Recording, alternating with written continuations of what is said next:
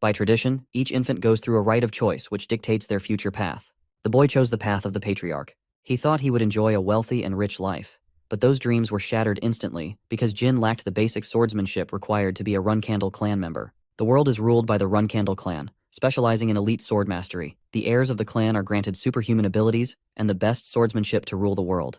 The clan embodies virtues of struggling, achieving, and relishing. It is the definition of the last man standing, and that's exactly the clan our protagonist was born into. Jin Runcandle is the youngest son of this clan. His people ridiculed him as the shame of the family and a disgrace to their legacy. Eventually, he was known as the worst swordsman in the history of the whole clan. If you thought your life was shit, just think about his. It's so bad that his fellow clanmates make fun of him for practically picking up a sword because he's so trash. These bug-eyed, bitchless loudmouths ridicule him for not being able to wield his holy sword Balasada. Poor guy has no choice but to ignore them. So his brother whacks him with a powerful kick to remind him of his shitty place. He tries to reach for his sword, only to get his hand stomped on. They don't want him to even try swordsmanship since he's so bad. His second brother makes fun of him for carrying notes to help his pitiful situation. To make the situation even worse, they snap his sword and tear apart his notes. This is done as a reminder to Jin that he will forever be the shittiest swordsman and a disgusting wench to their family. When he raises his voice against this unjust act, he gets bullied by his brothers who think they're doing him a favor. Jin's very own siblings tortured him every day, as if his talentless state wasn't enough, but he didn't care about that. He just wanted to try harder and harder to somehow and someday earn the trust of his family. So with that spirit, he gets back up, to make himself worthy of the clan. But unfortunately, he isn't getting a Zenkai boost in this universe. Bro gets disowned by his clan, but at least they spared him for trying. Jin was reduced to a vagrant, before inevitably crossing paths with his teacher, and realizing that he too boasted talent. He had a kind of power that was forbidden in his clan, the power to wield magic. 3 years have passed since then. Jin is a busy student hard at work when suddenly he gets swallowed by the shadows. He turns to find a giant entity called 3yr-old, the master of the shadows. It's a lucky day for our boy as he's been chosen by a literal god to fulfill a contract. By forming this contract, he will be able to wield the power of shadow and become immune to curses. The god of shadows is surprised when he notices that Jin had been cursed from a young age, which is why he couldn't unlock his talent. The curse called Blade's Delusion suppresses the talent of a swordsman, which is basically a death sentence for someone in the Runcandle family. The god of shadows releases him from this curse and declares that he will become a swordsman with unparalleled abilities. Jin returns to his place and instantly grabs his sword to test out the theory. When he launches his sword in a clean swing, he realizes 3yr-old wasn't just capping his powers. He's gained tremendous control over his sword. The worst swordsman of the clan doubles down by using magic and further enhancing his abilities. Finally, everything he had worked so hard for was coming to fruition. Or that's what he thought. Fast forward to his gruesome state, Jin was suddenly attacked and defeated. In his final moments, he wasn't able to make use of his powers and slowly fades away into nothingness. As he's crushed underneath the rubble, Jin wonders why he was given a second chance. The world goes blank before he reopens his eyes, shocked to see his clan members again. More so, he's in the same sword sanctuary where the Balasada awaits him. Baby Jin remembers this day and realizes he's returned to his past by more than 20 years. The boy clutches his sword, earning the praise of his family. This time, he grabbed the weapon of his own will. 6 years after he chose the Balasada, the midget couldn't reach the top shelf. He's been in the Storm Castle for a while now and has to endure 3 more years before he's finally free. The boy feels caged when suddenly, one of the maids is horrified to find a dead bird in his room. Jin assesses the situation, realizing only 2 people could do something so audacious and brutal. The 2 people in question are his snickering brothers, the brats who have no regard for the poor animal. Daytona is 9 years of age, while the white hair punk is Haytona, sharing the same age. While they're laughing at the bird, Jin feels sad. These 2 clowns ended up becoming murderers in his original life. Right now they're children. But even then they killed a poor bird to scoff at their own brother. The shitty yin-yang pair has no limits. They're trying to get a reaction out of Jin, ridiculing him for not wielding the Balasada. Jin prepares to speak when Haytona reaches to attack him. When his punch is blocked, even he is stunned. Because Jin isn't playing around as he launches a powerful counter in his face. He gives Haytona a thunderous beating to remember, and even though Jin is barely exerting his powers, he still beats the crap out of his brother. Finally, our boy leaves his bratty brothers with a warning to stay out of his way. Khan arrives, surprised that our boy has defeated both his brothers. Jin simply told him that they got into a fight with each other, resulting in their defeated condition. Of course, this is far from the truth. But still, Khan wants to take them to the doctor. However, Jin refuses against such an act. He takes them someplace else. Jin leaves them vulnerable to a heavy storm. It may be cruel treatment, but he believes it is necessary to teach his brothers the consequences of their actions. Khan is in no authority to question the young master's orders. Strangely, he senses an unusual, sinister aura emanating from the young master. Khan wonders if Jin deployed the use of mana. Realizing that Jin is responsible for putting his brothers out of commission, Khan deems it necessary to report to the patriarch of the clan. Back at the storm castle, Jin sees the snitch making his move. He knows that Khan is their guardian and reports everything to the Patriarch. Jin concludes that he must have sensed the use of Shadow Force, in other words, the source of his powers after he made a contract with the God of Darkness. It also implies that even in his second life, his latent powers of darkness are active, allowing him immunity against the curse he inherited in his first life. No longer subject to a curse, Jin has changed history as he will no longer be remembered as the worst swordsman. He's happy about that. His next obstacle is a confrontation with his father, the Patriarch. After Khan's report, the Patriarch tells the Guardian Knight to assemble the flag bearers. He senses the need to have a meeting with his son. With all 200 knights of the Runcandle family prepared, the legendary Patriarch of the Runcandle family marches his return to the Storm Castle. Mary is surprised they were given a sudden order to assemble. Dyphus, her comrade flag-bearer, is also clueless. They were in the middle of an epic battle when it happened. Dyphus wonders if it has something to do with Jin. They can hardly piece together why it's necessary for the Patriarch to see his son. Luna interrupts them both, gesturing to stay quiet. But Mary is still curious because she doesn't get all the hype behind Jin's specialty. Back at the Storm Castle, one of the maids informs Jin about the arrival of his father. The pipsqueak wonders what else the Guardian Knight told his father. He thinks that his father must be curious about the power that he used, since it's different from both mana and aura. The meeting is necessary to determine whether Jin's powers will benefit the clan or not. The Patriarch arrives with his many knights, donning his beautiful blade. He demands both Haytona and Daytona to be summoned. After their summoning, he directly asks about their mistakes. The brothers try to act cheeky and answer that they didn't do anything. It was Jin who attacked them with a weird power like magic. But of course, they're only saying these words to trap their brother. But this level of manipulation isn't enough to persuade the Patriarch, as he leaves both his sons with cold advice. Their survival in the clan will be short-lived with such a feeble mindset. He basically called them pussies, and then demanded Jin to be summoned. Jin stands before his father, 3yr-old, the head of the family as well as the strongest person. So powerful, in fact, that he is classified as a divine star knight and a demigod. After reaching the heights of such power, 3yr-old's human emotions have been dulled. The only passion he shares is an obsession for his clan's greatness and prosperity. In his original life, Jin was treated like a nobody. He had nothing to impress his father, but in this life, the boy walks with confidence and stride, knowing that he can no longer be underestimated. He makes his entrance as the flag-bearers glance at the boy, kneeling before his father. 3yr questions why his son addressed him as the Patriarch instead of his father. The boy responds that he thought it would be proper to address his father with respect. The Divine Knight proceeds to ask the same question he asked his brothers. Clenching his fist with frustration, Jin responds that their only mistake was revenge. He espouses the principles of the Runcandle clan to always take revenge, no matter the relationship. Hearing such words, 3yr commands the knights as well as the flag-bearers to leave the room. They're all shocked that Jin passed the Patriarch's test. Mary is impressed by her little brother for earning a private meeting with their father. The door slams shut, as 3yr finally addresses the issue of magic. He reminds Jin that magic limits their potential for sword mastery.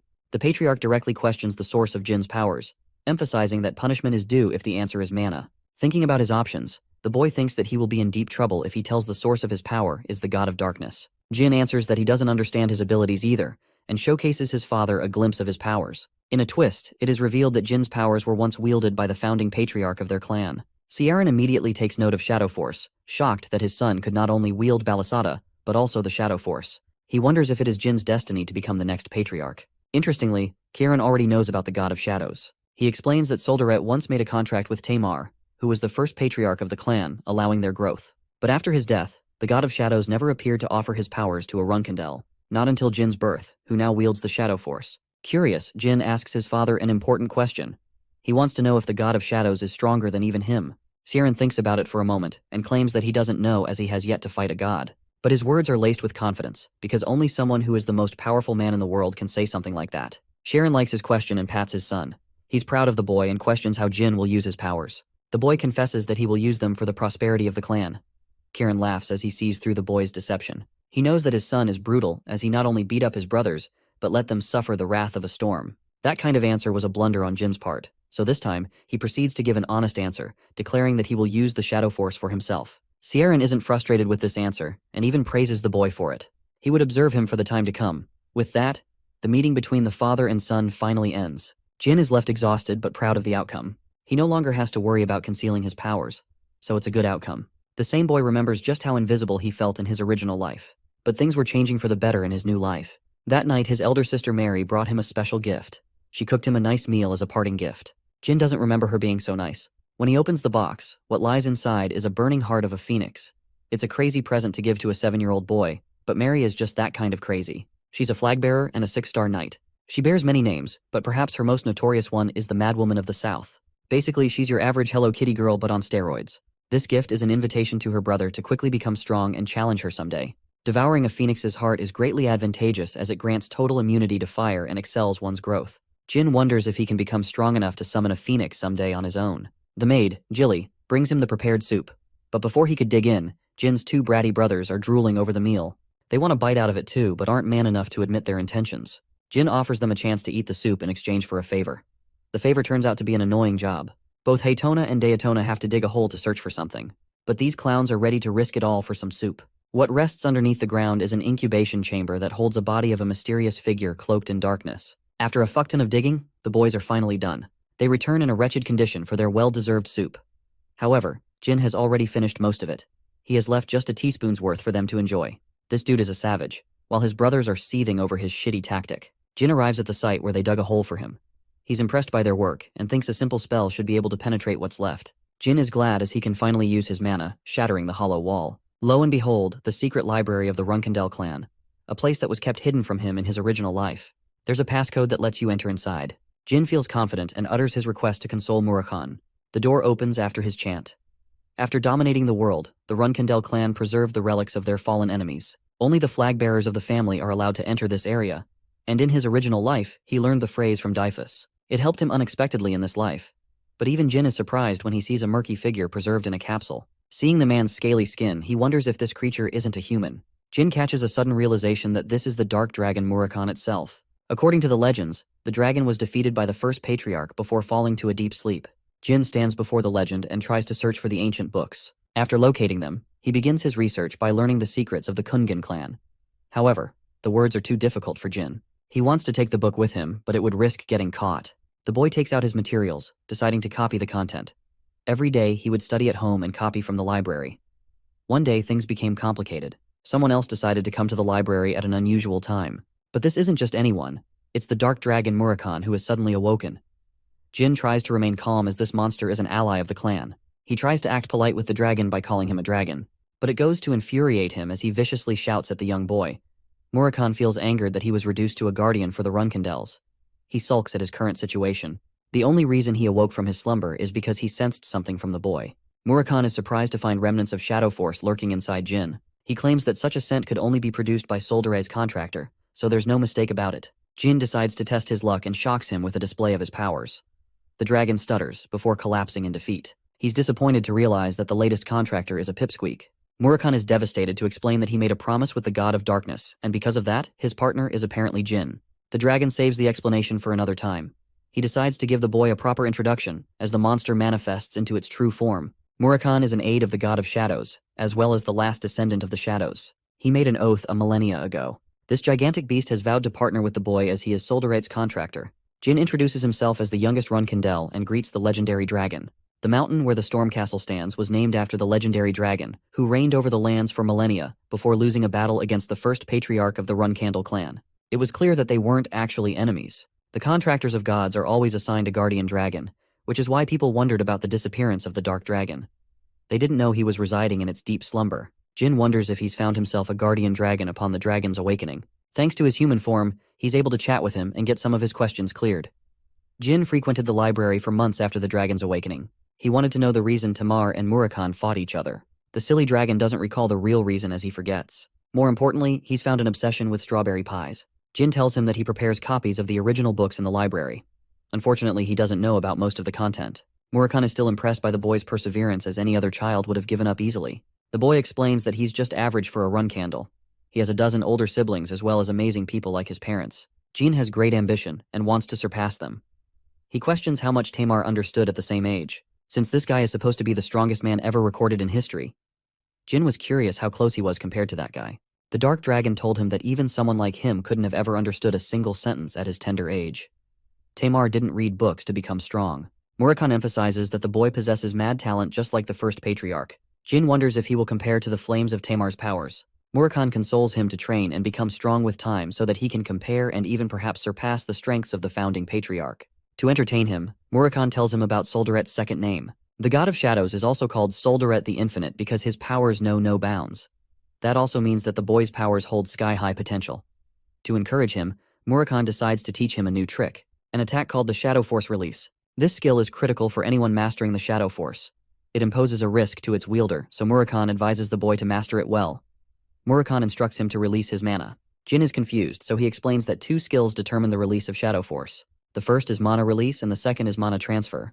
The skill requires at least 3 years of mastery, but that's a duration too long for the boy. Murakhan refuses to teach him advanced techniques without the basics.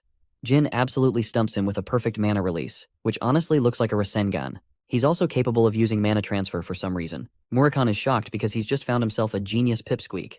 With both conditions met, he's ready to show the boy the skill Shadow Force Release. Since all shadows are born out of Solderet's powers, it implies that he's the master, while Jin is the only contractor. The library is filled with dark shadows, as Murakhan reveals that Jin could also become the master of the shadows. Jin is impressed seeing the might of his magic in full display. The scene cuts to the flag-bearer Luna, who is nearing the completion of her mission. Estimating 4 months to be the completion target, Luna stands amidst the dead monsters while wondering what her younger brother would like as a gift. 6 months after Murakhan awakened, Haytona and Daytona left the castle after turning of age. That leaves the young master, who receives a celebration cake from Jilly on his 9th birthday. The kind young master wants everyone to enjoy the cake. Khan the Snitch makes his sudden appearance, apologizing for his sudden message. Lady Luna, the boy's older sister, has come for a personal visit. Rising as the first flag-bearer of the clan, an excellent knight and the eldest of all the siblings, Luna Runkindel is the strongest among the heirs. She stands different from the rest, uninterested in pursuing the path of the patriarch. Luna doesn't care about her siblings.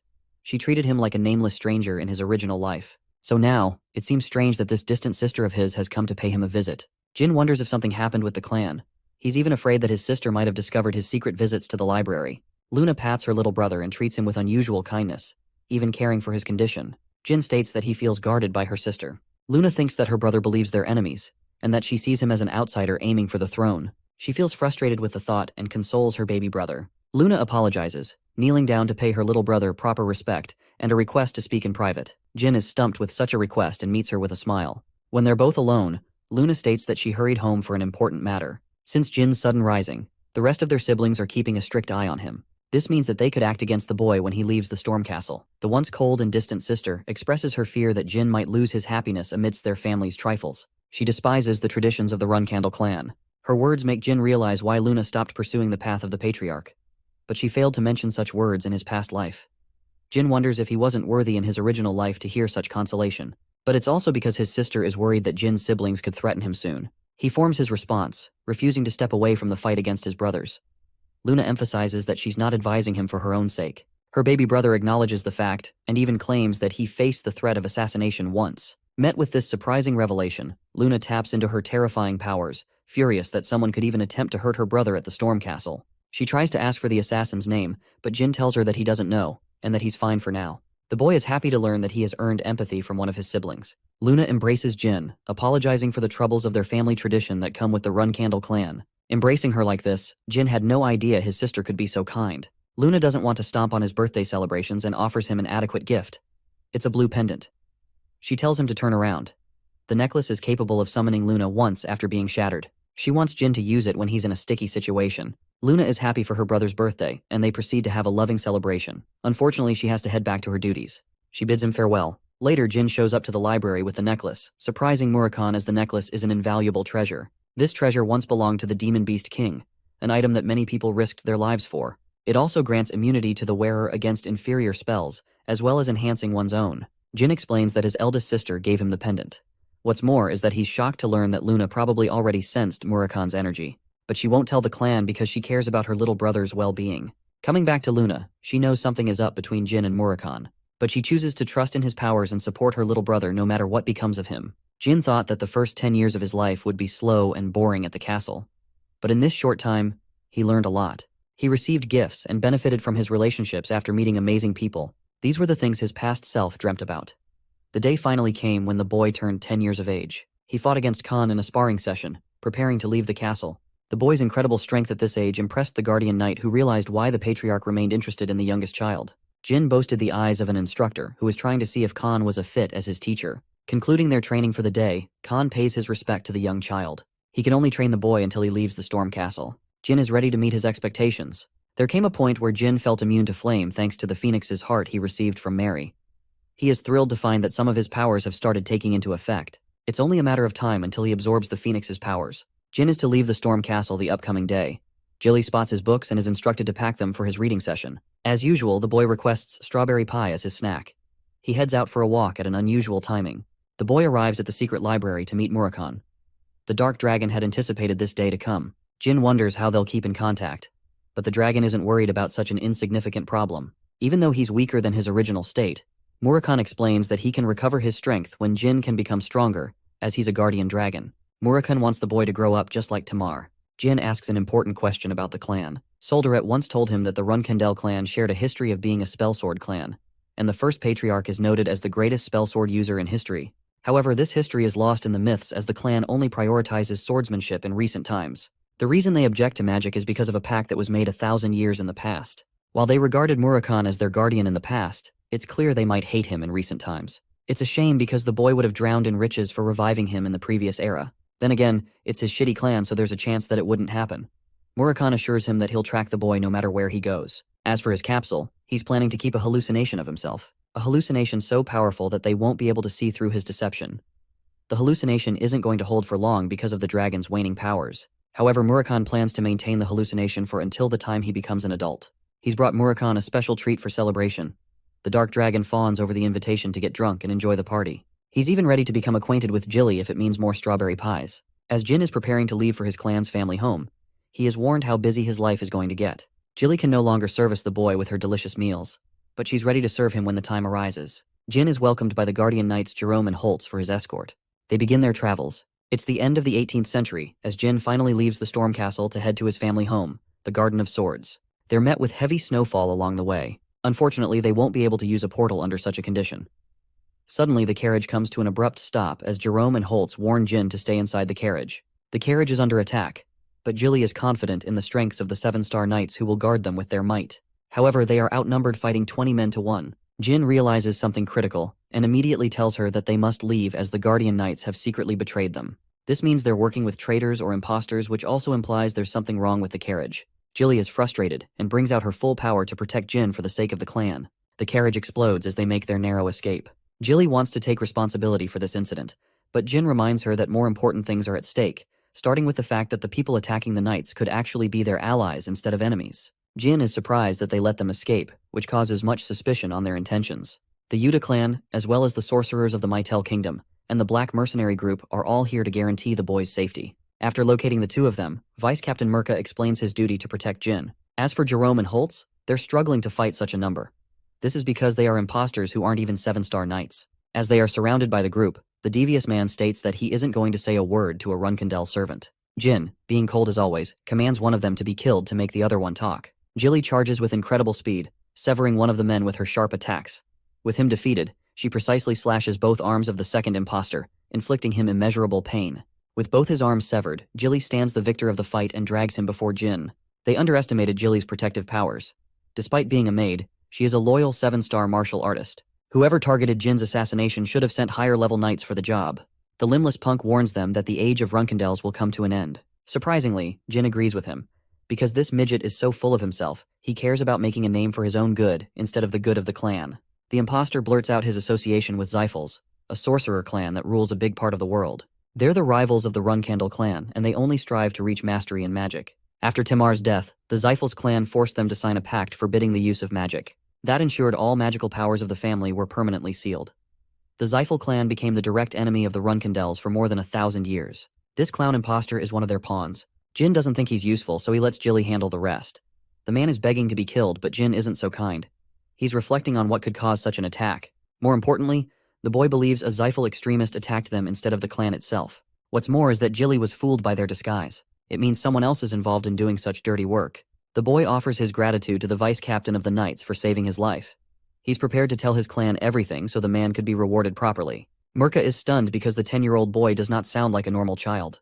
Thinking back on the boy's words, Mirka wonders if Jin really wants to achieve the goal of becoming the best. He tells his men to behave around Jin. It is time to continue their journey. When asked about the imposter, Jin states that he wants his body to be a good reminder to his allies. Unfortunately, they have to travel 2 hours by foot to reach the nearest village. Jin doesn't want Jilly to share the blame of what occurred, as even Khan, who is a 9-star knight, failed to break through their deception. Jilly is still bothered about what happened and apologizes to the young master. For the Runkendels, their nanny is single-handedly responsible for taking care of the child. Jilly was the same in his past life. But unfortunately, they gave her slack for the talentless boy she was assigned to raise. Jilly was so kind that she never blamed Jin. She was expelled from the clan the same day he was, and even on that very day she apologized for failing him. She was the only devoted person he knew in his life. Jin wants to prepare her for the future to come. This woman can't stop blaming herself. So Jin takes a frustrated twist and emphasizes that she's the only trustworthy knight for his protection. Later, Jilly thinks about the boy's scolding. She recognizes that he didn't want her to feel bad. Fortunately, she's ready to perform at her best to impress him. Arriving at the village inn, Jin thinks that it's almost certain the Transfigurator got involved. Bubar Gaston specializes in exercising an ability of dragons called transformation. He performed a greater transformation ability than even monsters, allowing many crimes to occur throughout the world. Jin thinks that with that man's involvement, things could shape up to become problematic. He remembers Bubar's chaos coming to an end when he was arrested in his previous life. The boy wonders if he should try and recruit the man in this life, even though he was nearly assassinated by one of his schemes. Jin is exhausted and ultimately crashes in his bed. Jilly puts him to rest. When Jin wakes up, he realizes that it must be his harsh training taking a toll on his body. There is an annoying cat hanging around his window. My boy suddenly realizes that this dumbass is actually Murakhan. This dude turned himself into a damn cat to follow him around the world. Murakhan gets angry and hisses at him. Jin allows him to come inside, but he's still frustrated. He turns to his human form to scold the boy, but he's so clumsy the fool crashes into his desk. Jilly instantly barges in to check on Jin, and then she discovers the intruder. She's ready to kill this guy before our boy even has a chance to speak. Murakhan suddenly remembers it was Jilly who baked him strawberry pies. Basically, he's just found his lottery ticket. Jin is out here dreading his life. He decides to take the honest approach with her, introducing Murakhan as the guardian dragon of the clan. Jilly is utterly stumped and apologizes for attacking him. More importantly, she's curious why her nickname is Strawberry Pie all of a sudden. Jilly learns that throughout this time, Jin secretly had her bake pies for Murakhan. After a long explanation of what happened, Jilly is shocked to learn that the boy has the ability to wield magic and shares a contract with the god of darkness. She's actually supportive of his talents, which is why Jin decided to tell her everything. He emphasizes that his relationship with Murakhan, as well as the source of his powers, must remain a secret. At first, she trusts the guardian dragon, but after learning that he is clumsy enough to trip and fall, Jilly wonders if it's really a good idea to rely on him. They arrive at the portal, where Mirka's duty has come to completion. He is eager to explore the kind of person Jin will grow into. Mirka is curious why an excellent martial artist like Jilly left her clan to join the Run Candles. She refuses to elaborate and leaves with the boy. The staff at Mytel Portal learns that they're dealing with the high nobility of the Run Candle family. They allow them entry to first-class seats for a quick teleportation. Jilly shares her concerns for Jin's magic, as there isn't an excuse plausible to convince the Run Candle clan. The boy intends to keep the source of his powers hidden. Suddenly, he spots a noble mage of the Zyphel clan who is granted first-class seats as well. The noble shares his disgust openly, but finds himself fascinated by the cat. Murakhan is a giga-chad as he slashes the pathetic noble, giving him what he deserves. The Zyphel noble is surprised that Jin is composed and quiet, despite his provocative remarks. Veradine introduces himself and offers a hand to the boy. Jin remembers him. This man had gone on to become a gifted sorcerer and an incredible candidate for the next patriarch of their clan. Even though Jin also shares a talent in sorcery, his talent is next to nothing compared to Veradine. The boy is cautious of him and reminds Veradine that his men nearly pulled out their blades, and they would have been killed for that. He dishes out equal provocation as a joke, but Jin emphasizes that he wasn't just joking around. Veradine gets actual chills from the boy, but he imparts him with advice not to stir up trouble between the two major clans. Jin claims that both their fathers are people of great stature, and that they would never go into war over a children's fight. Veradine is impressed, but Jin is verbally abusing this man. He tells him to shut up for the rest of the portal ride. Veradine is almost enchanted and wants to befriend Jin, but it would complicate their clan's relationships. So instead he vows to make him his rival for the ages to come. As for Jin, he's surprised Veradine is maintaining his school even after his joke. It's almost as if the Zyphels are chaotic and messed up in their heads. Teleportation is underway. Before being teleported, Veradine expresses his excitement to meet Jin in the future, but the boy doesn't share his enthusiasm and doesn't want chances of that happening. Finally, Jin has arrived. Petrov, a second-class butler of the family, meets his grace, welcoming him to the Garden of the Swords and the home of the Runcandle family. The Garden of Swords is a sanctuary of blades for the most reputable members of the Runcandle family. To have one's weapon be marked in this garden is the height of honor for a Runcandle family member.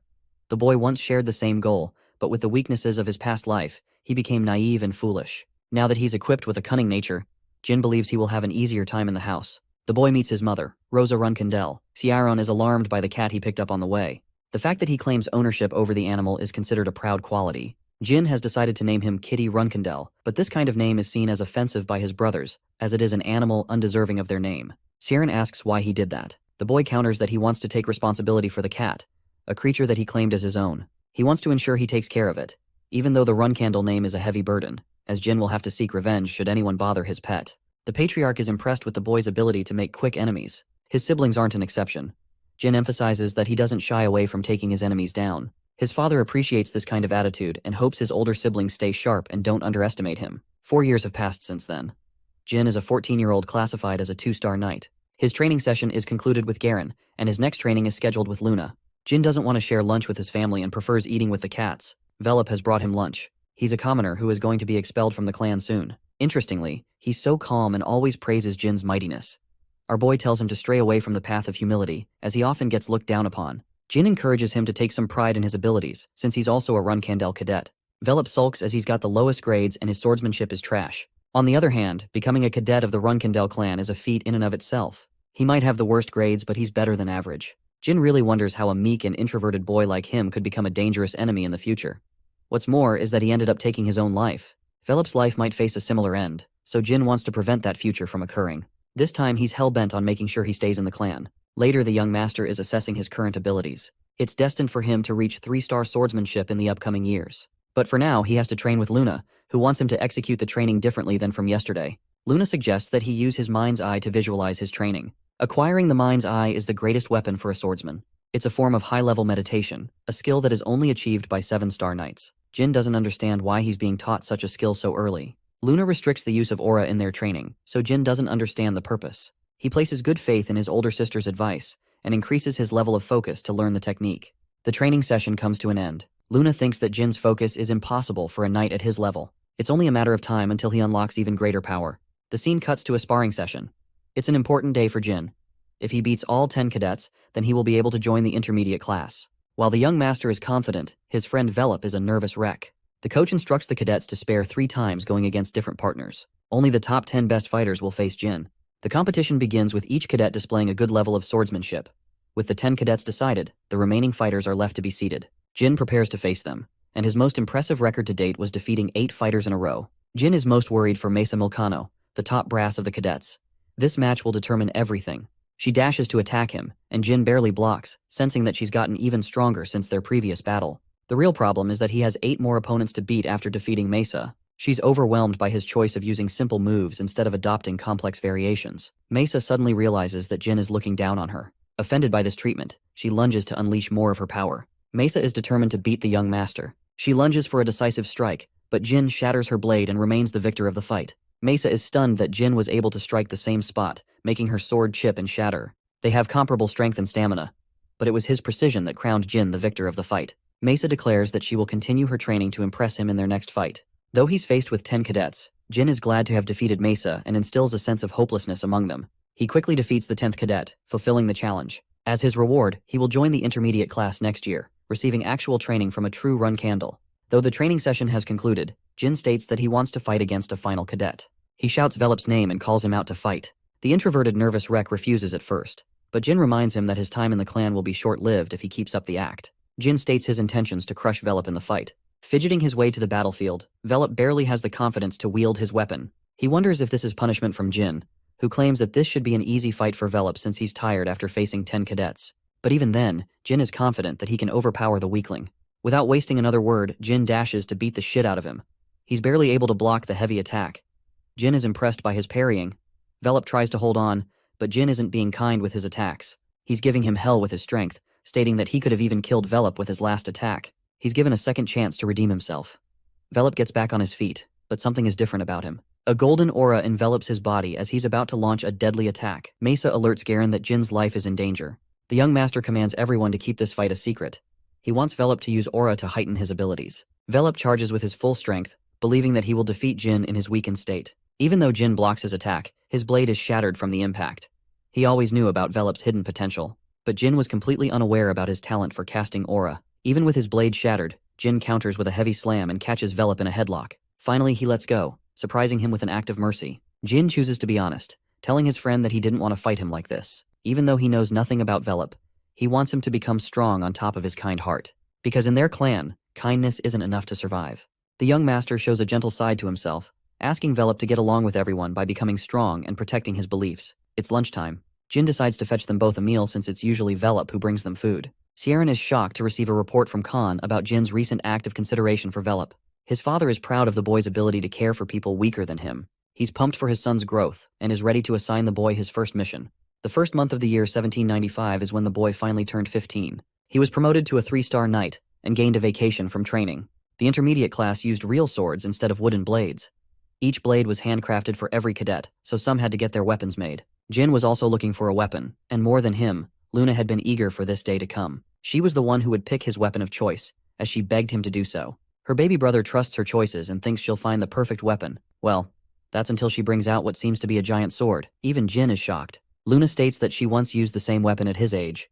She even came up with the design, and it's her prototype for her main weapon. Jin, however, has a difficult time accepting her choice. He declines the weapon, hurting Luna's feelings. Seeing his reaction, Luna decides to opt for a different weapon. A weapon that would suit his fighting style. Luna spent much time on his weapon of choice. Since he chose the balisada when he was an infant, she figured the bradamante would be the perfect replacement. It's the weapon of the first patriarch, a blade that comes to his liking, as it is one of the most valuable treasures of the clan. Jin wanted to obtain this weapon in the future, but he's glad Luna offered it to him for free. Both swords are excellent for the users of Shadow Force. Jin couldn't have obtained the weapon himself because of sibling rivalry. It's a heavenly gift from Luna that he obtained so easily. Luna states that he doesn't have a need to repay her in any shape or form, since she's also aware he's keeping his defenses up around her. Since she's upset, Luna instructs her brother to close his eyes for another training session. She tells him that the Runkandel siblings are always fighting against each other, but even so, she wants to remind him of her undivided love, as Luna is ready to support him no matter what. She says these things as Luna has felt immense loneliness and feelings of isolation before Jin's time. She hopes that her little brother never has to go through such feelings in his life. With that, they return to their training session. After the training, Jin excitedly shows off his new weapon to Murakhan, who doesn't think it's a great weapon for his current skill level. It's necessary for the boy to acquire some level of mastery with his Shadow Force to activate Bradamante's potential. Jin is way too weak at his current level, but he hopes to reach 3 stars in Shadow Force soon. Murakhan is offended by the boy's arrogance and emphasizes the caution one has to take just to use holy weapons of the Patriarch. Instead of 3 stars, he advises the boy to reach 5 stars instead. Jin is a defiant child who doesn't want to wait too long.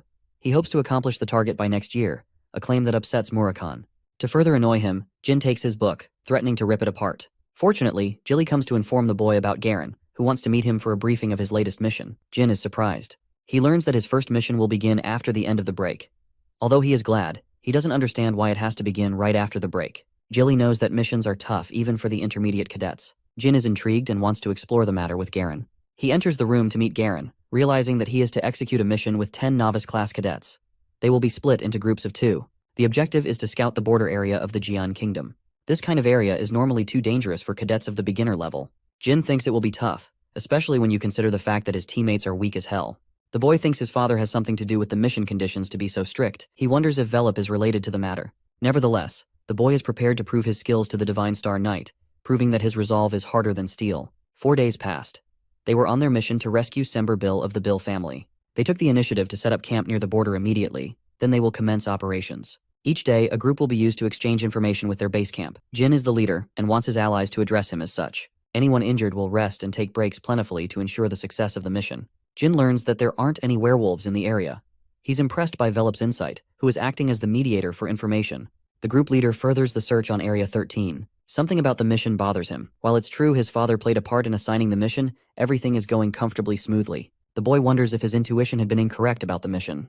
The land beyond Area 13 is called the Land of Halfman. It's a dangerous area well beyond the skill level of the novice cadets. Jin wants a smooth victory instead of exhausting his resources. Suddenly, Velop comes with a striking development on the situation. Jin receives the alarming news of Group 2 succumbing to an enemy attack. He immediately prepares to move, and learns from Velop that they were attacked by 3 human assailants. It's possible there are more than 3 enemies. Jin tells his subordinates to return to the base camp. He leads the charge against the enemies while reducing their intentions. There are many questions troubling Jin, but he's prepared to exact his revenge against the enemy. Traces of blood terrify Velop. He fears Mesa's group got annihilated. However, Jin thinks there is hope as there aren't any pieces of flesh around. It's possible only one assailant is attacking them. Jin comes to discover a bloodied bandage. With this discovery, he deduces that Group 2 switched tracks after sensing another threat near the vicinity. He wants Sierra to go with Eddington and David, while Jin is to pursue Group 2 with Velop. They both manage to find Group 2 fighting against their enemies, but Mesa is nowhere to be found. He commands Velop to attack the one on the left. Jin coats his weapon with Shadow Force, increasing its attack potency. He launches the blade, instantly killing one of the assailants.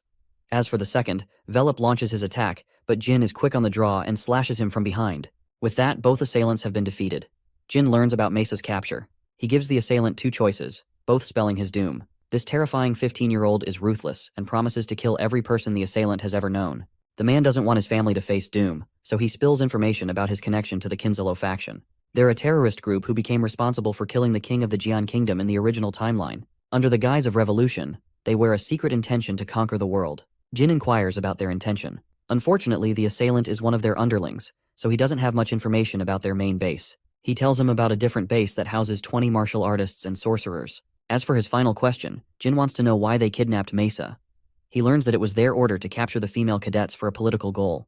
After receiving this information, Jin lands the killing blow, refusing to be merciful to his enemies. 1 hour has passed since Mesa's capture. He wants his subordinates to request support after healing. Jin is prepared to tackle all 20 assailants himself. His comrades are against such a rash decision, wanting to provide them with their assistance in a dangerous mission. Jin emphasizes that it is his duty to protect the people of his clan. He believes in his strength to complete the mission, and doesn't prefer entertaining objections to his orders. Jin instructs Velop to be in charge in his absence. With that, the group leader dashes to save Mesa, hoping to reach her before it is too late. Jin has to defeat competent enemies stacked against his skill level. It's true that he's strong, but he's not strong enough to defeat all of them alone, so his plan is focused on rescuing Mesa instead of defeating his opponents in a head-on fight.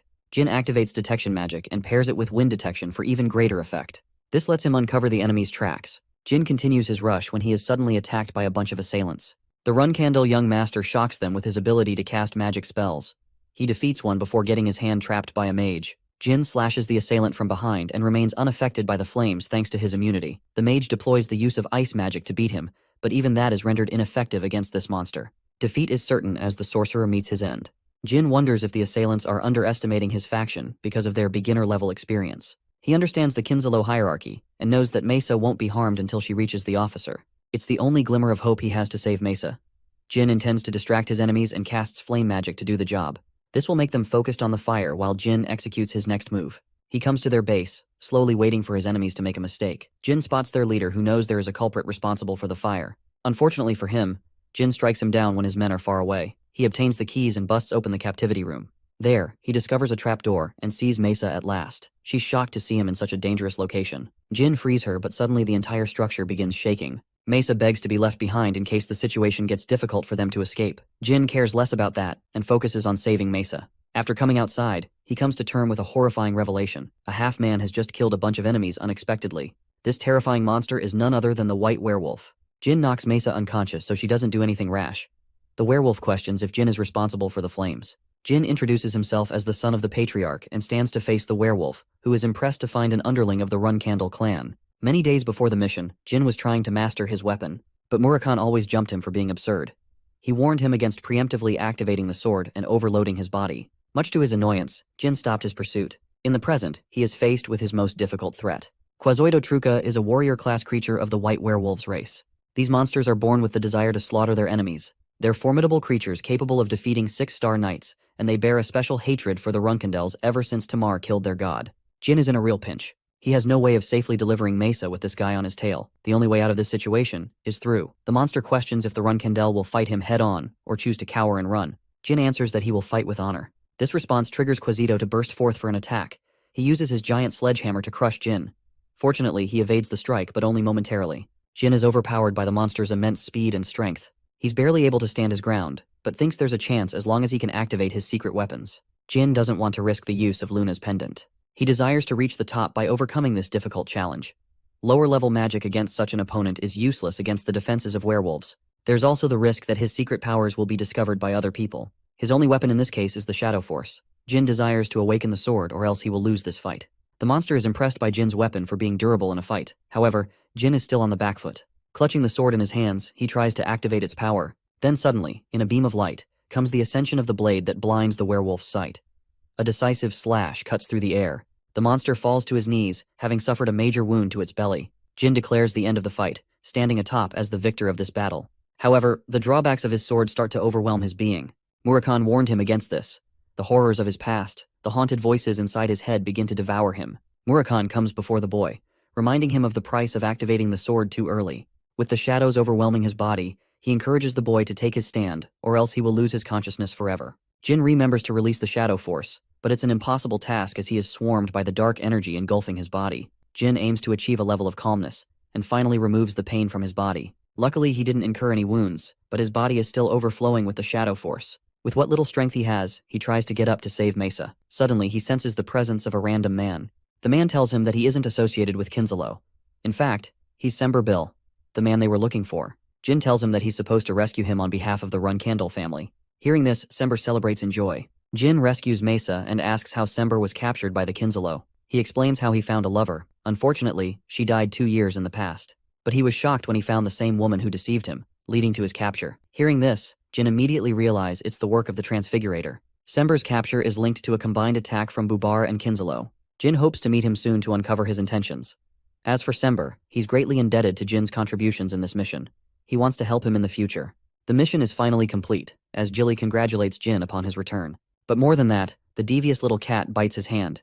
In response, Jin tosses this dude in the window. Murakhan is frustrated that Jin got ahead of himself and activated the sword when he wasn't even ready. He ragdolls Solderet's last contractor for being stupid enough to risk his life.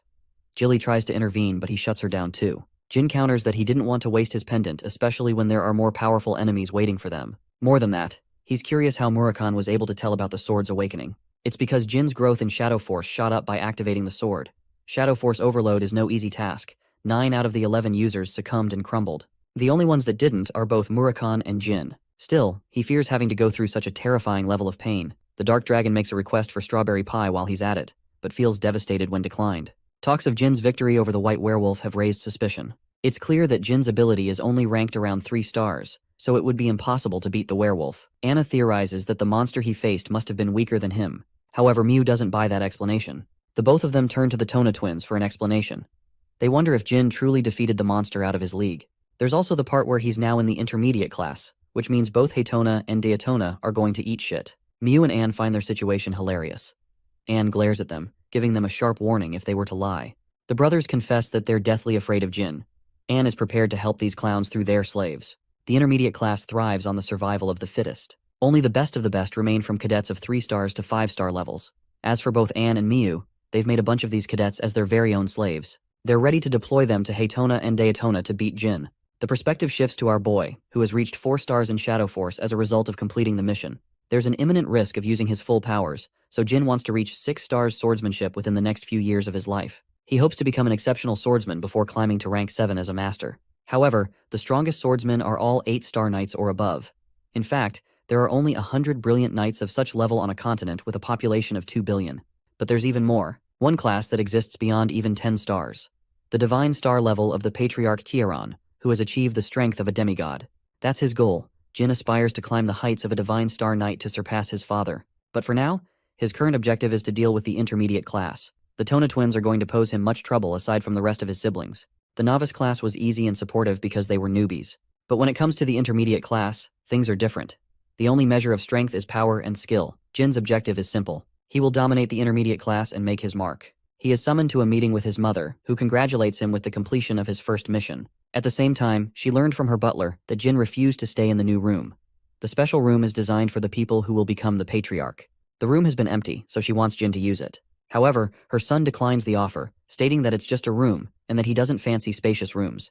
He's satisfied with what he has. Hearing this answer, she tells him to take his leave. Rosa is confused about the ambitions of the boy, not understanding if he is full of ambition or devoid of it.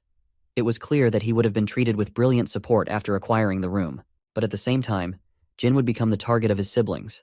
The offer was a test, and our boy aced it to his mother's expectations. Jin returns to inform the novice cadets about factions that are linked in an intermediate class. Since these fresh cadets will be considered a part of Jin's faction, they're going to face scrutiny and harassment. But their leader isn't going to sit around and watch. He hopes to conquer the intermediate class immediately. As caution, Jin advises them to stay on their guard and be always accompanied by an ally. The following day, Jed Runcandle, an experienced 8-star knight as well as the younger brother of the patriarch, offers his speech to the cadets who are promoted to the intermediate class. Jed will not be involved in any serious events and exists only to evaluate their swordsmanship. He roars his message to remind the newbies of their cold motto. Strength is the only thing that matters, so anyone weak will be discarded from the clan. Jin senses that this is an attempt to intimidate the freshmen. He spots the Tona twins, and also spots an unusual-looking warrior next to them. For some reason, he guesses that Anne and Mew are operating from behind the scenes to intimidate the newbies. Mesa observes Jin, who is walking straight towards the Tona twins. He takes out his blade and slashes the man right next to them. To everyone's utter shock, the man loses his arm as Jin hopes to emphasize to his enemies that he's the one in control, instead of the other way around. When asked for his name, the cadet introduces himself as Kazin Romero. The Tona twins try to interfere in the matter, but Jin shoots them a warning to remember. One of the brothers gives into anger and accidentally blurts out the cadet's allegiance to his faction. This is exactly what Jin was looking for. He further provokes them by stating he had a petty reason for slashing the man's arm. War between the Run-Candle siblings has already started. Jed realizes that the twins' trap worked against them. With Kazin's allegiance to their faction, Jin's act is no longer seen as a selfish mistake. Instead, it is considered the War of Ranks, a tradition of the Run-Candle clan. Right this moment, Jin shouts his name loud and clear, reminding the intermediate class that he will not hesitate to cut anyone down if they prove to be hostile. But this level of defiance has pinned him against the 8-star Knight. His uncle Jed is infuriated by his words. Jin states that he's contesting the decisions of Jed. Offended, the 8-star Knight materializes his weapon, vowing to kill the boy if his reason lacks conviction. Jin responds that Jed is responsible for leading the immediate class. He could realize from that moment that he is perpetrating the attack. Hearing this, the powerful Knight thrusts his blade against Jin's face, grazing him as a warning. The young master emphasizes that he didn't feel offended. As for why he didn't contest Jed in a head-on match, it was clear that he would lose, else he could have attacked him from the beginning. Jed reminds the boy that he's unafraid of cutting him down even if he is the son of the patriarch. Jin responds, prefacing his bravery, as though his opponent is far stronger than him. A Run-Candle never backs down for his honor. Jed laughs at his words but in a way finds them pleasing enough. He acknowledges Jin's place in the Run-Candle clan and reminds the young cadets of the best example of what a Run-Candle is actually like. The session is at last dismissed. Jin walks away, but departs with a piece of advice for the Tona twins. He reminds them that there will come a time where they will fear him more than their older siblings. Back in his room with Murakhan, Jin tells Jilly about the War of Ranks. He's certain that Miu and Anne are secretly manipulating the strings of their conflict from behind. Jin slashed Tae Cadet, who stepped out of line. He was a man who was once part of Anne's faction, but somehow joined the twins' faction. It's impossible for them to have 5-star knights in their group, since the leaders aren't supposed to be weaker. Jilly fails to understand Anne and Miu's intentions, but the boy is glad that he's being seen as an enemy and a rival. They can abuse their power to manipulate the difficulty of his missions to ensure Jin fails, but apart from that, there's not much they can do, since Jin is capable of fending off their threats in individual operations. That's exactly what Jin is intending to do. Since he knows he will be forced to handle difficult missions, it will allow him to stack a number of wins and become stronger. He can also take Murakhan along for safety measures. Jin has a different role for Murakhan. The following day, the Tona twins and Jin share a meeting with their uncle. They are informed about the special training privileges they will receive as Run-Candle pureblood heirs. The training will be difficult, but it will embody the character and motto of the Run-Candle clan. The Run-Candle's fighting style is deprived of standard swordsmanship. They have special moves reserved for flag bearers to learn. Since their fighting style is mostly unorthodox, it sets them apart from other clans. Jin predicts that it's because the physical abilities of the Run-Candles are unique. The bloodline of these swordmasters allow them God-given talent for sword mastery. It's in their blood to be born with such special ability. Compared to that, their training will be focused on simple movements. The task is to hold a steel ball. Jin senses that there's something inside. The steel balls are called singing stones. They generate specific sounds upon each strike. Jed demonstrates by striking the steel ball, which produces a sharp clang, deafening their ears. Then, the Commander Knight strikes a second time, but there's a twist. A beautiful melodic sound is created. Each sound depends on how hard the ball is struck. The objective is to strike perfectly to release a beautiful sound with each strike. Jin realizes that this is the most effective form of training for the Run-Candles. But even so, it's still too easy and simple to be called a secret training method. Jed attempts to produce the third and final sound. Jin is curious. The blade hits the stone when he suddenly realizes the effects. Jin pushes his brothers away as the steel ball explodes to oblivion. The Tona twins are shocked while Jed is impressed by the boy's sharp senses. The stones will always explode when struck with too much power. This basically means their lives are at risk in the name of training. Jed explains that all of their previous siblings experienced the same effects of the explosion. Jin wants to know how Luna was able to dodge. Jed explains that she didn't even try to dodge and succumbed to the destruction of the blast. But she was so powerful in her defenses that it didn't even hurt her. This response leaves not just Jin but also his brothers completely speechless. The power of having a cracked elder sister. Jed assigns them their mission, which is to train until they can create the beautiful sound at will. The scene cuts to Luna, who learns about Jin's recent assassination attempt. She is aware of Miu and Anne playing around, but she also knows they're not foolish enough to attack him at the Storm's castle. What's more, their lives would be at stake if the Patriarch uncovered their plans. Luna's maid wonders if the boy lied to her sister at the time.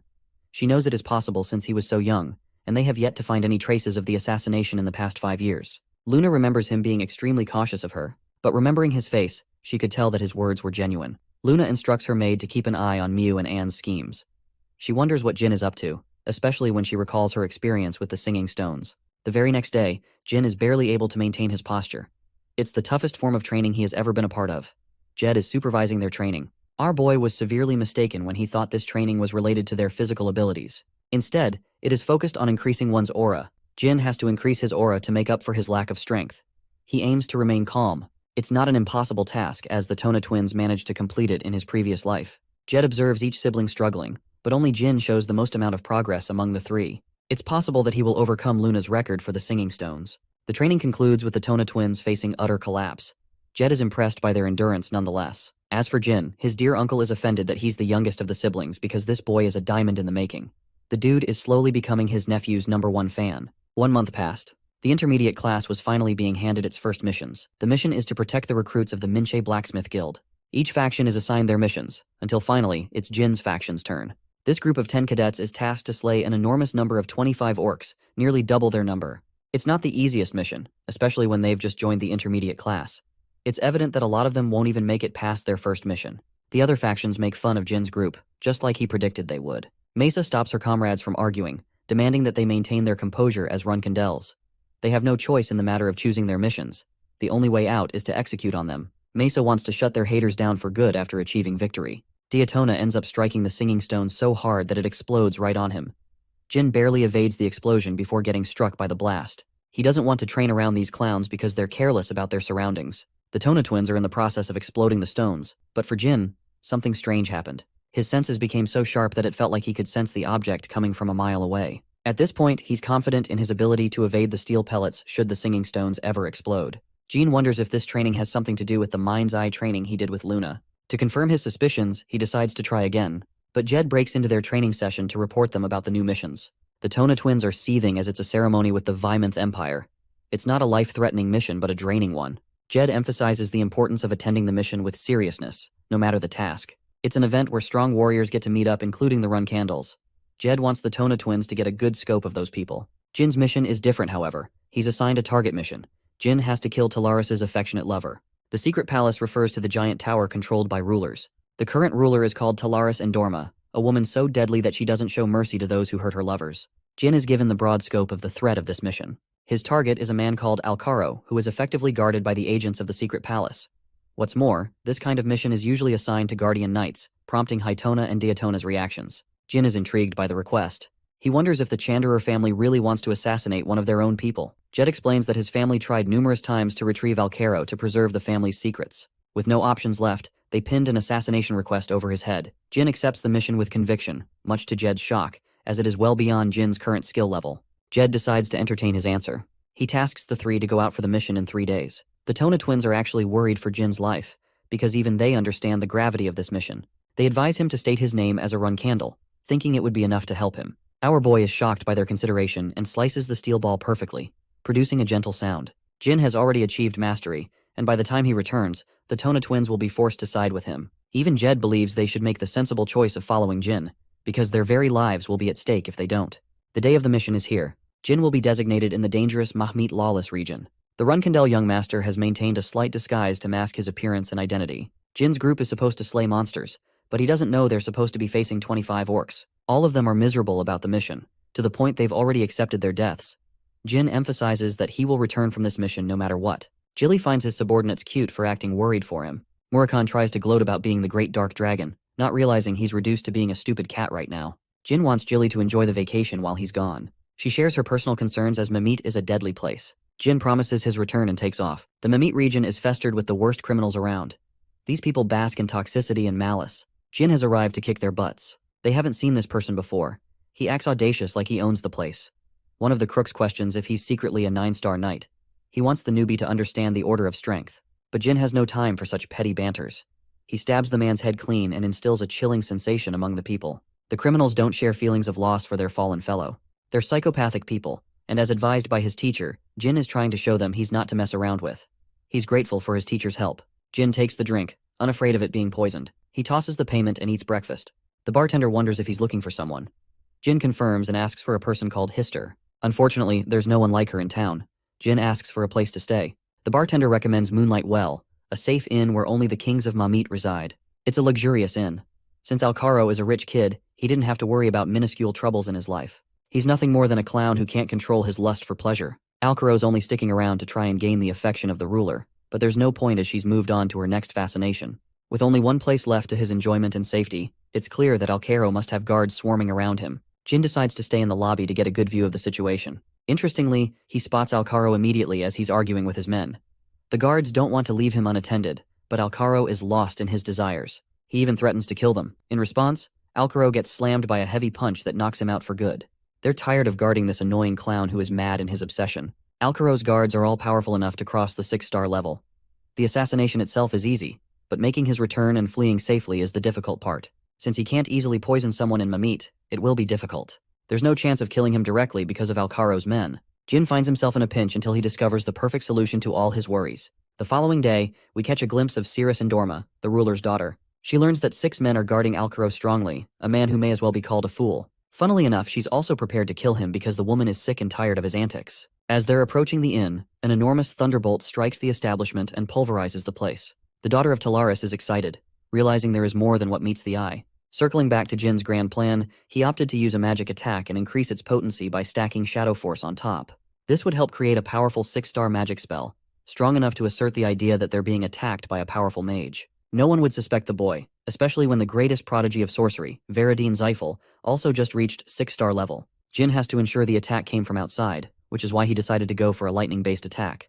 With his command over Shadow Force, he casted its release and manifested his lightning powers. The disastrous thunderbolt struck the settlement before they could even act. Their immediate suspicion alerted them to believe that this is the attack of a sorcerer. Ceres assesses the seriousness of the situation. She wants to protect her guards even if the scumbag died. But the moment they try to get close, the thunderbolt sends them flying back. They wonder if the Zyphel sorcerers are exacting revenge against the secret palace. A third thunderbolt strikes the settlement. Ceres thinks there won't be a fourth attack. She's hoping no one is massively hurt. Unfortunately, during this stunt, even Jin caught massive injuries as he endured the wrath of his own spell. Though the guards are still alive, Alcaro is nowhere to be found. Jin wants to ensure the execution while he still can. But unfortunately, Ceres catches sight of him and tries to help him.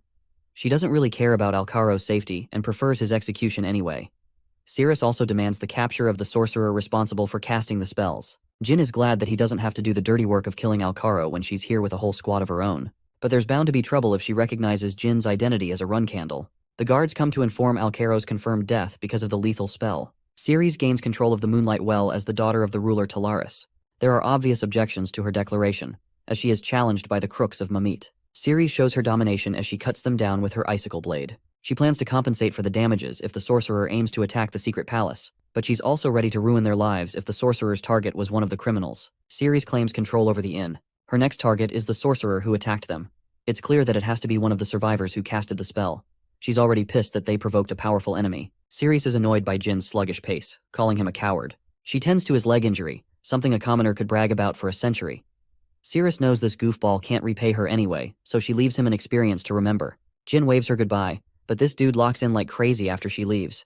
He's just completed his objective and covered his tracks at the same time. The scene jumps to the battle against the orcs. Mesa and the others have freshly taken down an orc, gaining a delusional confidence that they might overcome the challenge without any casualties. But Mesa is more serious. With 7 more targets to kill, she doesn't want her people to get sloppy. What's concerning is the odd behavior of the orcs. They usually attack in groups, but strangely, they're all alone. Mesa thinks that Jin's blessing has helped them on this mission. While they're focused on completing the mission, Murakhan is glad that he'll finally be free after this. It's actually pretty easy as to why the orcs are behaving this way.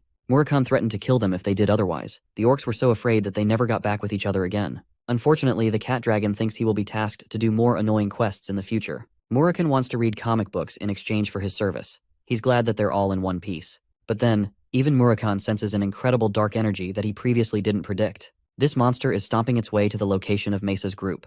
Murakhan spreads a powerful shadow barrier that goes unnoticed by everyone except Velop. During this time, he enters his true form to obliterate the monster who casts its energy without his permission. The tomb giants were once brought to extinction nearly 2 millennia ago. Murakhan fails to understand the creature's reason for showing up here. He prepares a deadly beam and annihilates the creature with a column of darkness. With the monster defeated, Murakhan feels tense all over his body. He hasn't used this much power in a long while, but he's confident the Zyphels have something to do with the tomb giant's sudden appearance. These strange coincidences riddle him, but he's uninterested in informing Jin about the situation. Murakhan understands that there will come a time when Jin will face the Zyphel clan. The scene cuts to the Transfigurator, who is utterly shocked that his creation, the tomb giant, was instantly destroyed. He's frustrated at the outcome. But Bishkil is concerned about an even more pressing matter.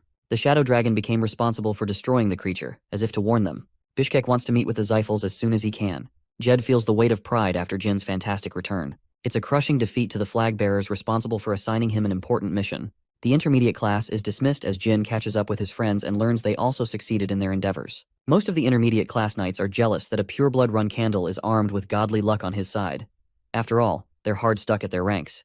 They make fun of Jin, who is a mere 4-star knight in their eyes. Despite his arrogance, they can't dent him because of his position as a pureblood. They're waiting for their next orders from Miyu and Anne. Interestingly, Jin invites the challenge by walking right towards them, enjoyably stating that he heard every word. He taunts Kazin, who admits talking trash behind his back. Jin confirms that he doesn't boast a higher rank than the rest of them. Kazin scoffs at him, fed up with Jin, who only completed the mission because of luck. Jin makes himself clear.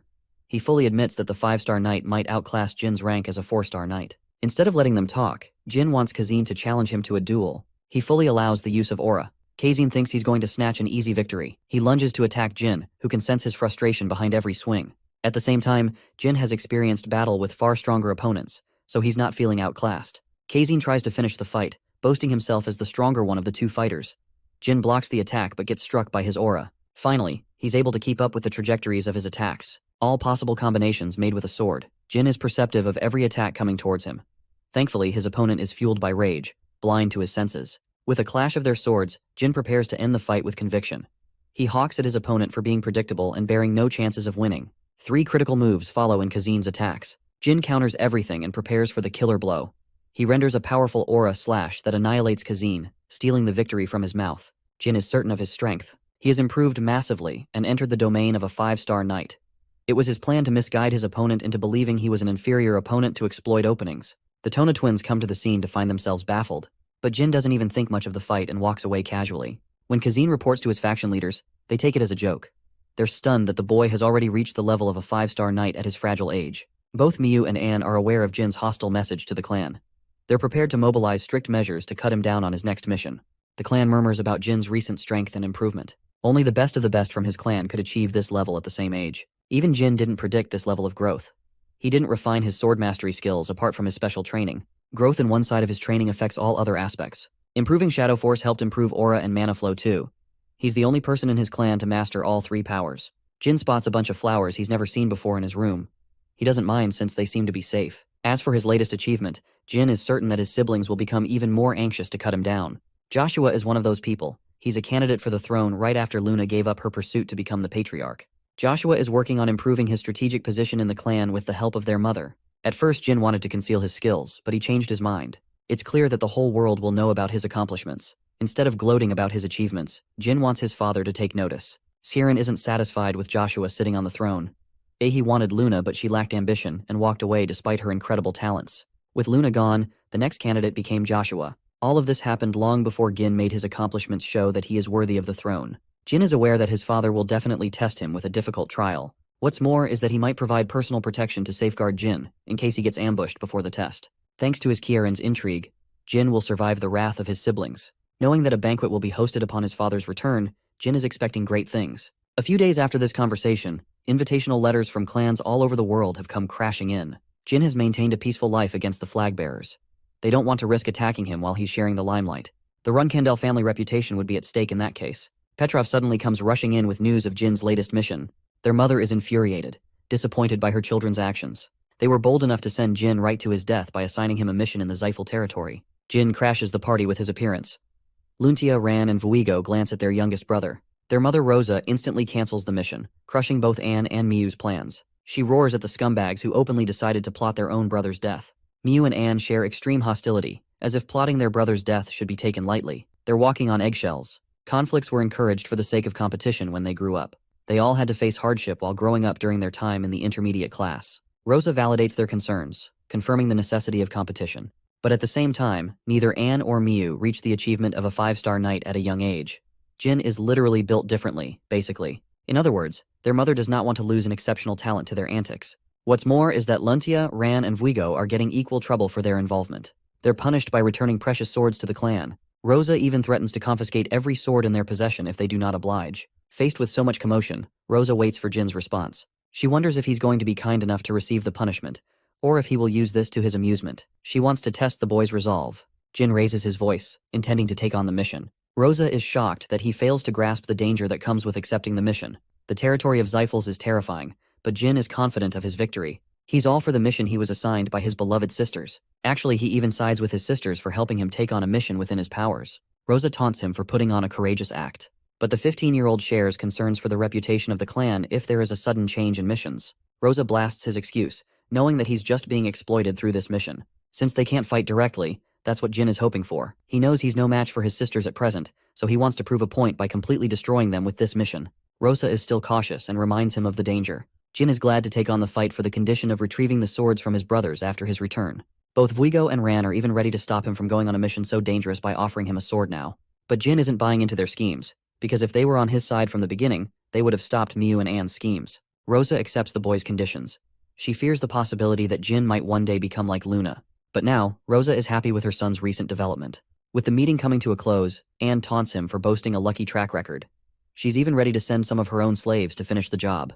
Jin doesn't acknowledge their words and hopes to give them a slap on the face with his return. The intermediate class knights from their faction are none other than the hooligans who were taunting Jin since the first day. Kazin is one of the three. Jin shows no signs of distrust to their faces, but deep down, he knows they're waiting for the right opportunity to strike him down. The mission objective is to hijack items after infiltration. 4 relics rest in the historic sites of Kulin. It was once a thriving land that now belongs to the Xiphals. After discovering the land, they mercilessly slaughtered the natives. They only act like they respect Kulin's people, but deep down, it's clear they're still facing enslavement by the sorcerers. While the Xiphals generally try to play with reason, they are extremely cruel, and Jin knows from experience in his past life. Even the sorcerers were hunting a special relic in this land, a mirror that is boasted as a top-secret relic. One journalist was able to cover the mirror in great detail by investigating and testifying from Kulin's people. The mystical well of mana is so powerful that it boosts one's mana to 7 stars, allowing the Xiphals to build an unstoppable army in the future. The object has yet to be discovered in this timeline. Jin wants to ensure the same doesn't happen again. The relic rests in the 3rd warehouse guarded by the Xiphals. They will have to take caution against the sentry spells in the area. Kazin offers his undivided support, but Jin obviously knows it's a bunch of crap. Kazin's men recommend keeping an efficient approach on the journey, but Jin has different ideas. He's not in the mood to play around, so he spikes their food with a sleeping drug. Their bodies flop to the ground.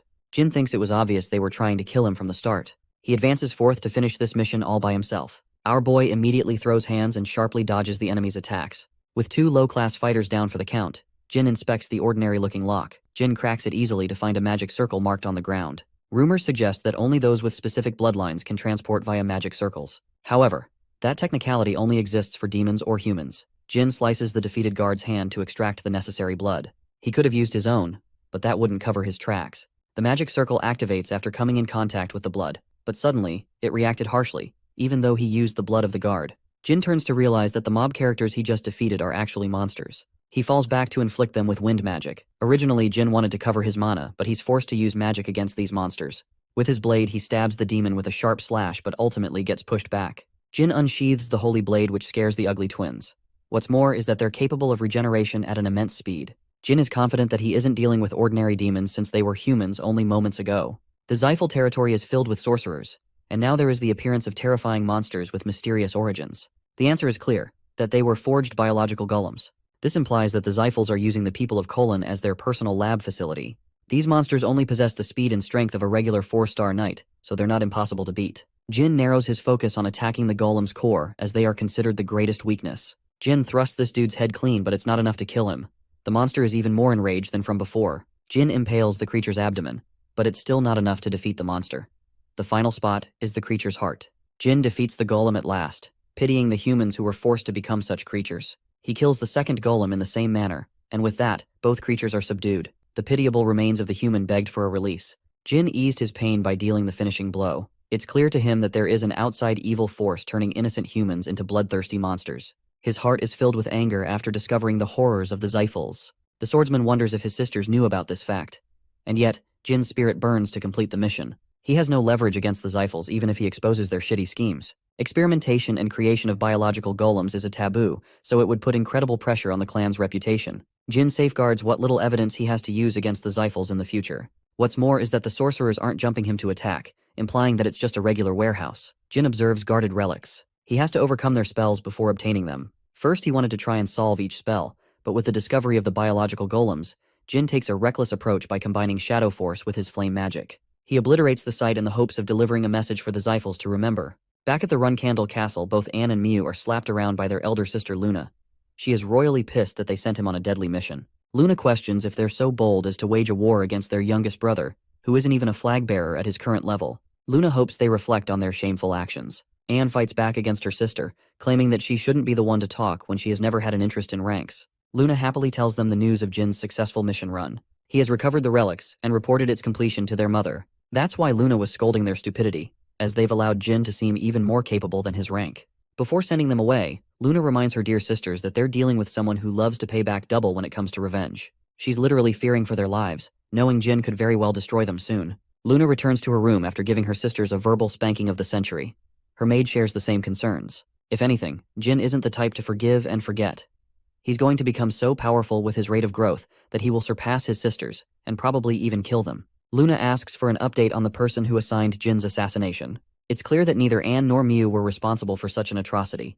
It couldn't be the Tona twins either. Luna shares her suspicions for Joshua, Daifus, and the others. They can't easily be investigated because of their rank. Luna recommends sitting back and waiting. Jin's growth is another reason she isn't too worried about him. Our boy has returned home at last. Jilly is teary-eyed because she was afraid of losing him. She loves him so much that she's ready to put down her life for him. Jin has submitted the report, making it seem like an outside force helped him this time too. More importantly, he shares his findings by presenting them with the heart of the golem. Murakhan thinks he got way too lucky. But even the Dark Dragon receives a shock to his being when he learns that they were biological golems. Murakhan fears the worst from the Zyphals, and seems confident that they're responsible for their creation. He insists on visiting the Kulin territory with Jin because he's got a bad feeling. Even though our boy is afraid of going back, he thinks it will be alright with Murakhan guarding his ass. Jin hopes to arrange an excuse to venture into the Zyphal territory again. The 3 delinquents that he knocked unconscious returned after Jin's mission, but they were soon banished from the Run Candle clan. Jin's training continued as he mastered the singing stones. Jed wants him to stop training with the cadets as he's got a meeting with the Patriarch next week. The Tona twins are stunned. It's possible for him to become a reserve flag bearer to maintain his reputation until his role is officialized in the clan. Our boy was happy to operate on his own at last. He wears a happy smile as this will allow him to become even stronger. Kieran marched his army towards the Garden of Swords. He keeps coming back because of Jin's amazing progress. Khan admits that the boy's abilities were once exceptional, but now they're in another league of their own. Jin boasts the will to fight with ambition and determination. Siren remembers the day he provoked his dear siblings when he arrived in the Garden of Swords. He wanted to destroy his enemies in the long run. They tried stopping him in many ways, but the fact that he survived the Kulon territory proves that he can survive against his siblings' best attempts to kill him. He even fought a white werewolf and defeated the creature, not with the help of others, but standing on his own. Siren is proud of his son's determination to keep up with his promises. He's certain of the boy's ability to defeat the werewolf alone. He's still interested in asking how that fight went down upon meeting him. Kieran arrives at the Garden of Swords at last. Rosa welcomes him in kind, having prepared much for his return. Joshua has been actively handling most of her responsibilities behind their back, but Chiron still thinks Joshua is imperfect. The Patriarch emphasizes that their enemies fear him, but not his children. When he passes Jin, Kieran spots fancy new blades. He wonders if Ran and Vuigo happily extended their swords to Jin as a gift. The Patriarch roars in a sudden laugh when he hears that Jin obtained the swords by completing the mission. The little boy keeps on surprising him. Kieran shares a meeting with Jin in private. The boy has never been part of a banquet hosted by his own family. In his previous life, he couldn't even participate in these banquets.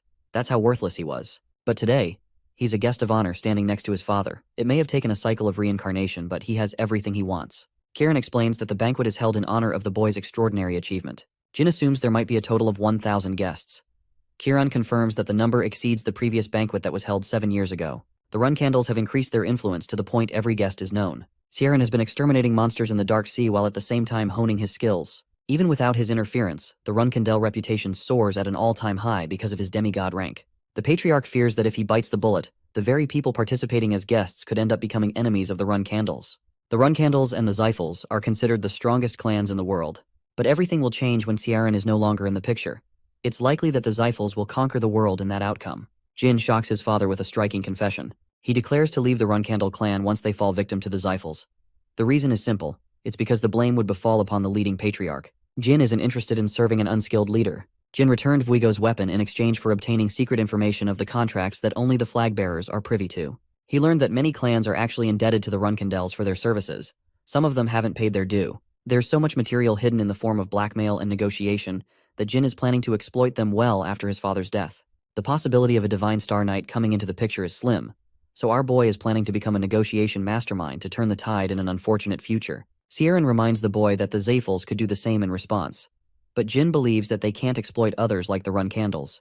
Jin is firm on his decision to leave the clan if the next Patriarch ends up incompetent, which will then lead to a solo quest to take apart the Zyphals. 3yr-old is impressed by his strategy. The rest of his children are meek. They lack the vigor to discuss possible futures in front of him. Jin, on the other hand, is reasonably calculating. 3yr-old thinks the boy shares the strengths of Luna, Mary, and Dyphus. The patriarch doesn't have much more time left to maintain his position. He muses the possibility of Jin overcoming the ranks within that time span. 3yr-old wants to discuss one more topic after the banquet ends. Jin is confident that the conversation will be related to his promotion to a reserve flag bearer. He's very excited for that to happen. Suddenly, a Runkandel servant rushes to inform the patriarch about special guests who came uninformed. 3yr-old instantly realizes that it must be the Zyphals. 5 Zyphals have arrived along with the minor patriarch of the clan. 3yr-old accepts the others but refuses to welcome Andrei's entrance. Jin is alarmed to see his father's humiliating response to the Zyphal minor patriarch, but he agrees that it is necessary. It's a smart order because Andrei would be disobeying 3yr-old's orders if he forced his way in. This means Andrei has to follow their command no matter what, unless he's interested in getting himself killed. 3yr-old welcomes his guests as the patriarch of the Runkandel clan. He highlights Jin's exceptional progress as the reason for the banquet. The guests praise the boy's accomplishments. 3yr-old explains that only 2 rules exist in the banquet. The first is that drunk fighting is acceptable in the arena, and the loser will be forgiven if he concedes the victory, as this is nothing more than a banquet. With 1,000 enemies brought together in one circle, they can't do anything but follow the rules of the Runkandel clan's banquet. However, they can happily choose to beat each other in the arena as much as they please. It's a way of settling scores or accomplishing records. Even Jin thinks they're a battle-driven crazy clan. 3yr-old tells the boy to enjoy his time fighting anyone who dares challenge him. However, he's only supposed to fight the strong instead of picking on the weak. 3yr-old emphasizes that if he loses even a single fight, he will be stripped of his privileges. It's a scary thing to say, and the stakes are high. Then again, Jin never shared the privilege of speaking to his father in his previous life. But now, they are closer than ever. Despite that, Jin doesn't hope to foster a happy relationship with his family. His lifelong goal is to surpass his father instead. Jin joins the banquet. The Tona twins merrily stick around him. They inform him of their progress with the singing stones. But Jin knows they're here to just steal some of his attention. The first flag bearer of the Ken clan extends his gratitude for the Runkandel prodigy. The Tona twins exit the scene, while Jin talks highly of Ken's accomplishments, viewing him as a hero. Suddenly, an arrogant imbecile interrupts their conversation. Uyghur disrespects Jin, who maintains his calm despite the provocation. Despite being the asshole, he accuses Jin of a case of disrespect. Our boy confidently responds that what he did could have ended very badly for him. The flag bearers of the Ken clan, among others, treated Jin with immense respect. And then this nobody chimed in, acting like he owned the place. Uyghur instantly realizes that he's making himself seem like a target. He does as he is asked, apologizing for getting ahead of himself. Jin forgives him promptly, while the gorgeous Luna comments how Jin loves making enemies. She wants him to take it easy, and wonders what would have happened if the man challenged him to a duel. For Jin, it doesn't seem like a problem. He was betting on Tuco clan's patriarch to stop his foolishness before that happened. Luna is impressed by his quick thinking. Jin emphasizes that he has to learn a fuckton of things to make sure he survives in the family, especially when he's the youngest of the bunch. He's a prodigious boy who was targeted even at the safest castle. Luna is curious about the identity of the man who tried to assassinate him. She doesn't fancy such parties and hopes to leave. She refuses to dance with her brother for now, calling our boy a short king. Before leaving, Luna dearly embraces her brother as a display of affection. This would make them fear interacting with Jin, since they're even more afraid of the legendary white whale of the Runkandel clan. Some of them grow furiously jealous. Bubare is actually a die-hard fan of Luna and simps for her like a creepy maniac. Bishkel is disappointed by this dude, while his sister Margiela is spoiling the man for having his type. Jin is most tired of his role in the banquet. He wonders what happened to the Zyphal intruders. In unexpected suddenness, Jin spots the icy Cirrus and Dorma. She greets him with conviction, as if she has already met him from somewhere. Jin behaves as if they're encountering each other for the first time. She thinks highly of his accomplishments for reaching 5 stars at a nimble age. Jin returns the compliment and thinks that Cirrus is doing well as an heir to the secret palace. She taunts him for having one too many siblings. Instead of feeling offended, Jin agrees. He's actually certain that Cirrus knows about his identity from the time he infiltrated Mamit. The sharp woman finally gets to the main topic if his leg is recovered. Jin simply smiles and returns the assertion that he remembers their interaction. Ceres wants to know the identity of the man who led the attack. The sorcerer was nowhere to be found. Meanwhile, suspicions rose regarding Jin's identity. The Runkandel prodigy uses his clan's reputation to imply that he can't possibly use magic. Ceres knows that, but she thinks he must have used an outside sorcerer to do the job instead. Ceres gets insistent in her demands, dying to know the answer. But she's misinformed and thinks that Jin targeted her guards instead of Alcaro. The Runkandel prodigy maintains his stance of innocence. Ceres predicted this would happen. She challenges him to a duel to humiliate Jin. In utmost savagery, Jin tells her that he can't fight opponents weaker than him, but he's happy to take on her offer. This man knows how to roast. The preparations for the duel are underway. Jin asks for 2 swords for their fight. The arena will be locked for the time being. Jin doesn't want her to suffer a humiliating defeat in front of the entire party. Ceres is hoping that he will spill everything about his mission when she wins. Jin places his condition that if he wins, she will never speak of their interaction in Mamit. The fight begins with Jin rushing to attack, but he's blindsided by the special ability of the Endorma bloodline. Ceres has brought out the big guns and the fight has only just begun. Jin is sad that he can't learn special moves of his clan because he's the youngest one in the family. Ceres goes on a heavy attack, but she's equally impressed to see Jin countering each of her blows impressively.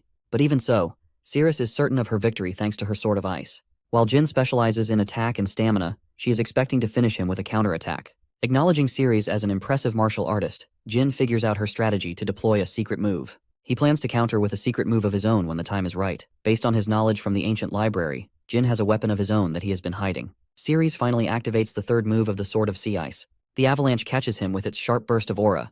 Ceres is the embodiment of the harsh snow, but Jin confidently laughs in her face. He cuts through the avalanche with his sword, shocking Ceres as he barely missed her face. But that was the intent as it caused an explosion. Jin is worried for Ceres' condition, as he didn't anticipate such a powerful finishing move. He is desperately hoping she survived the attack. Jin finds her kneeling in defeat, completely lost and stripped of her confidence. She had just encountered death. Jin consoles her and even apologizes for getting ahead of himself. The 15-year-old dodged, but only because her opponent instructed her at the final moment.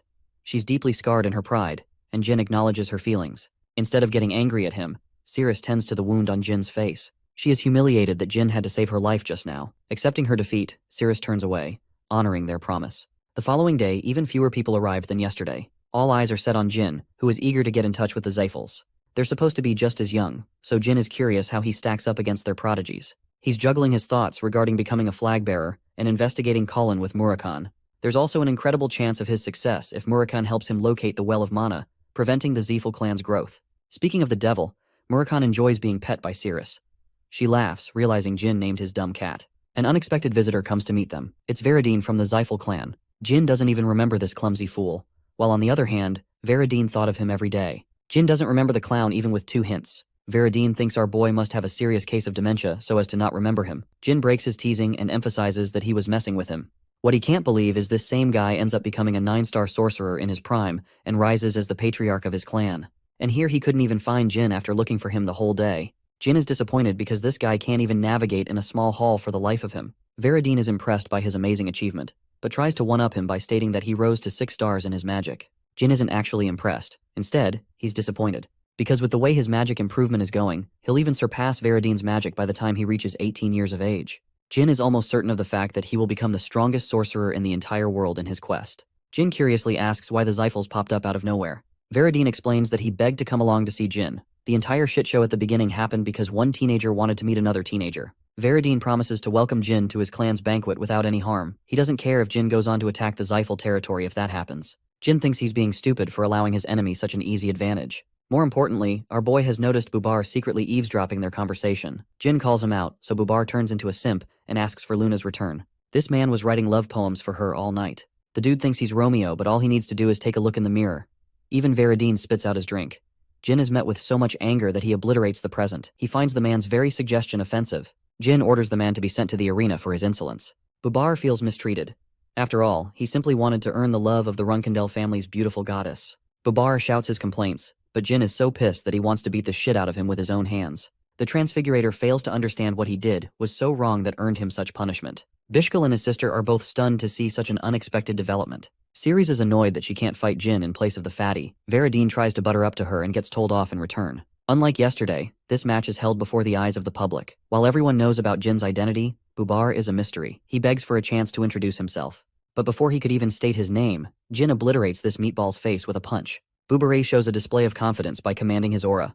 Basically, Jin is facing someone a level stronger than his own. Bubare actually manages to punch Jin across the face. He easily gives into arrogance, which becomes his undoing. Jin slams his fat ass to the ground before hammering him with hundreds of punches all over his body. The fight is supposed to be over, but Margiela fails to comprehend the Runkendel's actions. Bishkal explains to her sister that Bubar is actually pretty strong himself. She wants Bishkal to go ahead and defeat Jin in a one-on-one fight. He accepts to honor his sister's desires. Bishkek enters the arena with a confident star. He's a 7-star knight, much stronger than Jin, who is planning to use this as an opportunity to learn about his clan. Jin is even more shocked by Margiela, who is sacrificing her brother to get what she wants. Jin commends his display of affection for his dear sister. He feels the same about his own sisters and hopes that Bishkel teaches his underlings to keep their mouths shut. The 7-star knight finally name-drops Bubar's name, causing a shock to Jin because he realizes he just beat up the Transfigurator in real time. Jin is having major flashbacks, realizing that Babar is deeply connected with Bishkul's clan. Jin finds himself incredibly distracted but tries to focus against his opponent, who is a competent knight. The fight begins with Bishkul dishing out incredibly offensive moves. Jin can't believe that he's dealing with an ordinary 7-star knight, as this man's talent rivals even that of his uncle. Bishkul's hammering blows put Jin on the back foot. He's barely able to defend against Bishkul's menacing swordsmanship. However, Veradine is firm of the opinion that the Runkandels thrive on being cornered. He compares them to a rhinoceros which would never stop to defeat their foes no matter what it takes. Jin is getting pushed back, and he knows that his opponent is barely using any power in the fight. He's a 5-star swordsman going up against a knight way beyond 7 stars. Jin is cornered and at the brink of losing, but it's exactly when he feels the same feeling he felt fighting Kazin. Bishkul dashes to finish the fight.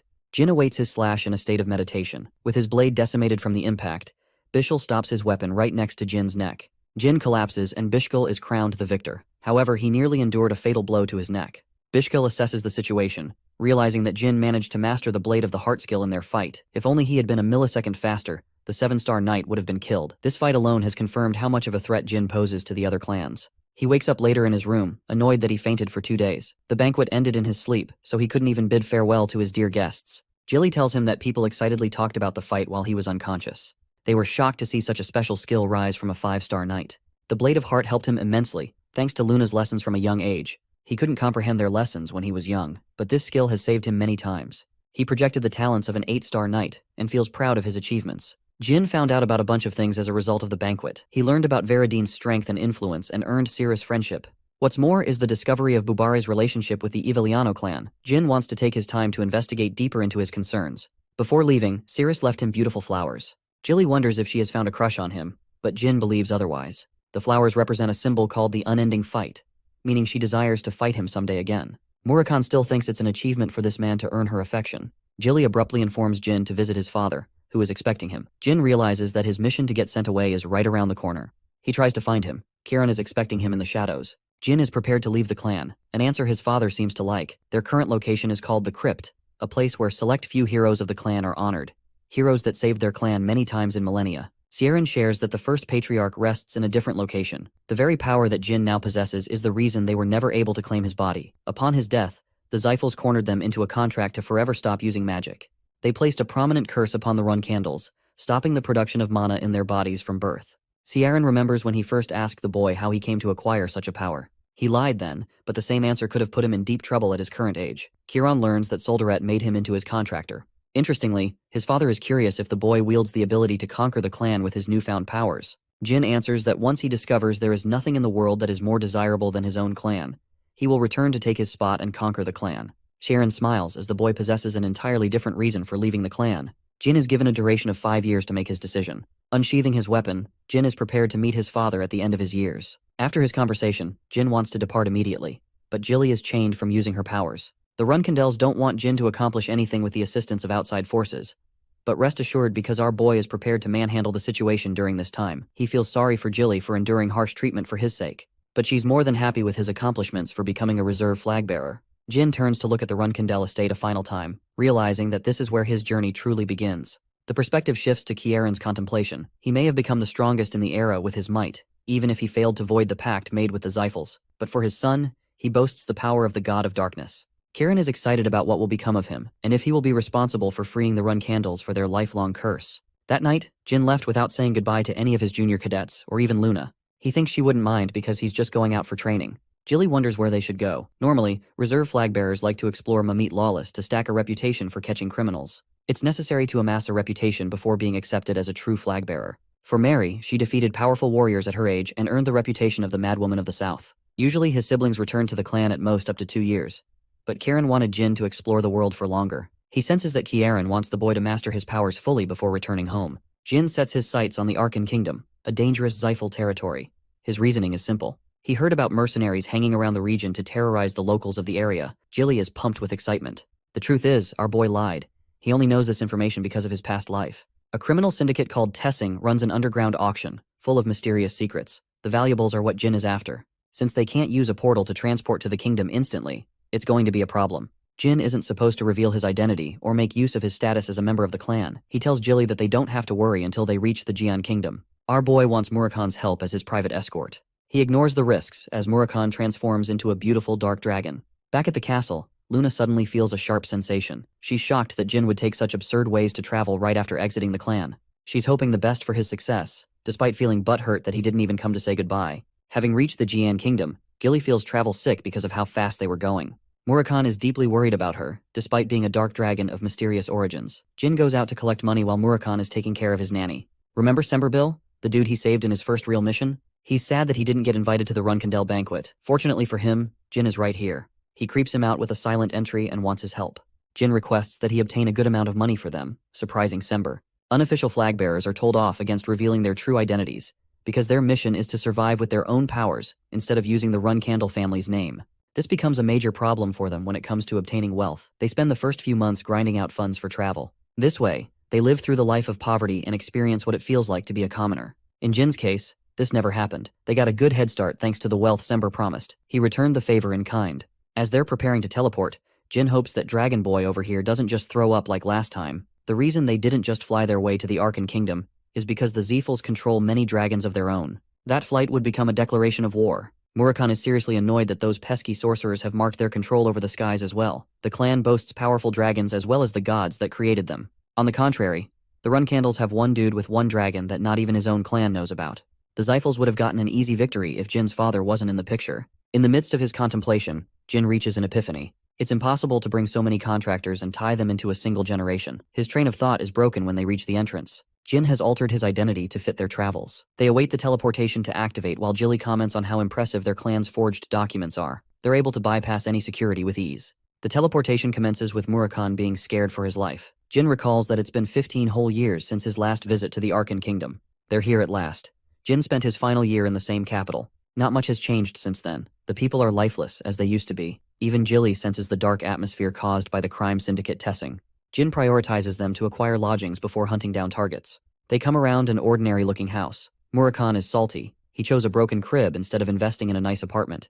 Jin explains that he wants to keep low on his spendings for now. Murakhan doubts his reasoning but ultimately accepts. As they enter inside, the lousy innkeeper is surprised that he received any guests at all. He presents them with drinks, welcoming his guests. But get this, here's the plot twist. The juice is spiked, and Murakhan knows that. He smashes the glass in his face for pulling such a measly trick.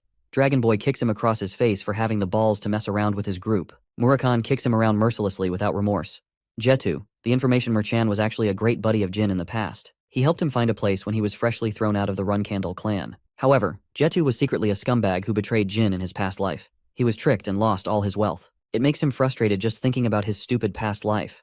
That's why he's nonchalant about Jetu getting his ass beat by Murakhan. He will squeeze him to get everything out of the guy. Jetu grows frustrated and shouts that he's a 5-star combatant. But Murakhan legit does not give a flying fuck. He's just beating him black and blue. He had no plans of stopping either. But Jin intervenes as Jetu is nearing death, begging for mercy. Jin is in the mood to interrogate and emphasizes that he will kill the merchant if he fails to give an insufficient answer. Jetu answers Jin's first question, all the way up to the part where he reveals his disgusting business dealing in human trafficking. He begs to be spared to help them, as previously his plan was to take advantage of the newcomers by selling them off while unconscious. Jin stomps his hand, crushing his fingers as he reveals his association with the underground auction house. Now that Jin has gotten him to testify about Tessing, he's ready to work with the merchant. Much to the dismay of his friends, Jin wants to patch him up. He explains that they're dealing with a crime syndicate as well as an underground auction house. It's the perfect target to crush and make a name for themselves. They need an adequate guide working under their heels. Jetu happens to be that person, so Jin personally ventures out to get a healer for the snob. Arriving outside, he feels suffocated concealing information from Jilly and Murakhan as they are unaware of his reincarnation. The doctor patches the merchant to health. He's incredibly annoyed and wonders what kind of person he's dealing with. More or less, Jetu doesn't want to betray Jin's expectations. Speaking of Jin, he wants him to lead the way to the auction house. Arriving in front of the grandeur of a beautiful estate, the guards are surprised to see Jetu with his so-called guests. They're given an easy entrance thanks to his name. Jin enters the house to find a bunch of musicians and waiters enjoying a premium party.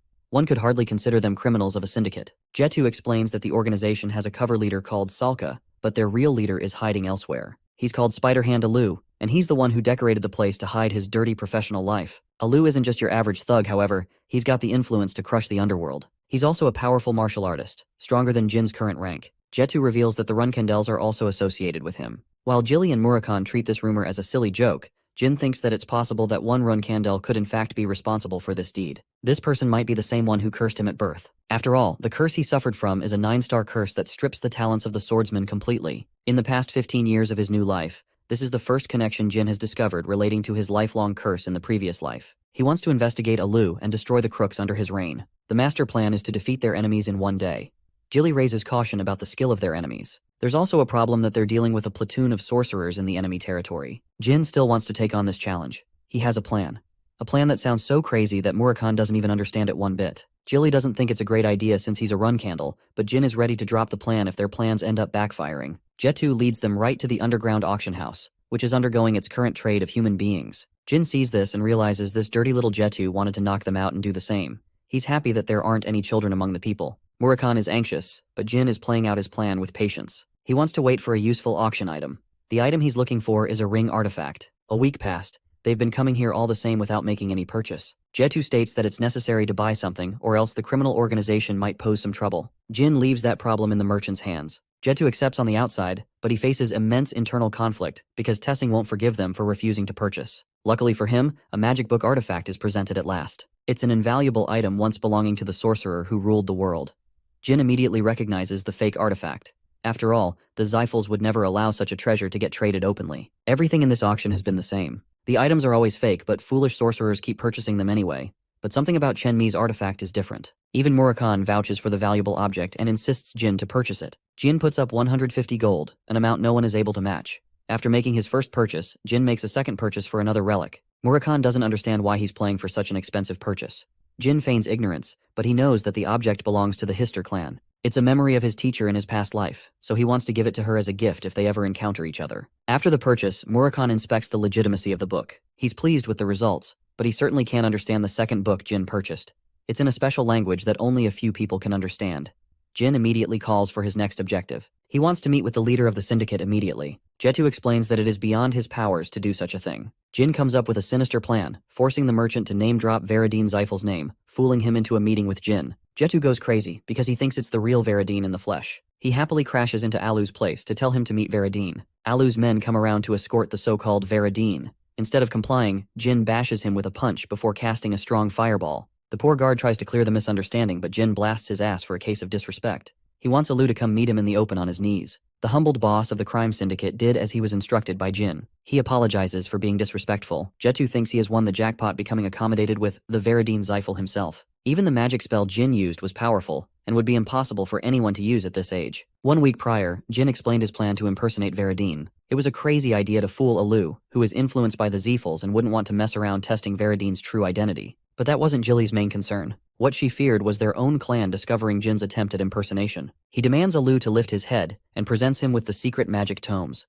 Alu apologizes for trading them without the clan's permission. Jin feels offended that Alu sold off many valuables of the Xiphals to ordinary people. The crime syndicate's leader apologizes as he is a martial artist who doesn't know how to deal with ancient artifacts. Alu offers to recover the traded relics, but Jin is so pissed that he demands access to the client logs, threatening that his clan will investigate the matter privately. Alu finds himself at checkmate. He thinks his life built inside the Arkan Kingdom is no more as the Xiphals have become furious of his actions. It's clear that the entire organization will cease to exist if the Xiphals become infuriated. Alu presents him with all the information necessary. He even offers to bring over highly confidential documents from his house. Jin immediately calls out his bluff, stating that Alu would use that time to plot something behind his back. With his plans uncovered, Alu finds herself struggling to utter even a single word. He turns around and instructs his men to keep them busy while he's gone. Alu is frustrated and becomes desperate in finding a way out of this mess. Gilly and Murakhan scout the information logs. Murakhan communicates with the boy through telepathy. Alu would soon discover Jin's real identity, but he isn't worried. Jin finally found the ring he was desperately looking for. Best Nanny Gilly is concerned for our boy's reckless methods, while the information merchant Jetu brings him a list of all the slaves Jin requested. Jin forces his way through Alu's guard, knocking him out in a single punch. Jetu doesn't understand his intentions, but Jin's mission with him has put him under major fire.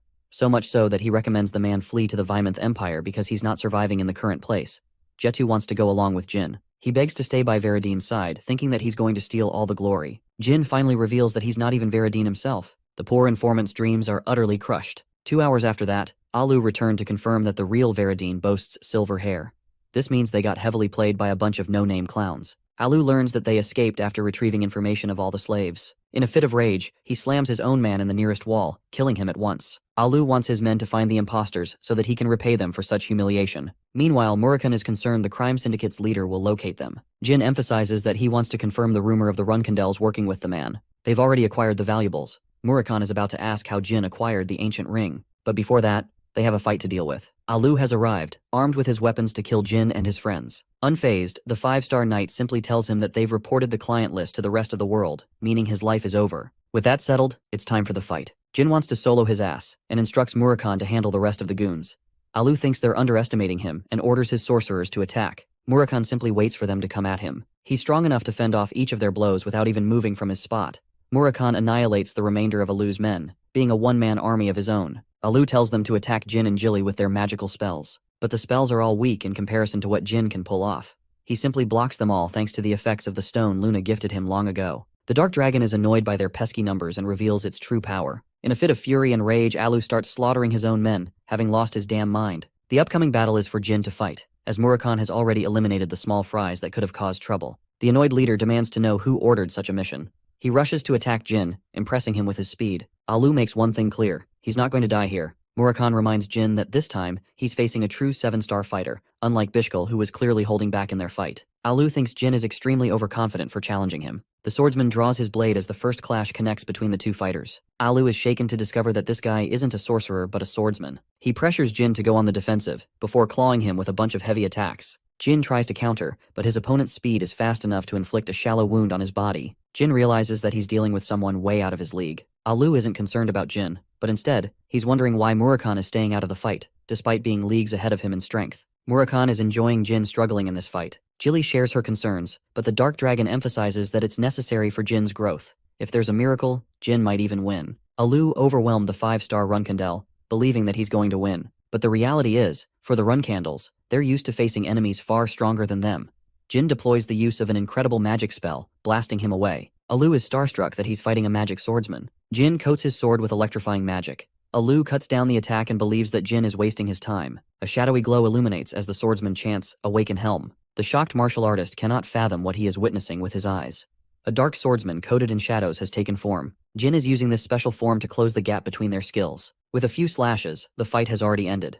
Murakhan explains that Jin activated an artifact called the Myolta Rune. It's an incredible defensive weapon that defends the wielder from all attacks below 7 stars. That's the power of the ring that Jin sought with desperation. It's an object that was going to be revealed several years into the future, but luckily he has acquired it now. With Alu's cut-down body resting on the ground, Jin inquires about his connection with the Runsnadels. The Dark Dragon questions why he's so desperate to find out the man's connection. Alu, in his last breath, realizes that he just faced the youngest pure-blood Runcandle. He seems to know about the assassination that took out Jin as a child. Alu leaves with an ominous warning to be fearful of the person he's looking for. Murakhan still doesn't get it, while Jin figures that this guy's identity is more important than he thought. He's confident that he's connected in some ways to their family. Murakhan doesn't get his intrigue. Jin wants to hunt down the mysterious person, and it is critical he finds him for his clan's safety. Jin meditates on the man's words. He's confident that it's one of his siblings from the clan, but the question is who?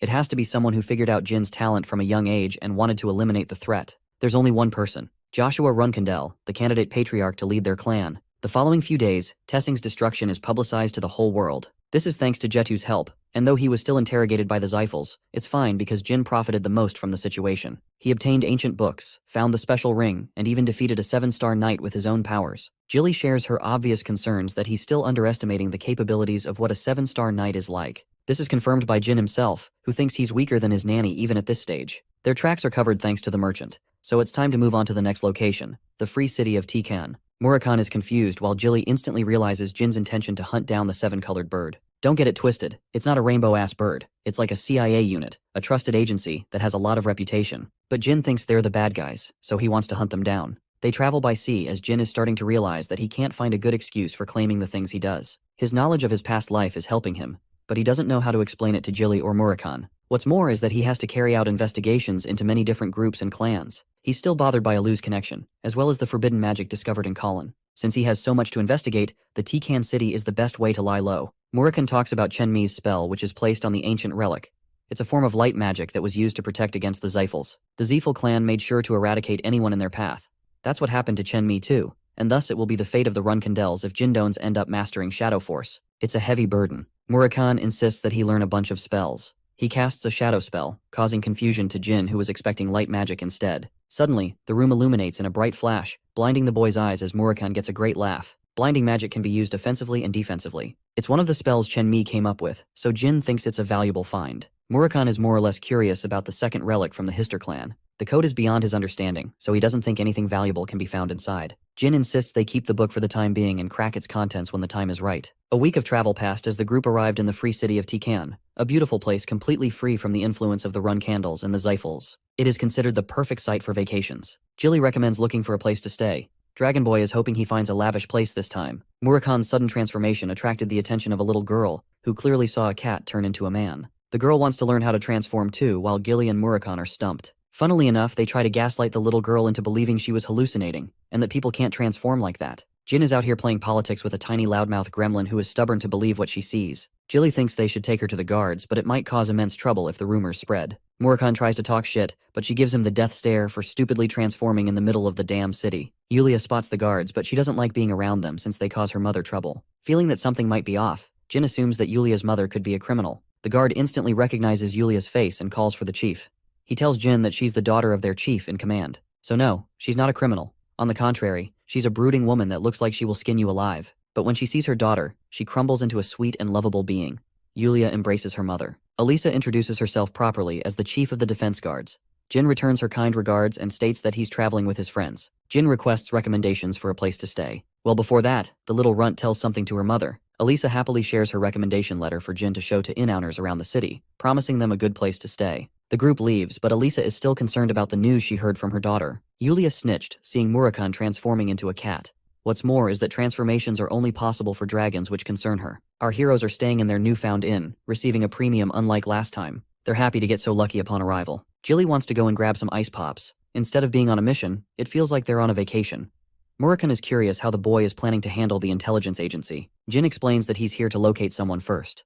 The Seven-Colored Bird Agency is commanded by Kashmir, the Phantom Sword. He's an incredible swordsman, so much so that the Runcandle family acknowledged his swordsmanship skills. But that's the only thing the world knows about him. In 10 years' time, it is actually revealed that Kashmir is the fallen prince of the Vymanth Empire. After that, he convinced the empire and the two most powerful clans to form Tikan into its own nation, becoming its first king. The man is not only an excellent swordsman, but also a sharp strategist who is laying low for years to come out at the perfect moment. Jin is hoping to make a friend out of him, but he doesn't know how. Suddenly, Strawberry Pie bursts into the scene, explaining that the inn has been exited completely. No one is there. A hand reaches out to grab her from the shadows. It's Kashmir himself, who was one step ahead of their plans. Murakan is so damn annoyed because Kashmir grabbed his crush. He rushes to kill him in an instant as Jin begs him to stop. The Dark Dragon shows a hint of its terrifying powers, warning Kashmir to back off. Kashmir isn't supposed to be here so soon. They kept their identity hidden for the most part, so Jin doesn't understand why. He is fearful of the Murakan killing everyone in the place, which would be detrimental to his plans of befriending Kashmir. Jin uses Jilly as his anchor to reason with Murakan, who finally decides to revert his powers. He snatches Jilly like she belongs to him, and roars at the man for acting like they're friends. Instead of Kashmir conducting the interrogation, it's Murakan who has turned the tables around him. Jin intervenes, requesting the swordsman to put his sword down. Kashmir is stunned that the traveler recognizes him. Instead of introducing his false persona, Jin feels adequate in revealing his connection to the Run Candles. Both Murakan and Gilly are shocked. They don't know what's going on in his damn head. The clueless Kashmir stands speechless as Jin proposes to move to a quiet location. They sit across the respectable swordsman after he sends his troops back. He came here to uncover the existence of a dragon, but that accusation enraged Murakan. Kashmir is undoubtedly certain he's dealing with an actual dragon based on his terrifying aura. It's because of Jin that they managed to survive his onslaught. Kashmir even knows about Jilly, sensing that she doesn't bear any aura. He wonders what she's doing traveling with Jin. Kashmir is confused and immediately confronts the topic of the dragons. He doesn't realize how Runcandels are able to form contracts with dragons, because only the Zephyl clan is capable of doing such a thing. Jin emphasizes that not even his clan knows about this information, which is expected. Kashmir is concerned that he revealed an important piece of his life so easily. Jin questions what drew the man to investigate looking into a dragon. Kashmir happily returns the favor by spilling his secrets. Yulia is actually this man's daughter, and since she saw Murakan's transformation, he came around to investigate. Yulia possesses a special contract, which means she can't be deceived with her eyes. Murakan doesn't like what he's hearing. If the girl is a divine contractor, it doesn't make sense that her dragon is nowhere to be found. Kashmir sulks, explaining that Yulia's dragon has been missing as of late. It's possible that the Zephyl clan plotted an attack, but they're uncertain. Even Murakan is annoyed that a powerful dragon could get kidnapped for a year. The worst part is, Yulia will soon succumb to madness if she doesn't find her guardian dragon.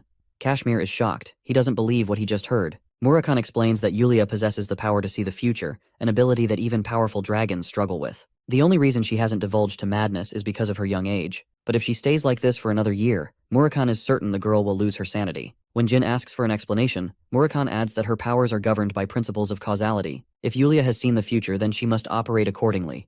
Bending this law will incur a massive punishment. The contractor that chooses not to abide by the future will suffer a future of destruction. In simple words, Yulia sees the world much differently, and she requires a guardian dragon to preserve her sanity. Hearing such agonizing news, Kashmir is overwhelmed. He cripples to his knees and explains that not even his connection to the Seven-Colored Bird Intelligence Agency could help them locate a new dragon. The Dark Dragon reasons that Yulia was looking for them when they got there because the god Asmil wanted her to seek their help. Obviously, he turns down any request to help her since this matter is out of his hands. Jin uses this as the perfect opportunity to befriend the man by saving his daughter. He encourages the wavering man to regain his composure, as they will personally start looking for Yulia's dragon. It's the perfect crutch he needed to have a favor over Kashmir, but it's not an easy task with all things considered. Since the Tikhon city doesn't have any allegiance to a specific clan, Murakhan requests for the data of every dragon in Viminth. Jin catches on to what seems to be a last resort at saving Yulia's life. In a different location, Quikentel, a beautiful dragon, speaks to Enya, her contractor. Enya is impressed by Jin Runkendel's epic tales, but her dragon thinks lightly of the brat. She believes Enya is more special since she was chosen by the god of time. Suddenly, a shiver runs down her spine. She realizes this bone-chilling feeling could only mean one thing and one thing alone. Signaling Enya to heed to safety, Quikentel prepares to approach the darkness that has come to visit their land. Murakhan in his dragon form intends to release all dark energy, calling out the rest of the dragons in the area. He wants Jin to keep hiding and conceal his presence. The dark dragon prepares to release the dark magic. Jin remembers how Murakhan obtained the list and learned of 4 recognizable dragons in the region. He sensed that it could become problematic handling them all at once. Before they left, Kashmir offered his earnest gratitude and begged for them to save his daughter. Murakhan instructs the man to exhaust Yulia's energy each day before she receives her new dragon. Anything that tires her out will work best in the child's favor. Kashmir intends to follow this routine. The second thing is related to ice pops. Poor Jilly wanted to get them, but she couldn't because of their intrusion. This man is rizzing her with ice pops, and even earned her affection for comforting Kashmir. Jin acknowledges that deep down, the Dark Dragon is a really good guy. He warns the boy of the incoming dragons. Rabus and Untiel are rushing at a considerable speed. Jin wears his armor to conceal his identity. Murakhan explains that he used to beat these guys for entering his territory. Dragons worked like that, so now he's acquired enemies. While he's making his fancy introduction, the Earth Dragons are begging for him to leave at once. Their contractor might see him, which would become a huge problem. But instead of taking their advice, Murakhan is offended. They try to reason with him, finally revealing that Quikentel is pissed and is in the mood to kill the Dark Dragon. The Silver Dragon has a complicated history with the guy. Actually, Jin learns that she's his damn ex. Both the Earth Dragons are beginning to leave the vicinity, because their battle might cause a lot of destruction. But it's already too late. Quikentel makes a roaring entrance with her dragon breath. Murakhan warns Jin to brace for impact, because she's clearly not finished. He evades each of her strikes, causing a vortex in the ocean. All of her attacks are all 8 stars or above. Jin is terrified by her strength. Quikentel roars in frustration, frustrated that he had the gall to show up at all. Jin learns that Murakhan shared a relationship with her for 500 years. He wants Jin to use Bradamante in case things get tough. He knows just how powerful she is, so it's going to take every last bit of Jin's strength to concentrate into a powerful attack in the hopes of damaging her. Quikentel transforms into her dragonic state. She has a vicious desire to end Murakhan's life. Murakhan tries to have a sensible conversation with her, offering a way to resolve their conflicts after. But she's so pissed that she fires an immense beam, ignoring his offer. Then she tackles him with ferocity and attempts to bite him, but he swiftly evades. He doesn't get what's keeping her so infuriated. She tries to deliver another beam at point-blank range. Murakhan shielded himself from the attack thanks to Jin's help, who is starting to think his powers are needed to get an edge on her. Murakhan explains that she's weaker, but enraged. She tears the Shadow Force release, deeming it a pitiful attempt. The Silver Dragon lashes at him for becoming so weakened. Murakhan is begging for her to stop, but ends up infuriating Quikentel so much more instead. Murakhan bites her down, questioning why she's so mad over their breakup. The Silver Dragon dishes out a powerful punch to remind the dumbass that he deserves a proper beating. But this gave Jin enough time to make his move. The Silver Dragon did not anticipate this outcome. It's all up to Jin to attack, and it needs to be the same spot where Murakhan struck her. The Shadow Veil concentrates on his sword, as Jin slices her with a powerful Shadow Force release. The attack cuts through her scales, slashing an entire arm off her body. Murakhan hastens to rescue Jin as the Silver Dragon descends to the sea. Jin is overly exhausted from expiring every last bit of his strength to make that move. He thought they killed her, but this is Quikentel. She's way more powerful than the typical dragon, especially since she governs time itself. Jin realizes that this is bad news for them. They came here looking for Yulia's dragon, but they're the ones about to go missing. The Silver Dragon replenishes her body, turning back her state. It's a cheat magic that drains an immense amount of energy, but it still helps her survive death. Quikentel manifests in her human state. Murakhan thought they ended the relationship on good terms, so he doesn't understand why she's so angry at him. The Silver Dragon is enraged that not only did he leave her, he said so without explanation. Murakhan shouts back, roaring that he isn't at fault for thinking they weren't meant to be. This couple's quarrel surprises Jin. Quikentel recognizes Jin as the newest contractor of the God of Shadows. Murakhan explains that their own kind is at the risk of extinction, but she finds his words full of rubbish since he's not the type to care about such things. Murakhan counters that he killed many dragons for her sake too. He turns tail, thinking that she's useless in helping them. She apologizes and learns about Yulia's situation. At long last, they're not buzzing around. Jin overhears the talk of Bioretta, the wind dragon. This monster is the guardian dragon of the minor patriarch of the Zyphal clan. It's unquestionable that they're the ones who kidnapped Latri, Yulia's dragon. Quiquentel leads them to her place. She resides in a cabin outside the Viminth Empire's capital. She learns about the youngest Runkandel and recognizes that he's related to Tamar's powers. The three of them journeyed together after all, so she knows. She returns to the topic at hand. Bioretta took Latri by deception. The deal was to teach Latri some of the dragon spells. It has now jeopardized the life of a young girl who exists without her guardian dragon. The silver dragon had always been suspicious of Bioretta's intentions. He was even insistent upon meeting her contractor. Since Enya's identity is known to the public, she was safe. But for Yulia, they found an opportunity to kidnap her guardian dragon because not many knew about her contractual relationship. Jin outlines his deductions for the Zyphal's plans. He thinks that they are trying to eliminate contractors that aren't under their control.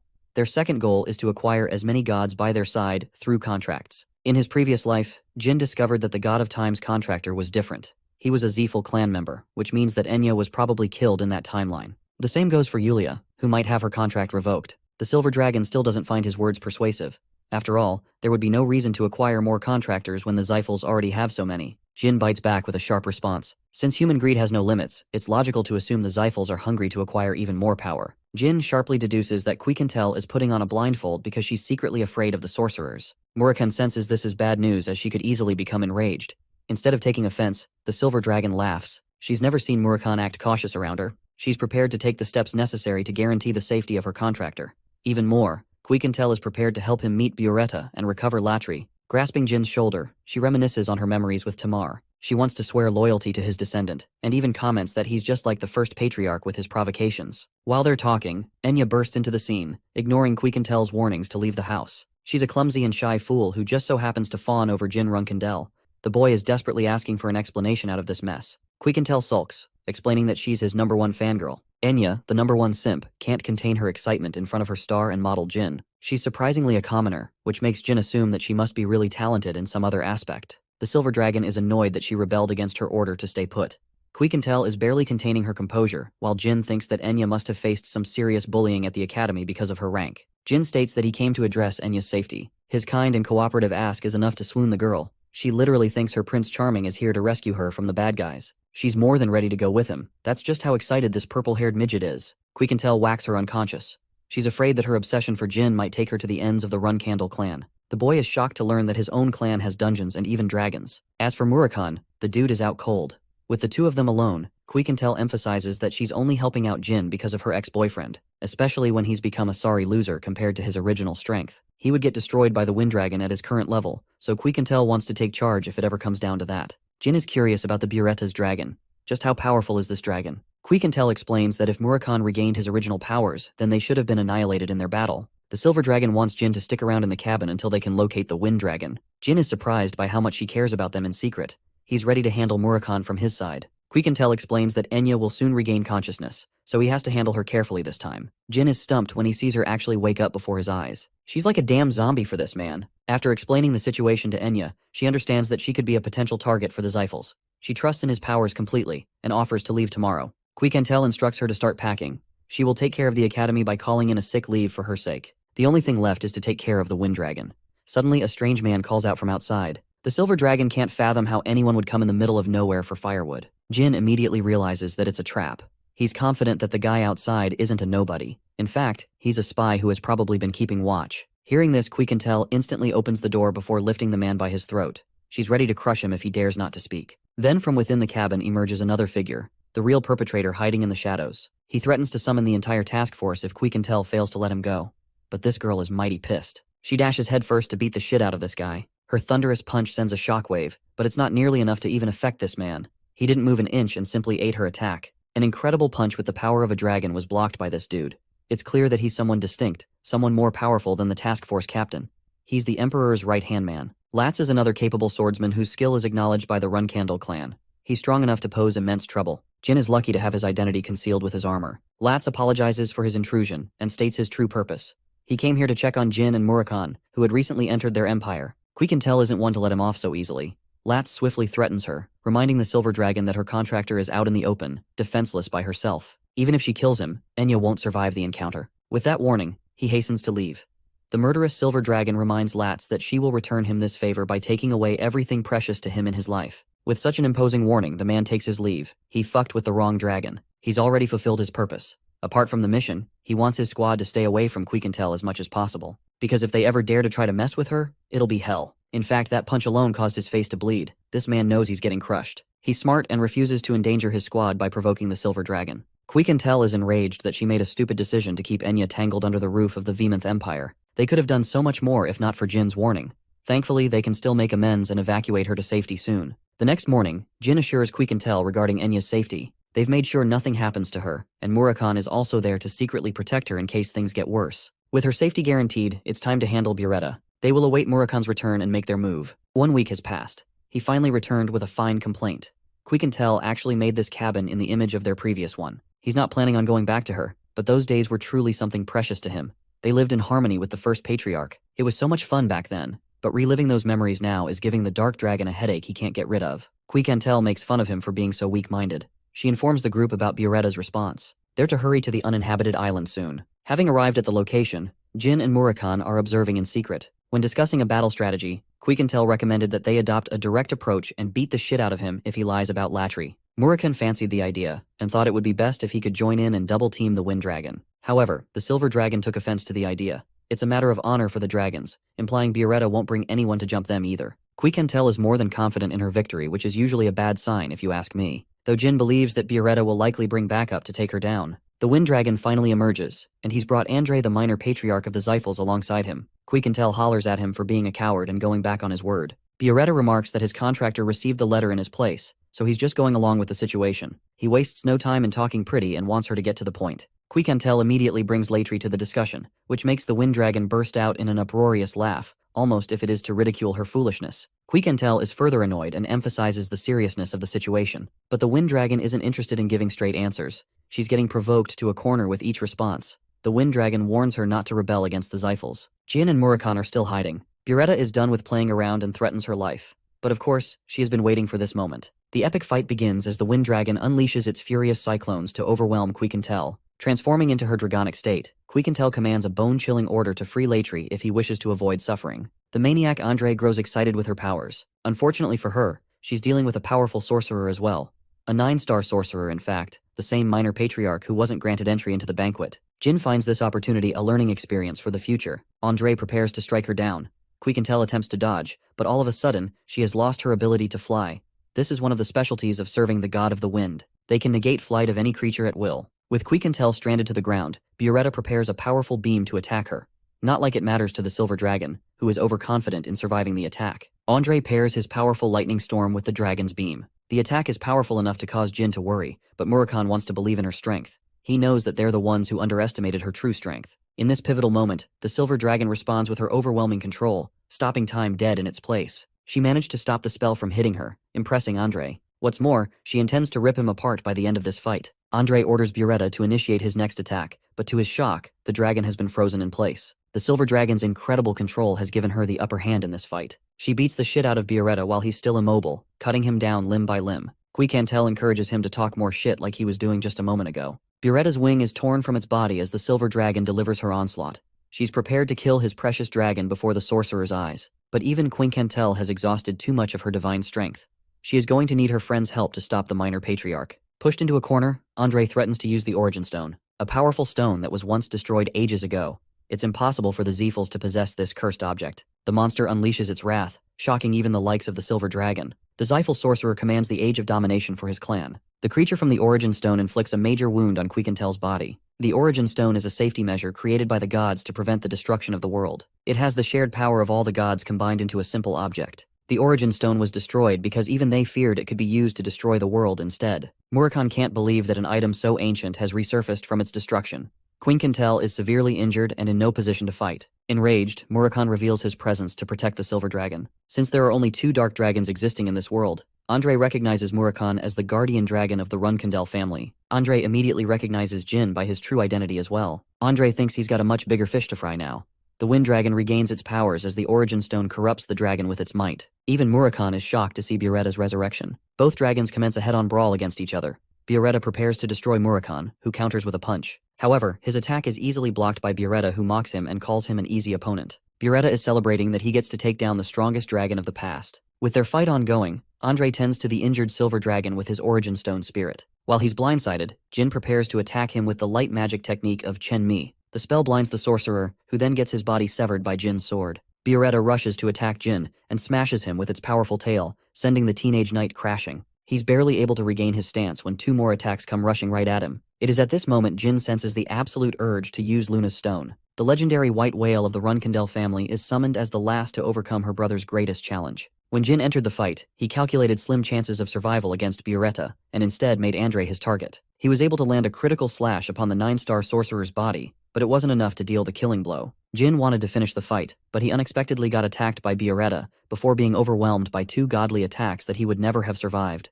It was the best moment to smash the precious stone, summoning the monstrous warrior of the Runkandel clan. Even Andre is starstruck by her sudden appearance.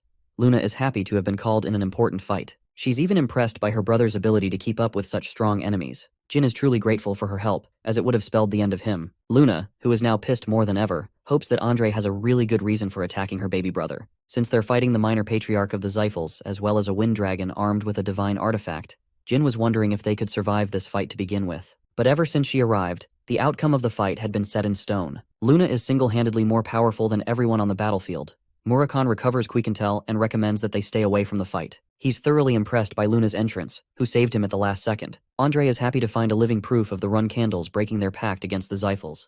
He's certain to report the use of Jin's magic to his clan. But the confident Luna isn't worried. She's going to make sure he never leaves this fight alive.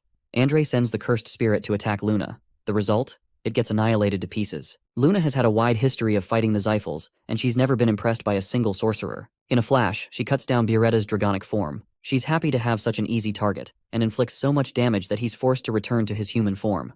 Bureta prepares to take the fight in combat. His powers are strengthened by the cursed demonic energy. Luna realizes that the origin stone comes at a cost of a recharge. She thinks it's pathetic to see the minor patriarch backed into such a corner that he has to become slave to a pitiful strategy. Bureta rushes to attack her with his spear. The white whale swiftly dodges and happily counters without struggle. She tears apart Bureta's defenses, sending him on the back foot. Even the wind dragon is no match for her cruel and sharp attacks. Luna has had enough fun. She's ready to finish the fight using the finishing move of the Runkandel clan. Luna calls forth the meteor shower. Returning to Jed's memorable words, the Runkandel fighting style relies on unstoppable destruction. It is the definition of overcoming struggle. The Runkandels only have 2 moves in their arsenal. These are called the hidden moves and the finishing moves. Luna has just used the 3rd finishing move of the clan, a beautiful meteor shower, bewildering her brother's eyes. More than its beauty, the attack is wrathful. Andre is terrified as Bureta exhausts every bit of his strength to guard him. The minor patriarch shudders in defeat, realizing that his opponent, a regular human being, is overwhelming him with crushing difference. The best part is, Luna isn't using any cheats like activating ancient artifacts. She's a monster. Bureta thinks they might have a chance of victory thanks to the demon godstone, reincarnating him every time he dies. By the end of her attack, Luna is a little disappointed.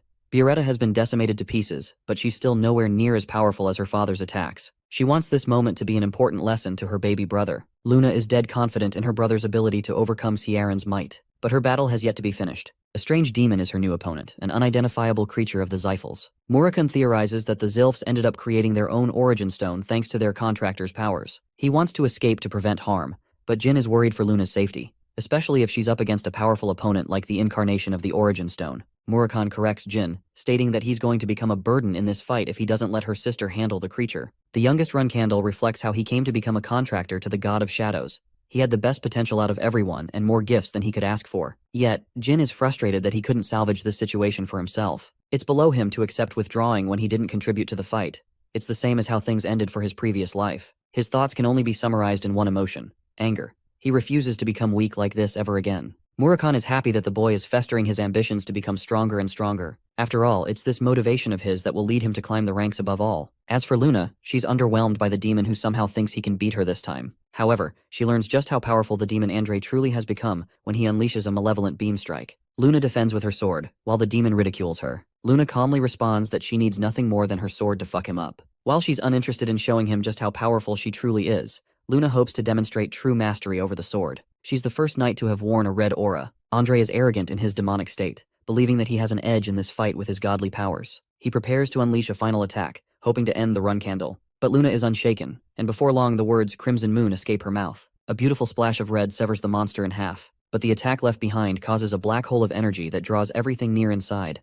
Luna recognizes that she's in a pinch. Jin comes to help her, reaching out for his older sister with an honest hand. She thinks they're even for saving each other that day. Meanwhile, Latz comes to report his newfound investigations to the Vimonth Emperor. He talks about the mysterious vortex, as well as the appearance of the wind dragon Bioretta. There is proof that the dragon did not survive the fight. Latz could up on the mana of a human, but couldn't figure out their identity. The vortex is still active. Unfortunately, Andre is nowhere to be found. The Emperor grows incredibly frustrated with Latz, who is failing him in many ways. He wants to conceal these sudden matters from the media. He also orders Latz to arrange a unit to uphold their relationship with the Zyphals. Finally, Latz is left with a warning. Amir isn't looking for imperfect reports and makes his point very clear. As for Bishkal and Bubar, they come to learn about the Silver Dragon's brawl against the Wind Dragon. The outcome resulted in an entire island getting decimated off the map. The Origin Stone is also reported to have been destroyed. Bubar is annoyed that they ruined his most precious piece, hinting that he may be responsible for the recreation of the demonic stone. Bishkek reports that their leader is pissed with the way Zyphals are handling things, which means they will likely ignore their orders for now. The true patriarch of the Zyphal clan acknowledges Andre's fall, despite his overwhelming advantages. He wonders if an outside force intervened to defeat them. Talks of a dark dragon have reached his ears. Misha, the other dark dragon, as well as Murakan's sister, is actually so strong that she'd easily overcome the challenge. Hearing this, the Zyphal patriarch orders his guardian dragon Kadun to look for the shadow dragons. He doesn't show any signs of concern for the loss of his brother Andre, because he knew his brother would get killed someday. After all, that man was insolent enough to arrive at Kiran's banquet on his own whim. Kadun recommends they create more demonic stones as they're the only source of their power capable of defeating the Run Candle clan. Keliak Zyphal has grand ambitions to conquer the world and rise as the new god of the realm. Returning to our heroes, Jin and the gang arrive safely to return to Jilly. She instantly faints upon seeing the great Luna becoming a part of their mission. Jilly is concerned about Jin's safety. He's getting involved in more trouble than ever when he's supposed to be operating solo. Luna is happy that she cares about the boy truly. Kashmir also arrives to meet the elegant Luna Runcandle. He also meets the silver dragon Quiquintel, who is in a very pissed mood right now. Kashmir pays proper respect, realizing that he could fuck up majorly like last time. Quiquintel cuts down on their conversation. She's only worried about Enya's safety. Kashmir explains how Latri returned 3 hours prior. She's with both Enya and Yulia, but something about the dragon is strange. The creature doesn't remember how it went missing for an entire year. He doesn't remember past the time Bioretta took him away to teach him magic spells. Murakan realizes that the Zyphals wiped his memory to clear proof of their involvement. They don't want the world to discover their schemes. After a long-winded explanation of how things went down, Kashmir and Jilly catch up to speed with what happened. Murakan believes that the only reason to create a demonic stone is because the clan wants to create their own god. They're in the process of acquiring powers from each god in an effort to crush anyone who stands in their way. That is the goal of Keliak Zyphal. Quiquintel goes to check on Enya with Kashmir, while Jilly sees Luna for a second time before fainting again. This poor nanny and her stress levels. Luna learns of all of Jin's accomplishments in the short span of 3 months. She thinks it's hilarious he can't even add credibility to his own missions because he abused his powers. The Runcandels would never forgive him for that. Jilly is happy that Luna is planning to let them slide under the radar. Luna shocks them all by revealing that Kiran already knows everything by now. He's only moments away from uncovering Luna's involvement too. While Jilly is fearing for her life, Jin explains he has the perfect story. He wants to go meet his father with Luna. Sounds like a great plan at first, but it's actually crazy sounding to both women. They think he's taking his father lightly. Jin explains that he's just going to warn him about the Zyphal scheme to destroy the Runcandle clans. It's ideal that he knows about the existence of the Demon Creation Stones too. Luna reminds the boy that he's going to fail the test automatically if he returns home before his term ends. Jin doesn't care much about that. He's hoping to score a deal out of his father. For the first time, Luna delivers her words with emphasis and bluntness. She actually fears for the boy's life. Jin thinks that she'll step up before that happens. Hearing such words coming out of his mouth, Luna approaches him with a menacing stare. Testing his conviction, she's pissed. Luna realizes just how worried Jilly must feel for him. She agrees to comply with his plans. They are to leave tomorrow. Confused, Jilly questions why Luna is accepting to help her brother. It's simple. She doesn't like the way of the clan and how it thrives on killing each other. Luna hopes to become a reliable sibling to Jin, his one form of defense. She's hoping he has something good in mind to win this encounter. The next day, both Luna and Jin return to Storm Castle. They're met with scrutiny and frustration. Jin's big sister owes him big time for doing so much for him. Vuigo and the rest of the Runcandle flag bearers stand to oppose Luna's decision strongly. They're all ready to confront so easily, which also implies Kiran is aware of their return. Mary is mad and pissed that Jin is halting his growth by choosing an early death. Luna explains that Jin returned of his own volition, but then her own judgment is questioned for being unable to stop him. Luna can't argue with Luntia's clever arguments. Luntia is shocked when she learns that Jin is personally going to see their father. The rest of his siblings even try to warn him that he's definitely getting himself killed. Luntia takes a breath and allows entry. However, she is quick to draw her sword against Luna, demanding her weapon. Kieran wants to see Jin in isolation. Luna ferociously rebels against the decision with her anger, so the rest of the flag bearers all gather to beat her upon the orders of 3yr-old. Jin assures Luna that he's here to inform his father about something important. He's unafraid of what is to come, so he walks away without any fears. As he's making way inside the castle, Jin reflects that not even one of his siblings understands the patriarch. He thinks it's possible to earn his father's trust so long as he keeps a cool act. Jin takes a deep breath, gently knocking on the door. The result? Well, let's just say his aura alone decimates the door. For the first time, Kieran is violently pissed against the boy. Kieran literally made a blade out of aura just to demonstrate how powerful his sword skills could become someday. It's actually a learning experience instead of a demonstration of fear. Jin knows that he shouldn't apologize and act boldly. The boy utters words that none of his children ever even spoke of, that he missed his father. Kieran is affected by his sweetness, but still calls him out for being weak. Jin emphasizes his affection, but it doesn't get him very far. Kieran unleashes his sheer intent to kill, overwhelming Jin from the very place he stands. Kieran knows that he's here for a reason.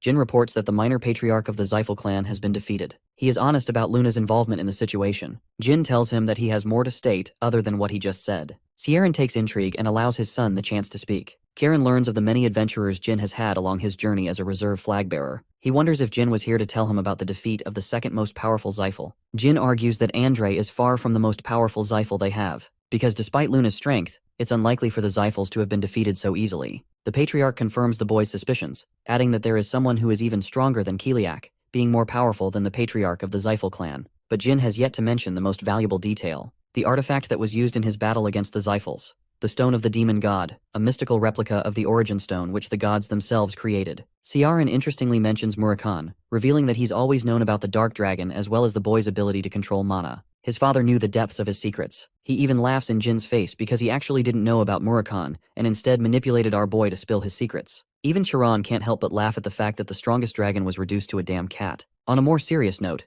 Kieran wants to discuss the information regarding the artifact with Luna. It's a dangerous object, and he wonders if the kings of the Dark Sea are aware of its powers. He feels the sudden need to return to the Dark Sea to fulfill his mission. Kieran emphasizes that Jin's return will be forgiven, but it's clear that the boy is seeking something for his accomplishments.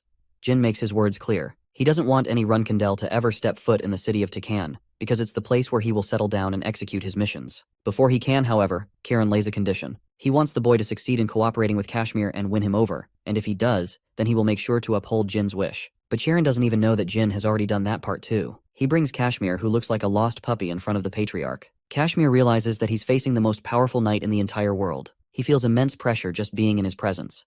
Kashmir strengthens his resolve and pays his respect to the Runkandel patriarch. Jin takes a moment to explain that they both know each other well. Since he is clearly invested in a cooperative relationship with Kashmir, Jin's part of the deal is fulfilled. Poor Kashmir is devastated, thinking that the Runkandels might try to conquer Tikan at this rate. Jin basically lucked out and passed the test without even trying. When Kashmir learns about Jin's condition to forbid any Runkandel from entering Tikan, he's shocked and even happy. Since Kieran has a bunch of other things to discuss with Kashmir, he tells Jin to take his leave. Poor Kashmir is terrified of this man, barely able to talk. Meanwhile, Jin strolls around the manor. The Tona twins are surprised to see him in one piece. He asks the twins for a favor to look after his cadets in the time he's gone. After his leave, they both can't believe that he's fearless even after a discussion with their scary father. Jin returns outside in one piece, shocking the rest of his siblings. He tells Luna to go and chat with Kieran, even mocking his siblings by keeping the information private. Kashmir does return outside, but this man looks like he had the worst time of his life. Miyu is upset that an outsider entered the Garden of Swords without approval. Luntia doesn't want her to keep yapping since they've already done their part of the job.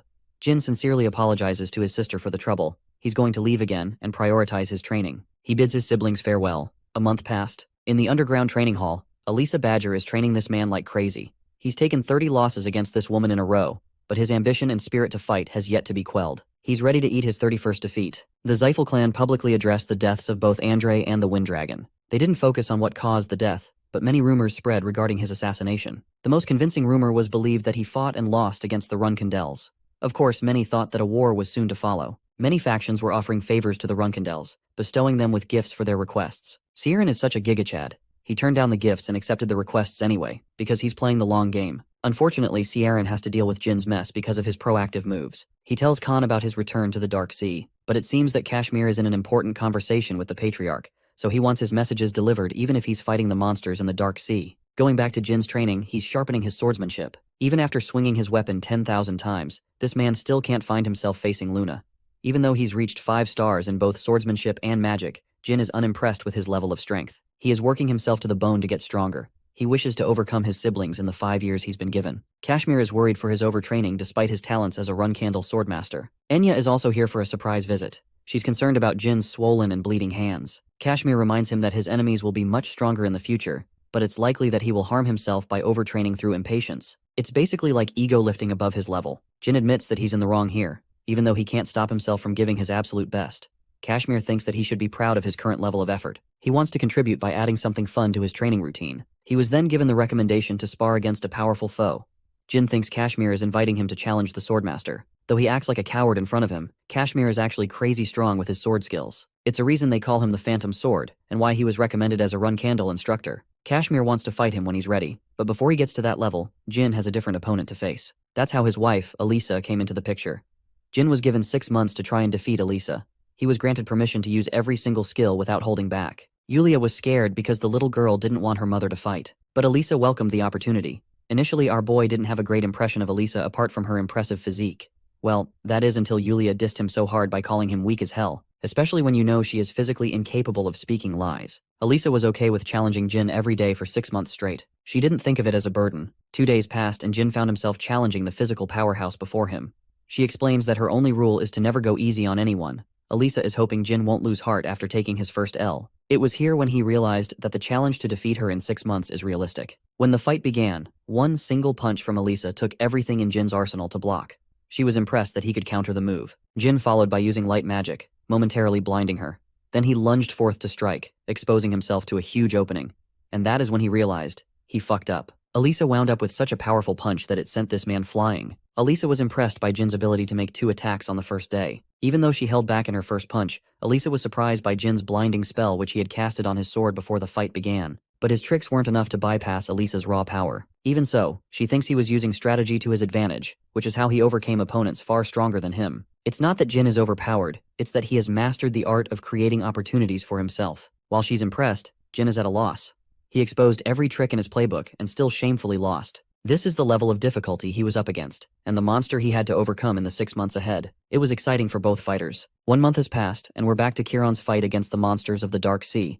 Khan comes to deliver an important message from Kashmir. The letter is written with so much care and attention that it's looking like this man is confessing his love or something. Sharon is damn pissed because Kashmir didn't do as he was told. He wanted to be updated on Jin's progress. The letter is mostly a yap festival, but it does have a part regarding Jin's progress. It's mentioned in the report how Jin has been losing countless times against Kashmir, but the more they fight, the longer he's able to survive. He has incurred 40 losses straight, but something about this report makes Kieran exceptionally happy. The Patriarch learns that Jin lasted over 120 moves in their latest fight. It means he's doing everything in his power to overcome his previous limits. Kieran is so happy for his son that he almost didn't want the boy to leave the clan because he deems him worthy to be a successor. It's never been clear about which child he truly wanted to be named a successor. Even though Joshua is the leading candidate for throne, it is not from the interest of the Patriarch. Khan emphasizes that Jin is far too young to be called a worthy candidate. He thinks Jin lacks the ferocity and the objective approach, and that's the only thing Joshua has a lead on. Before sending Khan away, the Patriarch wonders why the letter arrived 10 days after it was submitted. Khan explains that he was fighting monsters on the way, so the Patriarch uses a mana blade to tear apart their surroundings, clearing a path for Khan's return. He hopes the following messages will be delivered sooner. Back to Jin's training. He's fought Elisa over 90 times now. He's getting harder to beat after every match, but it's something that he must do in order to overcome Elisa's strength. Instead of going out to enjoy dessert, Jin maintains his practice, sharpening his speed of growth. Elisa notes that the boy's aura is completely in sync with mana, skyrocketing his growth thanks to the power of Shadow Force. She thinks that his talents and abilities would have been useless if not for his relentless perseverance to improve his skills. Elisa is happy, as she is predicting her defeat very soon. The next day, Jin exchanges blow for blow against the martial artist. Elisa thinks that she's got the upper hand, but suffers a brutal slash. A critical strike has massively wounded her. She hasn't been injured in a long time. Jin calls for Enya and thinks that he won purely by chance. She could have dodged it, but she went all in. He was careful enough to fool her with Shadow Force. Elisa's skills are getting sloppy ever since her retirement. She's already lost, much sooner than predicted. But Jin is at odds. He doesn't want to consider this match his victory. That's a champion-level mindset, if you ask me. Elisa emphasizes that it is still something to think about. Jin's improvement has skyrocketed in the past 3 months. His endless desire to improve fuels his training, and he's set to reach 6 stars in his skills. That will be the decisive moment of Elisa's defeat. Winter has arrived. Murakhan is enjoying ice pops despite the cold weather. He wanted to get some for Jilly because she likes them.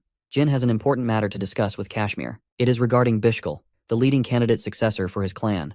Jin wants information on the guy. Kashmir explains that it's hinted that Bishkal is cooperating with the Kinzalo. He goes to a special art workshop owned by Bubare, another officer among the Kinzalo organization. When it comes to relationships, it seems that Bubare has a greater rank in the organization, which is also why Bishkal came to fight in his stead at the banquet. But what's bothering Jin is Kinzalo's association with Bishkal. When it comes to the incidents of his previous life, all major clans had a major time dealing with the Kinzalo, proving their strength. While Yulia is annoying the shit out of Murakhan, Jin is curious if Kashmir was able to gather information on Alu, the fallen owner of the auction house. Apparently, nothing about him is out in the open. Jin thinks that someone is taking active procedures to cover this guy's tracks. He almost regrets killing him so soon. Our boy is happy for Kashmir wingmanning so much information to him. He's indebted to his dedication. As for Jin, he has to go spar with Eliza. But this time he wants Kashmir to come see the fruits of his efforts. In the training arena, Eliza certainly wasn't expecting her husband to come see her lose. After all, she's confident that Jin will defeat her in this match. Jin claims that he will forever remember her as an amazing training partner and friend. Kashmir is utterly stumped. He can't believe that Jin has overcome the skill level in 3 months. The fight begins as Jin calls forth his newest summon skill. A beautiful shadow phoenix emerges from magic. After reaching 6 stars in magic sorcery, a sorcerer is qualified to enter a pact with a phoenix. This pact is kept secret, as only the sorcerer can open the dimensional gate to summon the phoenix. On the contrary, it's the phoenix which selects the sorcerer, which is why many magicians desperately cling to the hopes of being selected one day. Among the phoenixes, there existed the rarest of them all, the blue phoenix Tess. This bird has only accepted the calling of the strongest sorcerers in history. With his preparations ready, Jin and Elisa begin their fight. She lunges forth to crush him, but Tess makes the first move by using a high-level flame spell. There is an additional effect of the flames as it affects Elisa's powers. She senses that the skill pressure is being used. She doesn't have long to finish the fight. Jin closes the distance by attacking her and putting her on edge. He overwhelms her with a wind spell. Fortunately, Jin has faced her enough times to figure out that she prioritizes a dominating style of fighting. She prefers gaining control quickly, and that's exactly what Jin is aiming to exploit in this battle. He exploits her in close range with his sword skills. Then, he follows it up with fire magic, further putting Elisa on edge. She's cornered due to the Phoenix's flames and Jin's forward strike. Elisa realizes that dodging won't get her out of this sticky situation. She uses her full power to catch his blade mid-swing and even endures the flame attack. Elisa prepares to finish him off, but Jin is surprisingly nowhere to be found. It's impossible because she clearly felt him. Elisa suddenly realizes that the pressure trait dulled her senses. Jin uses this critical moment to attack her and win the fight, this time without any doubts. Realizing that he must have overdone it, Jin calls for Enya's help to heal Elisa. After his match, both Murakhan and Quiquintel are starstruck when they find out Jin won. It rocked their world, not because it was Elisa that he beat, but because he summoned the Phoenix Tease itself. Quiquintel cripples to her knees upon that discovery. After Elisa's recovery, Jin explains that he planned his winning strategy back when they first fought each other. They both enjoyed the sparring session. Jin has made a remarkable accomplishment to defeat the captain of a task force, and he's not even 16 yet. Both Murakhan and Quiquintel arrive in a rush, begging to talk to Tess. Jin does as he is instructed while Quiquintel plummets to greet the ruler of the Fire Realm. Murakhan is as arrogant as he used to be. They seem to know each other for some reason, with Quiquintel shivering in fear. After returning Tess to its dimension, Murakhan explains the reason as to why Tess is such a big deal. Apparently, it's not even the creature's true form. It rules over the Fire Realm, a place where dragons and phoenixes thrive. It's a place well beyond the understanding of even the gods themselves. But that's not all. There was one time when the gods dared to enter the Fire Realm along with their dragons. But when that happened, Tess was extremely offended and unleashed his ultimate power. Tess became responsible for slaughtering 5 gods and even defeating dragons. Jin is stumped to discover its true power. Unfortunately, he can't deploy the full use of its powers in the real world. Even if Jin became the peak of power, it would be impossible. It's a penalty for crossing over to the other dimension, which is the same reason the gods proved useless against Tess in the Fire Realm. So the same can be said of its powers in this realm. But even then, the Phoenix is powerful enough to turn anything to ashes. Murakhan emphasizes that all the dragons are scared shitless of that monster. He does share that Tess has taken a liking to Jin, who contemplates how powerful Tess truly is. It means that he could use its powers to defeat the Zyphals one day. A month passed. Patriarch 3yr-old learned that his son was chosen by the god of the Fire Realm. More importantly, Jin's swordsmanship skills are skyrocketing over other aspects of his abilities. 3yr-old explores a different topic. He has come to know of Ron Heron's grandson, and an assassination mission, linked to participating in a competition. Jin learns from Kashmir about the Arena of Cosmos, which might help him face off against Dante Hiron, who is a pureblood of the powerful Hiron clan. The Patriarch used to rival Karen's strength before he surpassed everyone and became a Divine Star Knight. Jin's interest peaked after that information, but he's still displaying signs of uncertainty. Kashmir emphasizes that this is the only opportunity he has to face off against a prodigious pureblood of the Heron clan. Because of Kashmir's insistence, Jin decides to accept. He realizes what's going on, and what Kashmir was tasked with when his father had a private meeting with him. The Runkindel Patriarch wants the boy to focus on his swordsmanship above all, and Kashmir is following commands because he has no choice. He has already prepared a trip for Jin. It's been a while since he has executed a solo mission since Mamet Lawless. In fact, the arena of Cosmos is much worse compared to that place. It's a brutal arena where competitors are allowed to use any kind of weapon to kill their opponents.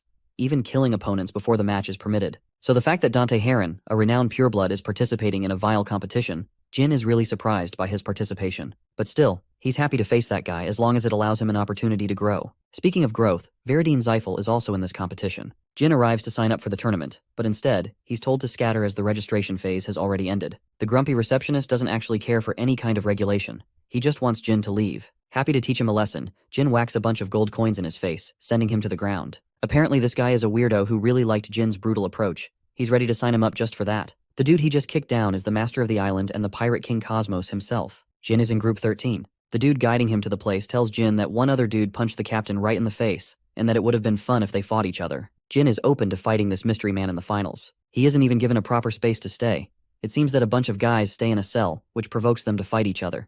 After all, it's not supposed to be a fair game. One guy confronts Jin in order to mess with him, but our boy has enough experience under his belt. He's ready to smoke everyone if they don't leave by the 3rd second. The countdown finishes as Jin absolutely destroys the dudes in his cell. Now that he's made a polite introduction, Jin challenges his next few opponents, who foolishly lunge at him, thinking they'll kill the newbie. It takes our boy a few seconds to cut apart their limbs. This place is full of disgusting criminals even worse than Ma Meat. Jin is going to have a lot of fun defeating everyone for the few days to come. When the guide arrives at his cell, he's shocked that Jin has run through his entire competition already. He's not interested in killing them yet. The guide tells him to observe Group 1 and 2, as he may end up fighting them soon. Arriving at the arena, Jin observes the grand setting.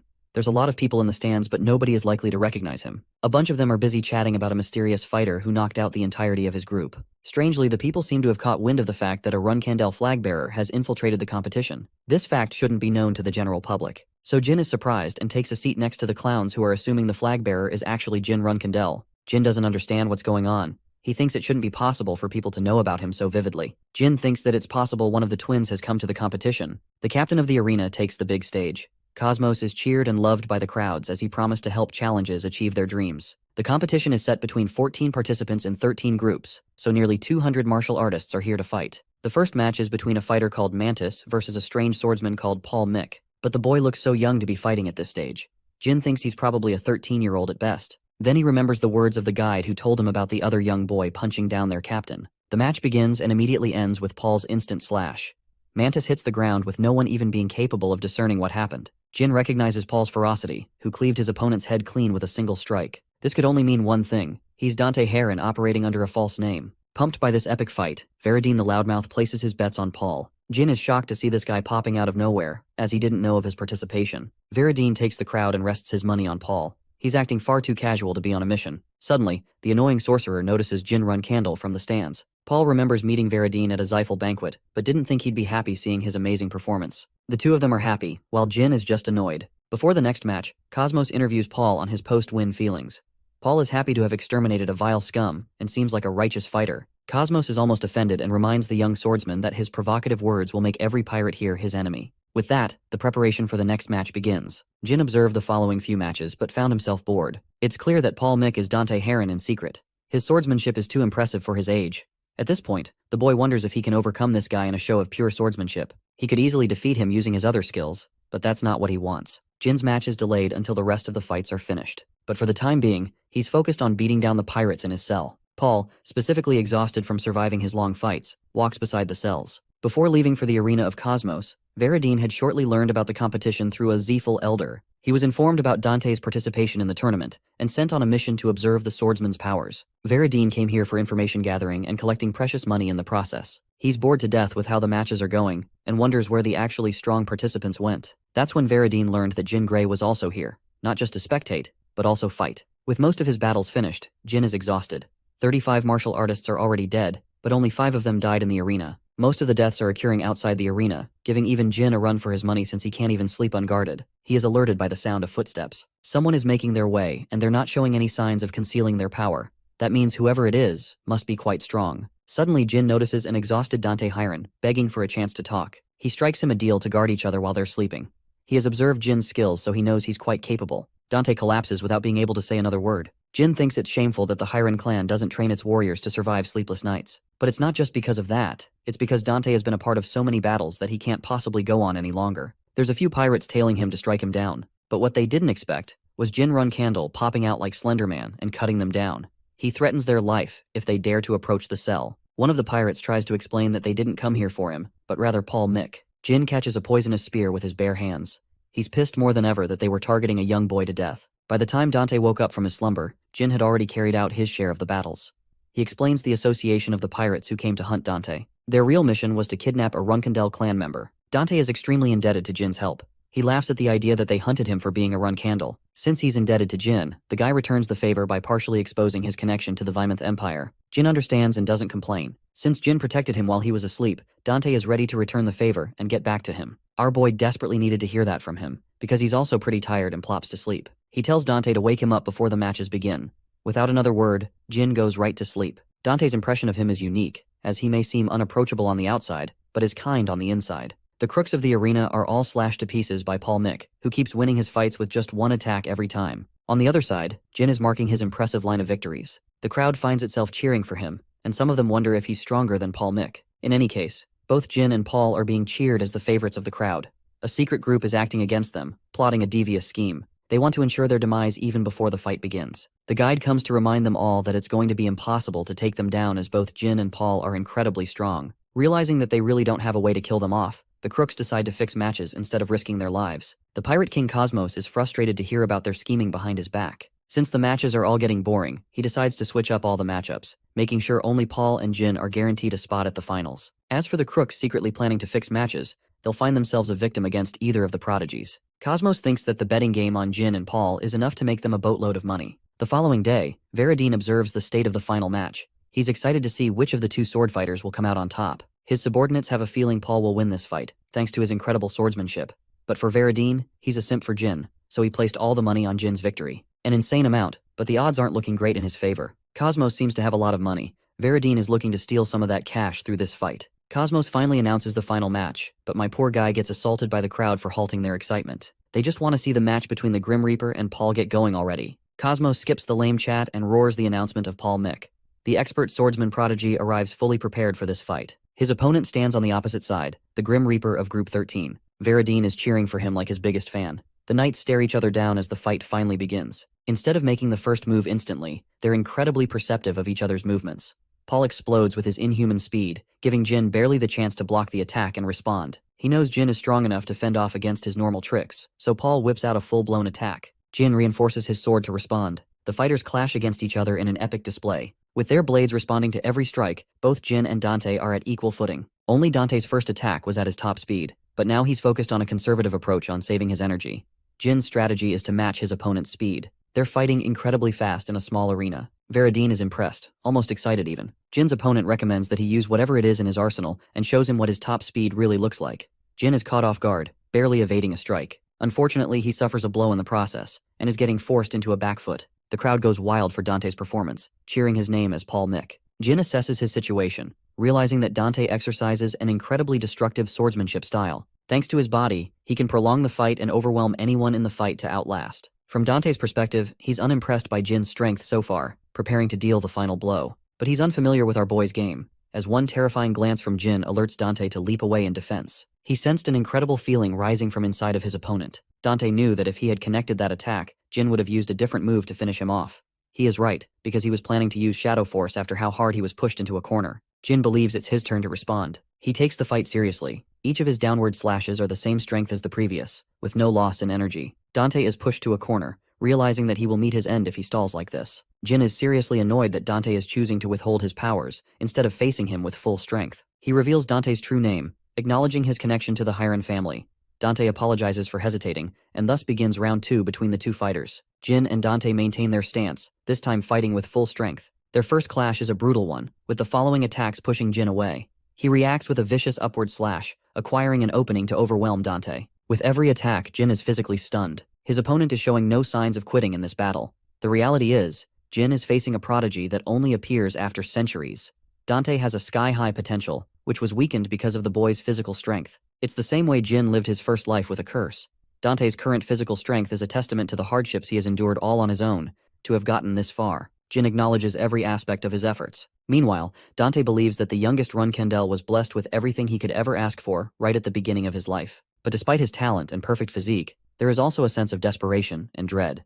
It's a kind of anger, an anger that clings to the desperation of becoming the best. The only goal for why he suffered so much so many times in his training. It's an exchange of blows, as both fighters know the feeling of despair. They both pick themselves from the brink of total collapse. But there's a cost that Dante's body has to pay for driving itself to the limits. However, even Jin knows that if he didn't make the finishing move, it would be insulting to his opponent. With a heavy heart, he reaches to slash Dante but stops at the final second, unable to kill the boy. Dante instantly faints while Jin calls for a doctor. Fortunately, Veridine has already jumped to the stage to heal the boy, promising to save Dante. But it's impossible, as Dante's condition has been taken a step too far. He is facing aura overload and has destroyed everything inside his body. There's only one way to save the boy. Veridine hopes that this encounter between the three remains a secret. The Zyphal servants try to stop him, but Veridine isn't having any of it. He shows his association to the clan in the arena. Cosmos is scared for his life and immediately forbids anyone from intervening in the fight. What Veridine is holding is a special object called the blood of the numerous. He was once the god of hope. After his death, he left his tears and blood behind. One could bring back the dead, while the other could heal any illness in an instant. Both were considered invaluable to the world, with many clans actively proposing to hunt down his remains. And now, Veridine possessed the blood of that same fallen god. He is planning to use it for Dante, despite the Zyphal clan's terrible relationship with the Hyrons. It's beyond logic as to why he would do this, but Veridine strongly believes in his values, and thus the healing process is successful. Dante regains his consciousness thanks to the rare artifact. It is still beyond Jin's understanding that he would do such a thing. Veridine reminds everyone that he just suffered a major loss by curing him. Jin thinks he's going to propose a major offer in return for the gift, but all Veridine seeks is a bunch of drinks to hang out with Jin. Our boy is baffled by his stupidly generous offer. He once believed Veridine was a fool, but he's more respectable than he thought. They dap each other like they're the homies for life. The same night, Jin is enjoying drinks with Veridine and Dante. He secured the prize money and the bet money after nearly costing his life in the arena. Jin is generous enough to slide half the money to Dante for his clan. Poor Veridine is jealous as hell that he doesn't get to have a gift. Jin opens the treasure box and finds a map inside. He tosses Veridine an empty box for the keeping. Jin shares his annoyance with Dante, who ultimately decided to hide his strongest move. But Dante thinks it's fine because Jin was hiding his abilities too. He welcomes the opportunity to fight again, this time without holding back. Veridine is excited for the future where they will all lead each other's clans. He even entertains the idea of just chilling for a while for a change of pace. Jin is happy that the next Zyphal patriarch is a kind fool. Veridine is offended by the remark, but it is true. All three of them may be enemies, but they will someday have to face each other. Jin wonders what will become of their relationship. Suddenly, Veridine remembers to bring up something important. He's heard of the rumor of someone impersonating his name. Dante is shocked, questioning who could even have the balls to impersonate such a high-ranking member of the Zyphal clan. Veridine doesn't know either. He doesn't want to blame Jin, but clearly he doesn't know that our boy was indeed the culprit. Jin asks what their initiative is to capture the impersonator. Jin recommends they stray away from pursuing the rumor. He thinks the people will make fun of the Zyphal clan for chasing an impersonator. Veridine is somehow persuaded by this simple suggestion. Jin hastens to make his leave because he has a bunch of things to take care of. Before leaving, Veridine calls him a friend. Jin pauses, smiling in acceptance. Circling back to Kieran, he's annoyed reading long letters of Kashmir every time. In this letter, he finds that Jin won against Dante and finally climbed to the 6-star swordsmanship level. The patriarch is agitated with Kashmir and hopes to have a one-on-one conversation with him soon. Back at his castle, Kashmir feels a cold feeling embracing him. He realizes some bullshit is going to catch him by surprise. Kashmir requests seeing the map he acquired from the competition. The map confuses him as he's never seen something like it before. It's unclear and imprecise in its destination. Yulia sparks an interest with the map and points to a strange location on the map, sensing something so tragic and horrifying that it forces her to cry. Kashmir is alerted as Murakhan realizes her powers are experiencing a sudden overload. The guardian dragon is necessary to calm her down. Latri rushes to find her. The young dragon helps calm her down in her state. Even a worried Elisa comes rushing to the scene. Fortunately, Latri was able to calm her down to a state of sleep. Murakhan is interested in learning what the girl saw in her vision. Latri explains that it was a hint of the past. It happens when a contractor of Asmil looks into an object filled with feelings. It could have been much worse if Latri didn't hurry to the scene. Latri describes the vision Yulia saw. On an ancient land, lived the natives who served their god and stayed away from the outside world. But then, certain people, namely the Zyphals, arrived and approached the locals. The magicians began asking for more and more from the locals, until one day they killed a child. After the killing of one child, the Zyphals killed many natives in search of a divine artifact. Jin, overhearing this conversation, connects the dots in his head. He requests Latri to illustrate the design of the artifact. He explains that it looked like a silver mirror, which confirms Jin's suspicions. It's the object from his future, the Well of Mana. The Zalfs intruded Colin for the artifact, driving its people into hard labor. Jin even discovered how they made biological golems out of those people. This means the map is actually pointing to the location of the artifact. Jin is lucky to have obtained an incredibly valuable map from Cosmos. Murakhan observes his interest and asks if he knows something. Jin feigns ignorance and apologizes to Kashmir for what happened to Yulia. Of course, it's not his fault, as she's a divine contractor. Latri is going to stay by her side to ensure Yulia's recovery. Kashmir recommends that they move on to find the object. His organization will first interpret the language of the map to understand proper directions. Jin knows that it would be impossible since most of the natives of the land have already been killed by the Zyphals. The people who know the language are confined in Colin, so it's a real guess if they'll be able to obtain the Well of Mana before the Zyphals are able to. 2 weeks after the incident with Yulia, a drunkard collapses in the middle of the night. Jin helps him out, offering him another drink for a conversation. Our boy uncovers information from him while he's defenseless. The man explains that his tribe is in a place far away, which is as big of a hint as any. Jin whips out the map, requesting him to read and translate. But when he spots the symbol at the top, the man spirals out of control, realizing that he's been set up. Jin freely exposes the identity of the two dragons. Murakhan is offended that he slipped up so much information with such ease. The guy is assured that he's not dealing with the Zyphals, but still shocked that they were able to pin him down. Jin explains how they came to learn about the tragedies that took place in Kolon. They wanted to find someone to translate the map, and coincidentally managed to locate this guy. Of course, even that dude knows it's not because of sheer coincidence, but he's happy to introduce them to his sister. The woman in question had been anticipating their arrival. Even Murakhan finds it strange that Raosa has been waiting for them in advance. She's the definition of divinity, a person of significance from her land. Raosa proves her powers by cleverly writing out Jin's powers, and even knowing about Murakhan and Latri. She has an aura that transcends all. Jin immediately realizes that he's dealing with an actual god. Raosa emphasizes that she is but a mere vessel, and that if she truly were a god, Colin wouldn't have been lost to their invaders. Murakhan spells her doom, as her powers are not going to last for much longer. Raosa confirms this fact, confirming the Dark Dragon's observation.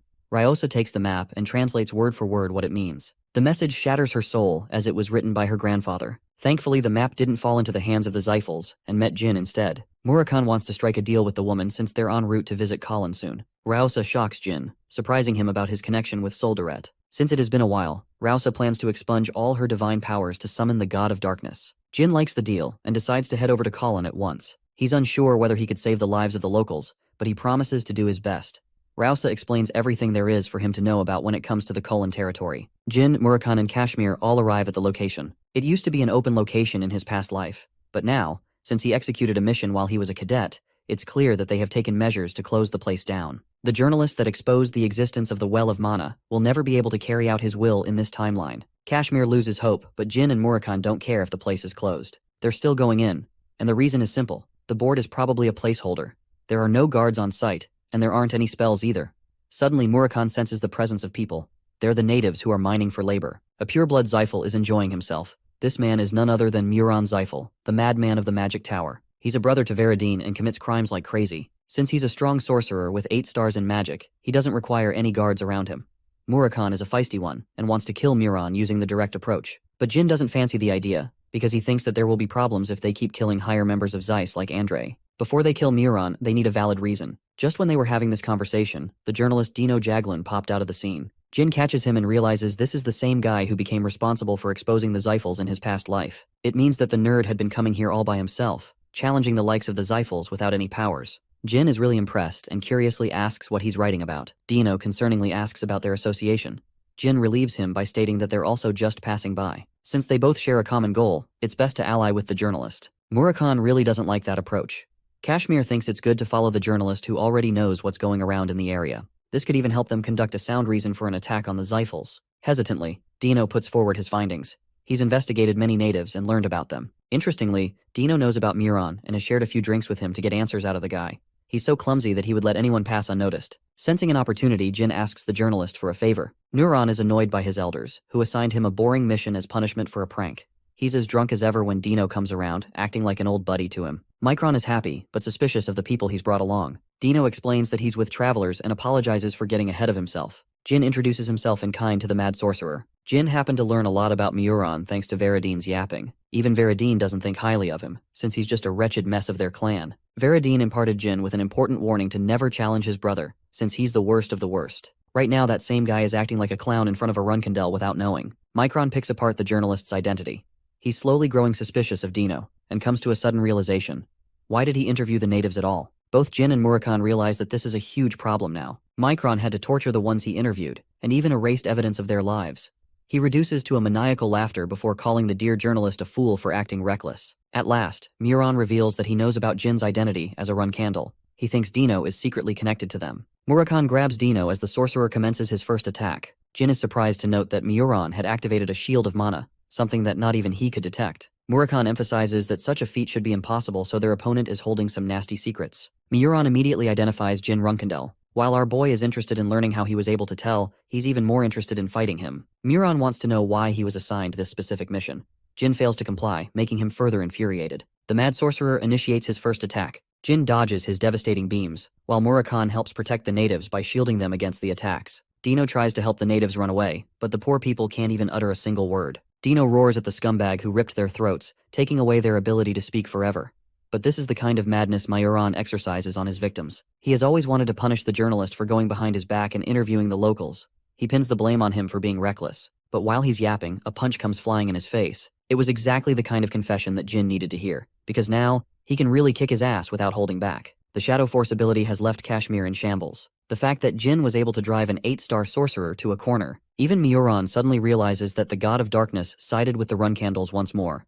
It means they broke the pact, which could jeopardize the existence of their clan. Jin and Murakhan can't sense anything from 3yr-old's attack, making it hard to dodge his strikes. 3yr-old doesn't really care about beating Jin. Rather, he's enjoying himself feasting on the misery of the locals. Jin wastes no time hearing his yap festival and charges to strike him down. With his super speed, he dodges 3yr-old's wind magic attacks, to the point Jin is able to dash behind him, surprising the Zyphal again. The sorcerer panics and attempts to widen the distance, but Jin is simply cutting down everything in his path. He's nullifying magic thanks to the effects of the Shadow Force. But before Jin is able to pin him down, 3yr-old engages him with his spell. Jin breaks free of the chains, impressing and exciting the Zyphal. He's happy to use everything in his arsenal to beat down Jin, who is exhausted and can't imagine a future where he safely escapes every spell. Both Murakhan and Kashmir are trying their best to help evacuate the people, but it's not going to help because the mad sorcerer has filled the entire landscape with his terrifying spells. Having them right where he wanted, 3yr-old is happy to enjoy his fight with Jin Runkendel. Total destruction is unleashed as Jin makes his way through dozens of spells, but even he is caught off guard by the eroded land spell. Stepping on the land will siphon his magic energy. The only way out is through since he can't go back.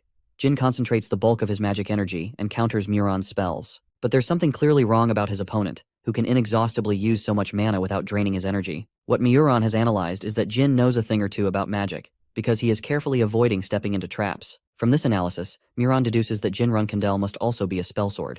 The mad sorcerer isn't worried as he plans to overwhelm Jin with an even greater surge of mana. Mana backflow is the worst condition for a mana user to experience. It overwhelms their body and destroys organs from the inside. In a fight between two sorcerers, the inferior one experiences mana backflow, immediately determining the victor between the two. Since Runkendels don't have mana, they aren't overwhelmed by this ability. But for someone like Jin, it's basically an exploitable weakness. 3yr-old is extremely confident, but that's exactly what Jin wanted by luring him in. He has prepared light magic to blind the sorcerer in the critical moment. The spell takes off as 3yr-old is completely blinded to his senses. He can't see anything and realizes that Jin's next attack will likely be the finishing blow. But just in the nick of time, 3yr-old is able to cast his escape at the expense of losing his hand. He mocks Jin for possessing both the powers of light and the dark. Jin is impressed by his opponent, and while Andre has more mana, 3yr-old is the trickier opponent of the two. His battle experience indicates that 3yr-old can use more tricks than just relying on mana backflow. The sorcerer chuckles, before admitting that the both of them are one and the same. Jin thinks he's trash-talking at the worst moment, but 3yr-old is dead serious and reminds Jin that he's not going down anytime soon. Jin loses his patience and questions what the mad sorcerer is trying to imply with his words. 3yr-old is happy to inform him about the source of his powers, and how he is able to use more mana than a typical 8-star sorcerer can. The reality is, this psychopath has been using the locals as his mana amplifiers. He's draining their energy to fuel his spells endlessly. So if Jin has to truly make sure 3yr-old is defeated, he will first have to kill those people. That's exactly the intention of the mad sorcerer, who wants to prove to Jin that their methods are one and the same. But one girl, a native, calls out the sorcerer's lies. She explains that he's actually using a divine artifact to increase his powers, instead of siphoning their energy. Jin is still surprised, because he wasn't expecting 3yr-old to discover the well of mana too soon. The woman whines as she confesses the sorcerer's brutal ways of torturing her people. 3yr-old is angered by her every word as she pleads with Jin Runkendel to kill this sadistic psychopath. Enraged by her words, he concentrates a spell to kill the woman, incinerating her body before his eyes. He's mad that she ruined his entertainment. But while this is happening, Dino calls out to Jin and highlights the importance of saving Tika, as she's the only hope of the colonites. Unfortunately, she's currently being incinerated by the secret spell of the Zyphals. He once heard about this spell from his teacher. The blue flames are impossible to extinguish once they're set off.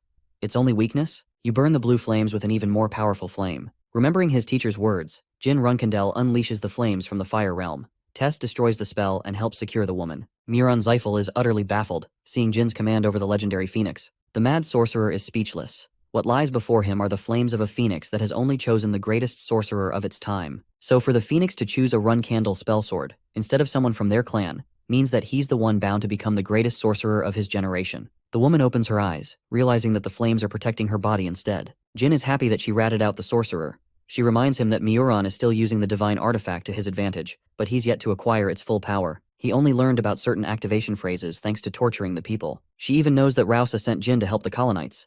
The woman is prepared to lead him to the location of the artifact. She begs Jin to end their lifelong suffering by defeating the mad sorcerer. Jin confronts Miron, who is frustrated now that his plans have been ruined, and that Tess has chosen Jin over the Zyphels. The 6-star swordsman prepares his sword, ready to send this guy straight to hell. Miron unleashes his might, emphasizing that he once loved a witch who shared ties with the king of the Dark Sea. The Zyphel wants to show Jin the true wrath of hell by unleashing his newfound powers. Tess responds with a column of flames, severely overwhelming the Zyphel.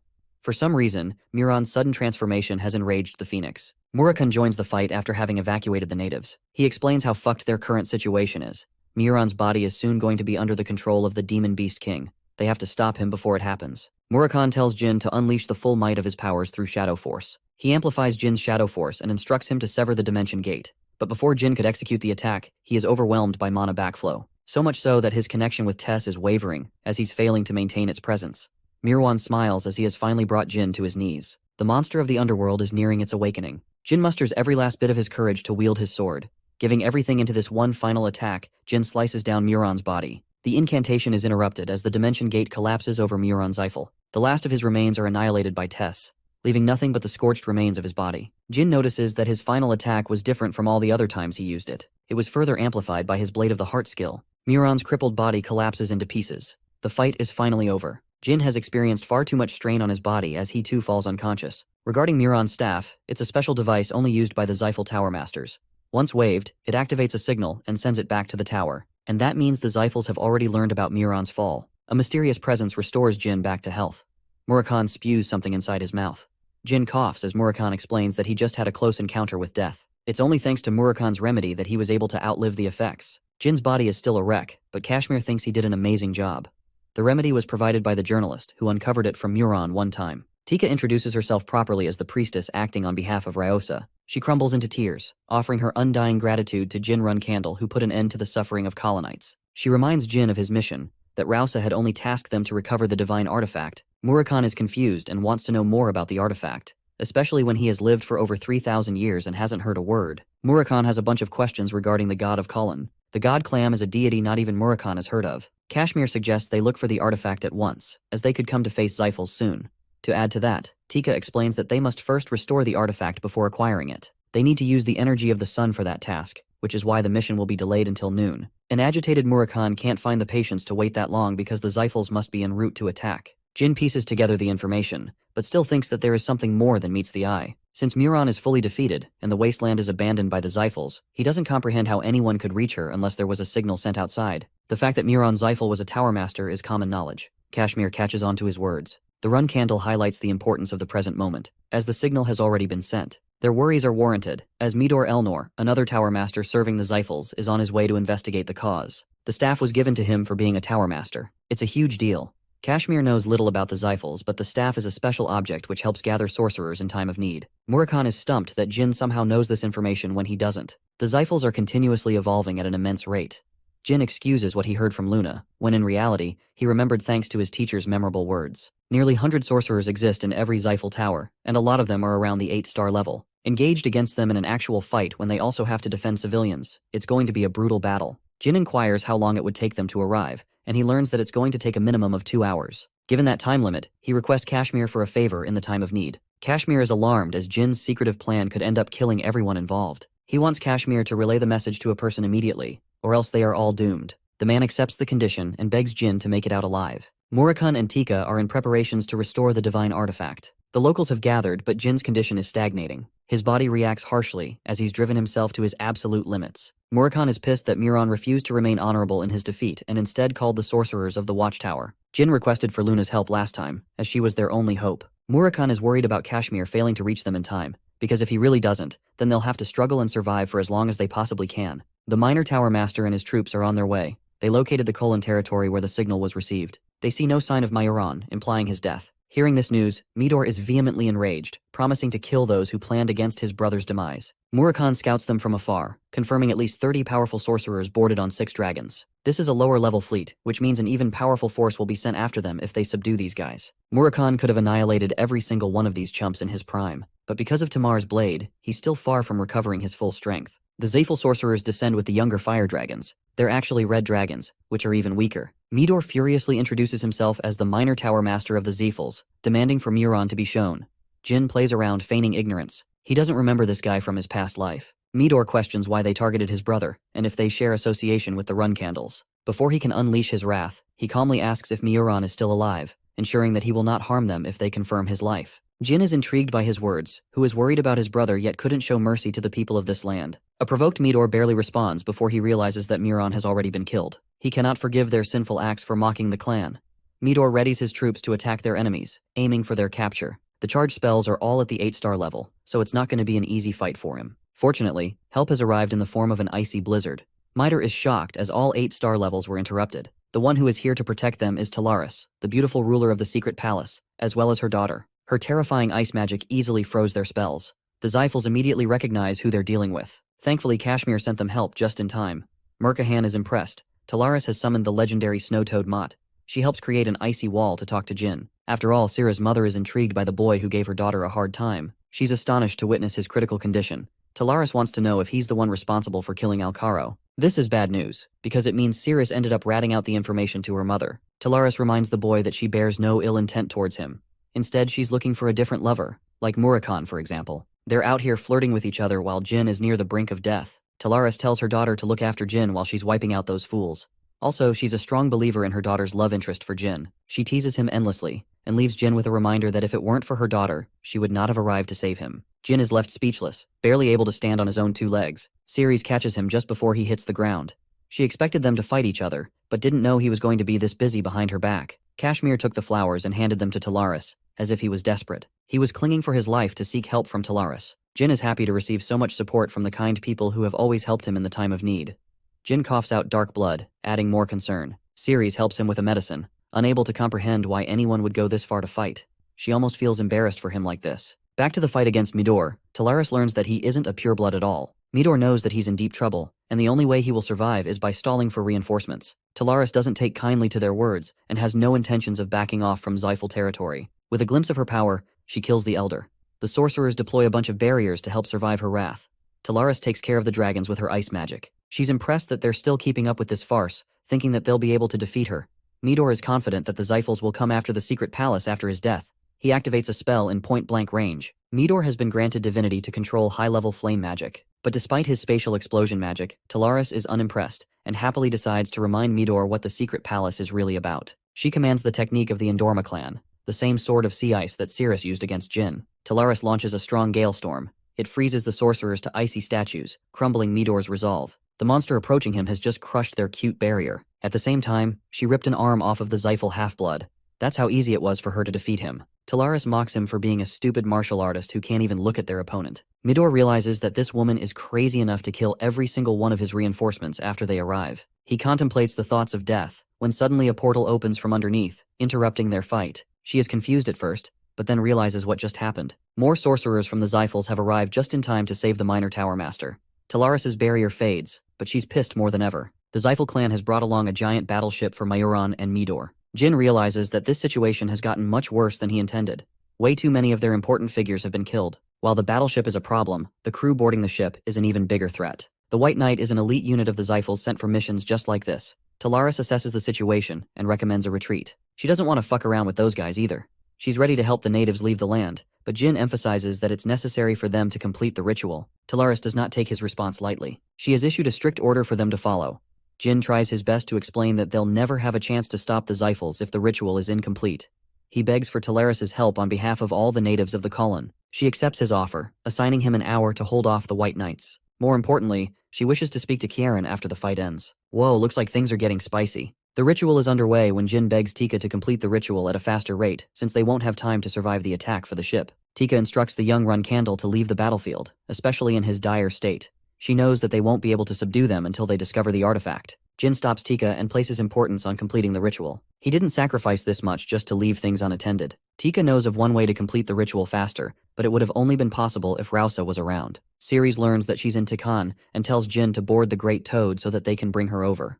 Talaris sees them taking off. She's surprised by her child's guts to act by herself. She's got an even bigger role of delaying the White Knight Battalion until then. Our Dragon Boy Murakhan joins the fight, promising to help her out on this mission. The White Knight, an incredibly powerful unit of the Xiphals, announce their one and only order to the ruler of the secret palace. They want her to leave and let them handle the killer of Miyuran. Talaris points her blade, ordering them to bring the patriarch of their clan if they want a chance to negotiate. Since she didn't comply with their whims, the Xiphals unleashed the might of the battleship. A powerful spell descends upon Murakhan, who punches through the attack, allowing Talaris to use her powers and send an icicle wave at the ship. The sorcerers defend using a powerful barrier. They know about Talaris, but what they don't know about is the guy who tanked their strong spell with just his fists. They view him as a competent fighter that must not be underestimated. The leader of the White Knight issues an order to link with their headquarters so that they can deploy the full might of their battleship. Meanwhile, Jin desperately arrives in Tikan, begging to see Rausa. She had been anticipating his return and was prepared to go along. Talaris maintains her attack on the battleship, while Murakhan takes care of any damage incoming from the ship, acting as her perfect defense. She even helps him by coating his arms in ice, alleviating his pain. Murakhan feels motivated. This dude chucks an entire boulder at the battleship. I'm telling you, he's the best character in the whole series. Talaris thinks they're good for now, since the White Knight unit shouldn't be able to use their strongest weapon in a place like this. They want their artifact, which means the fight is prolonging in their favor for the meantime. But that's exactly where she is wrong. The commander of the unit is simply waiting to deal the killing blow. And after receiving a direct order of approval from his clan, the battleship goes all quiet. Murakhan wonders if they've decided to give up, but Talaris realizes they're in grave danger. An enormous amount of energy is concentrated into one powerful attack. Kiliak has just given them direct permission to annihilate the Kulin territory using the cannon. The leader of the unit issues a final warning for Talaris to obey their demands. She knows they're trapped with no way out. Ceres arrives at the final moment. Jin and his friends meet eyes with only destruction waiting before them. The cannon is released as an apocalyptic beam destroys everything in its path. Talaris casted a final attack right as the beam struck down. She was able to soften the beam strike with her sword of sea ice. Jin and the others are barely able to hold on. He activates Shadow Force to slash the remnants of the beam with his sword. Ceres notes that he's improved impressively, and despite his condition, he was still holding up with her. But with how they're currently holding, Jin is afraid he won't be able to help Rausa reach the ritual site. The ship isn't an easy opponent. It's just as powerful as Talaris, but the commander of the unit is shocked that she was able to stop the beam with her sword. He issues yet another warning for Talaris to stand down, but all she could afford to respond with is a laugh. Talaris isn't worried. The confident ruler of the secret palace emphasizes that she can't be defeated, even if they brought out the best Xiphal sorcerer. She turns the table on them, reminding the Xiphals how outclassed they really are. In response, the White Knight pitches that they could instead target the ones she is trying to protect. Talaris learns that if they're successfully capable of delivering Ryosa to the ritual site, they will win this battle. She's prepared to hold them down, allowing her daughter to get to the altar. This fight will decide the very existence of the secret palace. The Xiphal commander prepares for another beam strike, preparing to annihilate the Kulin territory from the face of the planet. Jin tasks Ceres the duty of protecting Rausa. He's going to carve a path by clearing the battle ahead. Ceres doesn't approve of his reckless approach, as he could very well risk dying in the process. He's okay with risking his life, as he would never have made it this far without their sacrifices. So now he's ready to risk his life for others. Rausa reminisces a bitter memory of her past. She was forced to flee from the land so that the Xiphals could never do her any harm. After all, their mission would be jeopardized as they would fail their god. The poor locals begged for her survival, prioritizing her life instead of their own. They wanted her to bring someone who could end their suffering. Unfortunately, those people were all incinerated by the Xiphals in the end. She was forced to flee the territory, all on her own. Then, she survived on an island with her flailing powers, waiting long for a savior to finally come to her. It was then Rausa had made her decision. Jin Run-Candle is hell-bent on getting her to the ritual site, even if they die in the process. A tear runs down her face.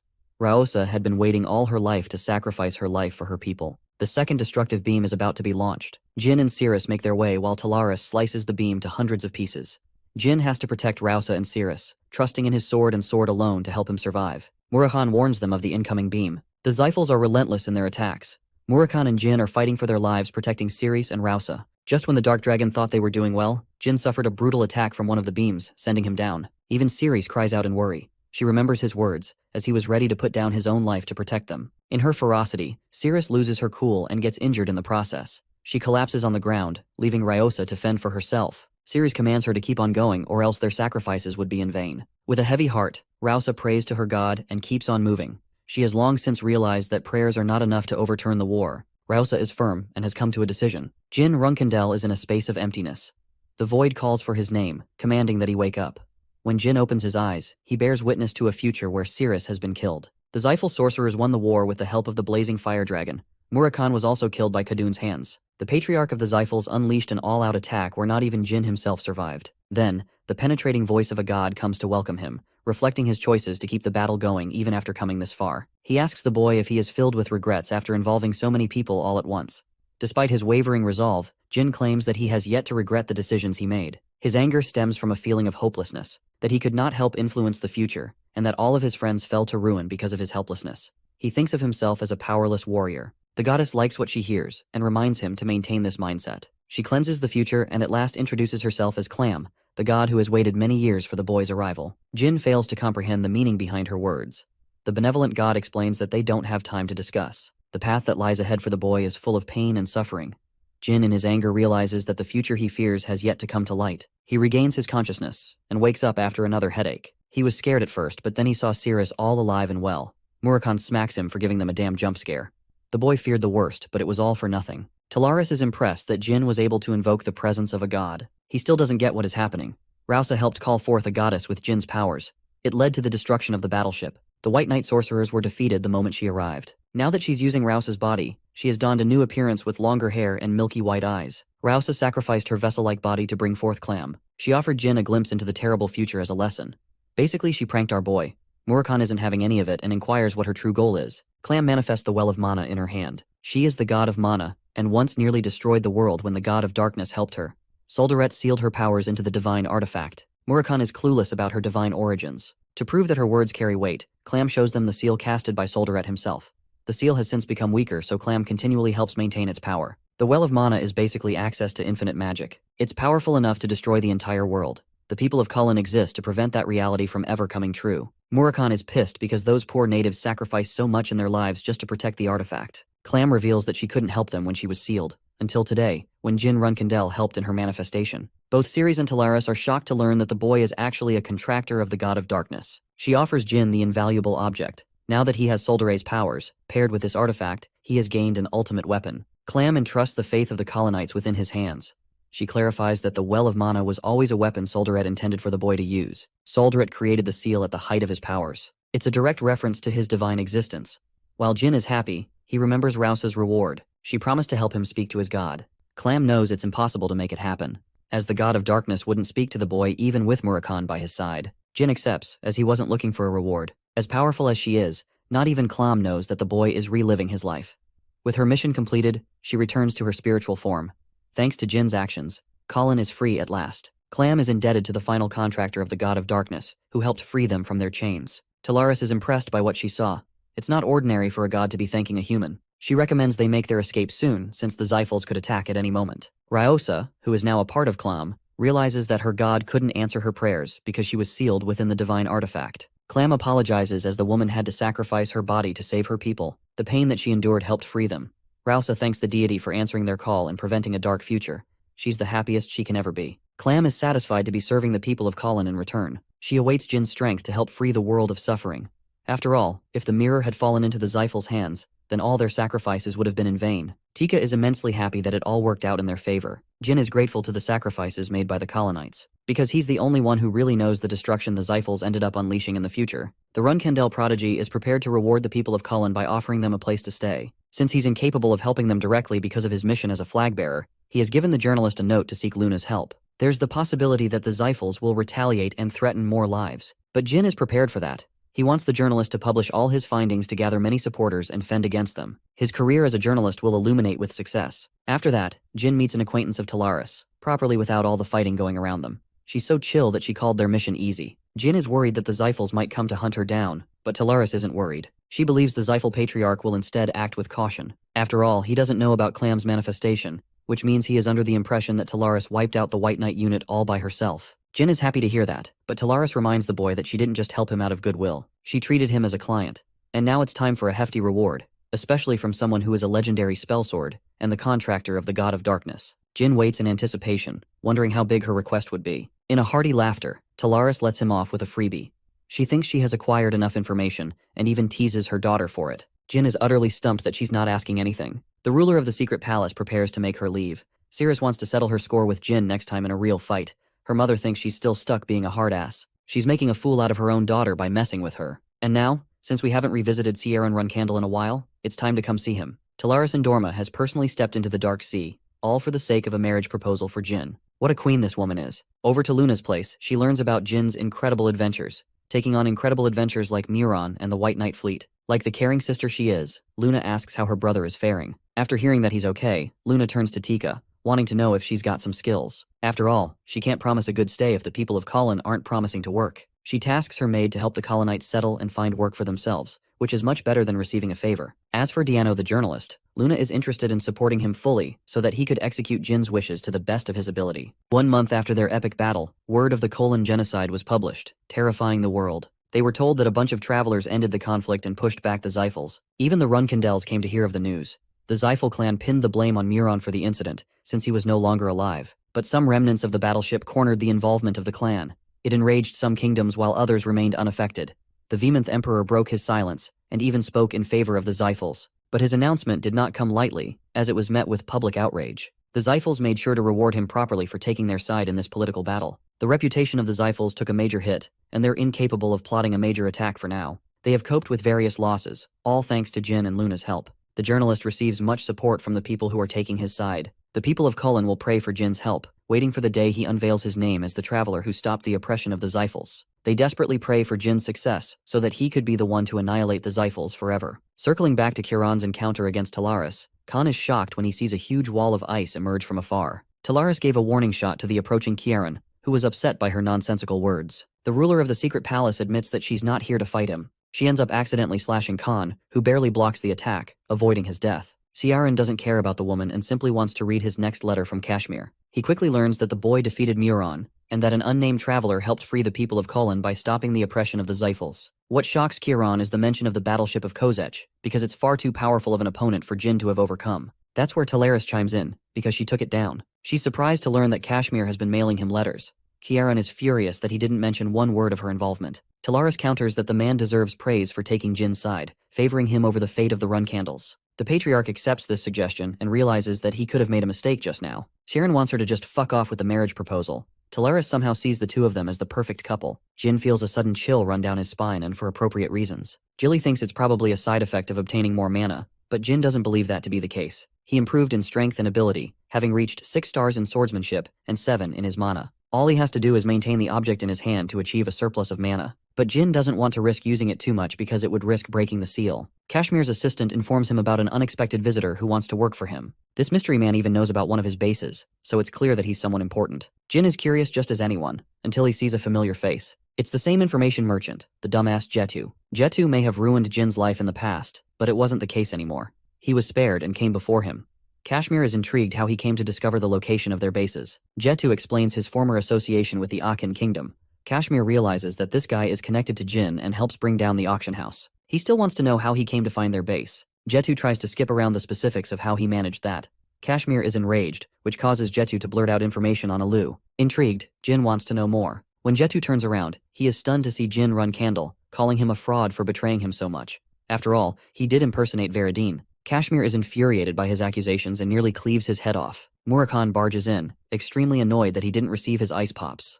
To the Dark Dragon, his ice pops are more important than any investigation. He's even more pissed when he sees Jetu, remembering how he kicked his ass black and blue. Jetu is stunned that they're closely related to Kashmir, and realizes that Jin supersedes everyone among the group. He apologizes by smashing his head on the ground. Jin is looking for new information on Alu. Jetu reveals his real name, a former Runkindel cadet. Jin is somewhat familiar with the name Marius, but Jilly knows for certain. After all, they share the same surname as Luna's nanny. Jin's face grows pale. Alu belongs to the kingdom of Delki, one of the many kingdoms of Huster. He was a nobody who passed the test and trained as a cadet. That was the last time he used his real name, before dropping it and never using it again. Jilly confirms this. Kashmir put his blade next to the merchant's neck, suspicious of his words as the commoner couldn't have taken a test to become a Runcandle cadet so easily. While he's pestering him, Jilly explains that it's possible someone from within the clan helped Alu serve his cause. Jin suspects that it has to be one of the purebloods, or even the nannies behind their backs. After all, the nannies are more capable than their simple task of caretaking.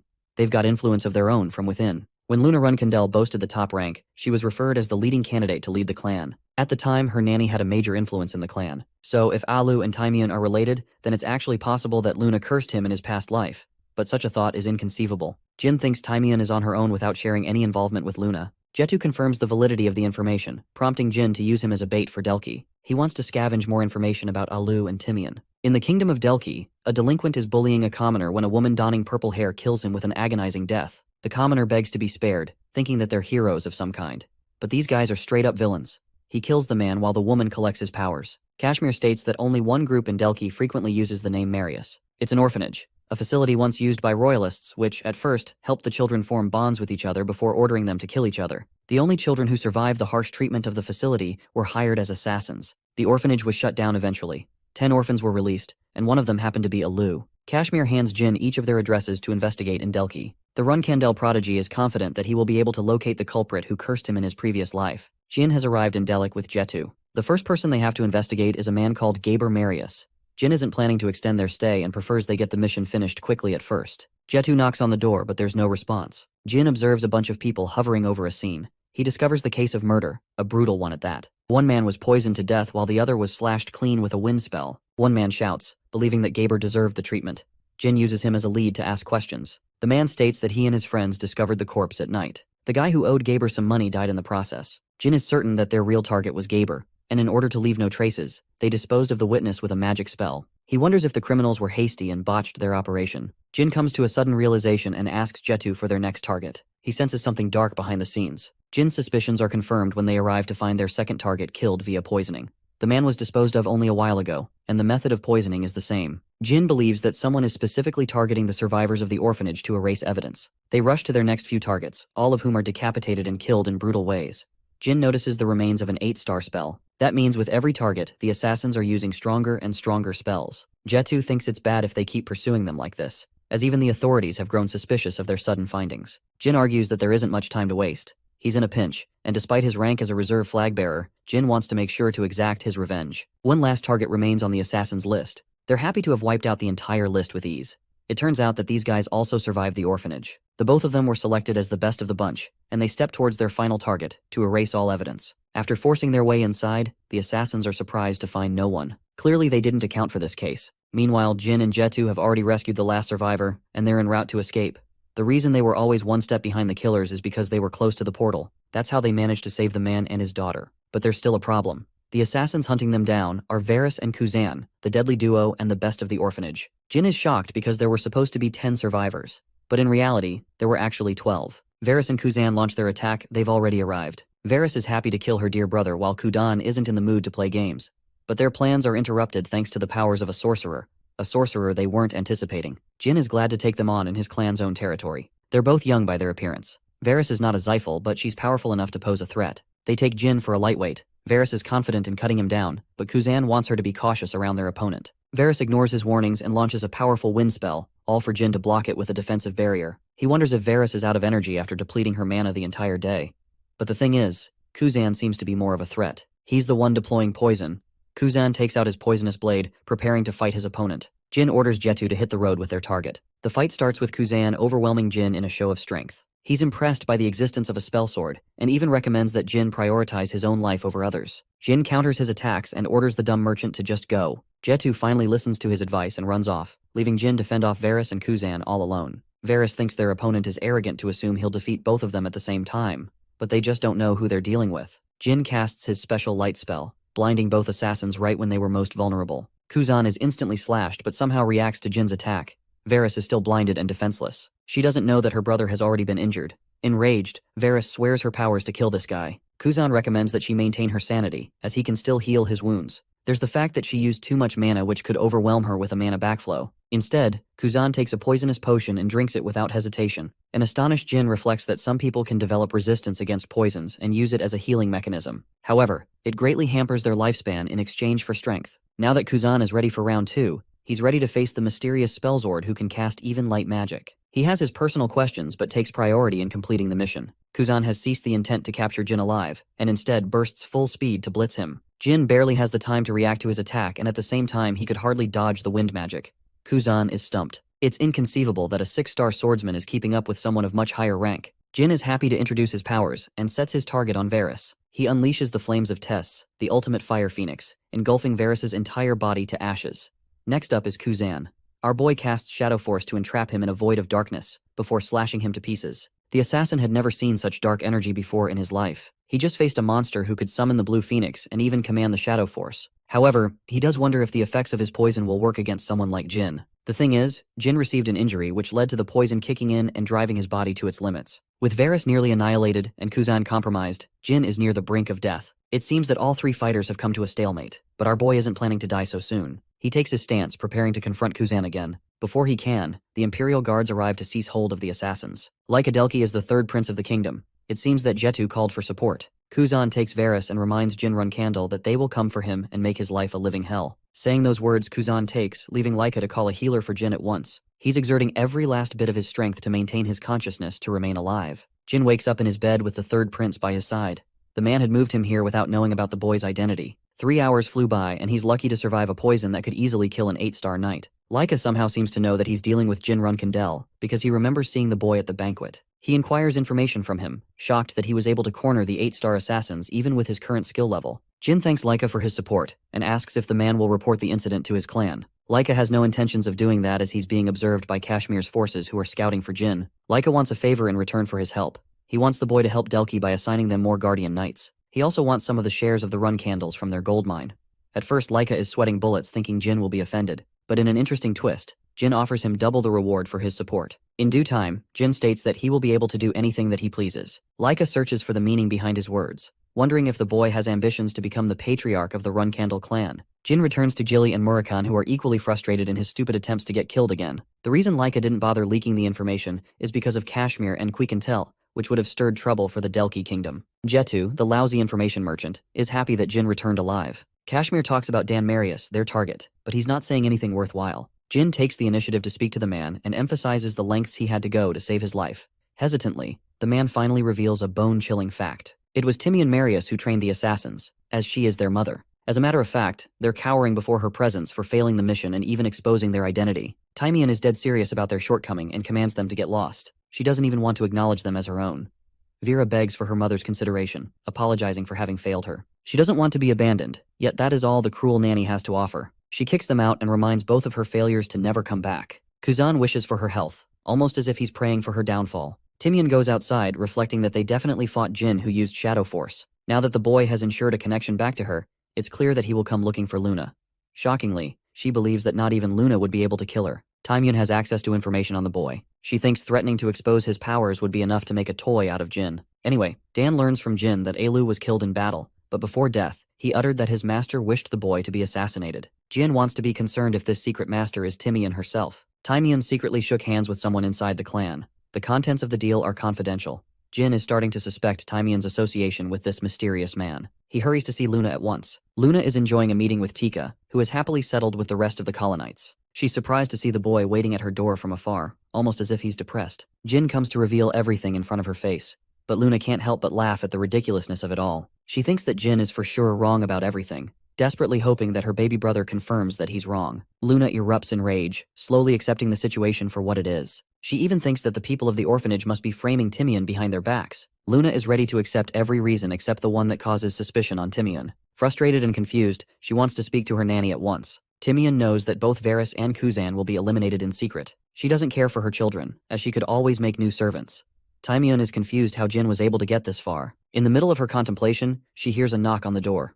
They're the Run Candles, both Luna and Jin. Luna does not hesitate for a moment before accusing the nanny's involvement. Without any signs of denial, Timian confirms the fact. Confused, Luna digs deeper to infer her motivation for raising actual assassins to get in Jin's way. She counters that they weren't sent on a mission to dispel Jin, but rather, she was the one who was surprised that they encountered him. Luna grows furious. More than anything, a feeling of betrayal and sorrow overwhelms her. Timian requests to pass a trial to prove her innocence, but this facade, this side of her. Luna was expecting her to deny the ridiculous claims, but she's just avoiding her confrontation. Luna is infuriated, so Timian finally reveals that she was forced to raise assassins to ensure her survival. Because of an enormous number of enemies within the clan, they were under constant threats. Luna doesn't get this excuse as she was powerful enough to fend off any threat on her own, but she doesn't even know that most of the Run Candle servants never make it past the first year. It's the same for the Guardian Knights. Every single one of their lives were taken by the purebloods who plotted against them. This is a lie, and Luna knows it well.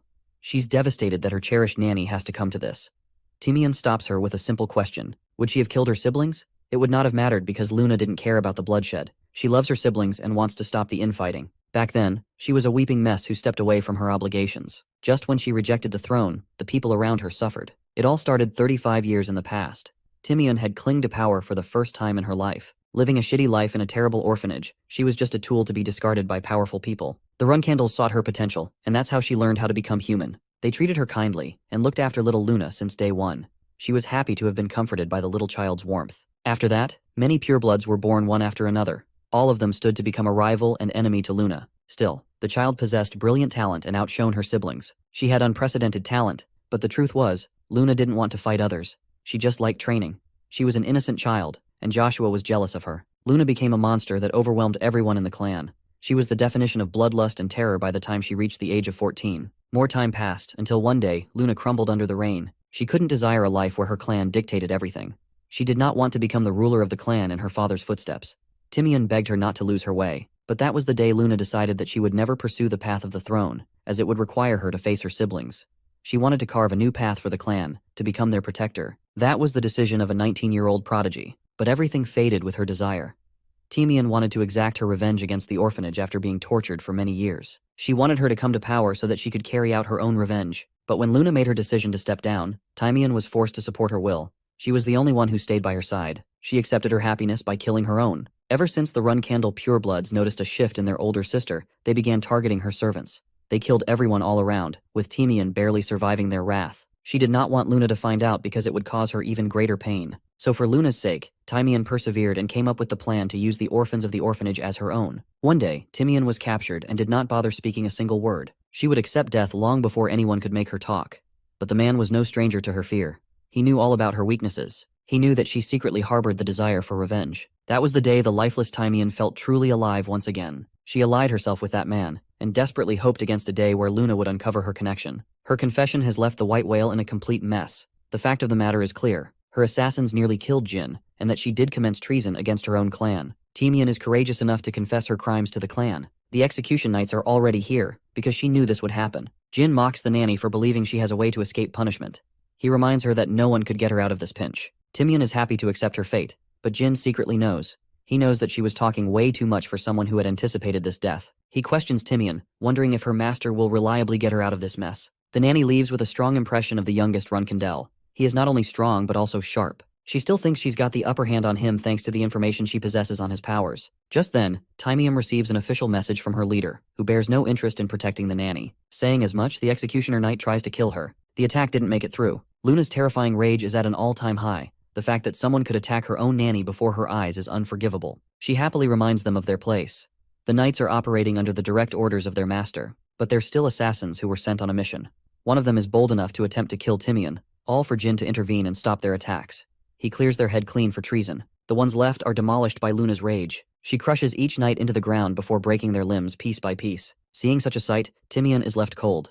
Jin's suspicions proved correct. Her master shared no intention of keeping her alive. Now that it has come to this, Luna squeezes the life out of the knight, only to realize that he poisoned himself to prevent torture. Jin goes on to interrogate Timian for a chance to talk, especially since she just got betrayed. Luna is suspicious of the nanny, as she lied to her about the investigation involving Jin's attempted murder. Timian breaks her silence, but it's already too late. She's affected by the poison and won't make it soon. It's the same poison she gave to Kuzan, only to end up wasting her life by it. Luna becomes a whining mess. She didn't wish for her death. The old nanny reflects on her actions. She simply wanted to stay by her side for as long as she could. It all spiraled out of control when she prioritized vengeance over her obligations. That's why, in her final breath, Timian reveals an important piece of information before her death. She names the man responsible for placing a curse on Jin. Kiddard Hall placed the curse, but the one who commandeered this mission was none other than Joshua Runcandle. He knows everything about Jin's current abilities. Timian, in her dying breath, apologizes for her betrayal.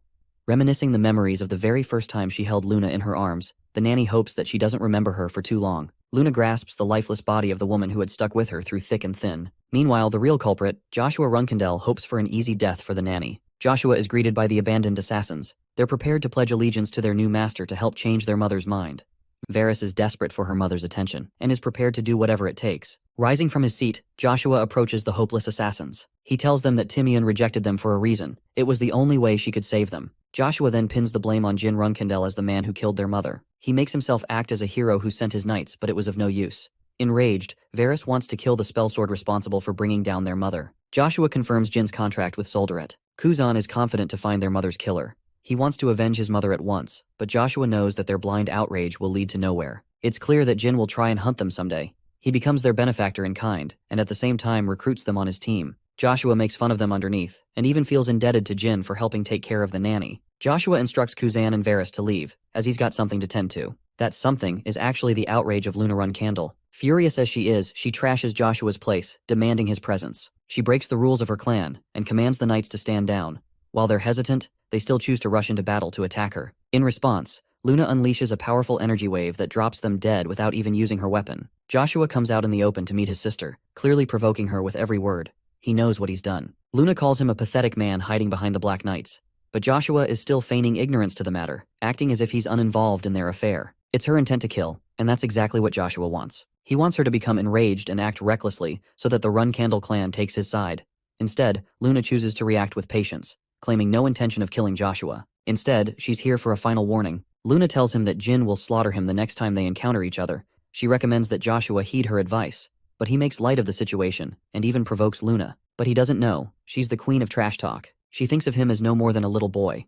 Joshua, on the other hand, wants Luna to stay like this. After all, her powers are necessary to stop the Zyphals, but when he's taken over the Runcandles, he will make sure that she bites the dust. After the confrontation, Luna meets up with Jin, who is worried about his sister's health. She only held back because Jin instructed her to.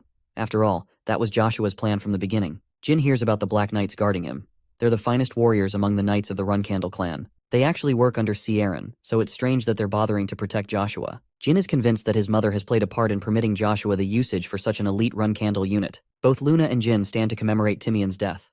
The vulnerable older sister of the family is devastated that someone so close to her could betray her to that extent. Luna takes responsibility for her personal faults. Timian became her loved one while her own brother became her enemy. Luna is feeling a gush of emotions no one could understand. She confesses her hatred for fighting among her siblings. The wretched tradition of her clan disgusted her. Jin commends her for helping safeguard her siblings and protecting them from causing each other harm.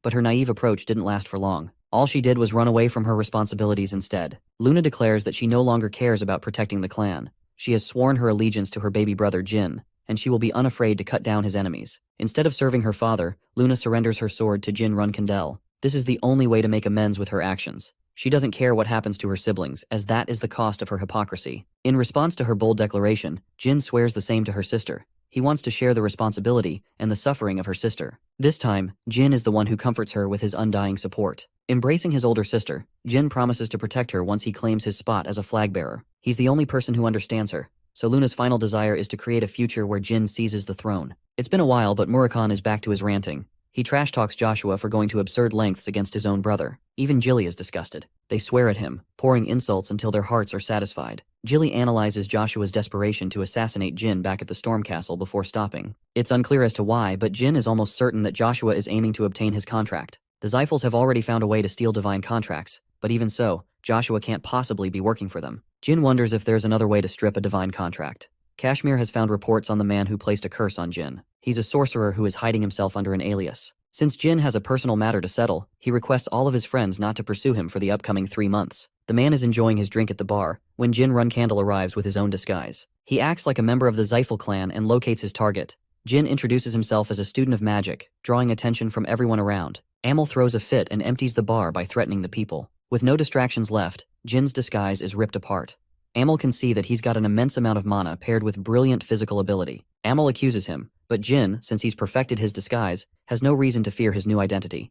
He adopts the name of his teacher's clan as part of his alias. The name Hister rocks the Elder's world. He can't believe that this man is the descendant of the same clan that were once wiped by the Zyphals. To prove his identity, Jin comes up with a concrete excuse of his past. He even shows him the invaluable book written by the Hister clan. Jin refuses to let anyone touch the object. He opens the book before Amel, and with the flip of every page, Amel's nervousness climbs. He expresses the desire to study the scripture and takes Jin right to his laboratory. Now that they're alone, the Elder wants to know how someone like him could survive the extermination of the Hister clan. Once again, Jin comes up with an elaborate excuse based on the information he knows about the Hister clan. But in any case, it helps add proof to his powers. Amel emphasizes that if he truly is the last descendant of the clan, then the Zyphals aren't going to let him rest easily. They'll place an incredible bounty upon his life. Sensing the man's despair, Amel makes him a deal. He offers his tutelage and reveals his real name as 3yr-old of the backflow magic. Jin acts shocked, claiming that he's the sorcerer who climbed to the 9-star level without receiving any outside help. He even helped teach some of the Zefals. He's a master of the mana backflow technique. Amol emphasizes his offer for the final Hister to become his pupil. The Histers possessed incredible amounts of magic. The man had endlessly spent his life digging up information about them. Until one day, this nobody called 3yr-old Hister popped out of nowhere. He wants to ensure that his legacy lives on in the form of 3yr-old Hister. Having acquired a basic understanding of the backflow technique, Amol is ready to teach him advanced levels of the same magic. Of course, it's not like he's doing it for free. He wants to obtain the scripture from 3yr-old. Amol is furious and states that he could easily adopt the forceful approach, and yet he refuses to do so out of his respect. His words have come out of his impatience, so Amol apologizes for getting ahead of himself. Jin offers him an exchange. He's okay with handing over the scripture as long as Amol trades it for his book. Amol is tempted by the offer and accepts it. He wants to go and retrieve it at once. Jin is prepared to wait for him until the time comes. Amol thinks he's struck a golden deal. After all, he was going to offer him the book anyway. What's more important to the man is the magic of the Histers, which could help him get ahead of the Zefals. While he's getting ahead of himself, Jin is happy that everything is going according to plan. Amol does return and comes to find that Jin has already mastered the advanced backflow spell. Amol is happy to have stumbled upon a prodigious pupil. Jin retrieves the backflow scripture and hands over the relic of the Histers. Jin has no intentions of reading the book for now. Amol recommends his disciple to get a taste of the real world, and by that he means the humans living in the village. After all, he's an evil man who exercised his magic on innocent lives to perfect his craft. Jin suggests his master use the backflow magic technique on him because he could learn what it truly feels like before testing on real targets. Amol casts one of his advanced techniques, demonstrating his craft. He attempts to absorb Jin's mana, but strangely the boy is somehow immune to its effects. Amol is terrified when he realizes that the boy's mana exceeds that of a 9-star sorcerer, so as a consequence, he's the one who becomes victim to his own technique. Finally, Jin can help him with some real answers. He shows the man the well of mana with infinite mana surging inside.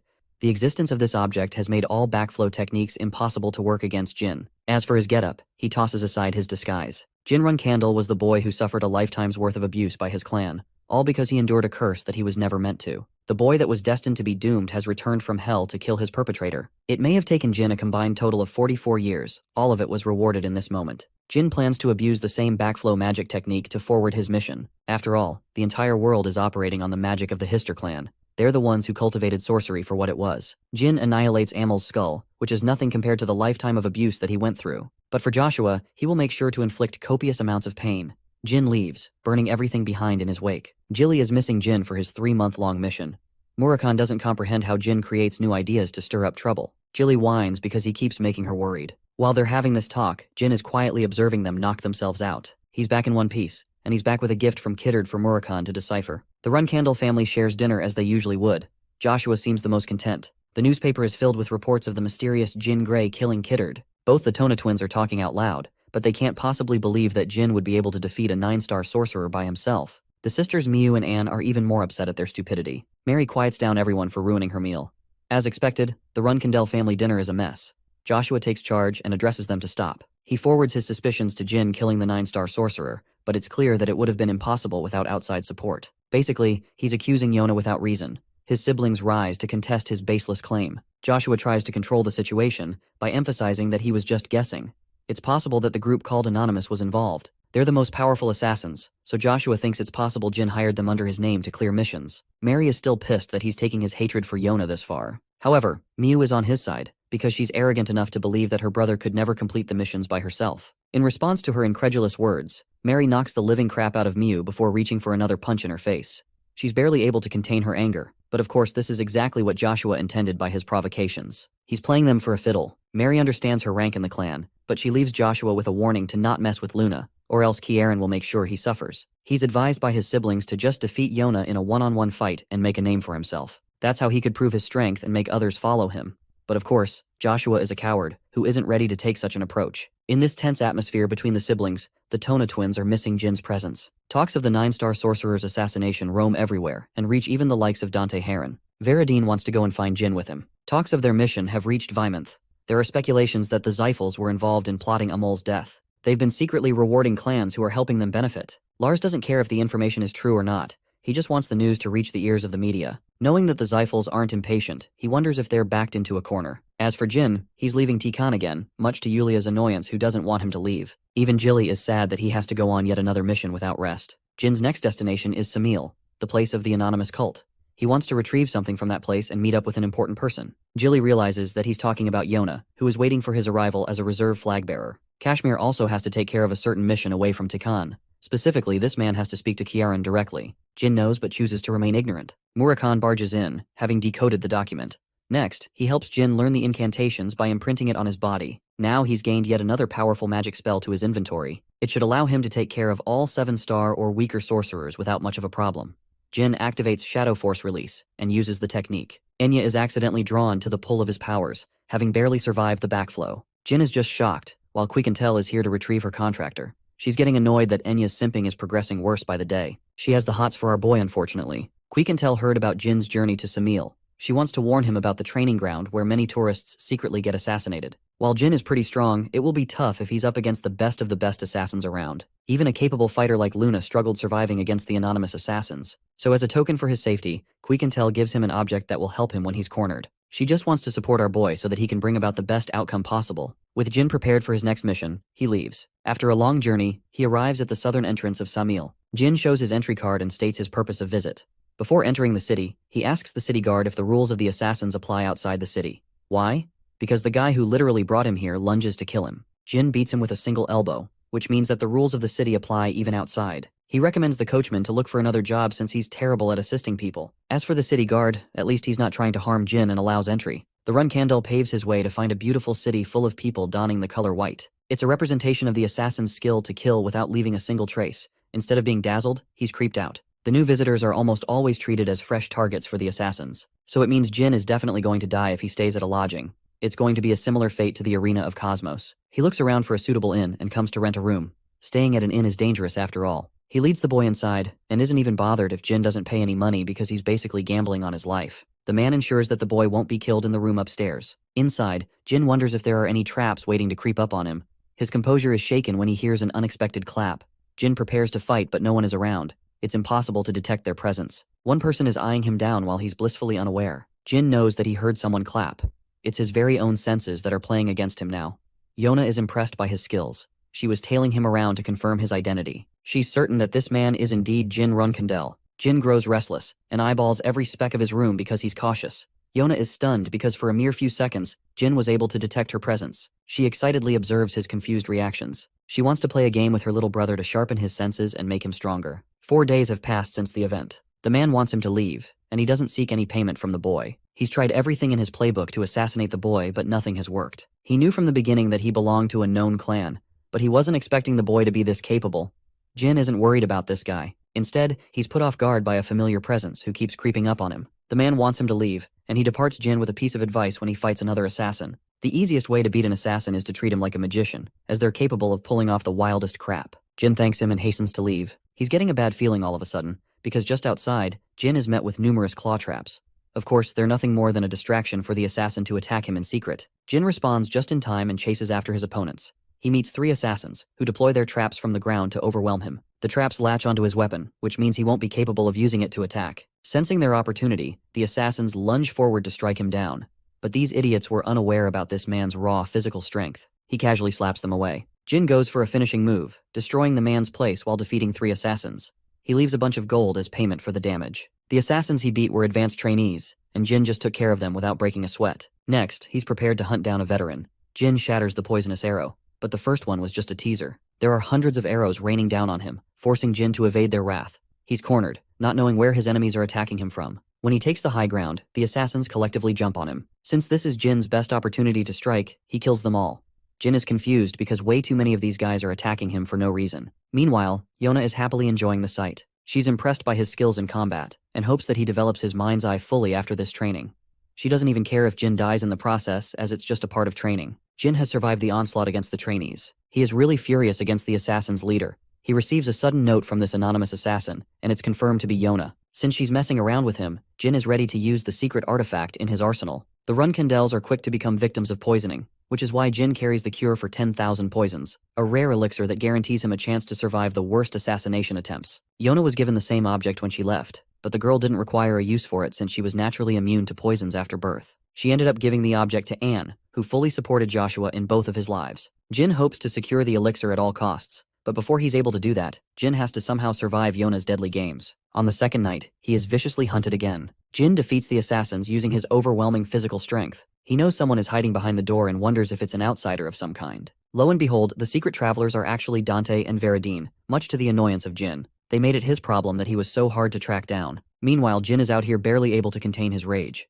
Veradine and Dante spent their money to travel to this place, trying to lay low from their clans. Jin offers to help them eat whatever they want, so long as they can guarantee him a helping hand. Dante responds generously as he cuts down on the assassins. Yona observes from afar. She certainly wasn't expecting new visitors to come join their game. 3yr-owl, the nameless king, comes to warn Yona because her reckless playground has destroyed many houses. The notices Jin run candle and receives a panic attack when he sees Veradine and Dante. Yona rushes to address the situation, but Owl stops her from trying to kill them. She doesn't want any added interruptions ruining her playtime with her brother. Owl suggests playing a game of survival, intending to send real assassins this time. Winning or losing depends on whether these guys survive or not. Yona is desperately hoping for Jin's survival because she likes him. She's going to choose the killers and runs off without addressing how many houses she's destroyed in the process. The following morning, Veradine and Dante are out cold. Jin has noticed how the both of them have massively improved in their abilities. He just can't fathom how the geniuses of his previous life are buffoons in his current one. Jin thinks of a plan to utilize both of them for his gains in a way that he gets out of the sticky situation. But suddenly the owl pops right in front of him undetected. He's the best assassin in the city. Jin identifies the nameless king immediately, who congratulates him for putting on a brave face in front of death. Jin is unafraid of death, but he's still nervous on the inside. He wonders if Owl came here to talk about Yona. The man exerts his dominating aura, offended by Jin's arrogant tone. Just his aura alone is enough to suffocate Jin right where he's sitting. He calls off the attack in the name of the Run Candle Patriarch. Jin realizes that he's severely outclassed and apologizes for his bold approach. The owl tells him that he'll be facing real killers from now on, and it's going to be a huge problem if both Veradine and Dante end up dying. This is a game that Jin has to survive by staking both their lives. It's almost as if the nameless king is warning Jin to act ahead of time. It's asked if not even Owl can control Yona. He advises Jin to travel to the central part of the city for safety, and the next day, he recommends sending Veradine and Dante back home. In exchange for his mission, the man is happy to lend him a reward. But when Jin asks for the 10,000 poisons elixir, the request infuriates him. But he accepts it as a valuable trade for his life. His only mission is to protect Veradine and Dante from dying. That said, the nameless king wonders why Jin Run Candle took the bold approach of mentioning Yona's name. He suddenly realizes that it was a bold attempt to check their connection with each other. Impressed, the nameless king vanishes before Jin's eyes, who now has to take on the new mission he was assigned. Jin skips no details and immediately tells the other two jokers about the situation of real killers. Dante and Veradine take the matter lightly, but even as they're traversing through the city, they have yet to feel anyone's presence from around. It's almost as if they're being chased by a hunter. Jin knew the difference between trainees and killers, but he wasn't expecting it to be this much. Yona is enjoying the sights. The owl thinks her baby brother is most certainly going to die when the assassins initiate their attack. Yona argues that it would be impossible with Jin's awakening. He's moving on instinct from the outside, but even he is beginning to detect sharp movements thanks to his mind's eye. She's proud of her brother's accomplishments, a side of her that not even the nameless king has noticed before. Jin protects them from a sudden attack and immediately grabs both Veradine and Dante to brace for the incoming projectiles. But right when he's blindsided, the assassin comes rushing to attack. Jin blocks the attack, shocking him with how good his detection ability is. Veradine's ice spell doesn't last much longer. The assassins are sure to ambush them if they prolong the fight. The only way they can survive is by reaching their destination. Veradine mocks the assassins for being weak, but it's almost as if they're keeping their distance for a reason. Turns out it was a distraction.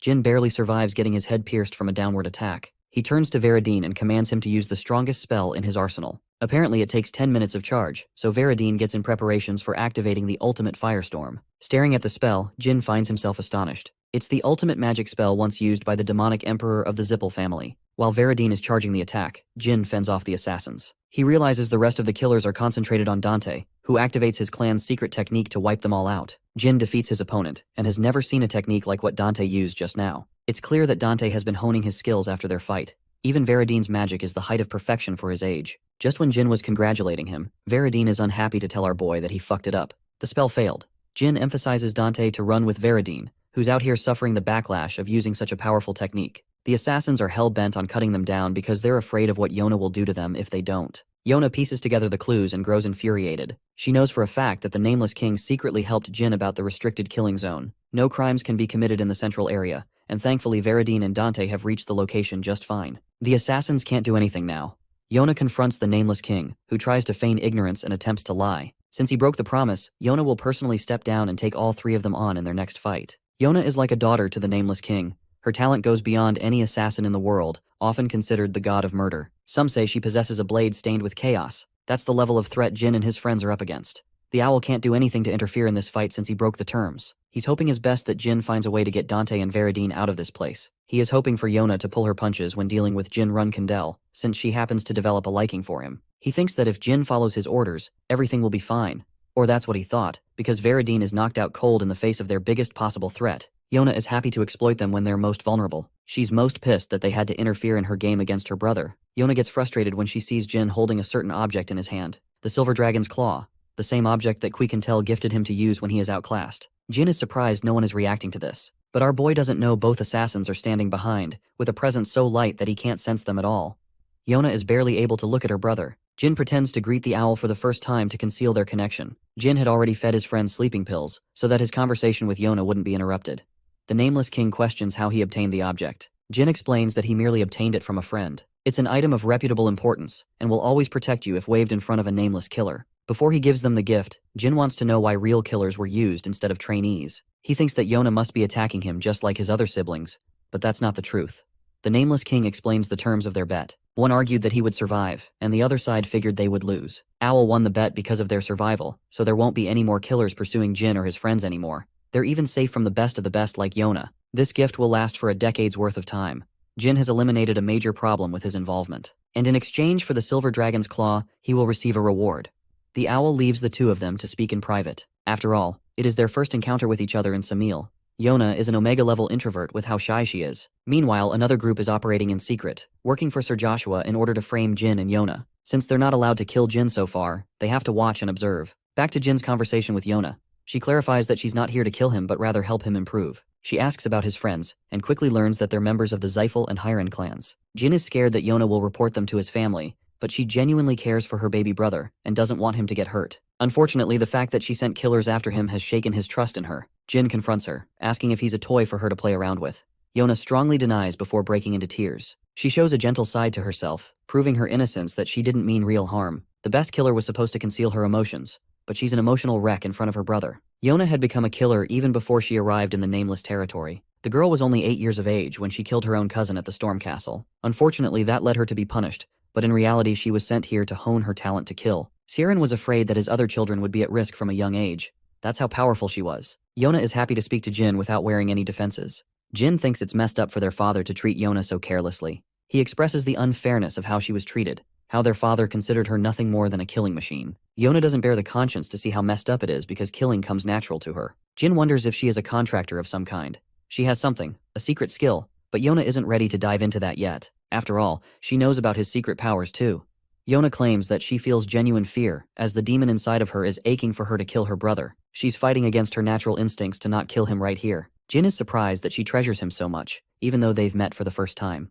Yona offers to give him the elixir of 10,000 poisons. After all, that is the only reason her other siblings come to explore the territory. Jin shocks her by denying any such intentions.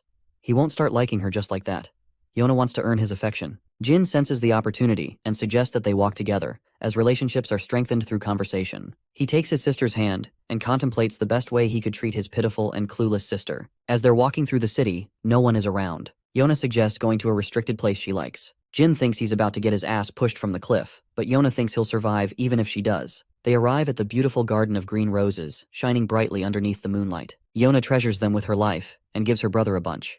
It's not the first time Jin has received the same roses. After all, he's found them many times by his bedside. Even in his previous life, someone came to leave them by. When Jin struggled the most against his siblings, they were there. He realizes that Yona has spent many years looking after her baby brother from afar.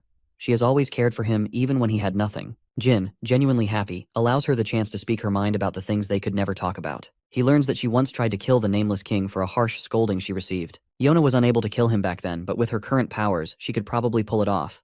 She's intrigued to learn about the Silver Dragon. Yona wants to collect the Silver Dragon's claws after all. Jin expresses being unafraid in her presence. Normally everyone she has ever talked to is afraid of the tiny killing machine. Jin recommends that she take a job of becoming a florist, studying flowers and setting up a territory. As long as she doesn't kill her customers, it should be alright. With their conversation coming to a close, Jin has to speak to the Nameless King in private.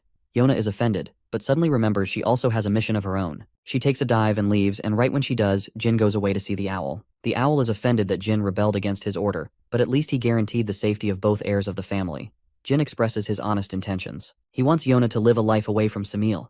Jin will do whatever it is possible to help her. The reason is a simple one. He will tell them she is talented at being a florist. Jin does not wish for Yona's life to be spoiled by becoming a tool of her family. Instead, he wants to bless her with a happy life. The Nameless King is hoping Jin has a solid plan for when that happens. Jin will soon leave the territory along with Dante and Veradine. A week after this discussion, Kashmir and Khan are on their way to Kiaran.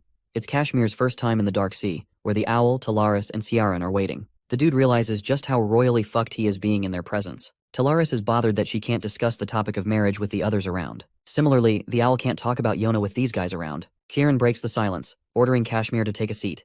He's the only person that was truly invited. Talaris and the Owl popped up out of nowhere. They all have the same question regarding Jin. Ciaran wants to share a drink with Kashmir after the others are gone. He checks on Jin's status, while Talaris is stunned that this boy can't stop getting himself in more trouble. The Owl also came to talk about Jin. He's wary of Talaris, but Chiron signals him to speak. The Patriarch laughs when he hears about the Silver Dragon's Claw. Jin wanted him to erase his presence in Samil, which means he wanted him to kill everyone who knew about him.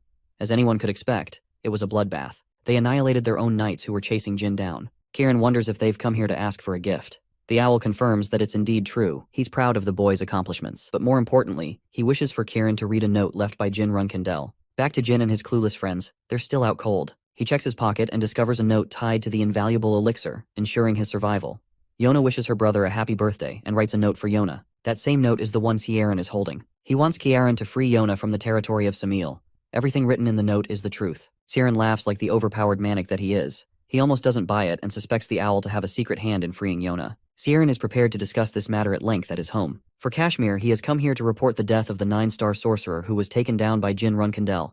Kieran is pumped and requests the others to leave. Talaris wishes to stay, but the Patriarch insists that she also leave. While he's pressuring them, Jin is pestering these ridiculous clowns who just don't want to leave Samil. Veradine wants to spend as much time with Jin as possible before he becomes the head of the family. He has his priorities messed up, but Jin is busy and wants to deal with his personal matters. He refuses to address the matter of Kiddard's death. Dante recognizes that they won't be able to speak often once Jin becomes a flag-bearer. It's true that they'll never be able to see each other after being appointed heads of their clans. They suggest they travel together, helping build Jin's reputation on the way. There are many criminal associations they could help take down, but Jin doesn't like the idea of a 3-person adventure. Veradine and Dante want to travel with him as friends. Jin entertains the idea for a moment. He wakes up in his bed, not knowing how he even got there in the first place. What's even more strange is that Enya is next to him. Jin recalls drinking the elixir and fainting right afterwards. She was scared for his life. Quiquintel comes to mention that he's been knocked out for 5 whole days. It usually takes a month, but his run-candle body is the reason it didn't take too long. Enya reports that Jilly received an urgent summoning from her family. She is headed for the Garden of Swords and will return soon. Right after drinking an abominable elixir, Jin has to drink a really ugly-looking medicine. He drinks it anyway. Turns out it wasn't even medicine, but actual poison. This idiot Murakan really tried to kill him just now right after he woke up too. With this, it is confirmed that Jin's body has become fully resistant to the effects of poisoning, but he has to return Quiquintel's favors by helping train Enya well. Quiquintel emphasizes that they will help support Jin in his battle against his siblings in the future. She wants Enya to become really strong when that time comes. Jin has already decided on his next destination, and wants Enya to tag along for the mission. Of course, she's the happiest she can be. In the Garden of Swords, an interesting development occurs. Ciaran confronts Joshua regarding Yona. The Patriarch isn't so kind as to treat him with respect, and smashes his face with a gauntlet. He commands Joshua to get back on his feet. Finally, the ass whooping this bitch should have received ages ago. Another smack to his face, more and more without mercy. He orders Joshua to take off his precious armor. Ciaran is pissed that Joshua is being treated like a joke by Jin. But what's more, he gave a precise warning to him and the rest of the siblings regarding Yona. They were reminded not to lay a finger on Yona. Ciaran chucks a heavy fist in his stomach, causing Joshua to fall to his knees. The Owl is starting to realize that this Ciaran's bold warning for Yona, who requires his daughter's safety at all costs. Ciaran calls his son nothing more than a coward, and reminds Joshua that he will soon be taking away his flag-bearer rank. As he's being taken away by the Black Knights, Mary laughs at his pathetic and pitiful condition. Because on the other side, Joshua is raging like a maniac, nearly about to burst in his anger. Ciaran speaks to Jilly and learns about Jin's next adventure. The armor he retrieved from Joshua, now Ciaran wants Jin to wear and acknowledge what happened. When Jin finally hears this news, he's actually shocked. Jilly is excited to tell him how badly he beat the asshole of the family. He also gifted Jin with the black armor, a legendary equipment. Jin realizes that his father wants him to be different from Joshua, who doesn't fight and relies on cheap tricks. Jin's mission is to fight so many battles that it's incapable of being worn. It was also a way to warn the Owl, never to use his daughter for negotiation. Patriarch Ciaran is 10 steps ahead of everyone with his every action, but Jin fails to understand what caused him to take such extreme limits. Maybe he also feels sorry for Yona. Jin wonders if there's more than what he sees in Yona. His next destination is the Dark Magic Association. He hopes to eliminate the evil mages with his backflow magic. Enya has tagged along on this journey with him. Jin reminds this dumbass not to use their real name on a deadly mission. The girl is flustered and faints. The Dark Magic Association is a deadly organization worshipping evil magic. The one who annihilated them was 3yr-old, using the same spell that Veradine failed to utilize. It killed their leader. 3yr-old also happened to be Soldere's last contractor, and he wanted the boy to follow in her footsteps in his previous life. The evil mage Ascoation is known for their vile deeds. They've reduced the people to a gloomy expression. Jin explains that it's because of the nobles who specifically turn a blind eye when it comes to the criminals. Jin suspects that the Bement territory wants the academy to eliminate the Dark Mage Association instead. Speaking of which, noble mages arrive at once. The people of the city are happy, thinking that they're the hope needed to put down the evil mages. While everyone is cheering in celebration, Jin declares that all of these mages will come to meet death because of their impossible mission. He shares a meal with Enya, who is still cautious of what he says. Jin explains that the cadets are not powerful enough to bring down the Evil Mage Association, despite their training. It's specifically because they lack the practical experience in combat, while the Dark Mages are full of it. The 30 cadets sent on this mission simply aren't enough to defeat the association as a whole. Speaking of those cadets, they share the same sitting area to eat. They're amateurs, and Jin can see that with one look. Jin wants to leave with Enya, but she is traumatized remembering that these punks are the same ones who mistreated her at the academy. Unfortunately, they happen to catch Jin staring at them. While Enya is shivering to respond, Jin replies, meeting the cadet's offense. He comes to threaten the commoner. The restaurant owner tries to pitch in, but he's attacked for no reason. Agitated, Jin punches the shit out of the guy for failing in his duties. He walks away with an imposing warning for the cadets. Jin pretends to be a higher mage and instantly dismantles them with just a little bit of his magic. He can't believe that these are the weaklings who bullied Enya. Jin turns the tables on them and threatens to interrogate the cadets for their arrogance. He tasks them with a mission, and they have no choice but to comply.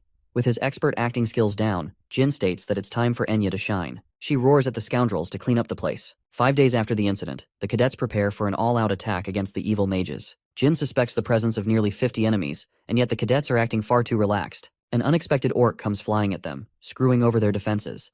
Fortunately, it was taken down almost immediately. Jin orders Chip to obey his command and warn the others of a potential ambush. Scared, the coward forwards this suggestion. Jin fails to comprehend how a low-level orc could be hiding out in the open. What's more is that a 7-star mage has yet to catch on to the details. They have their suspicions on Professor Orton, who was caught eating meat despite being a vegetarian. Jin picks up on this small detail. The cadets are instructed by Orton to form groups of 2 and enter the cave. They're all acting relaxed, believing in the powers of the 7-star sorcerer. Or that's what they thought, because yet another orc comes crashing out of the wall.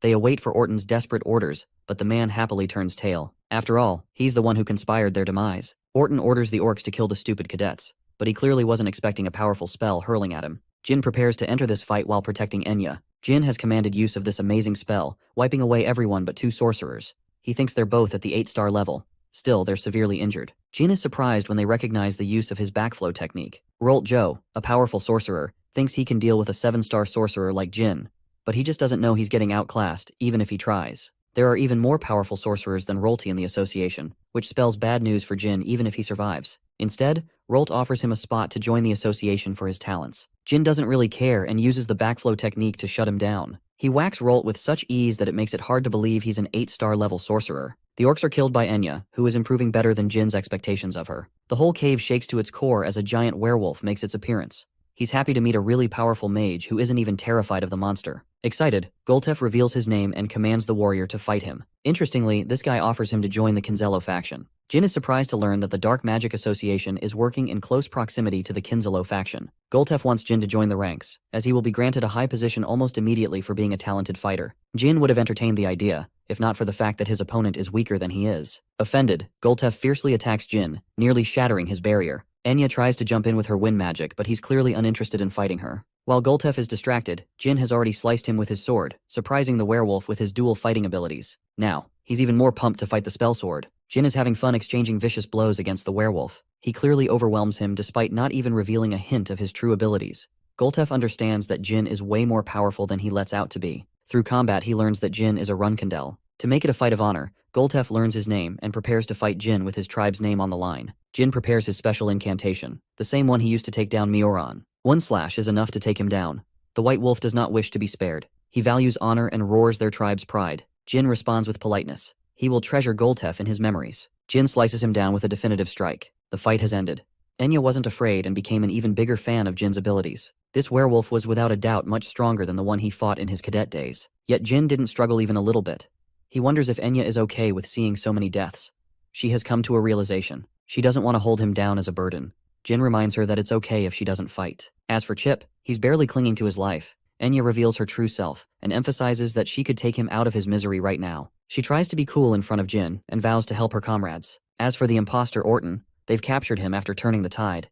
The man thinks that Jin is a student of Kiddard, but it's not Jin he's talking to. It's someone who has uncovered his disguise and isn't afraid to give him a real beating. Elisa is going to enjoy killing him while retrieving information out of the man. After the interrogation, she found out their secret base is in Oterium. It was once the capital of Vankella, but after a demon invasion, things changed. The demons invaded the place to retrieve a relic. The Runkindels and Zippels joined forces to take down the threat. It's the only war where two clans allied themselves to face off one threat. They succeeded in defeating the demons in the war, but since it was impossible to restore the capital, the kingdom decided to switch their capital. Oterium is just a breeding ground for demons at its current state. Jin has a bad feeling about this, and curiously asks why the demons made it their hideouts. Isa explains that at least 3 9-star mages are known to be found there. It's worrisome that such powerful warriors exist in that area. The Kinzello are a true force to be reckoned with. It's not safe to jump in without a plan. There's also the fact that they possess transformation magic, allowing someone to wear Orton's disguise. Of course, Bubar is the one responsible for these atrocities. Bubare is also linked to the Iveliano clan. Quiquintel has never heard of human transformations since it is a gift of dragons. Elisa explains that not even the culprit knew about the transformation. Bubar's methods are secret. Jin adds that he once encountered imposters when he was young. He thinks it is time they confront the Transfigurator. Jin intends to use someone to get to him, and wants Kashmir's help to investigate the relationship of the White Wolves and the Kinzello. 1 week after this discussion, Dante Heron and his father, the Patriarch, learned that a few of the competent cadets died on their mission to eradicate the Dark Magic Association. However, 2 survivors, namely Jin and Austin Gray, survived and successfully defeated the Dark Magic Association. One of them used magic, while the other used swordsmanship. Of course, Dante already suspects Jin's involvement. What's more, is they uncovered a weapon from the White Wolf. They see a sharp cut that only an expert swordsman could make. Dante laughs, as even someone like him couldn't make a sharp cut like that. It's a skill of a swordsman at the 8-star level. The boy humbly confirms that he has yet to reach that level with his strength, so their investigation proved baseless. He's extremely impressed by Jin's incredible growth, and feels the urge to speak to Veradine. Lots can't see anyone but Dante deploying a precise cut like that, aside from Dante. But he is fooled into believing that Dante is hiding his true powers. A month passed, Jin was waiting at the teleportation portal, concocting his plan. While he's busy contemplating, the woman next to him looks at the swordsman with intrigue. Jin arrives before Bubara's hideout. Bubara is worshipped as the greatest transformation sorcerer of their time. Dudes literally have a statue of this man, tempting Jin to annihilate it to a billion pieces. He knocks on the door and finds Bubar shocked. It's been a while since they met each other. The man is pissed, of course. He doesn't want to welcome Jin, who embarrassed him at the banquet. Bubare lunges to attack him, thinking the results will be similar to their previous fight. But Jin isn't playing around. He knocks the shit out of him instantly. Bishkel sees Jin walking. He's astonished to find Jin when he's clearly in the middle of his mission as a reserve flag bearer. Bubare begs him to kill Jin, but Bishkel is frustrated by his antics. He doesn't want to become an enemy to Jin for pointless reasons. Jin apologizes and states his intentions. He came here to commission a sculpture for his father. Bishkek finds it odd. It's as if Jin has changed, or maybe he's here for something else. Jin wastes no time, claiming that the real purpose of his visit is to meet Bishkel. He wants to fight him, but Bishkel is uninterested in fighting him. Just as he's about to speak, Jin feels a sharp cut, slicing off his hair. It was a test to check Jin's reflexes. Bishkek thinks he's still too weak to challenge him. Jin leaves without causing more trouble, but nearly kills Bubar in the process. He does not condone spewing dirt on the Runkandel family name. Bishkel is forced to fight him, to the point he's even warning Jin that it may be the fight that ends his life. Jin is prepared to suffer the consequences as long as he maintains his family's name. It's Bubari's stupidity that has escalated the situation to such extremes.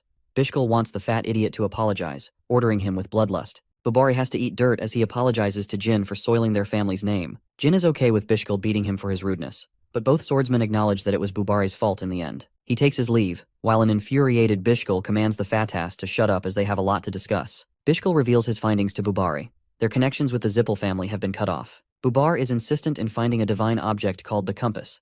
Bishkel is happy to ensure its retrieval. Suddenly, he senses the presence of someone and reacts immediately, but there's no one around them. Meanwhile, Jin Runkandel is secretly attacked by Yona, who came on a mission with him wearing an elaborate disguise. The letter she received from Jin made her very happy. Since the owl was afraid of Charon finding out, he prepared a false identity for Yona on this mission. Her objective was to gather information from Bishkel, which is how she was able to eavesdrop in his discussion with Bubari. Jin now knows their plans, but Yona is somewhat wary of Bubare, deeming him one of equal class. She refuses to speak about her secrets because Jin is hiding his own. So without hesitation, Jin reveals the Shadow Force. Thousands of murderous temptations engulf Yona's body, calling every fiber of her being to kill Jin Runkandel. She resists her own body, begging Jin to never bring out his powers before her. She's confused why he revealed his powers so carelessly. Jin explains that he wanted to keep them a secret at first, but upon receiving the green roses, he felt complete trust in his sister. He doesn't hope to hide any secrets from her. In fact, he promises to become so strong that she's incapable of killing him despite her temptations. However, even our boy is afraid of messing around with Yona too much because of their father's warning. In the Dark Sea, 3yr-old learns that both Jin and Yona had fun playing around. The patriarch is impressed by his son's spirit. Kashmir's latest letter reports that Jin defeated another werewolf. 3yr-old remembers fighting the leader of the werewolf tribe, who was powerful, so powerful that he lasted 5 hours against a fight with him. He comes to know about Jin's newest technique, a technique that uses the shadow sword and hasn't been used for 1,000 years.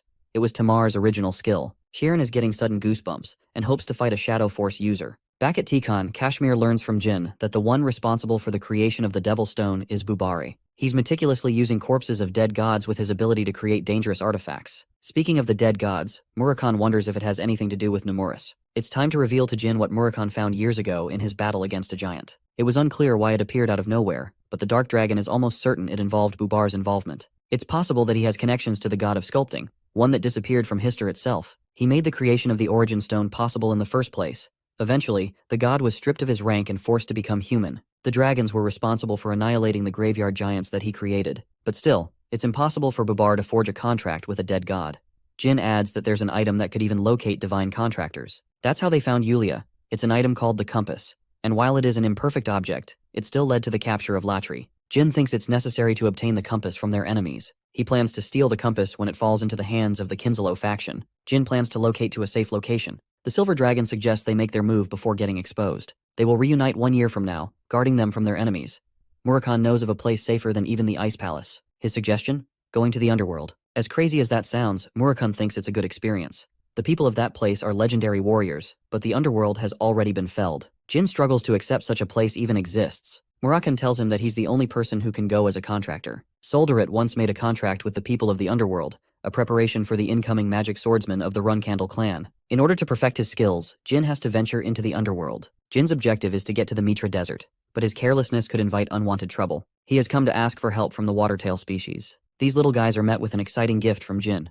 They take the fish and help him on his way to the desert. Even the little ones are afraid that he'll die reaching his destination. Deeper into the cave, Jin retrieves some water and explores further inside. It's the first time he has seen the golden tongue species. The creatures are irritated that a human is exploring their place, but just 1 gold coin is enough to persuade the greedy little mouse. They lead him to the exit. Beyond the exit lies a market for Jin to explore. Darkspark already knows about Jin Runcandle. He remembers him from way back then on his mission. The cute little guy vows to keep his secrets to heart. Jin hopes to repay them in kind for all their help. He exits the cave and discovers the store. Jin no longer needs a guide and happily comes to the market. He tries to lay low and requests a dark canine to act as his travel guide to the desert. Arriving at the entrance of the Great Desert, Jin is happy to tip the guy for his trouble. He walks on his own, heading to the underworld, a place so dangerous that his dead body could never be retrieved from it. The underworld is filled with legendary tales of riches and resources, but even the native beastmen could never find the underworld, so traveling the desert was considered suicide as it led to nowhere. The desert defeated anyone who dared challenge it. But at last, Jin Runcandle is here. The Shadow Sword was heavily guarded by the Myungwang, a species that disappeared overnight for their arrogance. They ultimately challenged the gods and were annihilated. The Devil Stone is so powerful that despite being a replica, it's powerful enough to cause severe damage. The only god that pitied the race was Solderit, who ended up saving a few people of the race and made a contract with them. The contract prohibited anyone else from teaching the ways of the Shadow Sword, apart from that race. The first patriarch Tamar learned from them too. Only a handful of records about his existence remain, because the Zippel family was insistent on erasing everything about him. The greatest hero of the world does not even share a resting place in the Garden of Swords. Thanks to Jin's journey to meet the Myungwang, he will be able to hear much about Tamar's adventures. 2 days of constant travel. Stress is starting to overwhelm his body. It's a more difficult quest than fighting against someone stronger than him. Walking through the aimless desert requires courage. It's a test for Jin Runcandle to overcome himself. An entire month passed. Jin has yet to encounter food or water. All he sees is death surrounding him. Even his footsteps disappear in mere seconds. There's no way for him to go back. It's necessary that he endure this hardship. Suddenly, the first sign of life. A voice calls out to him. These fools are none other than the Tona twins. Jin is almost certain he's facing an illusion. The Tona twins hurry to attack him. He's surprised by their heavy attacks, as they were waiting until he was completely exhausted to attack. Jin wonders if this truly is an illusion he's facing. He tries to escape, but they quickly catch on. Jin barely reacts to their sharp movements in his exhausted state, but he knows that neither of them possesses a strong attack to finish him off. Jin is infuriated that he suffered so much in his previous life when these guys were so weak. He pummels them to the ground, standing as the victor. Daytona and Hytona apologize. But it's Jin who has found himself hesitating to deal the final blow.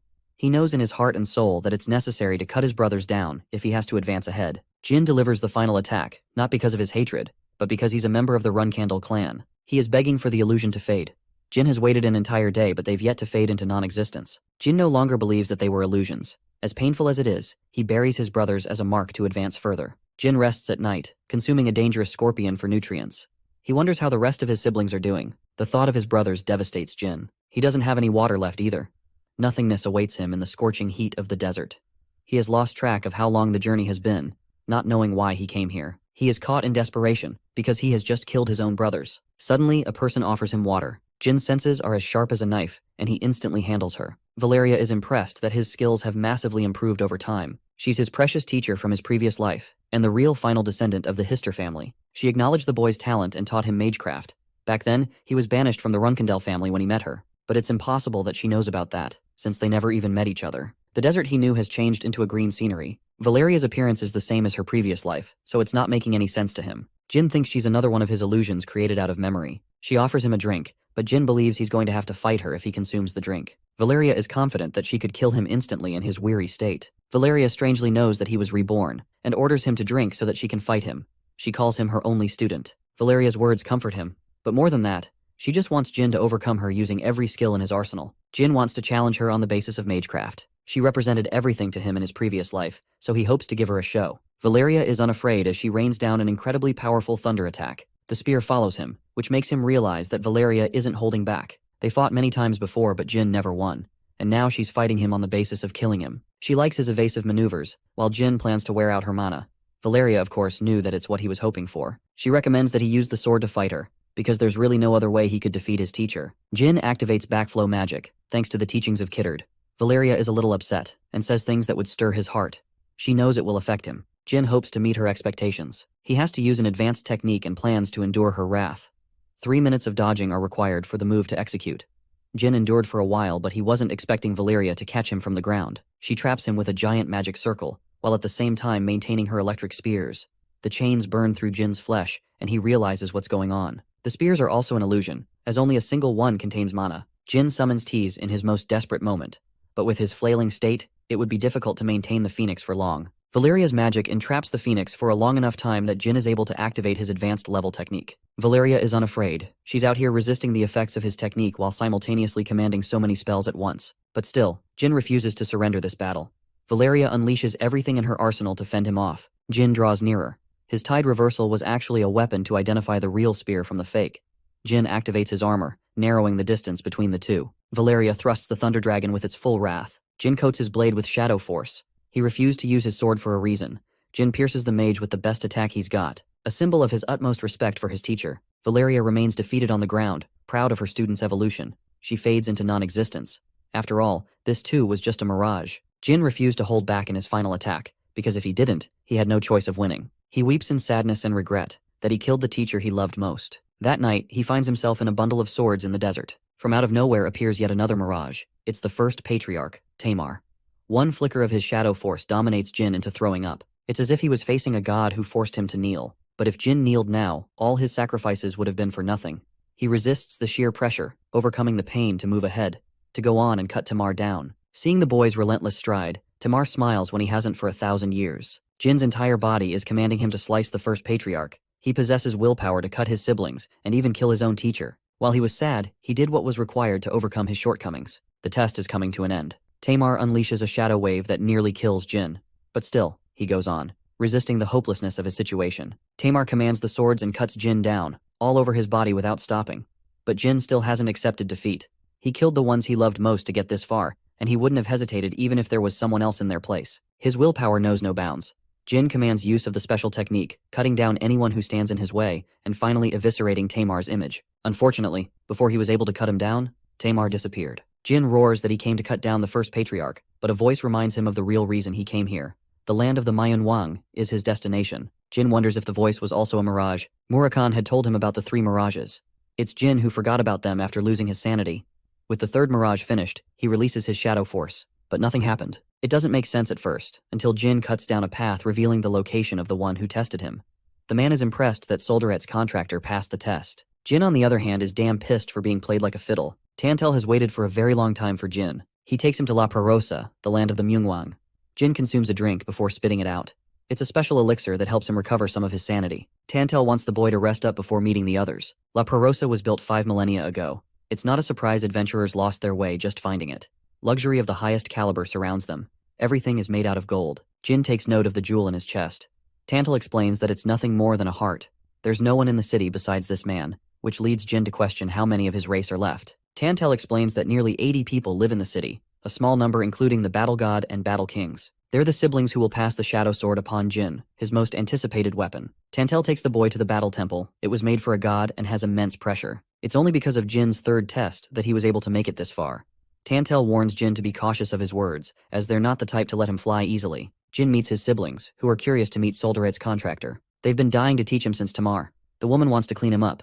Jin is treated like a rag doll as they fight over who gets to wash him clean. Jin enjoys his bath. He had a rough time dealing with the warrior woman. The humans of this era didn't have good hygiene. The size difference is crazy when he compares himself to the warriors. After cleaning himself, Jin dons traditional outerwear. Tantel explains they're headed for the temple to meet the battle god and the 12 kings he saw from before. Inside the temple, Jin notices the illuminated stone on Tantel's body. He wonders if it has something to do with the battle god. Tantel advises him to respond appropriately, or else he's getting his ass sent back to the desert. The door opens at last. Jin stands before the Golden Kings and their battle god. The pressure he's feeling right now is immense. Belize and the other battle kings are staring him down. The ruler of the place is the battle god, a smaller woman compared to the others, but with such a dominating presence that it eclipses the strength of the other kings. Surprisingly, the battle god comments on the differences between Tamar and Jin's appearance. Yet they boast the same energy. It's unlikely that Jin will become the better of the two, and they don't expect him to rival Tamar. Still, Belize trusts in his strength. After all, he's Solderet's contractor. Most of the other kings have already considered him weaker than Tamar, and for good reason. But Jin didn't come here to be treated like an inferior. He's bold enough to claim his name in the presence of the 12 kings. Van, the battle god, introduces herself properly. She makes it clear that the 12 kings are his enemies before becoming his rivals. Jin is okay with that, because he senses their open hostility. The problem is, he can't get a read on their intentions. Van will conduct his test tomorrow, and until then, she tosses him her own sword to fight. Jin calls it an ordinary sword, but then it immediately absorbs all of his shadow energy. It is drawing out every last bit of his shadow energy. Van tells him that Tamar overcame the Shadow Asbring sword, so she expects the same from our boy. Jin is bold enough to try and back his words. After the meeting is dismissed, Belize argues that it's too soon for Jin to overcome the shadow-absorbing sword. After all, Tamar was much older and stronger when he overcame the sword. Van knows this, but she chooses to act anyway. It's been 1,000 years since Tamar's fall. Their race stands to test the limits of the current Runkindel family, which means Van is confident in their evolution and believes they've grown much stronger since then. The next day, Jin turns up, drained of his strength. He couldn't even sleep because the sword kept exhausting his energy. With no amount of shadow force left in his body, Jin's going to have trouble. Garmund is the first of the 12 kings to test his resolve. He comments on the boy's exhausted condition and emphasizes that he has yet to acknowledge him fully. The first test is to swing his sword 10,000 times. Of course, Jin is confident because he's already done that before. The number goes higher and higher and higher until it reaches 8,000. It impresses Tantel as Jin executes his 9,000th strike. Thanks to Luna's excessive teachings, as well as the steel ball training, Jin's sword technique has been perfected. It is the very technique that forms the Runkindel family's mindset. At last, Jin completes his final swing, maintaining his stance. Garmund is impressed by the boy's powers, as many Runkindels failed to do the same. The people cheer in Jin's name, but Garmund is tight-lipped. Jin doesn't want to hear lame compliments from the man. He commands Garmund to accept that he's worthy of his teachings. Garmund is embarrassed, but he admits as much. Now the real training begins. Of course, Garmund has no intention of fighting against Jin, confident of his victory. He thinks that Jin won't even dent his sword, so the Runkindel decided to prove his strength by pushing him back. Garmund explains that it was a metaphorical figure of speech. The 8 king instructs the boy to take a swing. Jin uses his full strength, but instead he's the one getting pushed back. Jin wants to try again, and Garmund is happy to let him. With only aura left at his disposal, Jin concentrates his strength in a single slash, destroying the landscape with Garmund still pushing him back. Jin can't believe the difference in their skills. He has found himself completely outclassed. The 8th Battle King has taken some level of damage from the boy. He wonders if it's because of his perseverance as a Runkindel who conquered the desert. Even without Jin's shadow force, he's powerful. Garmund gives him 1 week to perfect an attack that will move his sword. The swordsman was expecting him to teach, but Garmund believes the 3rd Mirage, and the belief that everything can be cut is all he needs. He asks how long it took Tamar to succeed, and discovers that it took him only 2 days. 4 days have since passed. Jin has yet to move Garmund's sword. He has tried nearly 8,000 times. At last, one of his strikes managed to chip Garmund's weapon. He's still behind Tamar's performance, but the 8th Battle King is impressed by the boy's growth nonetheless. In Tamar's case, he didn't have the shadow-absorbing sword wearing him down, which begs the question if the first patriarch could have succeeded in 4 days like Hin. It's an impressive achievement and shows that the Runkandel family has been growing in the outside world. Garmund fully acknowledges the boy and knows that the others will come to see him the same way. But before that, Garmund requests that he be the first to taste the fruits of his achievement. Jin doesn't know the heck he's talking about but accepts anyway. Garmund takes the chipped piece of the sword and straight up eats it. Jin is struck speechless with what he just saw. His next training is scheduled to begin tomorrow. That night, Jin is observing the beautiful cityscape of La Prarosa. He wonders if he could boast the same qualifications as 3yr and uphold the reputation of being Soldaret's contractor. Tantel sees him lost in thought and knows that Jin didn't sleep for 3 days because of his shadow absorption training. He offers him a stone to eat, but Jin is suspicious and doesn't want to consume it right away. It's actually a snack that recovers one's energy. Jin takes a bite out of it and feels rejuvenated. He wants to know which of the Battle Kings is the strongest of them all. Tantel explains that there isn't a ranking system. They're treated as commoners like Tantel. A gloomy, shadowy presence creeps behind Jin, forcing him to react with his sword. It's the 5th Battle King, Boras, who is impressed by Jin's reaction speed. He inspects Jin's teeth and finds it strange that Jin is missing a molar. It happened with his final slash in the 3rd Mirage. Jin was so concentrated and angry that he ended up breaking his tooth. It's a considerable achievement. Boras is happy to lend him one. This guy casually chucks out his own tooth and offers Jin. After all, the teeth of Battle Kings can cut through diamonds. Jin can't believe what he's hearing. Boras disappears, leaving Jin at a loss for words. The following morning, Jin observes how strong the floors are. They're made out of a stone that refuses to be cut. And yet, there are marks of a sword all over them. That means the training was incredibly tough. One sword slash is gigantic compared to the rest. Garmund is shocked that he's only just noticing the details of his training ground. The marks are from 3yr, who used the first form of the shadow sword. Garmund doesn't have high expectations from Jin, and taunts him for it. But our boy doesn't like being compared. He wants to do even better than 3yr. Garmund sheds light on the technique itself. The first form is called Soul Slice, a staple to the shadow sword. He demonstrates the attack by coating his blade with shadow energy.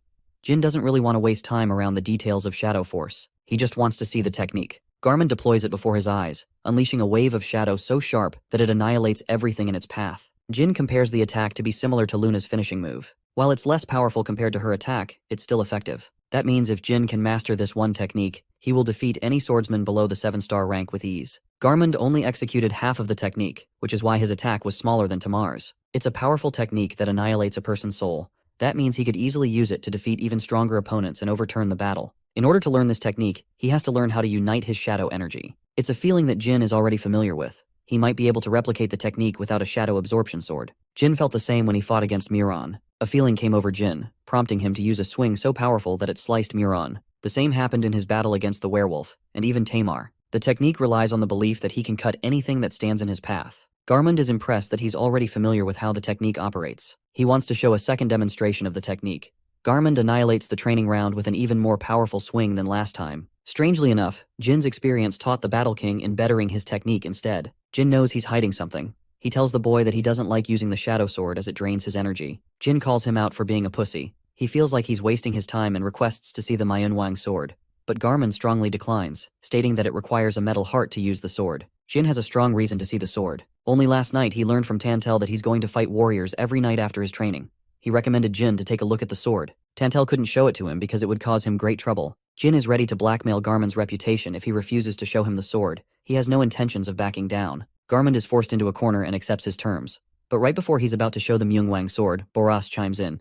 He's made the perfect tooth for the boy. Jin literally received no say in the matter. Boras just grabs his face and adjusts the tooth in place. It's weird for Jin to be accepting a nasty gift like this. But the moment he receives the tooth, Jin experiences the effects of memory transplantation magic. He learned about it from Valeria in his past life. The Hister clan used a device to exercise the use of such magic. Every bit of information about the Manhwa sword is currently being instilled in his memories. Boras chooses to keep his secrets, but confirms that what he received isn't related to magic. Magic is nothing more than a term of humans. In reality, mages don't exist as a race, and the people who use magic merely become blacksmiths. Boras is one of those blacksmiths, the most skilled one of all. They keep yapping about each other while Jin is contemplating how this civilization could use magic half a millennia ago. It's even more advanced than their current magic. Jin thanks the legendary blacksmith, who didn't just offer him the gift for no reason. Boras wants the boy's second achievement, that not even he himself knows about. A month passed as Jin finally managed to learn Soul Slice. He also honed his abilities thanks to Boras's, allowing his body to be faster and precise. The techniques of the blacksmith helped him unlock amazing levels of power. It took a while, but Jin eventually became capable of forming an aura heart. At last, he could nearly even execute the Manhwa sword.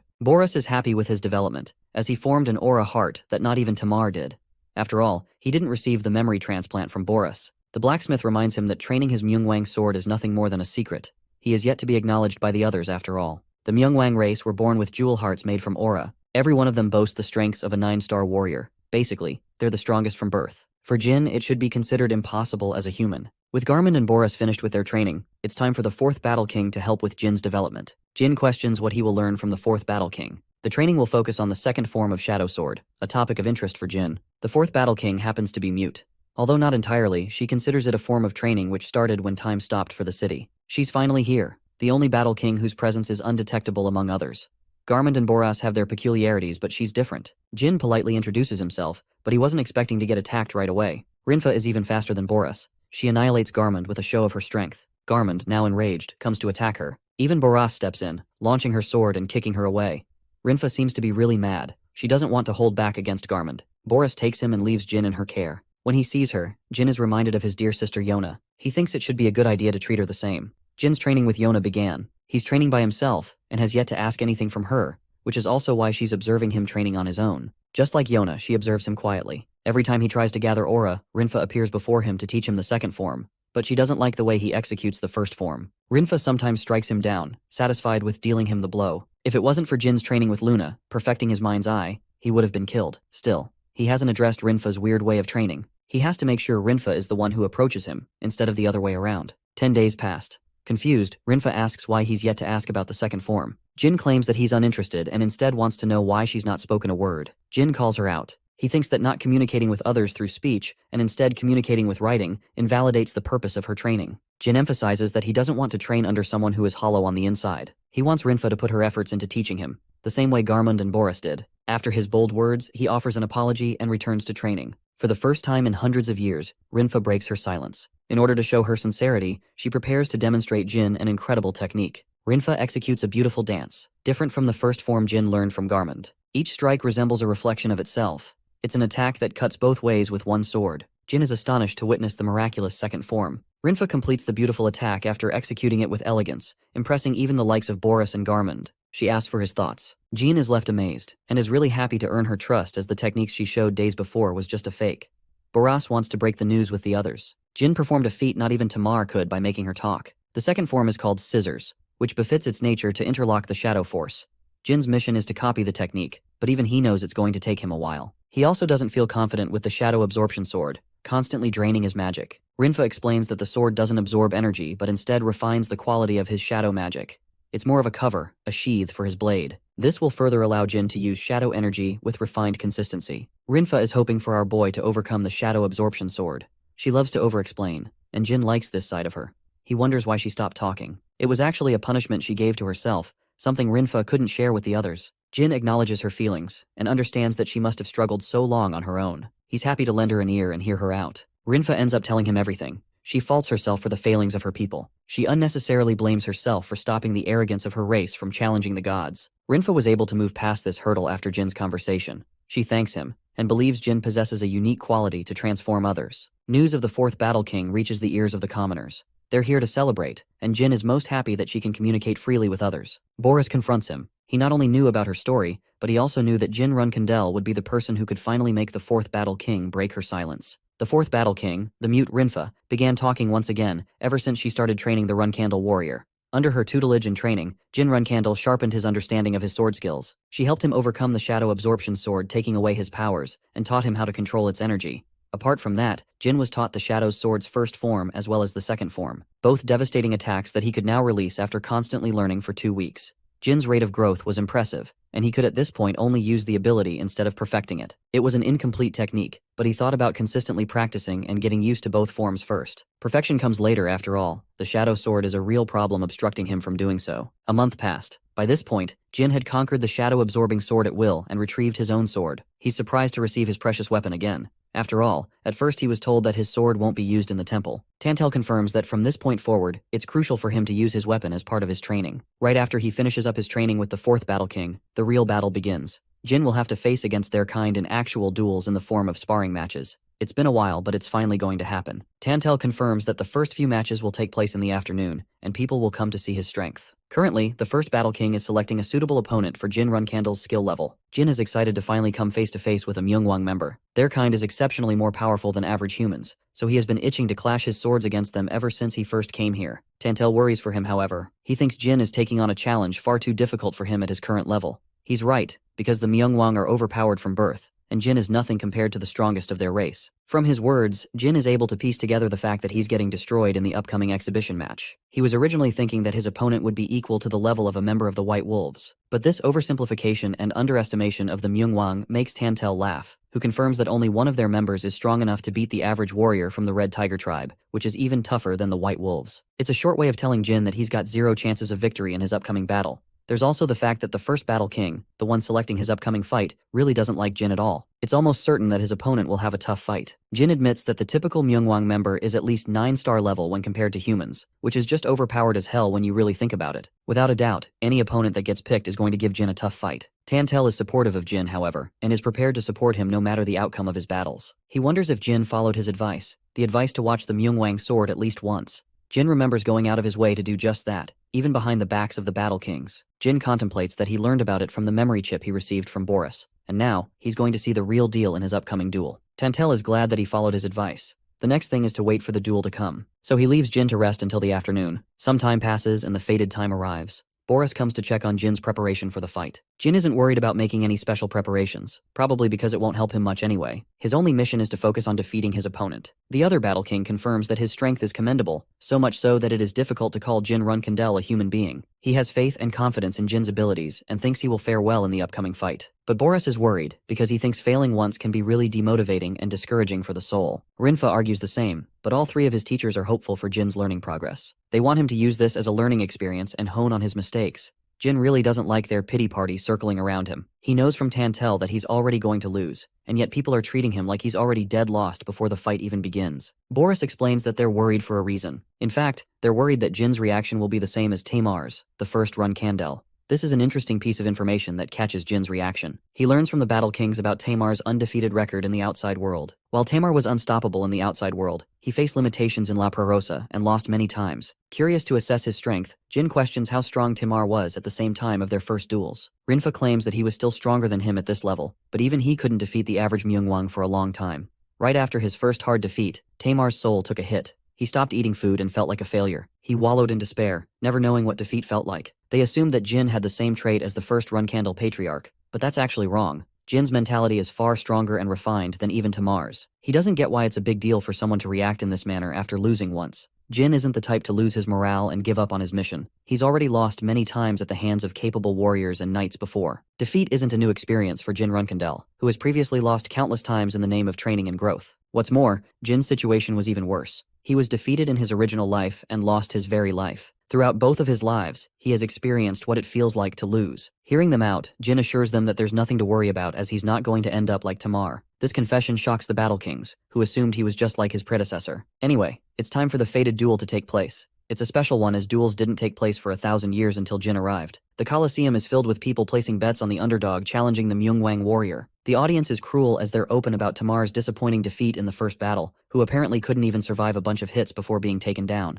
The warrior he's facing is a man named Shaku, known and adorned for his lightning-fast speed. He's a tall figure with long hair, and apparently he's a favorite of the crowd as they cheer his name. Shaku politely addresses Jin as the successor to the first patriarch. The underdog has only one request. He wants Shaku to give it his absolute best to try and kill him. Initially, even Shaku is shocked to hear this provocation from the boy. Jin doesn't feel fear and certainly doesn't want the fight to end up like any typical duel. He wants a real fight to showcase his endurance and strength. Shaku bursts into a heavy laugh, acknowledging Jin's reckless bravery, before getting serious and reminding him of his place. Shaku emphasizes that he despises those who are unable to wield the sword. Jin materializes a wave of electricity from his mana gem and concentrates all of it on his sword. Shaku is astonished. What Jin has done is impossible for his current level. He has just casted use of the Myungwang sword, right when he wasn't supposed to. Shaku is offended and calls for the traitor responsible for revealing the Myungwang sword to the unprepared Run-Kandel. Jin is done talking and blitzes his speed to attack him at once. His thunderous speed leaves cracking lightning behind him. Shaku is still in utter disbelief, as even if someone demonstrated the Myungwang sword to the boy, Jin shouldn't be able to cast it at his level. He's actually right. Jin reflects that the Myungwang sword is a fighting art known only to the Myungwang race. That's why he had to create a glowing gem heart using his aura to replicate them. But the heart isn't the only requirement to activate the legendary technique of this race. The answer lies in the memories Boris shared with him. The molar he obtained was the key ingredient. Jin practiced the Myungwang sword in secret, exerting himself every day to gain control of its power. He refused to give up until he could cast it. Now, he concentrates his full strength in an obliterating blast that destroys the arena. Or that's what he thought. because even as he used Myungwang's sword, Shaku merely blocked his attack effortlessly. The man roars for the 5th Battle King, offended to find Boras as the culprit responsible. Shaku takes a breath and casts an energy wave of his own. Before long, he releases a powerful wave of aura. A wave of power falls upon him. Shaku is pissed that Jin deployed the Myungwang sword in battle. He wants to pay him back dearly for disgracing the technique. Shaku isn't letting this one slide, and Jin can only prepare for what's coming at him. He props up a spell and tries to summon Tess. To his great shock, Jin can't even access or summon Tess into this dimension. He wonders if it's because the La Perosa dimension was created by Soldere, hindering the Phoenix's access to the dimension. Shaku sees him wide open for an attack and blitzes past Jin, who is barely able to respond by dodging his vicious attack. Shaku follows up with a second attack while Jin responds with an attack of his own. The attack slashes Shaku, but doesn't have any effect on the man. He merely releases an energy wave, sending Jin flying back. None of his attacks seem to be working in this battle. Jin lunges forth to try again and attack. Their clashes are almost equal in speed and power, but Jin is slowly getting overwhelmed with every attack. Not only is his opponent extremely fast, the man also boasts an impenetrable defense. There's not a single opening he can exploit for a counterattack. It all seems hopeless for Jin, while Shaku is confidently hammering him down. In this pinch, he decides to make use of a weakness of the body that can never be strengthened, no matter how much training. Jin plays dirty and pierces Shaku's eyeball with his finger, but to his utter shock, he breaks his finger instead. He had massively underestimated Myungwang's strength. Shaku explains that his cheap trick won't work since their eyes are as tough as their hearts. He only had one chance and he blew that up too. Jin is really in a tough situation right now. He's starting to realize why these guys are called the strongest species on Earth. The fact that there are hundreds of people like Shaku who are all similar in strength is terrifying. Jin wonders how a powerful race such as this face collapse. Shaku is enjoying himself. So far, he was merely toying around with Jin, but now, he's going to use a special technique. Jin's present condition is one of fear and shock. His body can't even bear the confidence to wield his sword properly. Shaku chimes in with a confident punch, explaining how he just used an ability called weapon oppression. Just like its name, the Myungwangs have the ability to imbue power into other weapons, forcing it to stop moving even in their opponent's grasp. Jin's face is wide open to eat a powerful punch coming full speed right at him. In this critical moment, he takes the initiative to dodge the attack, which causes a shockwave on impact. Jin can't afford to use his sword anymore either, since weapon oppression will kick into effect and work against him. He optimizes to gain distance and leverage a long-ranged battle, but Shaku doesn't seem to be worried at all. He sees Jin running off like a bird and merely catches up without any problems. Jin needs some time to execute the Shadow Sword's first form attack, as it's the only move that could prove effective against Shaku. He exhausts his body's limits to run as fast as he possibly can. Having gained the distance he needs to execute the attack, Jin charges the Shadow Sword's first form, engulfing his weapon in a column of shadows. But as he's chanting the slash, Shaku catches up and stops him from executing it. He catches Jin's sword with his own, preventing him from using the slash at all. Shaku then tosses his weapon away completely, before grabbing Jin's clothes and dishing a really strong jab to his face. So powerful in fact that it launches Jin away. But the torture doesn't end here. Shaku catches him and decides to give the Runkandel a taste of the real Myungwang sword. He stops Jin's foot into the ground, preventing him from moving. Now that Jin is completely wide open, he eats hundreds of punches from Shaku, one after the other, in endless punishment. Shaku releases a final attack with a frontal kick, stomping Jin's entire body into the ground. Then he lunges forth for another charged kick, sending Jin flying into the air. Jin's lifeless body plummets into the ground, all battered and bloodied from impact. At this point, he's incapable of battle. But Shaku isn't quite done. He grabs him again, before catching his blade and preparing to deal the final blow. As punishment for Jin using the sword before his time, Shaku intends to slice off his limbs, hoping that he isn't as arrogant in their next match. Jin's pitiful state renders him unable to respond. And just like that, Jin Runkandel loses his legs in painful punishment. After his disgraceful defeat, Jin ended up knocked completely unconscious. Vaughn wanted to use his blood to cure Jin's condition, even though the risks involved were high, as humans cannot handle the blood of the battle god usually. Jin could regain his consciousness in this fickle moment. He couldn't figure out what they were talking about. The battle god was fine with the treatment, recognizing Jin to be different from the average human. The blood transfusion process begins with Jin receiving whatever blood he can get from the battle god. After coming in contact with his body, Jin's nerves electrify from the sudden changes. Since he's a human and not a Myungwang, his body reacts abnormally and grows tense under the pressure. A voice calls out for him, confirming that the Runkandel can no longer hear the voice of the god of the darkness. There's a clear error, because if Jin cannot survive the blood and eventually dies, then that spells utter doom. The battle god has previously confirmed that Jin's death implies the complete annihilation of their race. His survival is critical. The battle god Vaughn speaks to the boy in his memory's consciousness, confirming that his death would mean the death of everyone. Jin at this moment is reminded of his miserable past life, and how he faded during that time too. His senses become sharper and more pronounced. The elixir of 10,000 poisons that he acquired from his sister is working itself to maintain Jin's survival. The elixir is so powerful that it will make it impossible for any assassin to kill Jin easily. Jin fights against his body's negative energy, refusing to give up right here and now. He has many objectives under his belt to accomplish. Failing here would be the end of it all. Most importantly, Jin has many people to protect and has to endure this suffering for their sake. Instead of the Myungwangs deciding his fate, Jin takes it upon himself to be the one who decides what happens to him. His mana heart strengthens, and after 1 month of remaining unconscious, Jin finally wakes up again. The very fact that he was able to wake up means that he survived the blood of one of the Battle Kings. He gets up, acknowledging that a month passed.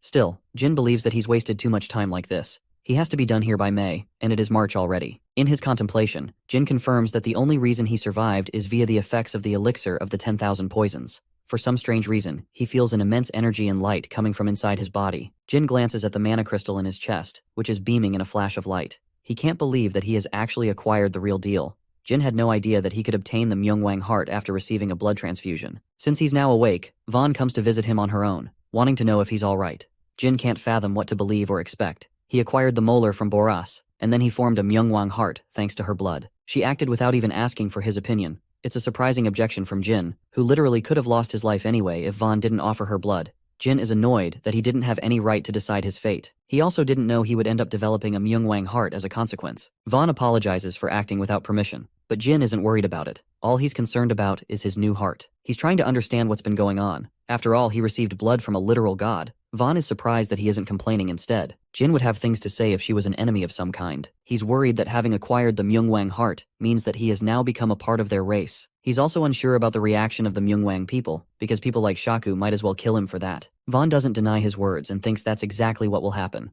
Faced with this situation, Jin asks a curious question. He wonders if he would have gained any acknowledgement from the Myungwang people and the Battle Kings without Vaughn's help. Vaughn observes his reaction. She can see Jin's fist tensed up in frustration. She counters and asks if he will destroy the heart if her answer is yes, because it is a power that Jin didn't obtain on his own. The Runkindel confirms that he's frustrated, but in the end, he also helped create his new heart. It wasn't something he wished for, but at the same time, if Jin failed to meet Vaughn's personal standards, then she wouldn't have decided to offer her blood. Vaughn believes that is required for Jin's succession to become complete. She questions why he wishes to oppose what she has done for him. Jin explains that if it's a heart that he created, then he can always create it again when necessary. He doesn't share any intention of eliminating his new powers if they can be used for good, since they would serve a greater purpose. Vaughn confirms that even if he didn't take her blood, Jin's performance would have gained acknowledgement of her people. Happy with her response, Jin intends to use his new heart to his advantage. He tells Vaughn about his departure in the month of May, as he's also got things to take care of. But he will return to La Perosa after that, so he wants the battle god to adjust and tune the rate of his training with this trip in mind. Since there are only 2 months of training for Jin to use, she alters his training schedule, commanding the warrior to train with the 7th Battle King in the morning and in the afternoon. He will train with the man who put him in critical position, Shaku. 50 days passed in the blink of an eye in Jin's training. The Myungwang clearly opposed him, and grew even more hostile than before, ever since Jin obtained his new heart. But after a while, when they learned that it was against Jin's personal choice in the matter, they came to stop hating him. The Myungwang race is unquestionably fierce and dominant, while normally, Jin would have wished to become just as strong as them without having to utilize his new heart. But it's impossible, and he knows that after facing Shaku in 49 matches. The outcome? He lost every single match decisively, but every time he faced defeat, Jin Runkindel mustered his spirit to train again. Instead of fixating and turning inside his loss, Jin felt the need to climb higher and stronger than before. He could feel his mind opening to new perspectives and strength. After facing Shaku in 10 whole battles, Jin was starting to believe that he might be nearly as strong as Luna, his older sister whom he deems the strongest among his siblings. Shaku's overwhelming strength and aura blew apart Jin's chances of victory. Every fight was a fight to survive. After 20 harsh and strong battles, the Runkindel realized that Shaku wasn't an equal to Luna at all. After facing him 30 times, Jin began to grow stronger on his own, and was able to match the warrior's blows. By this point, he thought Shaku clearly doesn't hold a candle to Luna's dominating strength. After 40 long battles, Jin had the confidence to believe that he could slice off one of Shaku's arms. Their strength and speed matched each other, and the gap was narrowing with every fight. Jin's physical skills were increasing at a godly rate, and the spars of suffering soon became battles of joy for him. He began to enjoy those fights with Shaku as a rival instead of an underdog. Despite his struggles, Jin still had to seek outside help from the 5th Battle King Boras. Why, you might ask? It's because after every fight, Jin's body would be mutilated and sliced apart. After a while, Myungwang stopped talking about 3yr, his predecessor. In fact, they were starting to cheer the underdog on more than ever. Now came the day for the 50th duel, where Jin was cheerfully supported by the people. He observes Shaku's stern and annoyed face and mocks him for fearing an incoming loss. Shaku explains that he's actually grown attached since they trained together every day. With every battle, it's gotten harder and harder for him to slice Jin's body. But that's not the kind of man Jin wants to face. He wants someone dead serious and strong coming right at him like they've got a grudge to settle. Jin recommends the man to fight him seriously without any brotherly feelings. Vaughn is eagerly watching this fight take place. She comes to hear from Tantel about Jin's scheduled departure from the land of La Perosa. Tantel makes a quick suggestion. He wants the rest of the people to also have the chance to fight Jin, as Shaku has had enough chances of his own and fought Jin for too long in their training. The other battle gods also confirm that Jin has gained a positive audience of supporters who spectate him eagerly, waiting for the chance to fight the successor. Vaughn draws to a pause before requesting the permission of the people. Before their fight begins, Vaughn announces Jin's departure in 2 weeks. She thinks it's time they all accepted him as one of their own, allowing them the chance to spar with him without any problems. Vaughn asks if anyone has a problem with what has just been discussed. Some of the Myungwang are still on the fence about accepting Jin Runkindel as one of their own, but seeing Garmund, Boras, and even Rinfa support Jin in his journey of growth has influenced their hearts. He has impacted the lives of the Battle Kings in his short stay, and he didn't even have an arrogant attitude despite receiving the Battle God's blessings. Even though his limbs were severed each day, Jin had the tenacity to return the next day and fight again. His undying persistence earned him the praise and recognition from the Myungwang. Instead of despairing like Tamar, he didn't fret about his losses either. In a moment of silence, the first Battle King Valtirok stomps the ground and accepts Jin Runkindel as his brother. He leads the pathway for others to accept Jin as well. Boris and Garmund are the happiest homies they can be. They also stomp in acknowledgement of Jin Runkindel. The gatekeeper Tantel follows, and even Shaku confirms they also believe in Jin Runkindel as one of their own. Soon, Jin receives a wave of acknowledgement from every single person at the arena. At last, the Myungwang people have agreed to accept him. Vaughn makes the announcement and declares Jin Runkindel as one of their own. After gaining acceptance from the Myungwang people, they decided who would come to fight him using the age-old game of rock, papers, and scissors. The sequence of fighters was soon finalized, and Jin became the victim of many fighters throughout the day. 2 days passed, and even Tantel was there to obliterate Jin's body with fierce slashes. Every morning he endured, every noon he suffered, and every evening he suffered even more. Jin endlessly fought the Myungwang people without taking any form of rest. He was physically strained all up until he had to face Shaku in their 50th rematch. Jin was pissed after getting the living crap beat out of him in every match, so he wanted to return the favor. But surprisingly, the moment he landed a small scratch on Shaku's face, the man accepted his defeat and surrendered. Jin was furious like hell that he couldn't dish out the same treatment that he got in return. He was really mad, but at the same time, came to accept the fact. After all, his new goal was to beat the Myungwang people instead of Shaku. When the fight finished, Jin regained his composure and helped Shaku get up from the ground. 9 days remained until he departed from the realm. He has a duel with each of the Battle Kings scheduled right after he returns from the human realm. So for now, he's simply training with the other Myungwang members for the meantime. In conclusion, that's how he fought a total of 64 endless matches against the Myungwang people. After his battles, Tantel decided to throw a celebratory treat in Jin's name, who has been consistently putting in the effort and surviving the brunt of every battle. He offers Jin the same mineral drink from day one, but he's just not interested in remembering his previous experience, which was filled with disgust and bitter taste. Tantel emphasizes that this time, it will taste much different, so he should go ahead and drink up. Jin is surprised and suspicious, but he decides to trust the man anyway. He chugs the drink down, and this time, Tantel wasn't kidding around. The drink does taste different. It packs a powerful, rich flavor now. The fifth Battle King explains that the change in taste occurred ever since Jin acquired the Myungwang heart. Jin is pleasantly surprised it's possible to influence his taste. Shaku has become best buddies with him and offers his drink too. Jin has no choice but to accept his drink in kind. They both chug it all down like old rivals. The rest of the party shares a drink with Jin too, pouring him a damn tub of alcohol to drink. This man Jin actually gulps down all of it, impressing his fellow brothers. They even toss him in joy and happiness, celebrating the moment to its fullest. After the party, a drunk and defeated Jin returns to the roof. There, he finds one of the Battle Kings waiting for him. Belize's surprise appearance made him wonder why she came here. She draws a wide smile, realizing how happy Jin is while enjoying the company of her people. She came here to enjoy the beautiful night sky. The dimension was once reproduced by Solderay, but it's actually the same as the original place they belong to. Belize can't help but admire the purple hues of the sky. Jin curiously asks if she's interested in the outside world ever at all. Belize explains that since time has forever stopped for the Myungwang people, they merely accepted their fate and no longer possess the desire to return to the outside world.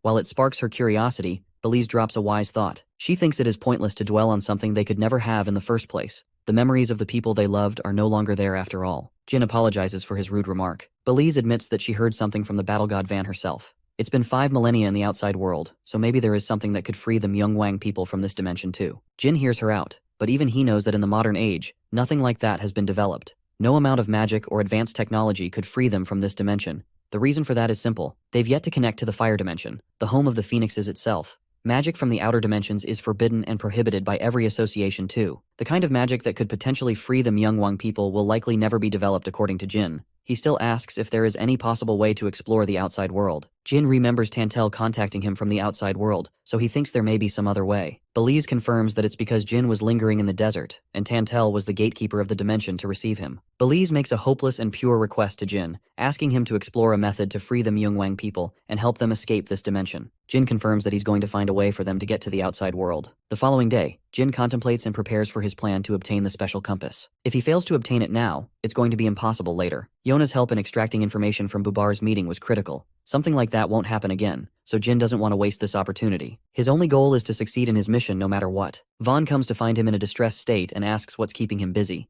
Jin tells her that he was just on his way to talk to her regarding an alarming matter. Vaughn inquires if it has something to do with his departure. Jin confirms that he wants to leave and execute a plan with his friends, but he's still unsure if his current strength will be enough to take on the mission ahead. Vaughn finds it rather hilarious that he's still uncertain in his strength. After all, he's fought one of the toughest people on the planet who are even stronger than humans. They've all reached divinity in their own ways. Jin confirms that he wouldn't have anything to worry about if he actually defeated any of the Myungwangs. The problem is, he's still falling short in every fight. He's unafraid of receiving injuries in battle. What Jin is really worried about are his friends, who aren't as strong as him and won't be able to survive tough blows. Vaughn senses his shaking confidence and encourages Jin, reminding him that he's the only human on the planet that can become their salvation. That means, if the current Jin is finding himself uncertain, then the very fate of the Myungwang tribe will flicker in his uncertainty. She hands him a brand new weapon as a gift. This sword is the Phoenix Thunder Sword, slightly adjusted by Boras for Jin to use. With whatever time he has left, Vaughn wants Jin to fight against her and improve his strength. The battle god has extended her challenge to the swordsman.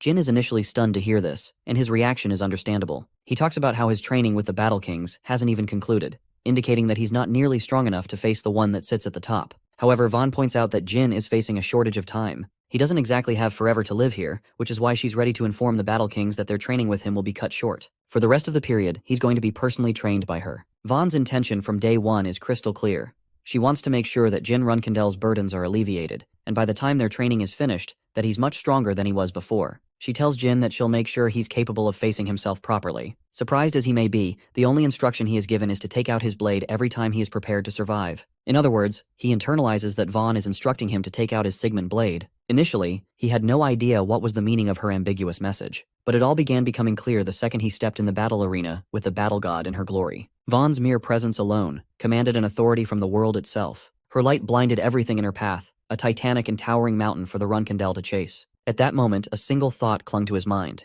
Despite his fear and discomfort, Jin Runkendel realized that he was going to rip to 1,000 shreds the second he unsheathed his blade. He could see himself getting annihilated just being in her presence alone. Despite thinking of numerous different strategies to face her wrath, to perhaps in some way outsmart her, or maybe closing the gap between the two. But unfortunately, it doesn't work that way. You just can't gulf a power gap that massive, even if you've got the brains of Light Yagami. Jin Runkendel simulated many different outcomes in his mind, poking around solutions to his most prominent problem yet, but there wasn't any way of surviving the ultimate outcome. Everything would result in his decapitation. Everything. Hundreds of simulations later, Jin Runkendel is faced with a nightmarish understanding that despite him taking out his blade countless times, the end result is all the same. The reality is so grim that he wants to reject it, defy it, deny it, but deep down he's seen it. He knows that death is inevitable, that he will perish in the attempt of even challenging Vaughn. The imaginative aspect alone puts him on edge, despite his training and experiences so far. He can't find an opening, not a single penetrative opening, to exploit even the smallest of advantages. This is more of a battle of mental fortitude at this point for him. 5 full days passed. Jin Runkendel couldn't do anything until the 5th day. Mustering all of his will and determination, he burst forth to try and unsheath his weapon for the first time in this hellish training period. Sigmund was unleashed, despite Jin Runkendel having nearly 100,000 deaths in the span of a few days that went by. That's a testament to how powerful Vaughn is. But today is a bit different. He unleashes Sigmund's wrath. The thunder itself cuts through the heavens and crackles down to the ground. Here, at last, he's made an opening. A single opening from which he managed to unleash one attack. When the dust settles, it is revealed that Vaughn is standing there, unfazed,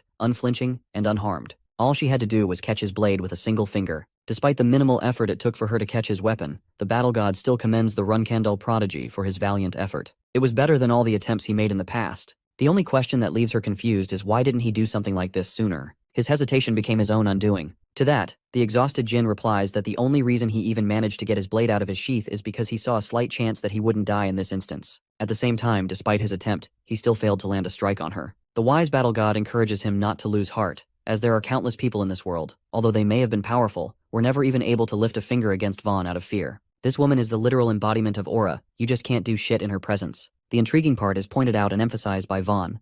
Jin could have done what he did just now, 5 days ago too. It's merely that he lacked faith in his own abilities and strength, which is why he hesitated in the fear of death. She furthers this explanation by enlightening Jin about his wavering faith. He had all the strength. Nothing changed there. The only difference was his attitude about his own abilities. Letting out a relieving smile, the Run Candle finally realizes the point of the lesson. It wasn't to hone his physical abilities or to defeat his opponent. No, it was something much greater than that. The purpose of this training was to remind him to entrust his own abilities, to believe in himself. By his own admission, Jin recalls believing in himself with godlike determination when facing the mirage of his predecessor. But during this time in the sacred realm, he forgot about it. Vaughn confirms this notion, that pain and agony are responsible for shaking one's belief in oneself. She also goes on to state that if he hadn't learned this lesson, and that if he still wavered in his confidence, she would have retrieved the blade from him as he would be unready for it. On a side note, I think this is an important learning moment for us all. Sometimes believing in ourselves and being optimistic is the only thing necessary to achieve our goals, and I hope you guys can apply this lesson to your life. Jin Runcandle's belief in himself has been regained, and he has the confidence to think that he can at least strike the battle god once. Vaughn seconds his thoughts,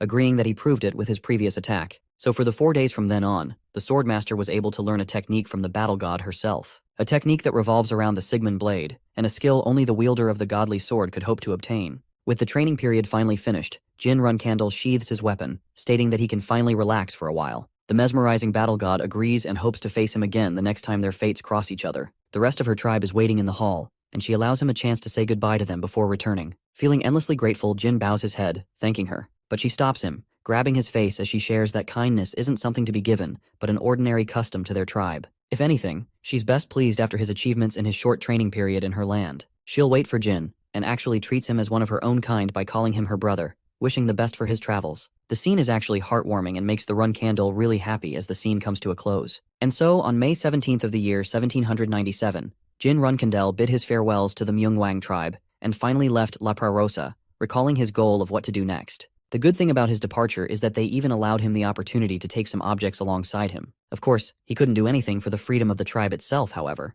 Jin ended up taking some teeth, a few blotches, and a robe personally handcrafted by the Battle King Boris. He also took a jewel drink and some cacto for his travels. After a long journey, he was able to return to the original realm and exited the Great Mitra Desert. The difference in his training could be felt while returning home. He wasn't so sure if it was the training itself or the fact that he obtained a heart of the tribe, but for some reason, Jin didn't feel an iota of exhaustion on his way back. His travels continued for 4 days, and he reached the waypoint where he broke off from his guide at the start of the journey. The night of May 25, Jin Runcandle reached the part of the forest where he saw the little ones. They're shocked to see him returning from the desert. Jin is pumped to see Dark Flame and even wonders why they're out here of all places. Turns out that they were here for a job and only just returned to Yuka Yuka. Dark Flame is really happy that the human didn't die, as everyone from his little gang was worried about him. They're curious to know if he overcame the desert and his trials at last. Jin answers by painting the experience as something he'd never experienced before, an unforgettable time spent. He also recommends talking stuff out since they're both headed in the same direction. For the same reason, Dark Flame is cautious and warns him not to return to their home territory.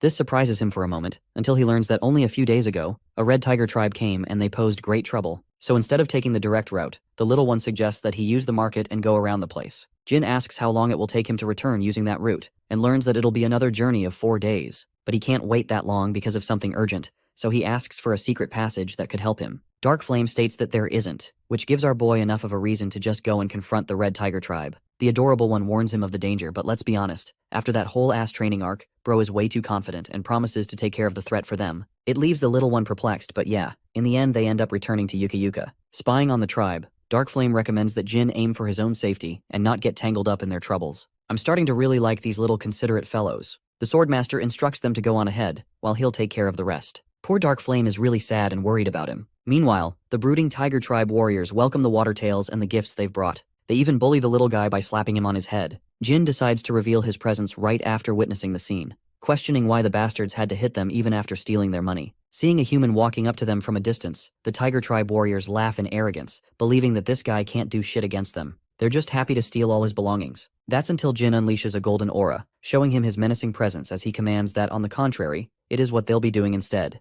With a frightening order, he commands them to give back everything they stole from the tribes while his patience is allowing them to live. A clear and resounding message to take back what was lost from the Beastman tribes. And yet, the energy and power behind that message causes the instincts of the Tiger tribe to run crazy, frightening them to question the kind of power this human possessed. foolishly rushing in to strike. The tiger warrior thought that perhaps it stood a chance if it landed a preemptive strike before the human could do anything. Jin Runkandel easily tracked him with his eyes, and a mere command of his caused the creature to fall down, restricting its airflow as it struggled to make every breath. The creature kneeled before him, revering him as some kind of god and pleading to be saved. The Runkandel then landed another declaration. He was going to kill the tiger warrior if his friend didn't run away alongside him to the count of 3. The countdown began with Jin preparing both of his awesome blades and exuding thrilling energy. Before he could even finish the countdown, the tigers chickened out and ran the hell away from him. The situation is diffused, and Jin has successfully helped the little ones return the fish they bought with their money. It really makes them happy to claim what's their own. Dark Flame tells him to rest up now and also hopes to throw the human companion a party at his tribe someday. Unfortunately, our boy has to hurry up because he's got to deal with some stuff. As for the treasure stolen here by the tigers, Jin leaves the responsibility up to Dark Flame to return them. As he's leaving, the rest of the Water Tails celebrate in pure joy, hoping that he will savor a meal with them. Seeing the open invitation, Jin realizes that he's actually hungry from his travels, so he decides to stick around for dinner. They sit by the fireplace, enjoying the delicious fish, while Jin inquires if hair dye is sold in the tribe. Dark Flame is pretty shocked that he's asking for a dye out of nowhere. The Runkandel tells them that he's got to run a disguise and enter a territory. That's why he wants it. For that, the little one offers him an even better solution, recommending the usage of the Golden Tongue tribe, known for their specialty in disguise spells. It's way better than anything a dye could pull off. In fact, the little one even offers to travel along with him to the tribe. Fast forwarding ahead, we get to see yet another cute one who celebrates Jin's return and learns that he's in need of a disguise. Immediately, the member of the Golden Tongue tribe puts out his pricing board, startling Jin and asking if he's interested in only hair color. The little businessman understands that maybe the prices listed here are premium, but then again, it's a job that they excel at compared to other species. They utilize a natural essence from the extracts of herbs, and a bonus of that is that the user has a nice scent to them. It's actually high in demand too. Hearing the opportunistic little one trying to hustle the human, Dark Flame steps in furious, reminding him that this one saved them all by defeating the Red Tiger tribe. They even showcase the many treasures they received as a consequence of recovering goods from the Tiger tribe. Hera is surprised to hear this, and realizes that he may have said too much if the human is owed a favor. It makes it seem like he's conning our boy, which is just hilarious to me. Hera is offended because he thinks he nearly became a terrible seller who was about to cash grab from their savior. As for Dark Flame, the poor boy can't bear the yap session and nearly fades away. Anyway, the merchant holds Jin in high regard for defeating the Red Tiger tribe, and his perception of him has changed. They're very happy because of him, as the merchants in the territory can now resume business without any issues. So just this once, he's more than happy to do a custom order for free for their beloved savior using the special spell of their tribe. Man, I just can't get enough of these adorable guys. It was the last day of May when Jin Runkandel arrived on the southern island of the Bellido Empire. The place looks grim and harbors an edgy atmosphere, resembling the same as its appearance from the original timeline. Here, the blonde warrior clad in a badass black outfit has arrived, recalling how this place is still swarmed with trash merchants and the poor, miserable people. Some of them are those who bet their entire savings on the arena tournament and lost it all. Aside from that, the northern region of the same island is lavish, and distinguishably different from the misery of this hellscape. That place is enjoyed by the aristocrats and the nobles who love gambling. And it's also the same exact location where the compass trade will happen. Meet young Master Bommerl, in other words, Jin Runkandel, under the special disguise spell. I have to say, that merchant wasn't kidding around. He did a better job than any hair dye would. Spotting a man in the distance, Jin wonders if this snickering man went psycho after going to the arena. But as he's walking past the guy, he is stopped by the clown, who hands him a small paper. The resemblance is familiar until you realize this idiot is actually the idiot Jet from before. Extending his kindness, the swordsman leaves him with a bunch of coins, receiving blessings from him. Also, what Jin has noticed in this brief interaction is just how convincing Jet's disguise actually is. His ability to execute well is the reason he recruited this guy, even though he was conned by him in his previous life. Inspecting the piece of paper, Jin learns a bunch of important information that's going to help him in his mission. The coordinate is the Birdbeak Inn, so he follows that and asks for a room. Well, he's quickly told to fudge off because they have no more rooms here. But then, Jin reveals the secret password, catching the receptionist by surprise as he allows them the keys to go to room 203. And so 203 it is. Jin is pretty impressed by Jet's attention to detail and finds a letter in a secret spot. He takes a moment to comprehend the situation. The letter reads that Jin's friends have already arrived and set up spots in different inns. As for the problematic Kinzello clan and the Zippel clan, they've yet to catch on. As for the events that transpired, here is what Jet has to say. Firstly, the shadow organization Kinzello is being led by Archmage Chukon Tolderer and 5 8-star magicians under him. They also have access to 3 white tigers on par with the level of assault commanders. That tells you all you need to know about how powerful this team is. Apart from that, they've made sure to place plenty of assassins and archers all over the place. Though Jet is confident of Kinzello's side, he has no idea who the Zippel family sent from their side. It is as if they're intentionally hiding themselves until the day of the trade. Finally, Jet warns him of his suspicion, believing that both sides must have people scattered around in disguises to blend in with the surroundings. The mission timing is still the same. The exact location is the gambling house in the Grand Estate. Normally, access would be restricted, but it's thanks to the special ticket Jet has left behind in the red box for Jin that he can safely enter the estate without any trouble. Lastly, by the end of the mission, he wants him to escape using the departure location they've already talked about. Jet also decided to write down important information at the back of the letter, including the locations of the inns where our boy's friends are staying. Based on the agreement between the Dark Dragon and Sir Kashmir, they've decided to allow Ceres to take part with them on this mission. The reason is simply because of her vast experience in covert assassinations and guerrilla warfare, making her an excellent tool in the plan. With the content of the letter settled, the merchant intends to return to Tikan and hopes that they succeed in their plans. Assessing the information he just received, the Swordmaster understands that he's up against a 9-star mage as well as 5 8-star magicians, not to mention the powerful white tigers. The fact that the Kinzello family sent such a powerhouse of a team means that the Zippel family would have to send people of equal caliber. Jin predicts that the same despised playground of the pirates will end up as a pure battle of the stars in just one day's time. Funnily enough, right in the next scene, Bro is out here trying to gamble for his life, only to get his ass beat consistently by a confident young woman. The rest of the players are worried for the young man, who has already spent and lost 1,000 gold in amount. You can just see Bro's devastated expression. Clearly he wasn't ready for this kind of loss. June broke dawn's morning in the gambling house of the Grand Estate. Our boy had just made his fresh entrance inside, and immediately he was being eyed up by noble young women. Bro is a straight-up chick magnet with the way these women are horny for him. The curiosity of his identity makes them want to approach this heroic young man, and they all wish to stay with him for the rest of the night. As he walks past everyone, a fashionable black-haired woman calls him out for being a new guy, and yet his mere presence uplifts the mood of the people around him. The funniest part? This is actually Ceres in secret, but she introduces herself as Zelaya here. As for the stupid cat in her arms, that's our boy Murakhan. And honestly, he's the only reason our boy even recognized her disguise. Showing respect, the nobleman greets her. Even though Ceres' disguise isn't as commendable as the Transfigurator Bubare, it still holds impressive weight for being produced straight out of the Ice Palace. Well, Ceres thinks it's about having a fun time playing roulette. It's his first time here after all. Murakhan eggs him on to join along too. Our boy, being wise, rejects the offer as he plans to look around first. Because in his mind, he knows for a damn fact that he'll get ripped off by the greedy bastards. Ceres shows a hint of her personality and agrees to help him scout around some games before playing.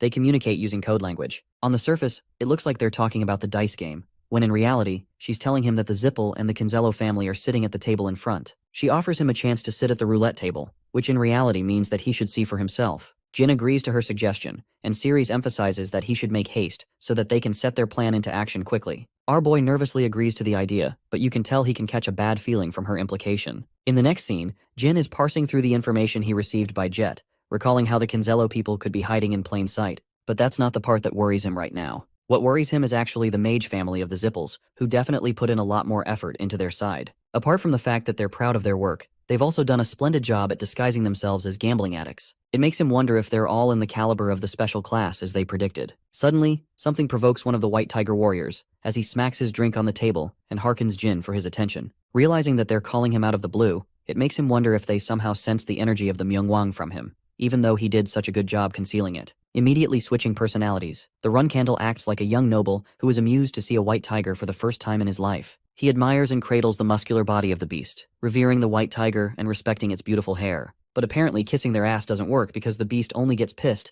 and demands that he take his hands off him. It makes the beastman question his own senses. At first he thought that this blonde bastard was dangerous from his scent, but now he just seems like a damn fool. Jin apologizes for not keeping his hands to himself and inquires why he was being called. Instead of bothering him with any questions, the disappointed white tiger turns tail and tells him it was just a false alarm. Though Jin successfully deviated the threat, things could have taken a really bad turn here if he got caught. Right here and now, he establishes one of his primary mission objectives, which is to eliminate all 3 of the beastmen from the Kinzello side. Deciding to head right back, Jin ends up finding Lady Zelaya, or in this case, Ceres again. The girl is out here destroying people at the roulette wheel and finds herself delighted to see the young man here. Caressing his face, she apologizes for not knowing his name any sooner. When asked for an introduction, Jin notices that Murakhan is spitting out the secret message for this exchange, which reveals that the compass will be exchanged at the central poker table on the 2nd floor. Deciding to fuck around with Murakhan while he's still in his cat form, Bro squishes his face with the note inside his mouth, and he extends his pleasantries by giving a peck on the lady's hand, introducing himself as Ba Merrill. Ceres then tells the young noble to sit alongside the table so they can enjoy playing all night. As he's making himself comfortable, our boy glances at the 3 people in front of him. They're all of his friends disguised excellently thanks to the help of the Ice Palace. The dude dressed like a nervous pirate is Kashmir. Then there's Enya, who is writing down math equations on her notepad. And finally there's Alicia, who looks embarrassed having to take on the disguise of a man. And I would be too. Ceres looks the most stellar of them all, and starts off the game by rolling the marble. The roulette wheel swings its wonders, and then we come to the exact scene from last time. Ceres is out here kicking the young noble's ass by winning every game, while Kashmir remarks that our boy has already downed 1,000 gold. Jin is struck with despair, but refuses to back out, believing his pride will be tarnished. But in reality, this is actually a clever saying. Let's switch positions and move to a different game. Ceres is glad to hear that and allows him the opportunity to choose the game of his choosing. The young noble confidently suggests a game of poker, believing that in that game, she won't be able to best him. Once again, if you guys remember from the scene earlier, the trade will take place at the poker table, so Jin is smartly alluding to that. Ceres catches on and tells him that the table is on the second floor, once again going closer to their destination. Inspired by their epic clash, a few people want to follow them and see the conclusion of their duel. As for the three hooligans, they're gonna stay here and observe any suspicious activities taking place on the first floor while they're gone. Ceres is glad and emphasizes that they should wrap up their preparations by 10 for their plan. The clock is approximately 6 minutes away from striking 10, while the crowd is anticipating the conclusion of the match between the two. The shocking part for them is how the majestic young master keeps on losing, even in a game of his own choosing. Bro's hand is out here quivering, and he puts on the perfect act of despairing in a loss. Everyone in the crowd pities him for losing, but then again, they all think he made a big mistake by challenging Lady Zelaya of all people, who's the best here. I can just tell Ceres is enjoying tormenting our boy here, even if it's for the plan. She pities the young master and believes it's time to go. But before leaving, she drops a message for him while meeting his gaze. The message is that he'll be all good by tomorrow's time, which probably implies something in the success of their plan. The clock is seconds away from striking 10, and our boy is fully aware that an opportunity like this won't present itself again. He has to succeed no matter what happens. Secret communications between the people of the trade have already begun. A man reaches for his bag, and Jin immediately suspects that it has to be the golden compass no matter what. Unleashing the weight of Shadow Force, he initiates his plan to recover the compass by blowing up the damn place. Let's go back 5 minutes before the clock struck 10. A group of individuals made their way past the young master who kept on losing his little games. While he was busy losing, they were busy meeting with a prominent figure who greeted them upon arrival. This man is none other than the Zippel family's representative, Karl Zippel, who was sent here for negotiations. Now, the Kinzello organization doesn't really give a damn about having introductions of any kind. The 9-star magician on their end is peeved by the senseless commotion in the crowd around them. This guy, who looks like he never had a happy day in his life, is actually the representative of the Kinzello clan, Chukon Tolderer. Karl Zippel tells him that they can't exactly stop the commotion in a gambling house, and urges them not to pay attention to the crowd's chatter. Seated in place, the man from the Kinzello's side talks about how he's chronically pissed off because of his advancing age. Yup, that about sums up the boomers of the generation. Anyway, he suspects the Zippel family right away, accusing them of planting thieves among the crowd. Karl basically tells Chukon not to get his panties in a twist because the idiots around them are nothing more than gamblers who can't help themselves. Then there's the fact that the Zippel family wouldn't go to such lengths just to keep the item after the trade. Knowing that the arrogant Zippel representative is taunting him,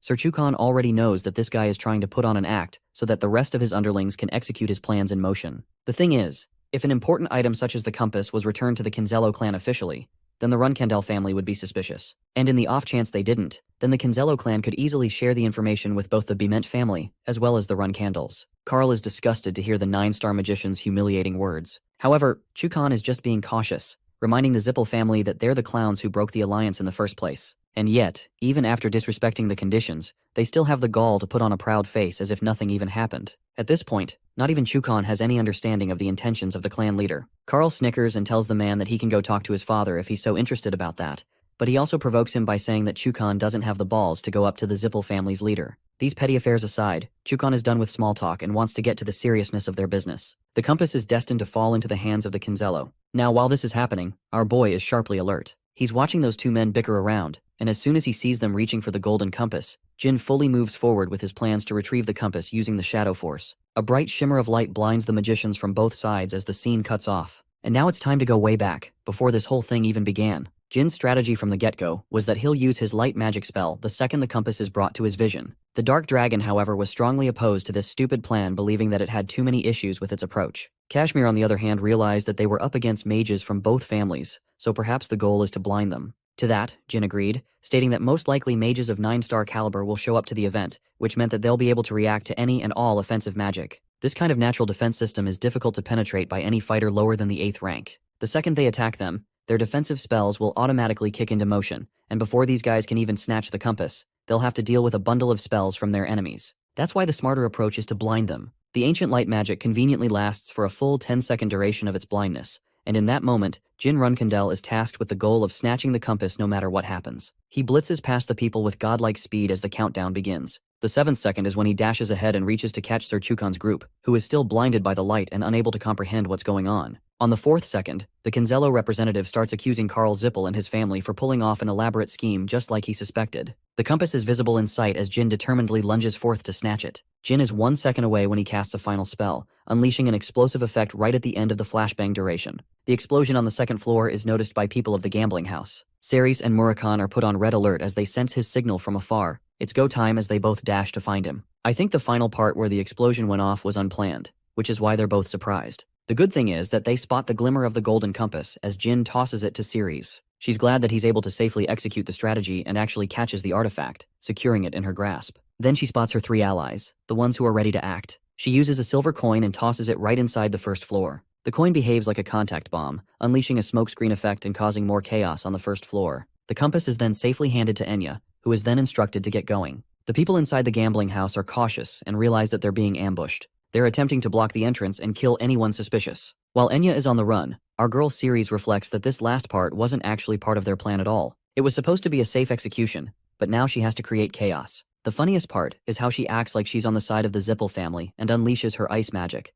The same goes for Alicia, who is enjoying this far too much by bashing the skulls of those around her. Even Kashmir is in on it, so I guess their strategy is to make it seem like the attack was perpetrated by the Zippel family. As for Jin's side of the story, dude is out here realizing that he nearly flunked that plan. The only reason he succeeded is thanks to Sigmund's sword ability, the secret technique he learned from the Myungwang family. Sir Chukon at present is roaring his frustrations about the item's disappearance, ordering his men to focus on securing it at once. Knowing that this guy's vision will return soon enough, our boy prepares his blade, grasping it with immense power as he understands he should end this battle before it even begins. The Kinzello representative is out here shouting insults at the Zippel family for backstabbing them once again, while the blinded Karl is trying his best to reason with him, pointing towards the crackling yellow lightning in his rear. The 9-star magician sees the same. Meanwhile, his beastly warriors urgently rush to check on their leader's condition, questioning if he's doing all right. To the White Tiger's shock, it's the same dangerous energy exuded from the noble from before, only this time, it has manifested in all its glory. Unleashing the Phoenix Thundersword.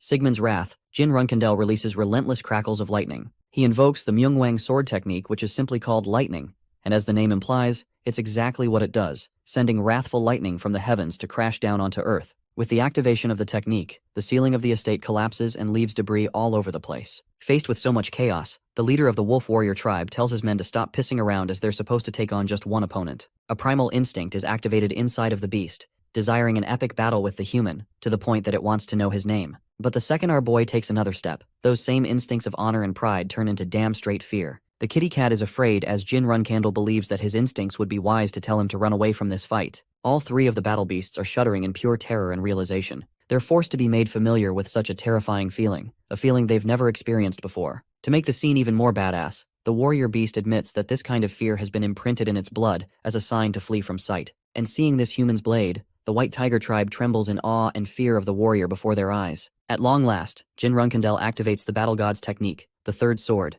the very embodiment of the fear of death. Roaring condemnation, the shrouded swordsman releases a thunderous slash that makes its way to the 3 beasts. Even the warrior tribe knows that they can't block an attack of this magnitude, so the leader tells them to dodge at once. But he's far too late, as the moment he turns his attention back to his comrades, they've literally been vaporized out of fucking existence. Bro, literally Thanos snapped them out of here. The despairing sight makes the White Tiger leader sulk in shock and horror. At first he tries to deny the situation, but then he remembers Sir Chukon and checks to see if he's okay. Realizing that Jin is about to slash the 9-star mage down while he's still blinded, the White Tiger warrior faces his fears, adopting the responsibility as a warrior. And so he rushes in blindly from behind, shocking Jin on his way. He has to counter the beast warrior's attack, so he lets out the authority of the Myungwang tribe and stuns the monster with a zapping effect, tossing him further away from the field. Luckily for the White Tiger, it is able to regain its footing, but to his horror, his prized weapon has been heavily chipped from the blow. It's impossible to think that a weapon made to last has been reduced to such a state. Unfortunately, during that small window, Sir Chukon managed to regain his sight and wondered what's going on. His eyes widened at the sight of the shrouded swordsman clad in black, who was aiming his blade right at him.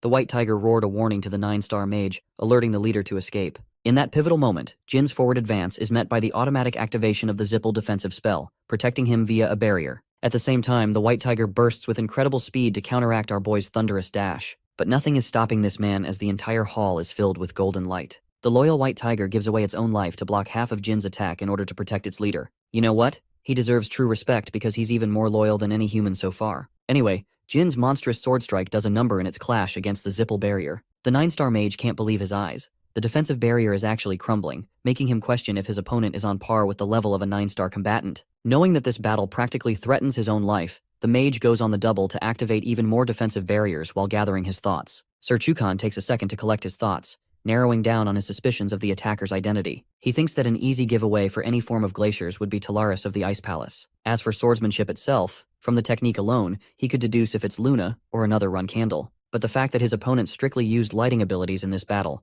knowing that neither family wields the element of lightning, confuses Chukon. In fact, the only family capable of wielding the element is the long-lost Hister family, who has not only lost the ability, but has also gone mostly extinct. So then it makes him wonder if the Bemet family is behind this, and if their horrific experiments actually ended up creating a monster of some kind. Right now, the situation is too blurry for him. He genuinely can't tell. Chukon pleads with the assailant to inquire about his intentions and what family he represents. Of course, anyone would be the stupidest man on the planet to reveal that to his enemies. The Shrouded Knight questions if they're so curious of his identity. The 9-star mage of the Kinzello clan finds himself pissed off, especially since he hasn't been humiliated like this in a long while. Not only that, he has zero knowledge of his attacker. It makes him question if his opponent is some kind of magic swordsman. To that, Jin Run Candle argues that it would barely make a difference whether he was or wasn't. After all, by the end of this battle, not a single one of them will be left alive. Hearing that only provokes the Kinzello magician even more as he casts a spell and threatens to kill the knight if he doesn't surrender quickly. But before he can do anything, Carl Zippel shows up, applauding Jin for his bravery against a threat of this caliber. The fact that he invoked light magic, used lightning, and that he turns out to be a magic swordsman on top of it all. This guy is a powerhouse who took on both sides and was ready to take them down. Hearing the guy applaud their enemy, Chukon questions whose side he's on. Deciding to introduce himself properly, Carl Zippel makes himself known as the master of the 4th magic tower and quickly gets to the point. He's extremely fond of the magic swordsman and promises to hand over anything that the shrouded swordsman desires, so long as he becomes an ally to their family. Introducing himself as the tower master of the 4th magic tower, Carl Zippel has made our protagonist an interesting offer considering the fact that Jin nearly annihilated all of them into the ground. The audacity of the Zippel family's magician betraying them and extending an offer with good reward to their enemy makes Sir Chukon furious and gets on every fiber of his being. Bro screams so loud that even the mage is like, "Shut the fudge up, you're making me go deaf." In any case, Carl Zippel expresses that though their enemy may have possession of the compass, the better way of handling this problem isn't to kill someone that could be used as an asset. Pointing to vaporized beastly corpses that are laid out fresh in blood,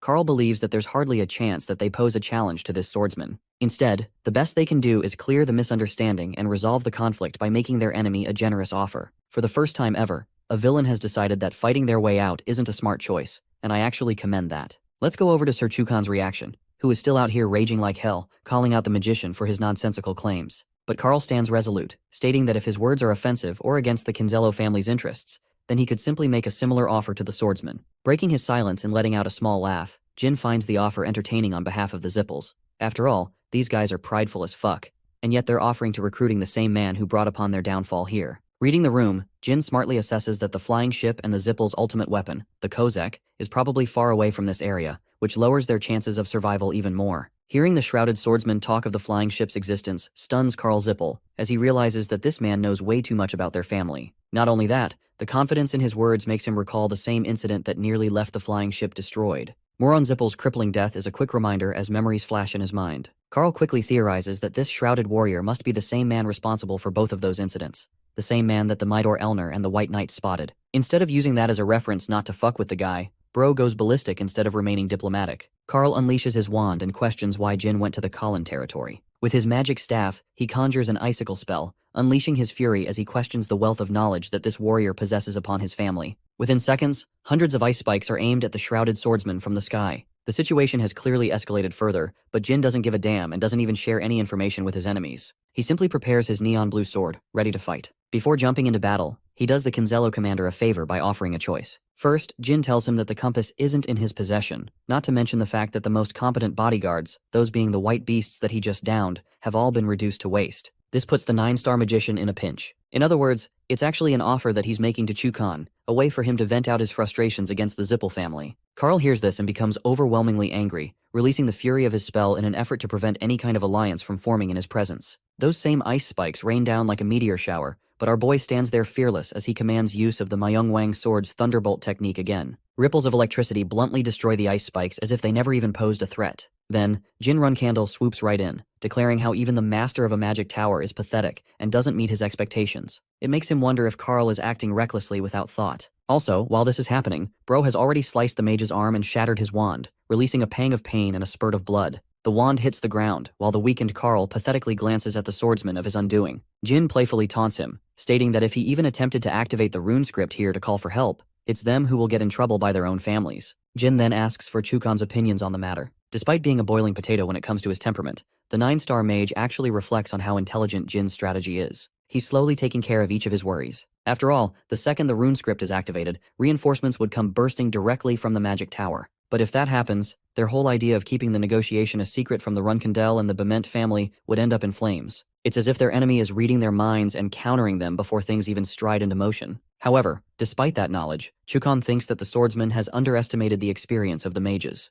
The one thing about Karl Zippel is that he's capable of commanding magic even without his staff, something that Jin-Run-Candle probably doesn't even know. To add an additional worry, he's only just beginning to show a hint of his powers. Karl hasn't been going out, but now he's going ballistic and he's pissed at his humiliation. He kind of reminds me of Alexander Anderson from Helsing. Do you guys see the resemblance like I do? Anyway, Karl is out here yapping every insult known in the English dictionary, stating the many ways he'll incinerate the swordsman's body. But suddenly he sees a wing of blue flames. Feathers of a phoenix, the brightest creature in the dimension of fire. A creature that leaves both Karl and Chukan at a loss for words with its very appearance. The wielder of the blue flames and the overseer of the flame dimension, Tess, and it's right there aiding the magic swordsman. The creature's presence puts fear in Chukan. At first, their enemy had possession of an unforeseen lightning sword, and now he has the literal ability to summon Tess at will? Be honest, anyone would be crapping their pants in their position because no one gets paid enough to deal with all of that in one day. Karl Zippel, funnily enough, went from hurling every insult to now quivering in his boots and begging Chukan's help. While he's whining like a baby though, the 9-star magician makes good use of the opportunity to betray Karl Zippel. Bro really said if you can't beat them, join them at this point. With his impaled body resting on the ground, Karl Cianate believed that his ally betrayed him. Meanwhile, the traitorous Kinzello commander states that it's only fair business. After all, the Zippel family is arrogant enough to claim the end of the alliance, and then Karl also doubled down by extending an offer to the swordsman right before his eyes. So in his point of view, Chukan is basically dealing karma back to the arrogant four-eyed bitch. Miserable as he is, Karl finds himself screaming the guy's name before Jin shuts him up by literally kicking his ass and knocking him out cold. The 4th Tower Master is subdued without much difficulty. Jin is glad that the commander of the Kinzello Great Plains region is a smart cookie for not fudging this up for himself. Chukan grabs Karl's body, stating that he's making the best use of the situation. As for Jin, he is of the opinion that the Kinzello family will benefit a lot more from the capture of Karl Zippel, rather than the retrieval of the compass. The fact that he intentionally brought their leader into this makes Sir Chukan realize that Jin's information network really runs deep. It's true that the compass can never be retrieved, and then there's the fact that he lost 8-star magicians under his belt, as well as the amazing white wolves under his command. The only way Sir Chukan can get out of this situation in one piece, and yes, the one piece is real, is if he surrenders Karl Zippel back to the Kinzello clan. The commander has already prepared himself a boat full of products handmade by the Transfigurator Bubar. From the events that unfolded today, no one could have predicted any of it, so he's hoping that his leader will understand some of his explanation. From then on, it's their leader's job to do the rest. Chukan is fully aware that the second he brings up the Shrouded Warrior's abilities to his master, he will definitely send his men out to find more about the guy. The good thing is that Chukan has acquired a good lead and a lot of information on the warrior based on his abilities to narrow down his search. With those thoughts in mind, Chukan disappears into the mist, stating that their meeting is concluded until next time. Right after the dude disappears with Karl's body, the dark dragon, or should I say the tiny dark cat, comes rushing to find our boy. Murakhan is incredibly shocked and happy for the kid's growth after his training period. He saw everything unfold before his eyes and he's genuinely proud like an older brother figure for him. He even thinks the kid's nanny will be impressed. While he's ruining Jin's hair, our boy taunts him for practically doing nothing but waiting around like a damn cat. He quickly asks about the state of the compass. Murakhan is more than happy to report that Jin's #1 fan, Enya, took the compass and safely evacuated the island. At long last, the tireless training period of 6 months resulted in a success. As for Ceres, Kashmir and Alicia, Jin wants to know what's up with them since their original plan was to reunite after the showdown. For that, Murakhan has some stuff to delve into, which gives Jin the impression that maybe they fucked up somewhere. He wants to know if anyone's hurt, but Murakhan denies that. It's the fact that all 3 of his comrades are currently on the run to take care of the rest of the groups in the gambling house. Jin is still at a loss and doesn't get what's happening, so the dark dragon gestures to him to take a look for himself outside. The second he glances out the window, Jin's eyes widen with utter shock. Arriving on a ship is the Bement family's Special Affairs Division, a completely unexpected turn of events for them. Not to mention that there's a warship sent directly from the Balado Empire too. The appearance of both unexpected factors has Jin in a nervous and confused state. Evening comes along and the snoozing captain is out cold. Reminds me of when my ass had to wake up for school every morning after the late night homework. Anyway, the old dude doesn't get what his men are screaming about. That's until he hears the mention of the Imperial warship from the Bellado family suddenly popping up out of nowhere. What's concerning is that more are coming from where that one came from. The captain is at first surprised, but then he goes into a state of entertaining laughter. Dude is ecstatic that they can finally execute their plan with this opportunity. The ships owned by the noble families have already begun fleeing from the island because of the dangers imposed. The special force warriors of the Bement family are insisted that no one else is allowed to take off from the island. After all, they've only just heard that some foreign parties are planning to group up here for a meetup. Before the Bellado family comes around fully, they want to gather some evidence and arrest the people involved. Witnessing the scene from afar, Jin realizes that his family is also involved with the way they've sent their knights. The Run Candles probably caught on to the information from somewhere, and it's possible that some of their own spies were here waiting all along among the chaos in the gambling house. The good thing is that Enya was able to evacuate the island long before this shit went down, because this way, they've practically erased all proof of any important meetings. The one thing that's left for them to do is escape undetected from this damn place. The pirate people are out here ganging up on the 3-Run-Candle knights, believing that this fight will be a piece of cake. Their sole purpose is to protect the ship and to prevent the knights from seizing it. It represents everything to them, so to lose this ship would pose a greater loss to their dignity and pride. As the men are charging with bold confidence, Jin is out here questioning where the hell these guys are getting their confidence from, because they're up against the guardian knights of his family. Crashing into his party, Ceres and the others successfully manage to sneak their way in. They're so glad that Jin is secure, and he's happy to see them too. He alerts them about the current situation, concerning how their planned escape route has been blocked. But Kashmir has one way out, suggesting that they move to the opposite port of the warships before they can even begin to surround the island fully. It's a smart approach, the only viable strategy in fact, and something that Jin himself agrees with. Right as they're about to put their plan into motion, a loud explosion is heard outside. The boats docked around the island are being annihilated one by one, sending people flying like birds from the impact alone. Murakhan and Jin are terrified, because these guys are genuinely serious about blocking every exit way off the island, preventing people from leaving until the investigation is concluded. From the way things are going, Alicia thinks it's too dangerous to rely on the strategy to get to the opposite port, because even at their fastest, it's going to take them a minimum of 30 minutes, and by the time they've arrived at the port, the ships will probably already be destroyed. Knowing that any methods of normal escape is impossible, Murakhan quickly suggests that they ride on his back and escape as they're cornered for options. At the same time, Jin points out the obvious that the Dark Dragon revealing his true form here could become risky, as the people will begin to target him right after. The Dark Dragon chooses to act defiantly anyway, unleashing his shadowy powers and concluding that there's just no other way. But right as he's initiating his transformation, Kashmir stops him from doing so, which gets on Murakhan's nerves funny enough. Kashmir then points to the cage in the sky. Yes, the literal damn island has been fully caged by the Bement family's Great Link Barrier, a hexagonal trap initiated by the warships to prevent anyone from escaping via aerial flight. Murakhan has no idea what the barrier represents, until Kashmir enlightens him, stating that it's a tool of the royal guards, and a technique specifically developed to counteract any and all flying-type monsters. Even Alicia backs up this claim, agreeing that if the barrier is breached, or if it detects a flying presence, it literally shoots down the target with precise laser beams. Talk about turning a dragon into a medium rare steak in the air. Ceres understands that Murakhan is tough and will probably beast mode the fudge out of the barrier, but the rest of them aren't as durable, so it's a risky plan. Kashmir argues that their last resort isn't viable anymore either, which puts immense pressure on Jin as everything they're trying is ending up in flames. That's until he notices the pirates, and remembers their valiant determination to protect their treasured boat no matter what. This makes him search and navigate for the so-called boat they're trying to protect. Things aren't adding up, so Jin requests his group to follow him as he's got a hunch for something. Shortly afterwards, they arrive at the location of the well, where Kashmir suspects that the pirates probably used the same path. Both of them descend down. It's kind of like an underground sewer thing. A tunnel that neither of them knew of until now. Even though Jin doesn't comprehend its purpose fully, he knows for certain that the pirates are hiding something in here, and that is their purpose to search.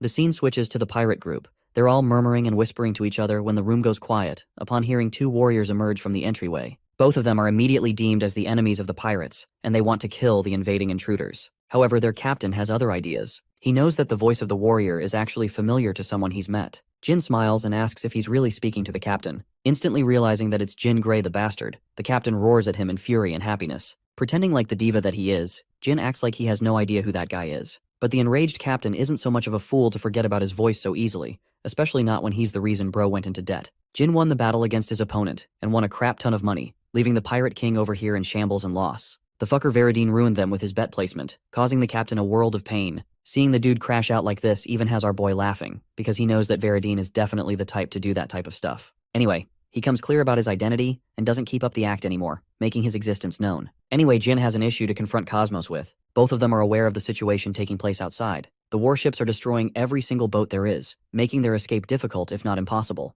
To that, Captain Cosmos frustratingly reminds Jin that he isn't going to help his ass no matter what. He then commands his men to kill the guy so they can escape. But before this fight even begins, a thunderous punch is hurled in the guy's face, knocking Cosmos and his ego down and sending his men quivering in their boots. Grabbing Humpty Dumpty's head, Jin emphasizes that he'll pay the guy handsomely for the escape, so it's less of a request and more of a deal. Jin whispers that he's even willing to get rid of all the debt accrued on Cosmos and even add money on top, which honestly is the best deal ever. It's too good to be true, making Cosmos question Jin's loyalty, suspecting that he'll kill the pirates after escaping. Realizing that he's got to convince Cosmos, Jin drops a bombshell. He's not Jin Grey, but rather Jin Run-Candinal, and the family of swordmasters always keeps its word. Cosmos can't believe that he's been fooled to this degree. Jin even goes as far as to express how Paul Mick's identity is Dante Heron, and that their meeting in the tournament wasn't just any coincidence. The captain finally understands why the mage of the Zippel family went as far as to help out the two of them in their final match. It just wouldn't make any sense otherwise. But with the knowledge of Jin's ties to the Run-Candinal family, the pirate captain now trusts him. Accepting our boy's offer, he instructs them to follow his command. A little bit of walking later, they were shown the beloved treasure of the pirates, a majestic ship that no one knows about, the secret ship of their escape. Cosmos is happy because with this, they'll be able to make their escape. But Jin is still in wonder of their super secret plan to escape. He's questioning their methods, especially since the pirates don't seem like a coherent team. The funny thing is, in the very next scene, Bro is out here scared for his life because the ship is going so damn fast. Jin is genuinely sweating with the way Cosmos is commanding the ship. Kashmir and Alicia are screaming while Ceres is the most horrified I've ever seen her be. Perhaps the funniest reaction comes from the cat. Bro can't even hurl his insults because they're getting drowned out by the chaotic rumbling of the ship. Let's go back a few moments and see what really went down. Cosmos instructed our boy to get on the ship because that's the only way to make him understand how they're gonna escape. The ship is also docked and loaded with important cargo, consisting of barrels and crates. Now Kashmir has his own troubles regarding these pirates, believing that it may be a bit unwise to trust the pirates. The fact that there's barely enough water to make the ship float is one problem already. And then there's the issue that they have to navigate a massive ship into a deep underground pathway, which could be dangerous for them. Now Jin argues that maybe they should entrust the situation to the pirates. After all, they're obviously going to try and do their best for their own survival, so it's not like they're going to botch this up. For now, he instructs Kashmir to board the ship with the rest of the squad. Shortly afterwards, the preparations to sail are completed. Cosmos is given the green signal and assures our boy that there's nothing to worry about, because from this point on, it's his job to take care of everything. Telling his men to fire it up, one of the pirates lights up a thread to an explosive and, well, kaboom. It's a Michael Bay film, because the explosion gives the ship the necessary propulsion to take off. These pirates really are crazy and funny. Ceres and the others can't believe what the heck just happened. Because of the explosives, the water is crashing down and rapidly advancing towards them. Even Jin is horrified when he sees the water making its way down the path to meet the ship. The tide is literally about to hit them strong when Cosmos has the consideration to remind them to buckle up. Jin's reaction is basically, oh shit, and the ship is then carried away by the water, driving it forth as it cuts into the wave. Jin's face is the same as the one you guys saw earlier. Dude is scared for his life, and this is the same guy who got used to flying on dragons. The ship is going down like a roller coaster on steroids with a hell of a speed. It's the point that our boy is starting to question the pirate captain's methods, but the crazy Cosmos is enjoying the ride all the way through, while Jin's friends are screaming for their life. Curses shouted all over by the cat are contrasted by the pirates who are having the time of their lives. The ships are guided by the water and make their way to an exit way from the opposite side. Seeing the glimmer of light, Cosmos laughs his ass off like a maniac and celebrates creating the order. The ship ejects out of the giant stream and literally stuns their enemies. The men on the warships can't believe what they're seeing. They're all left with the same Saitama Ak expression as Cosmos is out here having the happiest day of his life. The ship is literally flying by this point, mind you. Or well, it's not exactly flying, but rather it's a really long jump, which means it won't be affected by the link barrier by a way of technicality. Cosmos emphasizes this point as the ship manages to cut its way past the aerial barrier. But this is the part that gets troublesome for them. They're about to have a landing, a really mean and abusive one. The kind of landing you only get after your dad's belt becomes your demise for an F on your report card. As the ship is descending, the people of the Beament family are furious and on red alert. They want to move their ships back, but it's going to take them so much time to catch up that the Pirate King over here is confident that they're clear of trouble. The sails are released as the Pirate King's endless laughter echoes into the sea as all of them successfully escape the surrounded island. Bro is genuinely living the life with the way they are casting fireworks of him after the escape. Anyway, with Mission Impossible over here executed, we now move forward to June 18th and back to the independent city of Tikan. The ship has made its way here successfully. And right after Jin sets foot on land, Jilly and Enya come rushing for him. The nanny is so happy to see him alive and well. She's always worrying for him like a true mother, and I love that. He's also glad to see Enya executing her side of the mission brilliantly. Receiving a compliment from her idol, the girl literally crashes down like a K-pop stan. She's happy to report that the compass is safe and secure, but his radiant smile isn't. In the next scene, we're back to the meeting room, where the group is discussing the usage and the function of the compass. Enya expresses that it operates just like ordinary magic artifacts by infusing magic. And so Jin pours some of his magic inside, causing the artifact to merge with his energy and light up an epic hologram in the ceiling. It shows the globe in its entirety, as well as red dots as its markers. Kashmir refuses to believe his eyes, questioning if the red dots are supposed to signify actual contractors. Unfortunately, Jin confirms that it must be the case, because they're all detected in the Zippel and Bement family regions. The surprising part? There aren't any signs of contractors in the Tikan region, as pointed out by the Dark Dragon, even though there's literally 3 contractors sitting in the room. To that, Enya expresses her theory. She's done a few experiments and comes to the realization that for some reason, the contractors of the Tikan region are seemingly hidden even on the compass. But especially for Jin's case, it's even weirder, as his location was ambiguous and undetected even before his arrival in the city. Murakami thinks it's nothing to be surprised about, as her idol is literally a contractor of the god of shadows. Enya is fangirling over him so hard after hearing that it's just another one of his great abilities. Still, Quiquintel has issues to raise, as other than Jin, they've still got Julia and Enya's issue to take care of. This means it's less to do with them and more to do with the region of Tikan itself. Suddenly, the run candle brings out his leading suspicion, the magic mirror. Murakami and Quiquintel also wonder if it's the reason. After all, it's the only object that holds the properties of the god of magic as well as the seal of the god of shadows. This only makes Enya even more of a fangirl because it's thanks to Jin's contributions that their city is blessed. Apart from that, Kashmir is just happy that they're doing good for the time being. The compass is with them too, so it's not like they'll have any immediate threats to worry about. Jet the sleazy merchant also shows up reporting his explorations. Apparently Jin has become extremely famous again. He hands them the papers, and well, Enya is the first to get dazzled by the report. The news reads the appearance of an unknown, yet extremely powerful warrior, who used his magical weapons and escaped with the pirates. The people deem this person to be the young master and noble 3yr-old, someone with a beautiful face and is suspected to have contracted with the god of storms for his lightning powers. The strange thing is that it's been nearly 300 years since Fatal contracted with someone, so it's an astonishing discovery to the people. The news also summarizes how the actions of this young master have led the people of the continent to grow curious of him and to observe his next moves. Murakami is pissed off reading the report and mentions the god of storms, but it's only good for them, as Kashmir thinks that the more chaos the media circulates, the better it will be for them to remain mysterious. Murakami jokes around how Jin is a supernova according to the news, and in return our boy only thinks how embarrassing it is to say something like that. His biggest fan, however, is eating up the news in enjoyment, humming and singing to delight. Suddenly Jin notices something on the map. He spots a contractor in the Hufester region. Though the location is imprecise, it's certainly clear that they're confined in that region. In the next scene, the same news is being read by a certain someone, and that someone is none other than the dude who got bitch slapped by his father not long ago. Anyway, Joshua is curious about his assassin's thoughts, who are all suspicious that this might be the same contractor of the god of shadows that they were looking for. His other half argues that maybe they're wrong and this is someone else. By the end, we see Killua jumping into this universe and showing a hint of lightning, which may turn out to be a plot twist, that the real contractor of the god of storms is this dude. Undercut Killua is kinda pissed at the remark shared by the crazy lady, until Joshua puts him to a dead stop. He regards him as Julian, and questions if someone like him would be capable of taking on and defeating 3 white beast commanders in a single battle. Despite his abilities, even Killua is humble enough to admit that he wouldn't be capable of something like that. This then confirms to the psychotic Joshua that it's finally time for them to help Julian enhance his powers. But Julian's reaction tells me that this enhancement is one that involves suffering and dread. It's been a while since we visited the awesome and yet terrifying Black Sea. The Patriarch is busy slaughtering dragons and reading reports of the so-called 3yr-old person who is making a lot of noise in the outside world. His trusted knight tells him that the name was actually brought up in the main estate of the family, where they talked about his ability to beat 3 white tiger commanders on the island.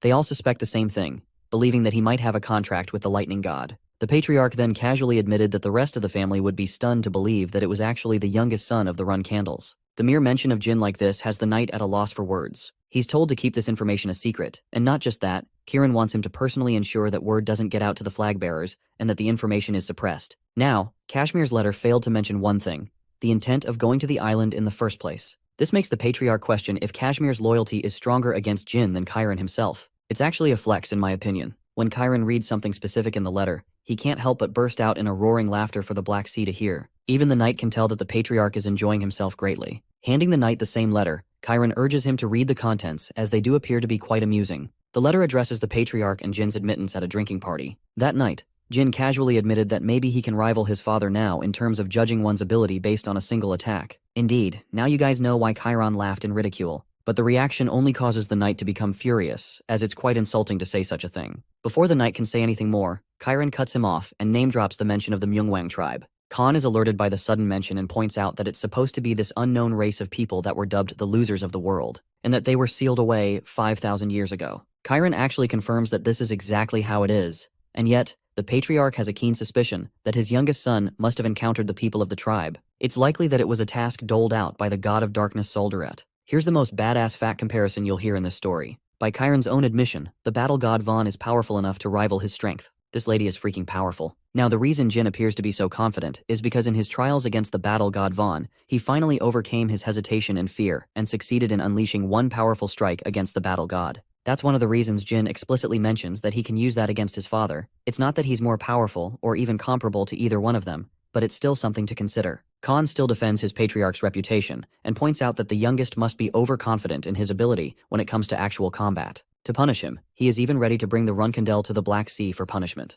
However, Chiron denies any such thing, disagreeing with the idea as a subject of his own curiosity. He's curious if the boy has it in him to take responsibility for the bold words he chose in his statement. That's also why he wants a letter to be prepared and sent to the Anti-Mountains, and something tells me it's going to be really exciting. The juicy parts aside, in the next scene, we get to see that July is nearing its end now in the city of Tikan. In his estate, Kashmir is sought out by the merchant Jet, who has come to report something strange. An unknown old lady came to express her approval and support for the Seven Colors organization. She appears strange in behavior, so he wants Kashmir to check on her personally. Now, Kashmir is confused up until the point that it is revealed that the very same woman brought a goddamn ship filled with treasures and gold. Yeah, that's definitely someone big. Sensing the urgency to speak to her immediately, Kashmir seeks a meeting. As for the beautiful dragon Quikentel, she's alarmed by the sudden stench of uncomfortable energy, comparable to the kind of energy she sensed in the Anti-Mountains. Jin arrives on the scene, expressing his unawareness for the mountains. Quikentel decides to drop him a lore of what happened exactly 40 years ago. There was a shocking discovery that all the dragons who decided to take shelter in the mountains ended up slaughtered in cold blood.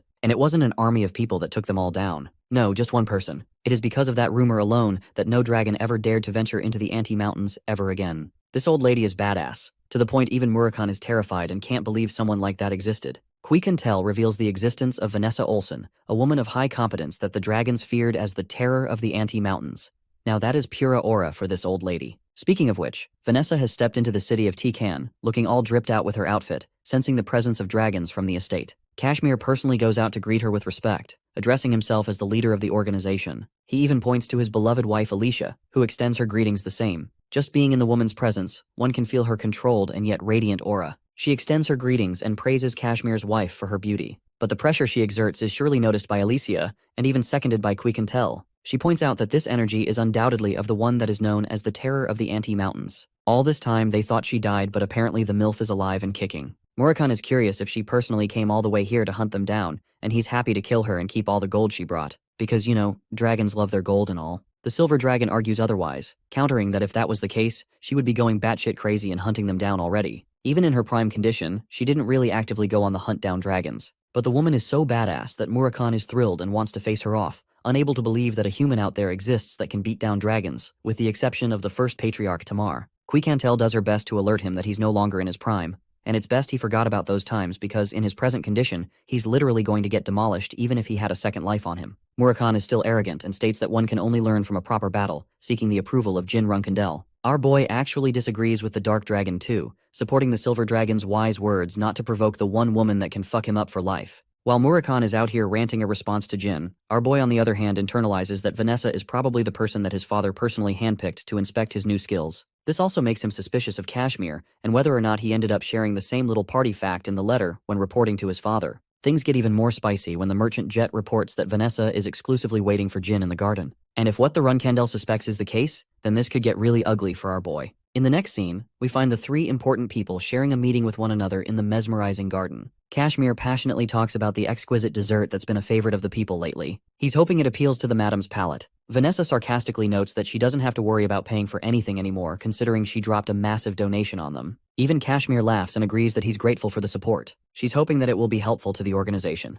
Finally getting to the seriousness of the matter, she requests Kashmir to give the two of them some space and privacy for a conversation. Of course, he quickly leaves while hoping they both enjoy their stay here. Now that both are alone, she gets to the bottom of her true purpose. She was approached personally by Chiron, who requested to check on the youngest. Jin forwards that he understands his father must have sent her, and despite the elderly women suppressing most of her power, he can feel her intense aura seeping through. It makes him question why, after all this time, he had yet to hear someone so powerful as her. To that, Vanessa simply thinks it's a matter of coincidence and chance. The world is full of powerful people, including Jin Runkandel himself, having been blessed with sword ability, magic ability, and even uniquely shadow energy. Jin is rather surprised but also convinced that his father must place a lot of trust in Vanessa, for him to reveal such important information like that easily. To Jin's utter shock, Madame Vanessa goes as far as to admit that the patriarch trusts her so much in fact, that he relies on her when needed. Based on her words and declaration of strength, Jin states that her name as the terror of the Anti-Mountains must be true then. Though that name is fearsome for the dragons, to her it holds little meaning. Instead, she prefers the name Black Knight as much more appealing.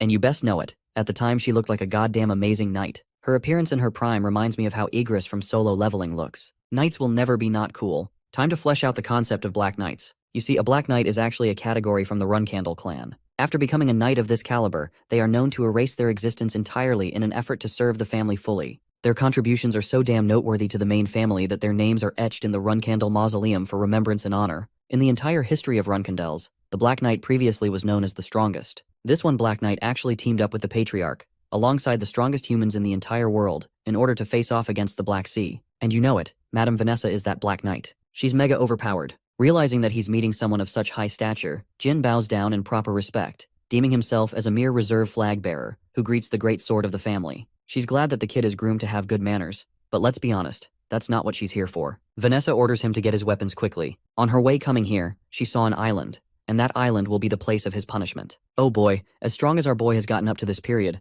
I think he might get his ass kicked by this auntie. The scene cuts to the beautiful sunset as the two warriors set foot on the island. Jin Runcandle has strapped himself with both of his blades, questioning if this punishment is supposed to be a matchup between the two. Vanessa agrees with his thoughts, but she is curious about one thing, the same as us. She wants to know if the boy is aware of his sin that caused her to come all the way here. When Jin says he has no clue, she admires the child's honesty, but because of the child's honesty, she is going to punish him. Now for the good part. Remember when he said he could strike his father at least once? Yeah, well, that's exactly what she asks him directly as a question. To her, and probably everyone in the family, it's the height of insult and ridicule. Even though Jin is just stating a fact from his point of view. Back to the actual scene, he internalizes his correct assumption. It's all because of Kashmir that this is happening now. Unsheathing her blade, Vanessa offers the boy a way out, a way to prove his innocence. And that way is simple. She points the blade at the Runcandle and demands that he unleash the fullest of his power. That is the only way he can redeem himself for his arrogance. Jin fully understands that this duel isn't one to the death, but a confirmation to assess his current level of strength. First off, he asks her clearly if the condition of this fight is to actually defeat Vanessa in a straight matchup.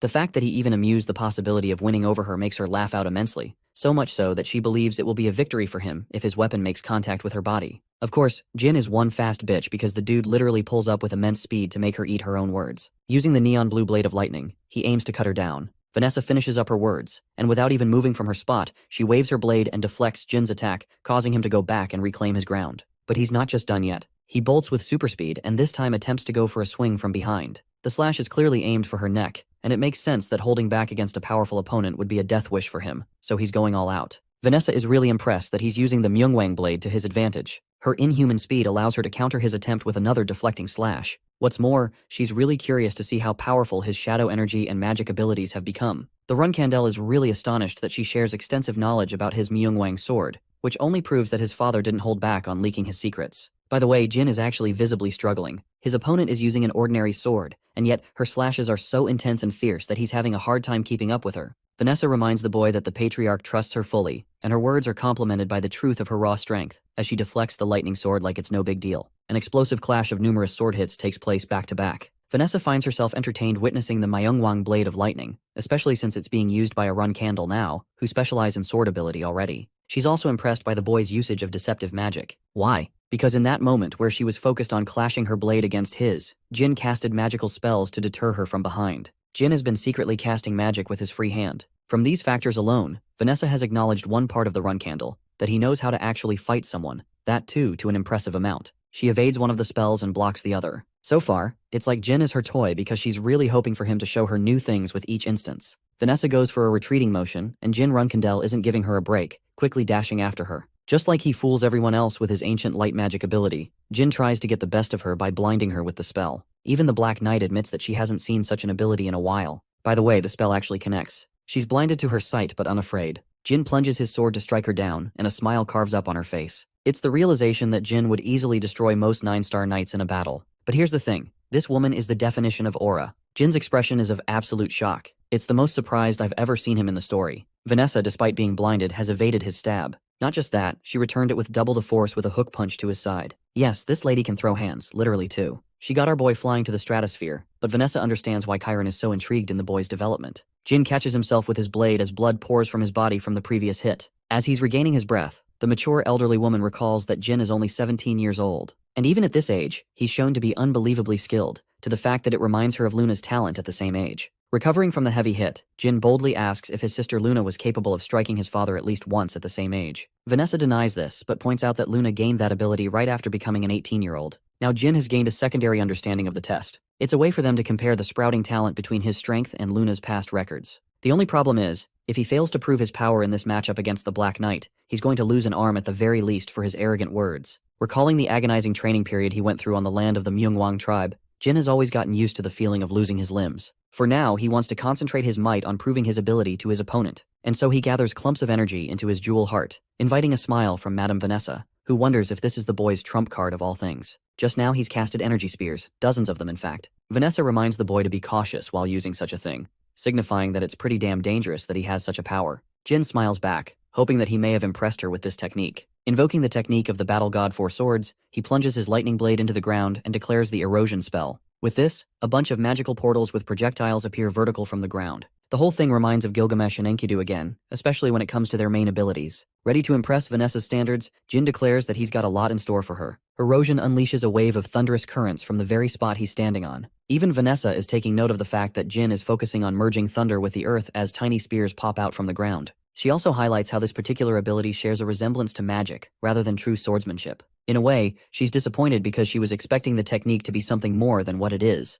especially coming from a tribe of people who ruled the world 5,000 years ago. And yet, the technique appears underwhelming in its image. But just as she's admitting her disappointment, a gigantic bolt of thunder descends upon her from the skies. She managed to step aside just enough to avoid getting hit, but you see, this is exactly the point. All of a sudden, Vanessa finds herself intrigued by the special use of his technique. My guess is that the little spears or blade-like energy points are supposed to attract and focus lightning. Anyway, Jin wastes no time and rushes with full force, recalling how his technique is far, far inferior to the one the battle god personally showed him. However, that's not what it's for. Jin ignites the presence of the blue god of flames tests. I think he's trying to go all out with this one forward lunge, especially with how many variables are at play here. There are lightning points himself, and then even tests. The same tiny spears actually begin to conduct electricity, which means a ton of thunderbolts are on their way to strike his opponent down. But that's not all. Even if the Black Knight is capable of evading all of them as they're coming down, he can still find an opening against her in that vulnerable moment. Tess concentrates its descent alongside the barrage of thunderbolts. But here's the thing. Jin greatly misunderstood his opponent's next move. Vanessa calmly questions if he was hoping for her to dodge, blowing his expectations out of the water.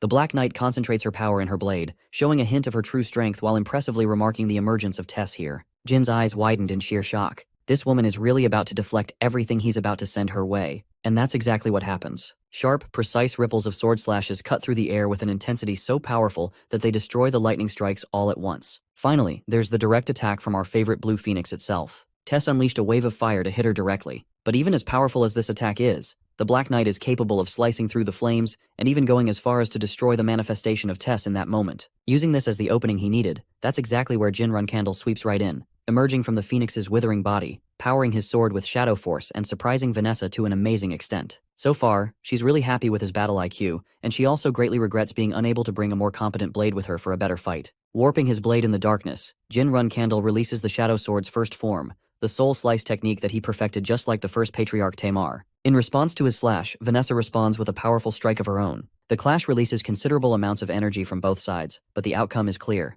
Vanessa's blade fails to withstand the overwhelming force that was generated from the soul slice attack, and so it crumbles to hundreds of pieces. By the end of that last strike, Jinrun Candle is once again on the ground, recovering his breath from the sheer energy he exerted in that moment. Vanessa is considerably impressed with the boy's talents, recalling her objective to punish him, but something incredible has happened. Jinrun Candle successfully left a scratch on her face, which invites a reward from Madame Vanessa for his incredible accomplishment. Our boy is looking seriously glad because he had to basically pull out everything from his arsenal just to get one tiny little scratch in. By the end of their confrontation, both warriors drink like champions. And I really mean that. These guys are downing liquor from giant-ass barrels. Vanessa also learns that Jin ended up drinking the elixir of 10,000 poisons, practically making him immune to every single toxin. Despite his strength, he argues that he's a long shot away from reaching someone like Vanessa in terms of strength. Curious for her thoughts, he decides to ask her a question. The question is indeed surprising. It's not about learning a technique or some kind of battle advice. Jin simply wants to know how his father and the elderly woman met each other. To that, she reveals that it happened a long time ago. She also takes a serious posture while admitting that this is going to be a long story. Madame Vanessa talks about her early childhood days. She was an orphan with a younger sibling to look after. Tragedy struck one day as a gigantic fire-breathing dragon descended upon their village, blazing the village down in its fury and unleashing destruction everywhere. In that instance, she lost her precious sibling. Fueled with unfathomable revenge, she went on an extensive journey, traveling the Anti-Mountains, knowing that the dragons lived there. Because she was on a quest for revenge, this mad lad destroyed every single dragon in the mountain range on her own. And yet, even after all of that, she still couldn't discover the beast that destroyed her village and took from her precious sibling. Eventually, she decided to set up a base in the mountains. The moment she confronted a dragon, she demolished it without remorse. But it didn't stop there. She did the same when it came to people. Basically, she killed everyone in her way. Vanessa admits that she had gone fully insane, mad in the pursuit of revenge. Her kill count for dragons reached over 100, which is freaking insane considering their caliber of strength in this story. And yet, even after all these years, she's been unable to track down the one that destroyed her village. 15 years passed after her mad pursuit until one day,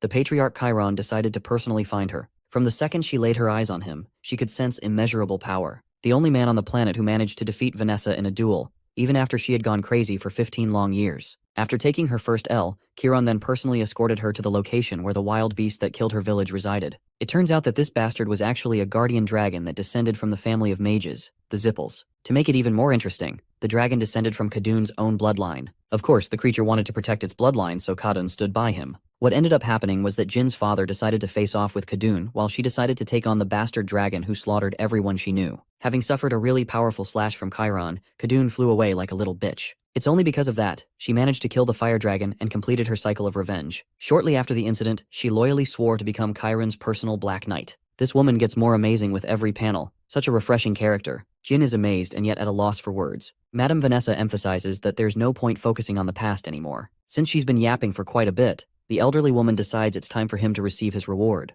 It's a special map that was entrusted to her from 3yr-old. Long ago, he instructed her to give the map away to any one of his children who became competent enough in her eyes. The Runkandel is honored to receive such an impressive gift and has no idea what the map represents. Here's the kicker. It's the map charting out the location of the Black Sea. Here's the deal on why this map is so goddamn special. Jin points out that the Black Sea is teeming with high-level monsters, to the point not a single nation ever bothered to carve a map of it. Yes, that even includes the prideful Zippel mages. And yet, the Runkandel family has already accomplished this feat. It was once a confidential mission on behalf of 3yr-old, who led his forces alongside his knight. Having obtained this map, she tells him that he'll have to endure a new test after using the map. It makes the Runkandel question what this is going to be like. The only remarkable place on the map is highlighted with red. That's the spot where Jin is tasked to kill the monsters. These monsters aren't your average high-level beasts either. Rumors have it that they were raised by a powerful witch called Hellerum a long time ago. Okay, side note, I find it really hilarious that this reward just ends up being yet another test for the guy. Poor Jin. The very next day, it can be seen that Vanessa is returning home to the mountains. You can even see a skeleton of a dragon being used as a decoration piece, which is honestly so in character for a monster like her. Interestingly, the Black Knight notices that her door is unlocked, and when she makes her way inside, there's a clear intruder drinking something. She actually talks highly of the person, stating that he's become more and more surprised with his tricks. Not only did 3yr-old send her a letter, but he also decided to whip up out of nowhere and showed up to her place. The man is chillin' like a Zen warrior, enjoying his tea, and he only cares about hearing about the progress of his youngest son. To that, Vanessa points out that 3yr-old's patience is starting to run thin with his growing age. But even according to someone as strict as her, Vanessa argues that Jin Runkandel is showing impressive progress. Of course, 3yr-old smiles, pointing out that he could read her expression the second she entered the room. It meant that she was proud of what she saw in Jin. Casually confirming her own reaction, Vanessa pours down some water and even shares that she's gifted the boy a map as a reward too. Now that is something that shocks even the likes of the patriarch, and the reason being is that she never once sent it to any of the other children. It makes him wonder if Vanessa had a gut feeling that Jin would end up impressing her in the end. Though 3yr-old is curious about her thoughts, another matter clings to him. He has realized that the moment Vanessa handed over the map to Jin symbolized that she has grown out of her attachment for Luna's talent. Vanessa goes silent all of a sudden, before stating that every single Black Knight was fond of Luna's godlike talent. She was the pride of the family, and they all wanted to make sure she rose to the top. Unfortunately, Vanessa thinks that it's because of their carelessness that the eldest sister abandoned her interests in rising to the top, showing no interest in pursuing the rank of matriarch of the clan. Vanessa also reasons that the family's troubles could easily be handed over to Luna, and from then on they wouldn't worry about focusing on their own duties. Throughout her speech, 3yr-old is silently observing her words. She tells him that it's necessary for them to ensure that Jin Runkandel doesn't become another Luna, which is why she will take extra care for the boy. Also, she has a gut feeling that Joshua is also looming over behind the scenes and observing everything go down. The patriarch counters that Jin isn't the type of person that requires care or consideration like Luna did because of her past, especially because Joshua appears to be troubled and watching Jin's every move. Chiron strongly believes that if his youngest son is unable to control his family's troubles on his own, then he will be worthless against his enemies.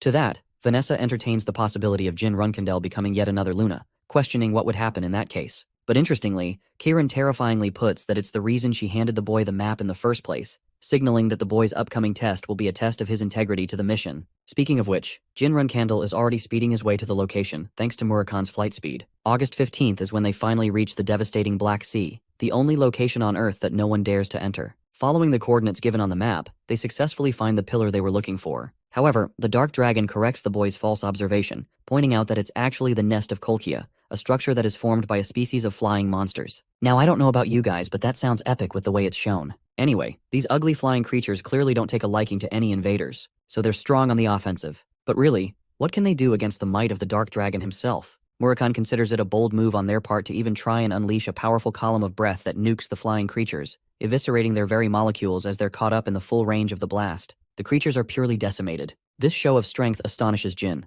as he even comments how Murakan has regained more of his power from the looks of it. The Dark Dragon laughs, countering that it's still nothing to the meteoric rate of improvement Jin has experienced in the past few months. Jin tells him that it's still a ton of improvement, taking into consideration that originally, Murakan lost his power because his heart was shattered in a fight. The Dark Dragon is still unimpressed with his current display of power, believing that he is a long way from becoming whole. He's also desperate to find another means to replenish his lost powers. They make their landing as the Dark Dragon reveals how flight won't help them anymore, so it's best to step down. At first you guys must be thinking that it's just an excuse, but here's the issue. The atmosphere up ahead is coated with clouds of poison, so deadly that they can easily tear through and melt a dragon's scales. However, it adds to Jin's confusion, and the reason is simple. How the hell were those freaky flying monsters flying without any problems? Murakan transforms to his human state and points out an interesting fact. Every single creature that is the inhabitant of the Black Sea has poison running through their veins. It's safe to say that everything here is poisonous, so they have to tread carefully. In the next scene, they're walking their way through a path when Murakan talks highly of the current patriarch's strength. It's insane that someone actually came here and carved a map of this location. The Black Sea is so hellish that not even powerful dragons come here. While reading the map, Jin agrees with Murakan, questioning what the hell his father has been doing in a place like this of all things. Changing topics, the Dark Dragon points out that they've got to annihilate the monsters that the witch Hellurum created. Everything to do with the witch invites trouble, according to him. Murakan's knowledge of Hellurum surprises the Runkindel as he pries for more information. The Dark Dragon reveals her background. Apparently the witch was known for one thing. She had a love for all diseases that troubled both gods and demons alike. The most Jin has heard of her is from the history books, and there it is said that Hellurum literally raised all kinds of calamities. Even Murakan confirms this fact, pointing out her human appearance, even though she was a half-demon, adding on to her lifespan thanks to her demonic self. It can be said that her very existence is a curse, so much so that every time she was awakened, the gods preferred to avoid their contractors out of fear. The impressive part? A demon king called Orgel actually once decided to take the toll of her curse entirely when they were together. It is something so impressive that even Murakan holds it in high regard. He even warns Jin that though he has a resistance to curses, the best course of action would be to avoid Hellurum as much as they can. After all, she might hold a grudge and exact her revenge. Jin interestingly points out how odd the behavior of the Dark Dragon is. Never before did Murakan fear the idea of going up against an opponent exacting revenge on them. Of course, the Dark Dragon suppresses the humiliation session and emphasizes just how bad things can really get if they end up pissing her off. While they're bantering, a bunch of creatures of hell are making their way up to them. This wolf has brought dozens of his friends along too. Here's the part that worries Jin the most. Even though his dad and Vanessa clearly knew about the location of Hellurum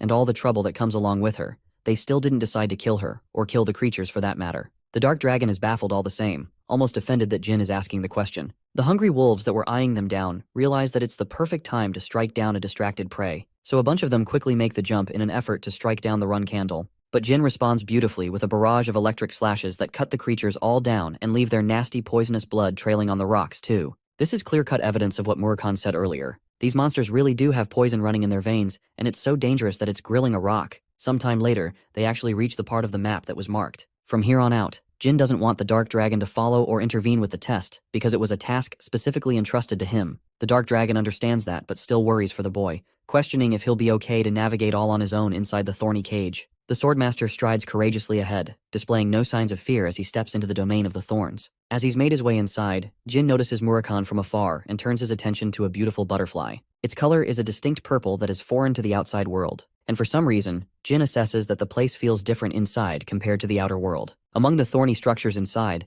Jin notices a tangled mess of thorny vines, questioning why it's so large in size. As he's trying to comprehend the situation, a little furball pops out of the vines. It's a cute kitty cat that appears alarming to the run candle's eyes, because this cute kitty is numerous times larger than even the human. If dangerous, then why is a friend shaped? Seeing the creature, Jin begins questioning his senses. He has no idea if he's supposed to take down this monster or not, and it's the first time he's laid his eyes on a mythical creature such as this one. From its adorable and harmless appearance, Jin quickly grows fond of the creature's innocence and even shows kindness by saying hello. Instead of responding to him, it pounces away using the vines as a means to escape, much to the Runkendel's surprise. It's surprising to him how a creature of such size can run away like that, when ordinary monsters would be quick to attack. Since it's the only thing keeping its interest, the Runkendel decides to chase after the giant pillow to find where it went. But he's a bit lost himself as he can't tell where it went. Suddenly, Jin hears a rumbling noise and becomes terrified when he sees a giant ball of thorny vines bolting down with rapid speed. The ball actually leaps over his head, and before things can get any more predictable, the Runkendel decides to slice it down 3 times, cutting the structure down.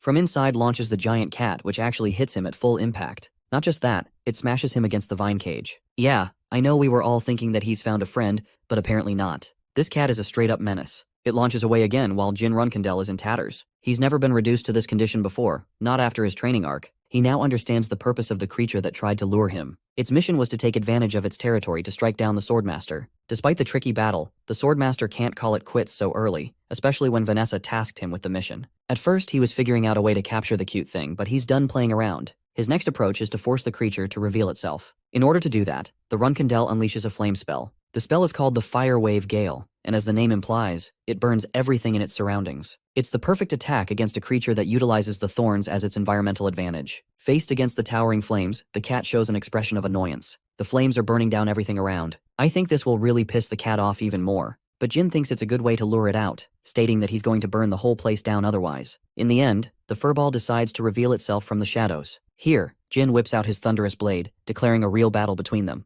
The funny thing is how Bro is challenging a goddamn cat to a fight. The even funnier thing is how this cat pretends to be the most adorable thing ever and plays cute in front of him to get pity points. But Jin ain't falling for the same trick twice and calls out its bullshit, causing the creature to wince. Deciding to go fully serious, the cat stretches and becomes really fucking huge. Like this thing is the size of a small whale. The cat stops holding back and uses some kind of hypnosis ability, stunning him with the memories of his first life. The same life where he was humiliated and beat down by his brothers, bullied relentlessly back to back, and even when he was clinging to the edge of his life. While Jin is hypnotized inside his own cage of traumatic thoughts, the mythical creature takes advantage of the situation and uses its sharp paw to cut him down. But to its shock, Jin responds by slicing the creature's paw, even though he was supposed to be hypnotized. The Runkendel reveals that he's grown used to mind control magic, and he despises illusions, so it's going to be tough to get the best of him. Dark energy exudes out of the severed limb, regenerating the mythical creature's body. Jin internalizes his shock. He always knew that a certain type of high-level monsters boasted the ability to regenerate parts of their bodies.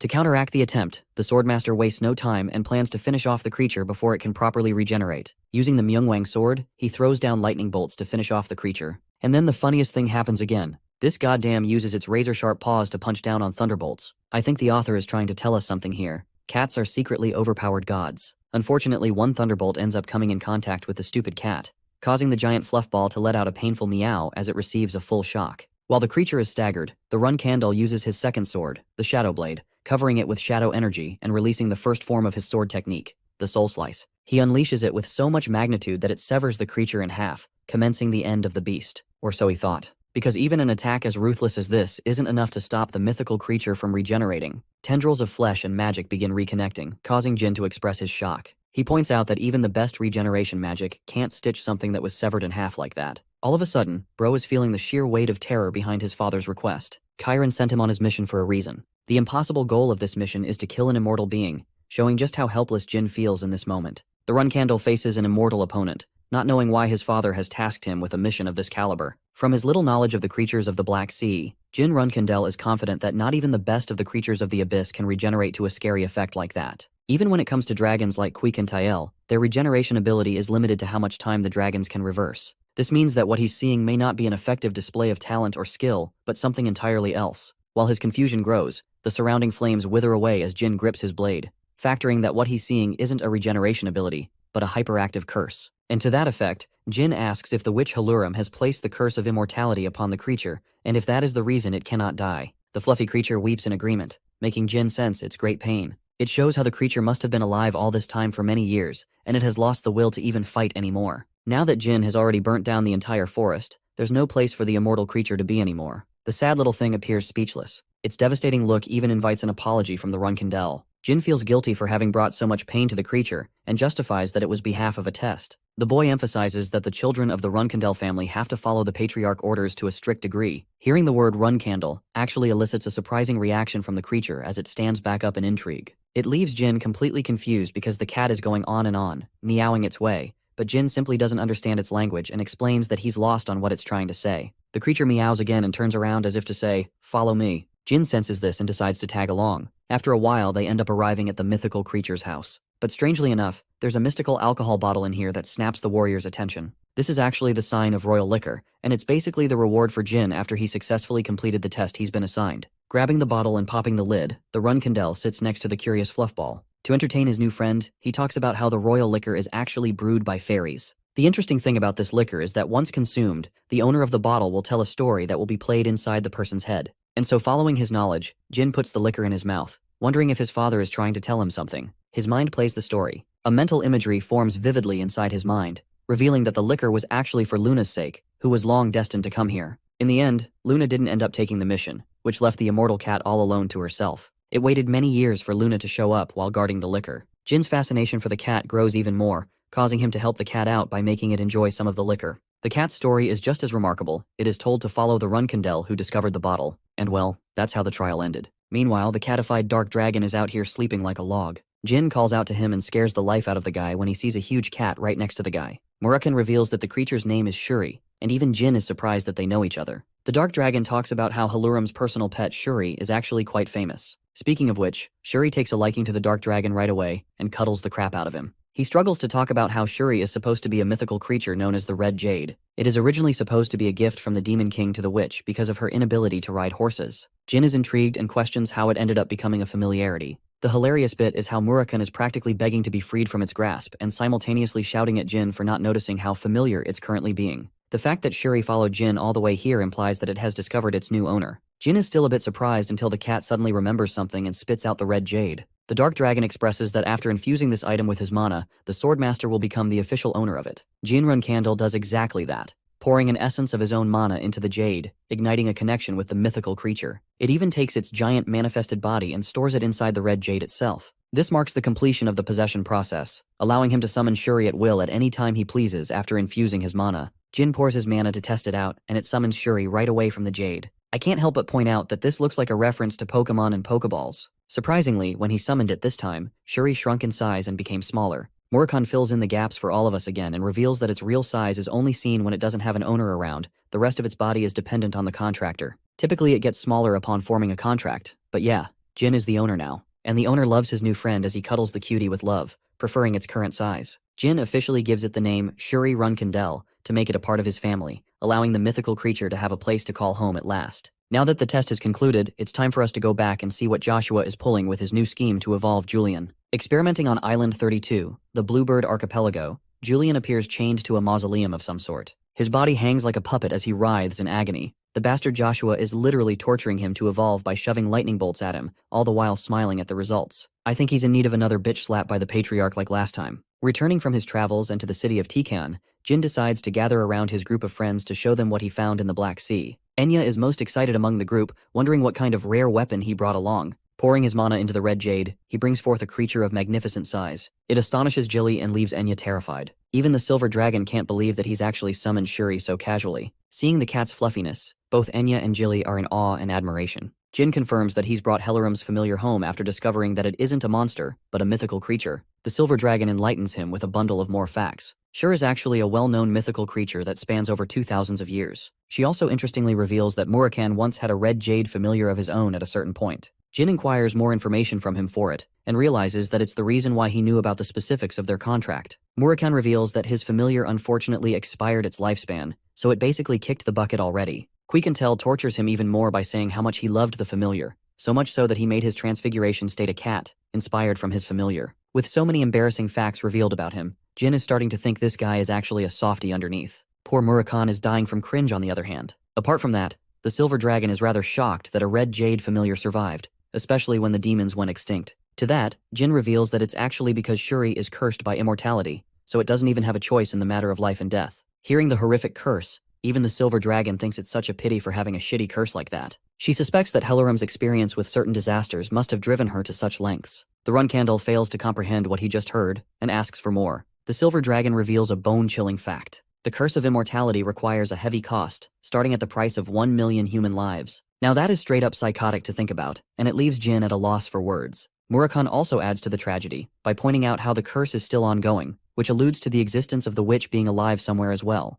But Jin doesn't get why she would choose to abandon Shuri at a dangerous location at the Black Sea. Murakami makes the kitty's day worse by revealing how Helleram broke the contract between the two, which makes the poor thing sad and causes Jin to shout at the Dark Dragon to read the room. Jin touches upon the royal liquor that he received as a gift from his father, which was apparently guarded in her nest. Though he's unsure, Jin has a suspicion that maybe his father one day thought to send his daughter Luna to recover Shuri from the Black Sea one day. But in the end, Luna never took the test, and the one who did it was Jin Runcandle, who brought the mythical creature to his family. The Dark Dragon also thinks that it gives the implication that Jin is being acknowledged by his father as an heir, though that's something he's still unsure about. It's too unclear. The thing is, Chiron had a goddamn soft spot for Luna and gave her the most love of all. But the moment she resigned herself from the path of pursuing matriarchy, he stopped caring about her. This means the very same could happen in Jin's situation. It's a terrifying truth, but it's something he has to be cautious about. After all, remembering what happened to him in his previous life, it becomes clear that his father isn't going to spare him when the moment comes. The boy was discarded and told that he wouldn't die all on his own. It makes Jin's heart break when he relives those memories of being outcast again. His nanny helps him snap out of the memory lane by correcting the boy's view of his father.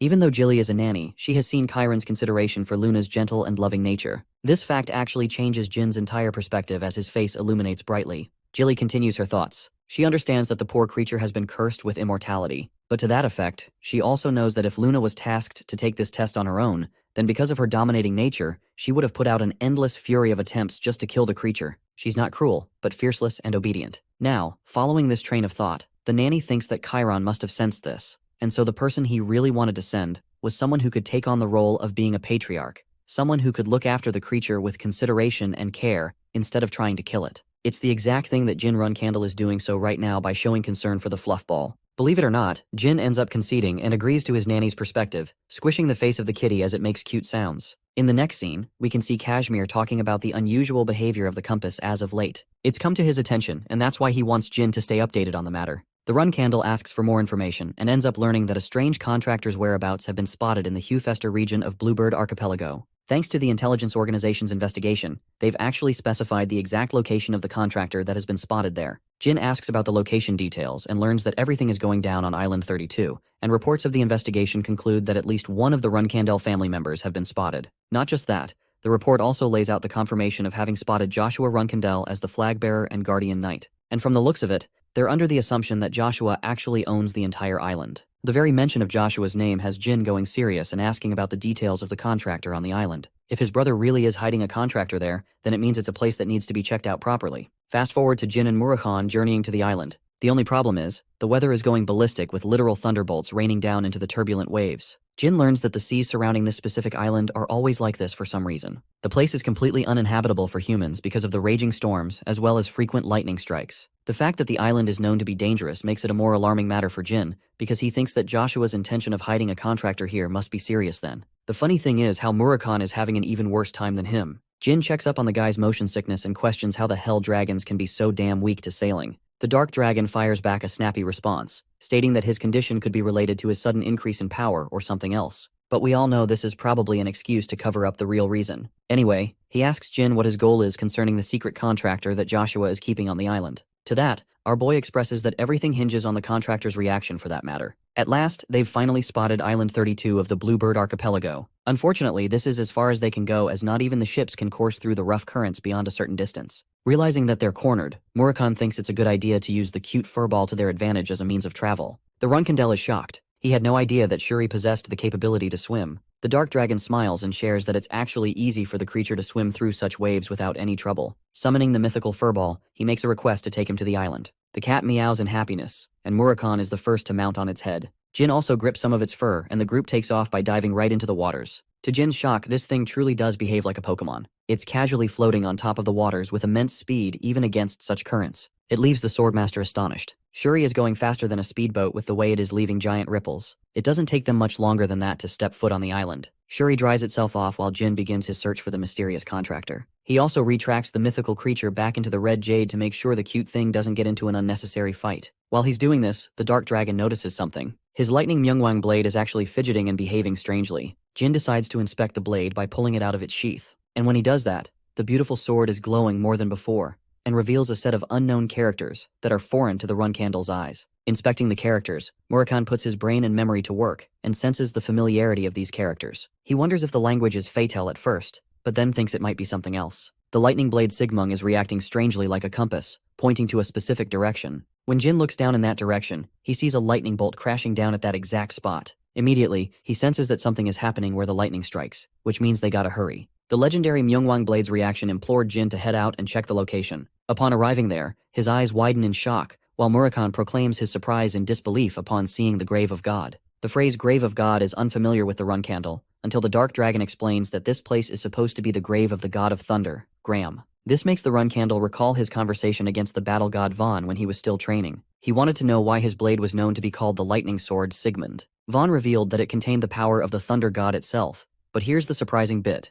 This blade actually wasn't conceived from the thunder god at all. In fact, the weapon is responsible for killing the thunder god and then sealing the god's power within itself. Talk about one cold-ass sword. It killed a literal god. Once again confronting a piece of Myungwang history, Jin clearly wasn't expecting to run into a situation like this. Murakami mentions that Grom is confirmed to be dead, and their grave is supposed to be in this place. But that only begs the more serious question. Just why on earth is his scheming older brother Joshua keeping a contractor hidden in this location? While they're contemplating the situation, someone is preparing a blue lightning arrow aiming at them from a distance. The light is blindingly sharp, until the warrior releases the arrow with utmost ferocity. The arrow is tracked by Murakami and Jin's perceptive eyes, and the run candle faces little to no trouble in blocking it with his blade. But here's the thing. The attack was actually executed from both directions, meaning Murakami was also targeted by another assailant, and he fended off the blow. While the smoke clears, Jin assesses that they were just struck by a lightning arrow and then a sword full of wind and poisonous magic. As the smoke cleared, the two familiar assassins made themselves known. They're hungry for battle, to take revenge against the run candle after losing track of him last time.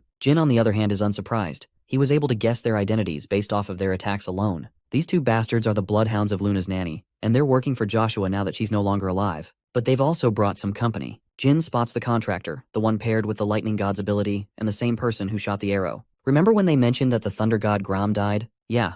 Well, Julian has actually made a contract with the wind god, Fatal, who is supposed to be the sibling of the deceased thunder god, hence their shared abilities. Immediately, the assassins instruct Julian to target Jin Runkendel primarily, and then take care of the guardian dragon. From that instruction, Julian bursts forth with incredible speed, but instead of following orders, he changes his target to Murakami and charges up a lightning arrow towards him. Now this sight is a pleasant one for the Dark Dragon. He wanted to be underestimated, knowing that people would aim for him thinking he was no longer in his prime. But since Murakami is so pissed, he's ready to throw hands and prove his strength, so he tells our boy to take care of the other two assassins while he's busy facing off Julian. Gojo's off-brand cousin with a short height releases an arrow from his lightning bow, but Murakami easily dodges the blast with ease, swirling past the projectile using his shadow energy. Enraged that a contractor has the balls to target a guardian dragon like him, Murakami gleefully grabs the rascal's skull, happy to have given the opportunity to teach the kid a memorable lesson. And then he shoves Julian's face straight into the ground with such a heavy impact that it releases lightning. The funniest part? Bro is knocked out cold after that single blow. Went to sleep in seconds. Murakami talks down on the ordinary contractor who thought he was special and overestimated his powers. Normally, you'd expect no one to get back up after that diabolical ass-kicking. But Julian's body starts reacting strangely and releases bouts of lighting energy. Let's cut to Jin Runkendel's side of things, as he's currently facing off against the two assassins bloodthirsty for his head, thinking he was the one who caused the downfall of their mother. Of course, it's their mistake thinking that this is the same guy they met back then, because Jin casually deflects their sword blow calmly, and points out how Joshua must have manipulated the assassins into thinking that he was the one to kill Taimoon. Jin points out the ridiculousness of the notion that he killed the nanny, but the enraged twins are not having it, and are full of bloodlust. As he's clashing his blade against them, Jin tells them the reality of the situation. Taimoon was killed by assassins disguised in the armor of the executioner knights of their family. What's most interesting is that their very own poison was spotted on the murder weapon. Jin overpowers the assassin with his blade and reveals how Joshua Runkendel is actually supposed to be his eldest sibling. Kujun is at a loss for words. All this time, he had no idea that he was facing Jin Runkendel, even accounting for their previous battles. Jin confirms his identity, while the other assassin goes ballistic on him. Her attempts to surprise him from an aerial strike are no good as Jin casually moves away using his ultra instinct that he learned from Goku in the other realm. He basically calls both of them as Joshua's puppets, who don't even see that they're being manipulated with such ease. The female assassin thinks that this guy is actually just saying all of these things as an excuse because Jin is afraid of them. Jin dishes out a heavy punch against the bitch's side to prove that he's stronger, and explains Joshua's scheme. First, his older brother wanted Ty-moon to place a curse on him, but because he feared being caught so much, he decided to kill her off to prevent being caught. Also, his punch just now really did a number on the girl. I mean, look at her face. That looks painful. Jin continues by emphasizing that Joshua has full knowledge of the fact that he's a magic swordsman on top of being the contractor of the God of Shadows. The very fact that his brother concealed such crucial information from the both of them implies that he's deceiving them from the beginning. The punch sends her rocking right back, while Kujan finds himself being overwhelmed with the information. He doesn't want to believe it, but Jin also isn't the type to beg them to stop. He's done explaining with words, and emphasizes how the both of them simply can't move on from the fact that he wasn't their mother's killer.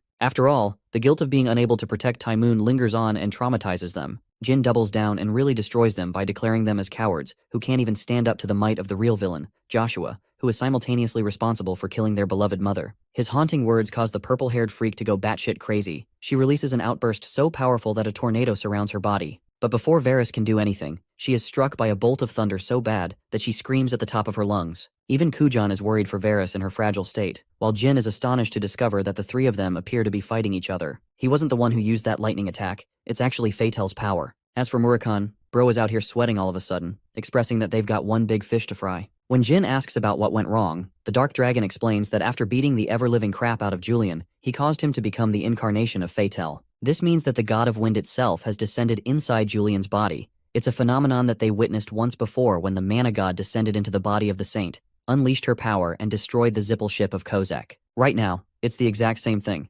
Fatel is now in control of the human's body, and their situation just got a hell of a lot more complicated. Jin shows the look of concern on his face. As he's witnessing the descent of Fatel from the thunderstorms, Jin Runkandel is hammered with a wave of memories that are foreign to his own. They're the thoughts of the thunder god Grom, who is furious at Fatel for making a descent upon his very own grave. Not just that, it appears that Grom always lingered with a determination to kill Fatel. Though Jin is unaware of the situation that went down between both of the gods, he can't explain what's causing his Thunderblade Sigmund to react so uncontrollably. His sword is furious, and he fears that they'll all be in danger if this goes on. Being opportunistic about the situation, Jin Runkandel calls out Kujan and roars at him to make a choice. He will either die here in vain, or escape with the rest of them. If the assassins truly seek the path of vengeance, then they must focus on surviving firsthand. Kujan is in a vulnerable state, clenching his teeth in frustration as he makes his choice to flee the site and protect Varys. As he's running away, Jin's blade becomes freakishly uncontrollable as the letters inscribed on the sword become even more prominent. The yellow lightning of the Myungwang sword unleashes its fury in response to Fatel's descent,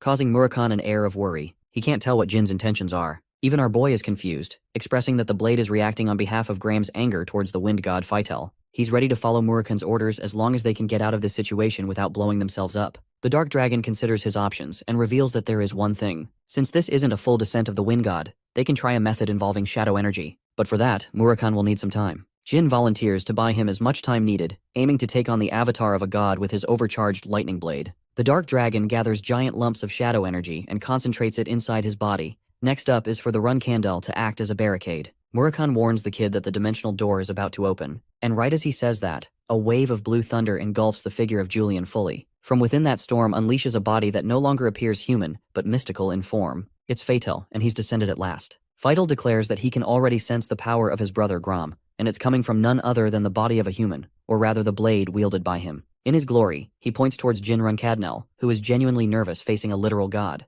Even if it hasn't descended at full power, just watching Fatel is putting pressure on him. At the same time, compared to the likes of his father, Chiron, in the presence of the battle god, Vaughn, this much is nothing. He's faced both of them, so he musters the courage to face this trial as well. Showing movement in the presence of the wind god causes Fatel to become angry. He can't believe that Jin is even bothering to try as a weak human. The wind god unleashes a piercing blast that annihilates the very ground Jin was standing on. Luckily, our boy courageously came forward without any fear, but Fatel's got a lot in store for him. You see, the wind god already has immense portals of energy ready to shoot down our boy, and that's exactly what he does. The laser-like energy blasts flatten the very ground Jin is running from, causing rumbles of lightning as he navigates past each lightning bolt with finesse. While he's dodging, however, the Runkandel is struck dead on by one of the blasts aimed for his head.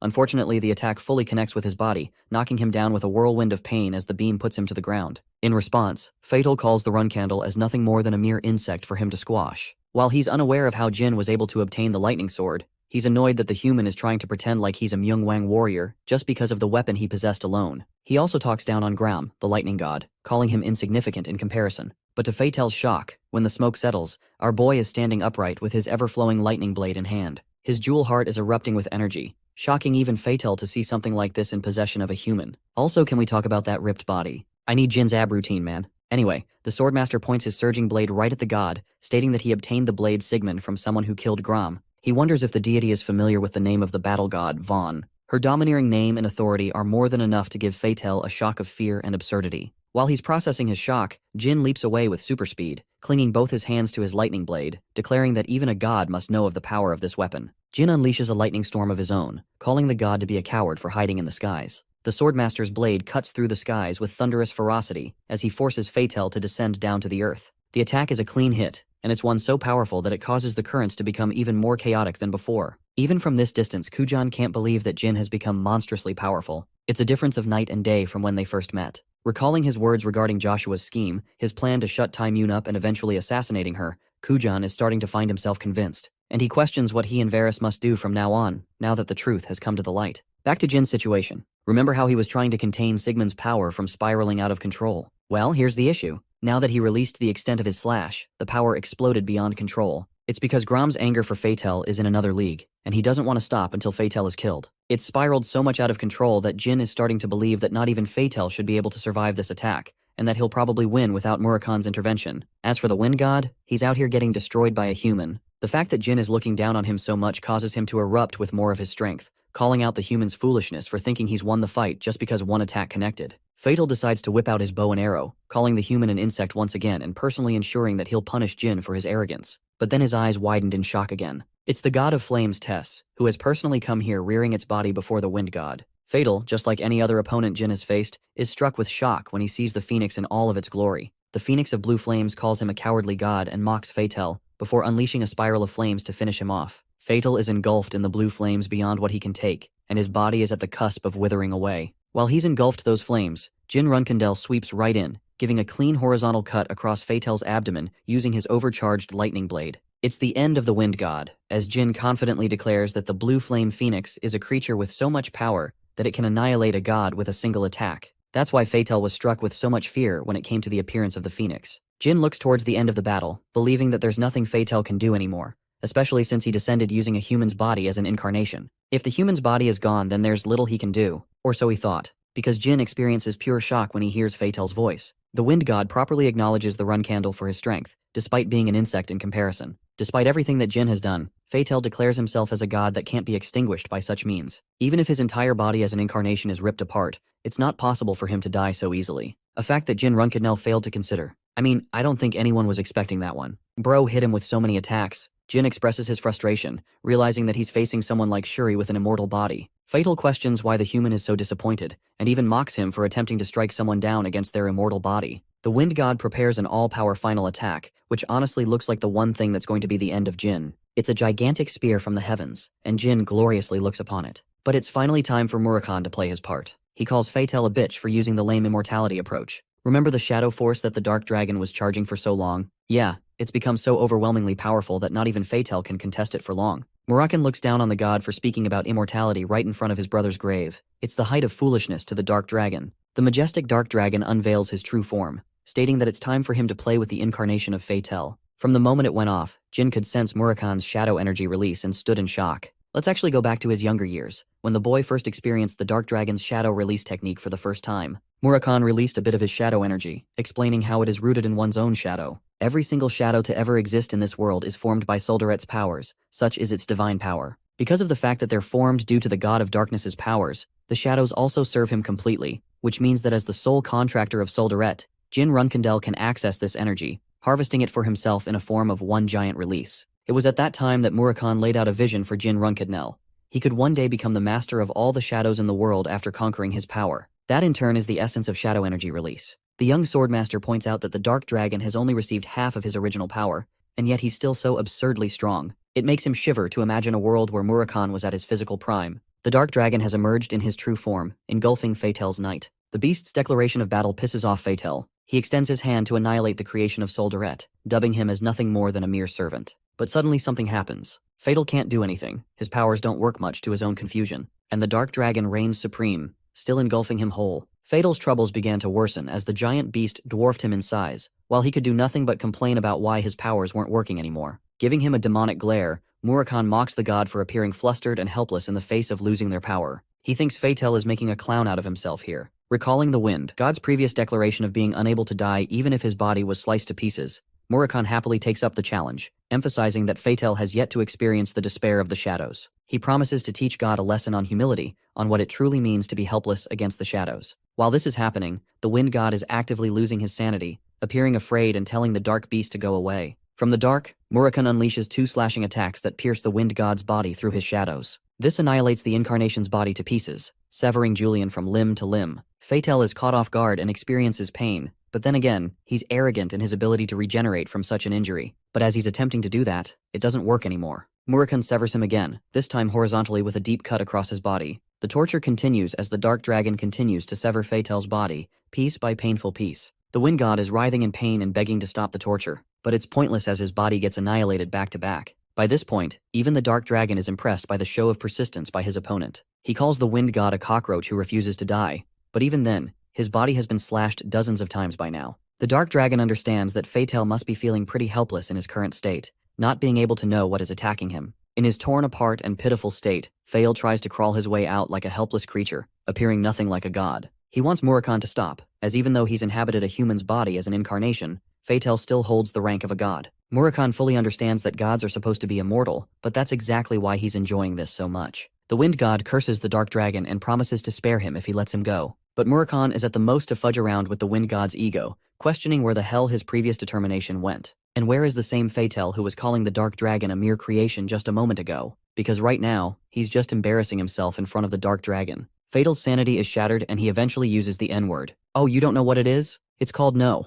And that's the only word that comes out of his mouth after the dark dragon rips his body to shreds hundreds of times more. By the end of that process, Murakhan is left with a relief from the annoyance. Jean is proud that he was finally able to subdue the threat successfully, killing the incarnation at last. To that, the dark dragon emphasizes that Fatal is still alive. It's just that his descent into Earth has been prevented, and the process will no longer continue. After all, the dark dragon made sure to put the wind god into a never-ending cycle of pain. God or not, Fatal's consciousness eventually broke its spirit, unable to take the pain as it left the body of Julian. At long last, Julian's body is let go of as the wind god escapes through the dimensional door. The skies are cleared from the grasp of the dark clouds, and the shadow energy disperses into nothingness. By the end of it all, Julian is sitting there with his family jewels out, his body frying from the energy release. Murakhan also returns to his normal state, commenting how it had been a long while since he had to use his abilities to such an extent. I mean, I genuinely wonder what kind of opponent can withstand an attack that involves an endless cycle of pain. The dark dragon is glad that the incarnation process is halted, and because of that, Julian won't be able to wake up for at least a week's worth of time. Damn, that's a coma. Jin inspects the unconscious Julian's body and realizes that he's still breathing, which is a good sign.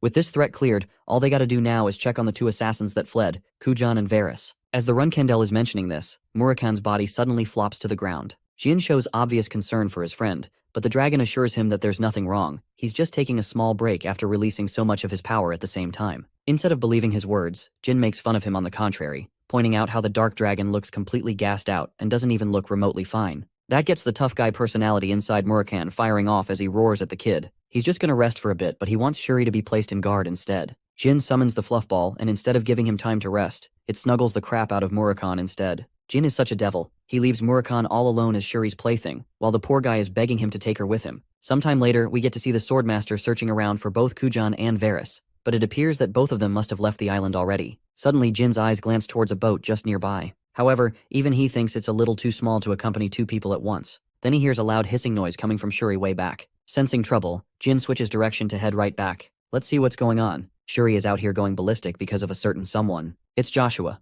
and he's rather surprised to discover Julian's situation, as well as Murakhan laying flat behind. He wonders if Jin is also here. The older Runkendel tells the overgrown cat that he's not in the mood to kill an irrelevant familiar. All he cares about is their owner. To that, Shuri hisses even more. But before it can do anything, Jin makes his superhero landing, confronting his brother with a serious glare and questioning what brought him here. Joshua has the same question for Jin, inquiring why a reserve flag bearer of all people has come to this island. While this is happening, Jin is trying to internalize the situation. He wonders if Joshua took a boat to his way here, and based on that information, he concludes that Joshua must be alone. The arrogant older Runkandel is actually quite glad that they're getting to meet each other. After all, he's got lots to discuss with the youngest. Jin straight up tells him to drop the bullshit because there's no point pretending anymore. Joshua is baffled to hear such a response at first, but then our boy clarifies his answer. Just like how Joshua has been keeping tabs on his little brother's adventures and powers, Jin also knows and has been following everything connected to Joshua. Based on his reaction, the arrogant older Runkandel assesses that his little brother is quite angry. Joshua is basically saying that Jin's reaction is inappropriate,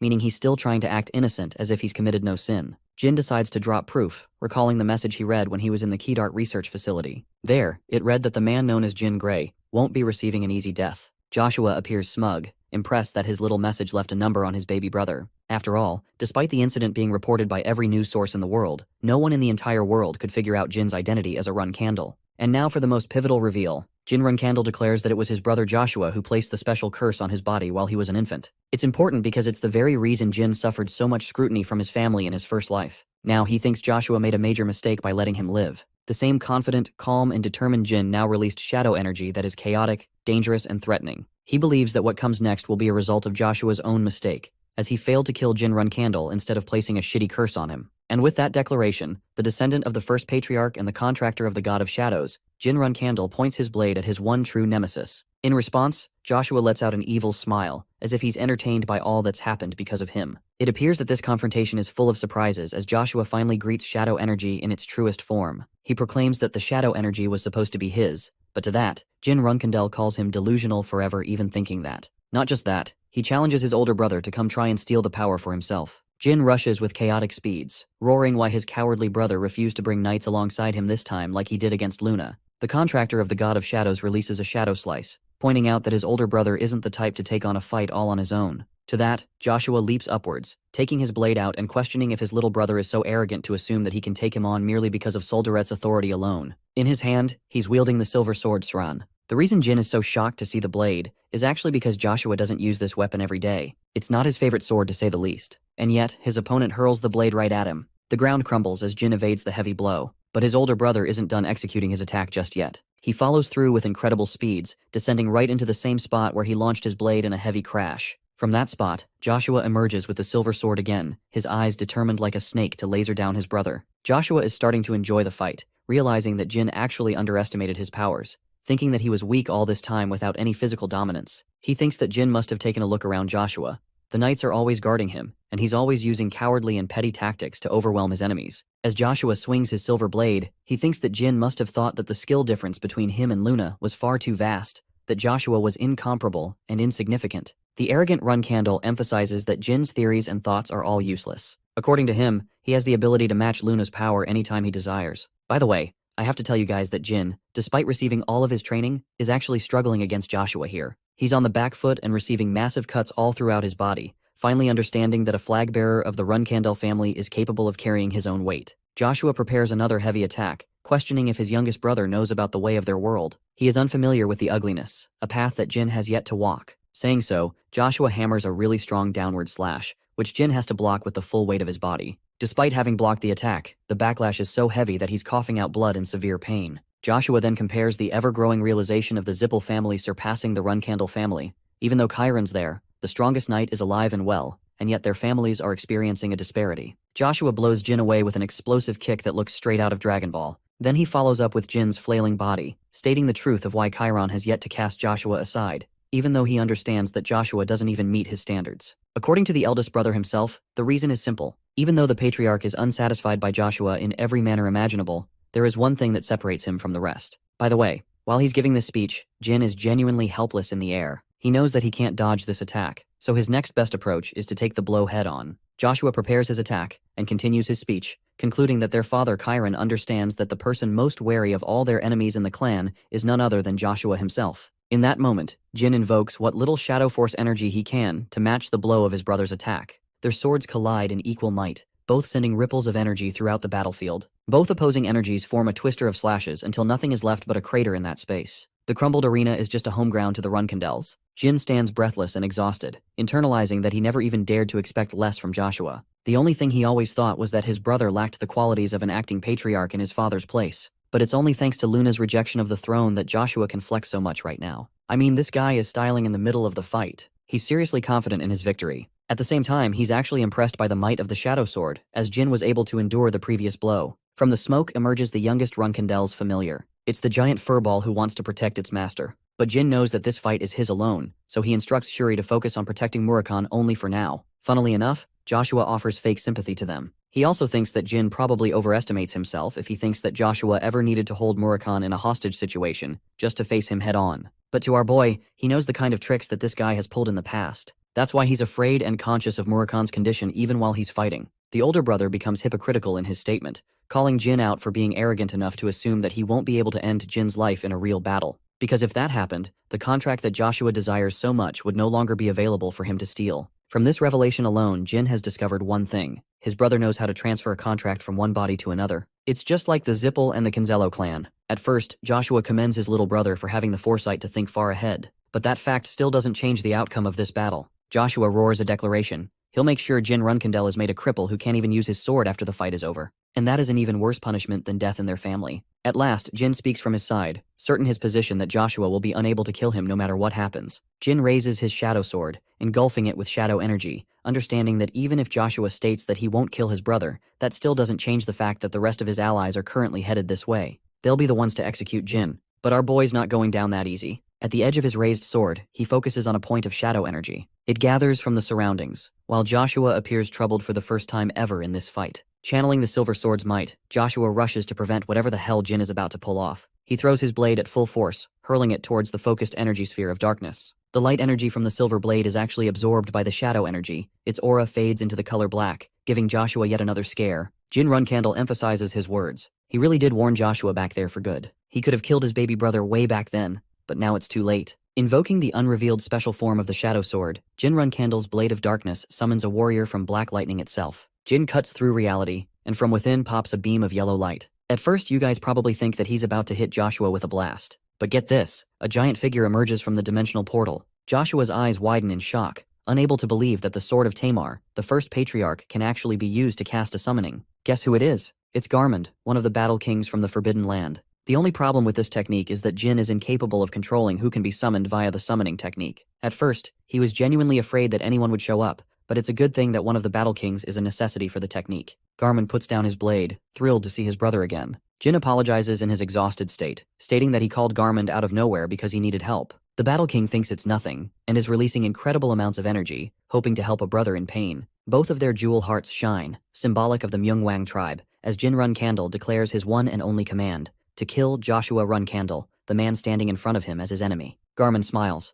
gleeful that he's been tasked with such a mission. He readies his blade, announcing himself as the 8th battle king of the Myungwang tribe, and the one who has accepted his brother's request. He offers his victim a chance to say their final words, because before long, they'll be dead. He also releases a wave of shadow energy to show his might. But Joshua may not be as much of a fraud as I thought he was. This man is out here channeling red aura, like he's the devil himself, surprised to see a living spirit from a dead tribe that was banished from the earth. As for their fight, he's more than happy to cut the musclehead down so that he can move on to punishing his little brother next. Garmund laughs, shit-talking Joshua for pretending to be a warrior of justice even though he's not. His comment clearly agitates that older Runkendel, who curses at him and points out that it's shameful to pretend to be brothers with Jin when they don't even share the same blood. But I guess that was the straw, and the one thing that he shouldn't have said. Because the moment he says this, Joshua experiences fear, true fear. His opponent has such monstrous speed that he blitzes past Joshua, who couldn't even lunge from his spot yet. Garmund is ready to end this fight already, seeing as his opponent doesn't really have any significant words left. He then chillingly remarks Joshua, telling him to fall into the depths of despair.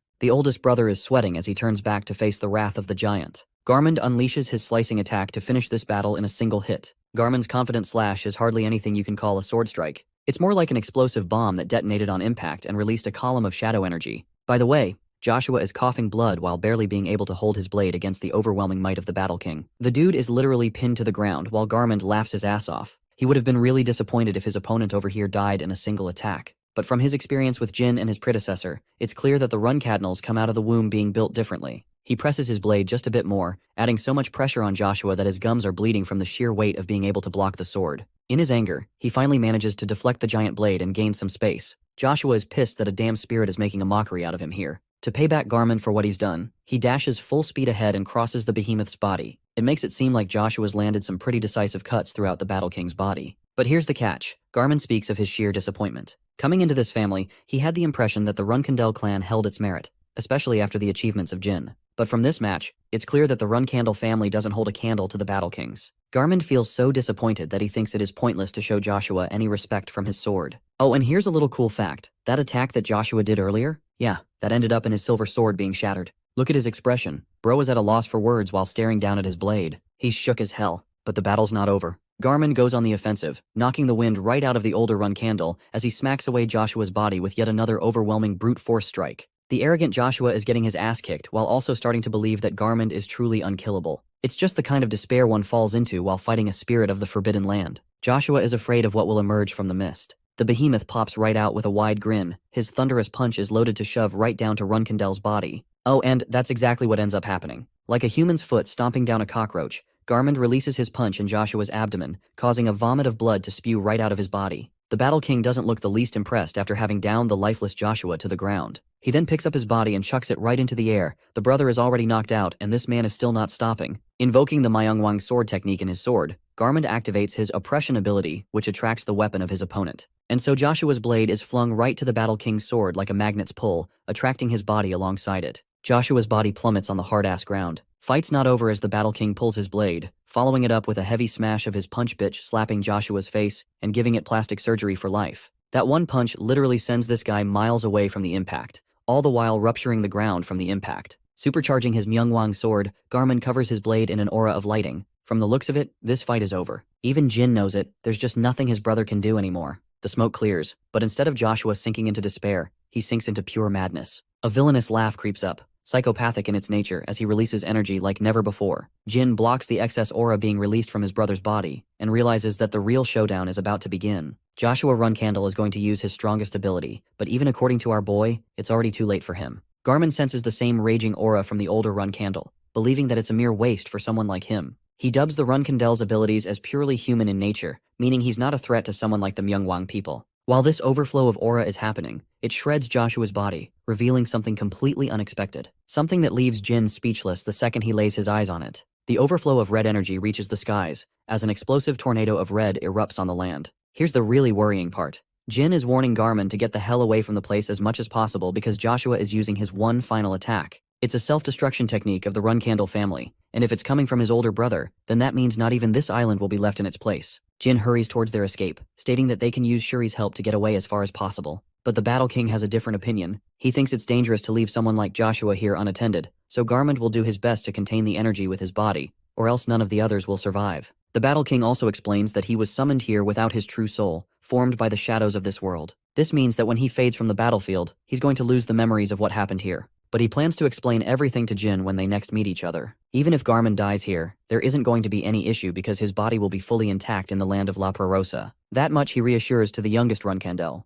Jin understands the situation and accepts it, escaping using Shuri's speed to get as far away as humanly possible from being blown to a billion pieces. Joshua's body has reached the point of no return. His aura is extending out of control, and in this impossible moment, all he has for his little brother is a spiteful challenge. He's damn near certain that Jin won't be able to survive the vicinity of the blast, no matter what he does. With that said, he casts the detonation of the ultimate technique of the Runcandle family, the unstoppable volcano. The explosion starts off like a blinding light of heaven, reminding me of the scene from Dragon Ball Z, where Vegeta used Final Explosion to defeat Majin Buu. The radius of the blast is huge. It's swallowing everything in its path, so much so that its penetrating light reaches Jin already, who is supposed to be a considerable distance away from the impact using Shuri's speed. The grave of Grom is demolished, and caught in between is the 8th Battle King. Garmin stands fearless as he blocks the pulsating chain of explosions with his sword. Using the might of the Shadow Force, he prevents the explosion from making its way to Jin Runcandel, becoming a final barricade, a shield for his friend and brother. The warping tornado of flames unleashes destruction like any other. Using his might of the Shadow Force, Garmin is able to successfully swing the explosion upwards in the sky, hurting its vicinity, which would have surely demolished Jin along the way. Having done his part, Garmin grins, knowing that he's saved our boy, the main character, and simultaneously won our hearts with this feat of bravery and sacrifice. He wants to wait for his brother in the Forbidden Lands. After fleeing a considerable distance from the island, Jin and Shuri finally see the blast erupting fully, destroying everything on the island. This means that it also took out the 8th Battle King Algon-sided after he swung his blade. In the aftermath of the explosion, Jin Runcandle gazes at the sea. What was once a piece of floating land is now nothing. None of it remains. But his thoughts are more concerned about Garmin, the one who valiantly took the fall for his survival. And that concludes the end of Joshua Runcandle, our protagonist's greatest hurdle. But something about the situation upsets our protagonist. It's almost as if it's unfair for Joshua to die this way, or rather, it's unlike him to end without a cause. And then the impossible happens. I bet what I'm about to tell you guys next is going to shock you. Jin reads the latest news of the Runkandel Knight appointing ceremony. Lo and behold, Joshua Runkandel is photographed there, alive in the flesh, smirking like the cockroach he is. Not even Jin can believe his damn eyes, as his expression turns to anger with him crumpling the newspaper. I mean, going through all of that, just to find out that your evil brother is still alive must hurt like crap. Not to mention that everyone and their mother hates Joshua. Seeing Joshua alive in the flesh may have ticked our boy off. What about Joshua himself? Just where is he? To find that out, we have to head over to the hideout of a certain witch's lair. Here, the interim patriarch of the Runkandel family, the supposed man to succeed 3yr, is currently strapped to a chair. He's struggling and writhing in pain from his very spot. Then a voice reminds him that even though he's supposed to be the child of prophecy and become the next leader of the Runkandel family, currently he's trembling in fear in the witch's basement. Manifesting from the shadows, the witch mocks him shamefully, calling him pitiful beyond comparison. In Joshua's sorry-ass state, he questions the witch strongly, asking if she's only come here to make fun of his demise. The witch isn't afraid of him, so she confirms such a fact and agrees that it's exactly the case. Halura makes her descent, and I think I just had a neuron activation moment after seeing her. The damned Witch of Calamities is furious that this man destroyed the clone she had spent so much time creating. And because of the clone's destruction, Joshua's currently suffering the after effects of what happened, trembling in agony. Haluram thinks it's only fair to laugh at him while he's like this. Tensed up in both pain and anger, the older Runkandel emphasizes that it's the only way he had to successfully kill off the Myungwang spirit that his little brother summoned to the battlefield. Hearing that makes the witch laugh uproariously in amusement. She calls it a foolish person's strategy. After all, the people of the Myungwang tribe are already imprisoned in a world separate from their own. Right from the beginning, Joshua basically had nothing to worry about. What the witch really cares about is that he carelessly killed off, discarded the clone that she handcrafted after putting in so much work. Haluram toys with Joshua and turns back questioning why the prophecy just had to have chosen this guy of all people. Piercing her gaze towards him, she talks about how everything could have flowed much smoother if only the prophecy revolved around Luna, or even Jin Runkandel for that matter. While she's saying these things, of course Joshua is getting pissed as hell like a jealous little prick. The witch even concludes that his father, the patriarch 3yr, was supposed to be the original person destined for the prophecy. But a major shift occurred when that man's power exploded beyond comparison, and reached the level of Genesis, forever altering his fate. But if he ended up tangled with Haluram instead, she would have been living the life without any troubles. Because then she wouldn't have to be wrapped up with a clown like Joshua. I just love how she's verbally abusing the crap out of him, and it's actually affecting Joshua with the way he's getting aggressive every moment. Though the witch does point out that the older Runkandel did manage to succeed in one thing, because with the knowledge of Jin's abilities, they fully understand that he's capable of summoning a spirit from the Myungwang tribe. Apart from that, they also know the exact location of Shuri because of him. Haluram is disappointed that someone else took her familiar from her. The crazy witch is out here trying to convince Joshua that everything will go his way eventually, but all I'm seeing is how she's expertly manipulating him. Haluram promises to create yet another clone for the child of prophecy. The older Runkandel is peeved and asks how long it will take her to create another one. The witch laughs at him, stating that it won't be that difficult with the materials he's brought her this time. The scene ends with the notion that Joshua will receive a new clone, and that this annoying insect won't be dying anytime soon. Back to Jin, he's pissed as hell after reading the news report. He's back to Tikan, and he's confident that Joshua didn't survive the battle on the island.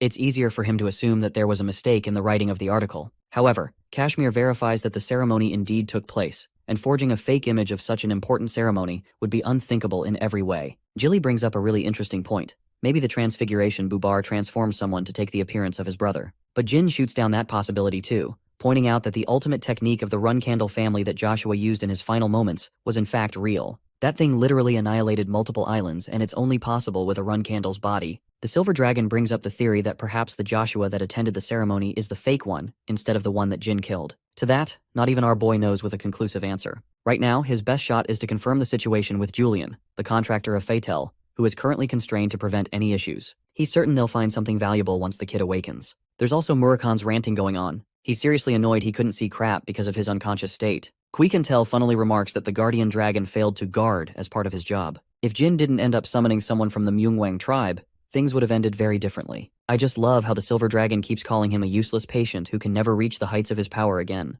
The Dark Dragon waves off the fuss, understanding her point as she keeps on hammering it to him. Quikentel wants him to check up with Misha, who might be a possible lead to help him retrieve his powers back. That suggestion causes Murakan to drop in silence. Jin asks the important question for all of us. Who the hell is Misha? Quikentel reveals that she's actually his older sister, who is also a dark dragon. Murakan has had enough of getting steamrolled and rants away, stating that he doesn't accept Misha as his sister. Saying so, he slams the door shut, proving that there's some tension between him and his sister. Even Jin comments on it, until he learns the truth of the situation from Quikentel. It turns out that when the dark dragons were young, Misha picked on him a lot and bullied him around. Eventually, Murakhan became powerful, and the first thing that came to his mind was to exact his revenge against his sister for everything she did to him. That makes Jin wonder if the two can really have a successful reunion, considering everything that went down. Quikentel confirms that although Misha is also a dark dragon, she's not going to kill her brother, who is supposed to act as a guardian beast for the Runkandel family, as well as the protector of Solderet's contractor. It's just not going to happen. The Silver Dragon intends to tag along for the journey, preventing anything ridiculous like that from happening. Because in reality, Mishan and Quikentel share an amicable relationship with each other. That night, they come to learn of the Dark Dragon's sudden disappearance. Quikentel is mad that he stupidly left by himself, while Jilly retrieves a letter from her room. I think everyone knows who it's from. Jin retrieves the letter. Get ready, folks. This is gonna be good. First off, Bro's look of sheer cringe and regret is enough to give you guys an idea of the contents. It starts off by Murakhan addressing Jilly as his beloved strawberry pie, and the only concern that Murakhan shares in his letter is for Jilly alone, not his contractor Jin, the man he's supposed to protect. Bro is out here acting like the nanny is his wife and he's going to war. This man even talks about their first encounter and how it felt magical for him. Upon returning, he promises to take Jilly on a trip they planned together. Well, Jin is out here legit ripping the damn letter in half because Bro can't bear the cringe. He also can't believe that Jilly decided on a trip with Murakhan without even saying a word. The nanny tries to deny anything like that, but her reaction is obvious. Meanwhile, Quikentel doesn't care and shows concern for his well-being while he's away. The scene cuts to another town, where a cloaked figure is making his way to a hideout. He opens the door and sees Kujan waiting there for him. Apparently, there's supposed to be a trade between the two parties. The assassin asks for his payment up front. The bag of coins is tossed to his side, while the man questions the effects of the poison. Kujan emphasizes that this poison is unique, and it's so strong that it's practically untraceable. The unknown man is intrigued looking at the container, and asks where Kujan retrieved the poison from. Showing hostility and refusing to answer any more questions, Kujan practically tells him to fudge off because the deal's finished. Afraid of him, the man agrees to leave. The assassin then goes to the other room, where his sister's body is quivering in pain from the electrical shock she received the other day. The lightning is causing immense pain in her body, while Kujan is begging her to just wait a little while longer. Even a ruthless assassin like him breaks down in tears, because he doesn't want to experience the loss of the only family he's got left. The following day, Kashmir arrives with some good news on him. He discovered the location of Kujan Marius. He appears to be hiding in the Delki Kingdom. Jin receives a note pertaining to all the information from Kashmir's organization. They confirm that a rampant surge of blood poisoning has started circulating lately among mercenaries. A member that he personally sent confirmed that it was poison, a lethal one that isn't even registered among academia. These clues are more than enough to confirm Kujan's presence in the kingdom, and Jin is certain of it. Even Kashmir reaches the same conclusion, since the Delki Kingdom is home to the Marius family and the safest place for them to be. Just like last time, Jin Runkadnel has to task himself to go to Delki Kingdom immediately. And so that very same day, he tags alongside Alicia and Kashmir to explore the same location where the mercenaries have been arriving to purchase the poison. Upon opening the door, they discover Kujan Marius sitting all alone in a shabby spot. The broken down and defeated assassin can barely recognize Jin Runkandel, but from this, our boy understands that the assassin was actually anticipating his arrival. After all, this is the same assassin duo that made it impossible for themselves to be tracked the first time Jin confronted them. And yet, Kujan revealed himself without any troubles here. Jin thinks that the assassin feared Joshua would catch him after his failure at the island. That's why he signaled Jin to come using this strategy. Kujan begs our boy for help and takes him to the room where Varys is choking blood. Seeing her in such a critical state, Jin understands that the assassin is desperately trying to save his sister's life. Unfortunately, they can barely do anything at this level. Remember that final moment of Varys where she unleashed a questionable amount of mana? That actually resulted in a mana counterflow or mana backlash,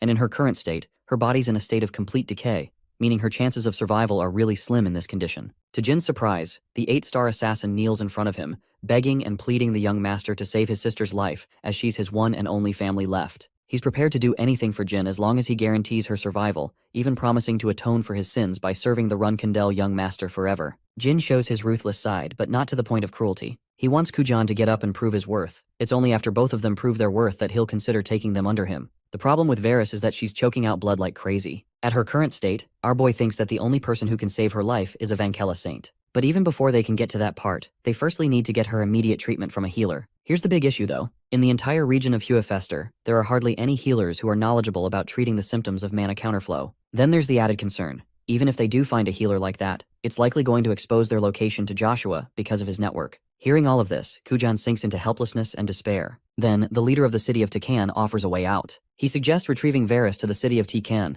then using a healer for an emergency treatment. After that, they'll go look for a Vankella saint. The matter requires immediate precedence, so they're gonna have to pull this off right away. Alicia promises to stabilize her body until then and covers her up in her cloak. Even she knows that Varys' condition is near fatal right now and that they'll have to hurry before things get worse. Jin agrees with the suggestion and hastens to leave. Kujan is surprised that they're still giving his sister a shot, but the youngest Runcandle does leave with a message. Even though their intention is to make sure Varys lives, if a fight breaks out between him and Joshua's servants again, chances are they'll have to forget about his sister. It's just something Kujan has to mentally prepare himself. Tears streaming down his body, he accepts the condition. The four of them rush their way through the Delki kingdom, while Jin points out just how fragile Varys' condition appears to be. If they don't rush at full speed, she'll soon die of organ failure. Kashmir luckily spots the teleportation gate from this distance. Unfortunately, they'll have to come across a whole bunch of people from this point onwards, so it might get troublesome. Even Jin knows that this task won't be easy, especially since he senses someone trailing behind. Not just that, he's also tracked down at least 3 targets. For these guys, our boy recommends Kujan to show his merit and contribution by assassinating all 3 of them. The assassin agrees to the job, and Jin makes it clear that there shouldn't be any attention drawn to him, no matter what happens. The assassin leaves to take care of the targets.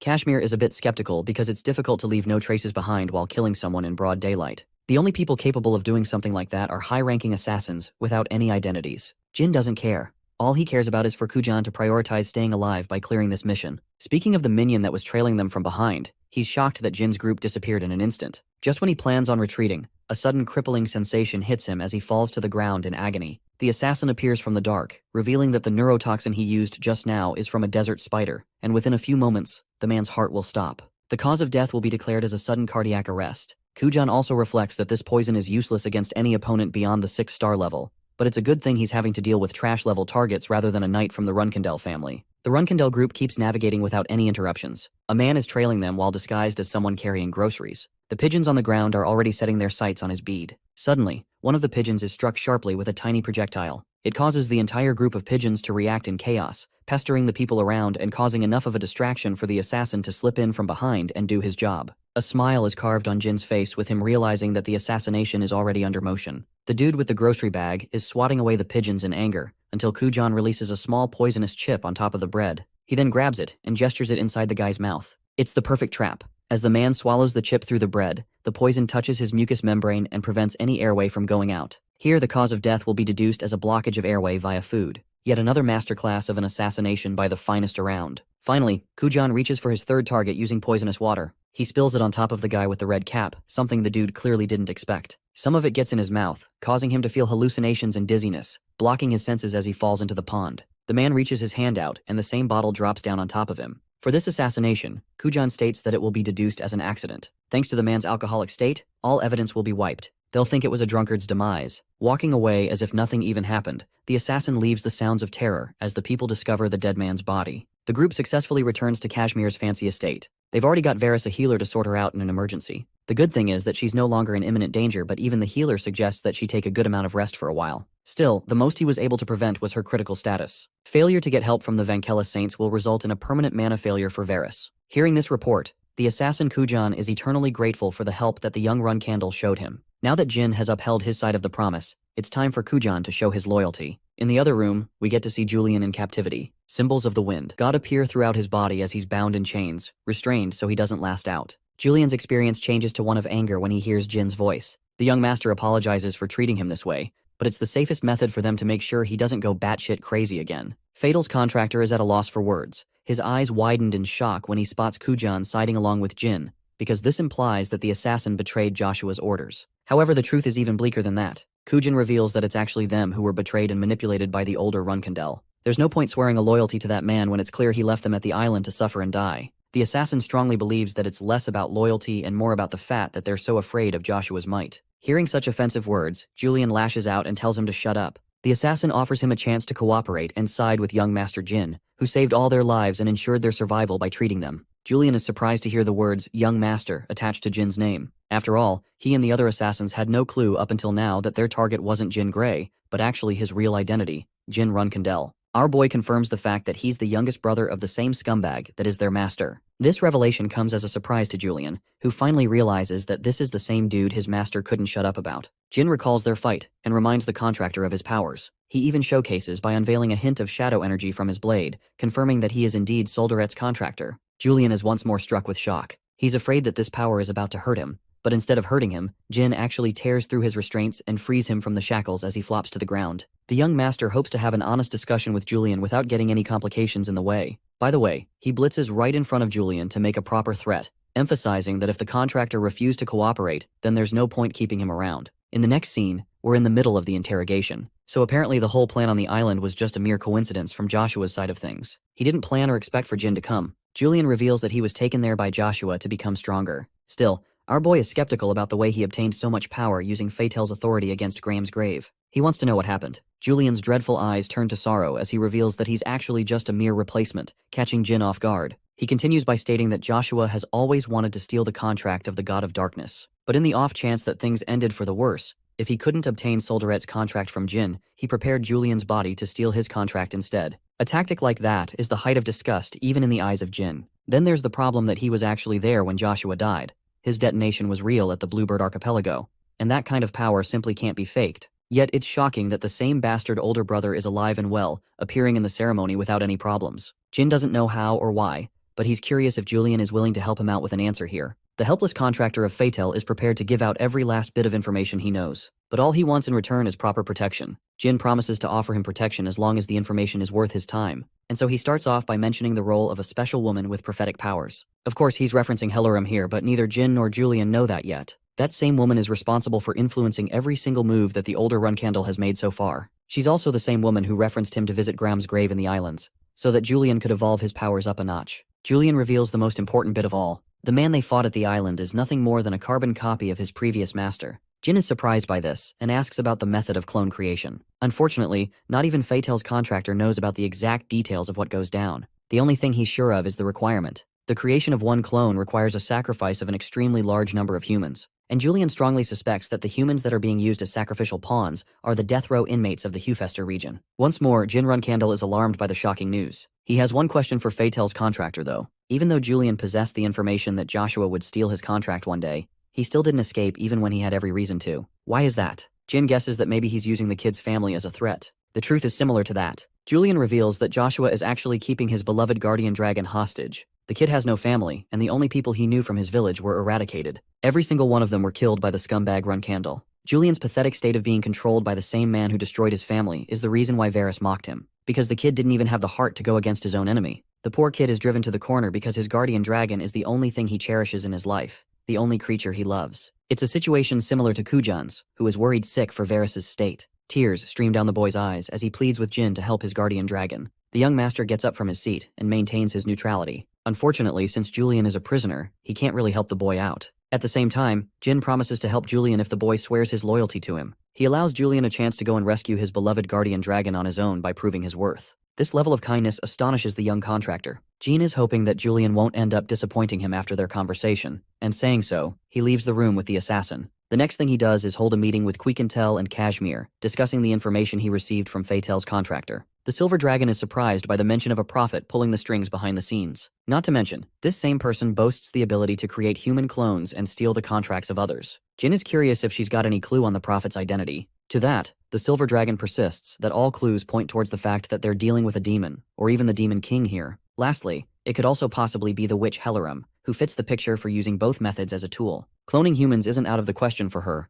neither is the idea of stealing contracts. Jin finds himself in deep contemplation, figuring that perhaps she is a being with connections to their family from within, apart from Joshua. Even the city leader Kashmir seconds this opinion. If a person of that importance is helping out a dude like Joshua, it's clear that most of the important figures within the family are already aware of the truth of her involvement. The only question that remains is to figure out if these people are siding with Joshua or if they're spectating the scene from the side. The Silver Dragon thinks that if the people are actively supporting the older Runcandle despite the truth of a demon's involvement, then Timar would probably be disappointed in his lineage. From the looks of things, Jin understands that it's a very sensitive matter even within his family. It's not something for him to easily tackle, at least until he becomes a proper flag bearer. Because in that position, a slight mistake causing some scrutiny can be handled by him. Jin Runcandle understands that he can no longer wait 5 whole years to become a flag bearer. He has to act faster, and so he marks down his official declaration to return to his family immediately. Or at least he would have wanted that, until Jet's howling voice came rushing to warn his master of something. Apparently, he has received news about a raging fight breaking out between a dragon and a monster. The merchant strongly believes that Murakan is involved in the scene. All 3 of them express their shock as the scene fades to the battle taking place between a red dragon and a black dragon.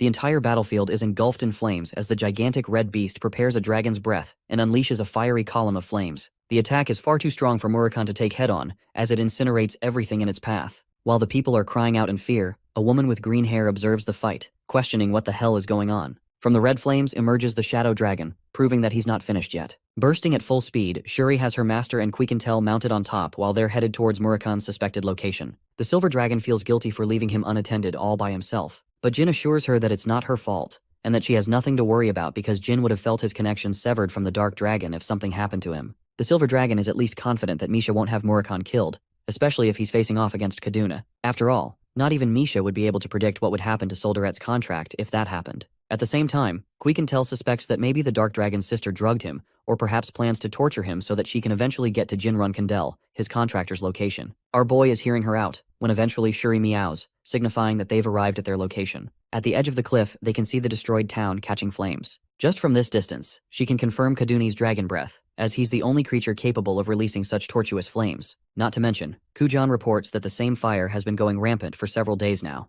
and yet not a single media outlet has reported it, strongly suggesting that the Zippel family is behind the scenes, controlling the media outlets and suppressing any involvement. The young Master Jin suggests that they enter the city immediately. In the next scene, they've already invaded the city. Jin reports his strange observation. This place is actually called the State of Shul Kingdom, and yet, instead of the kingdom's soldiers protecting it, the Holy Vankela Knights are here to protect it instead. Not just that, they're actively blocking any entrance inside the quarters. This means that the Knights are making sure there aren't any witnesses in the fight. The Vankela kingdom is supposed to be helping out its people, saving the citizens and protecting the land. And yet, the Knights stand here opposing anyone from going inside. It's truly a strange sight. The same Holy Kingdom that maintained its neutrality in his past life has now appeared to be siding with the Zippel family. Quiquintel urges precedence on invading the lands to check on the Dark Dragon's location first. Jin alerts her and tells her that they'll take the lead without causing any problems. However, the Silver Dragon wants to take care of the two knights guarding the gate all by herself, believing that she can flawlessly execute the task. The cloaked figure walks up to the Holy Knights, who are both alerted and warn her to stay back from the restricted area.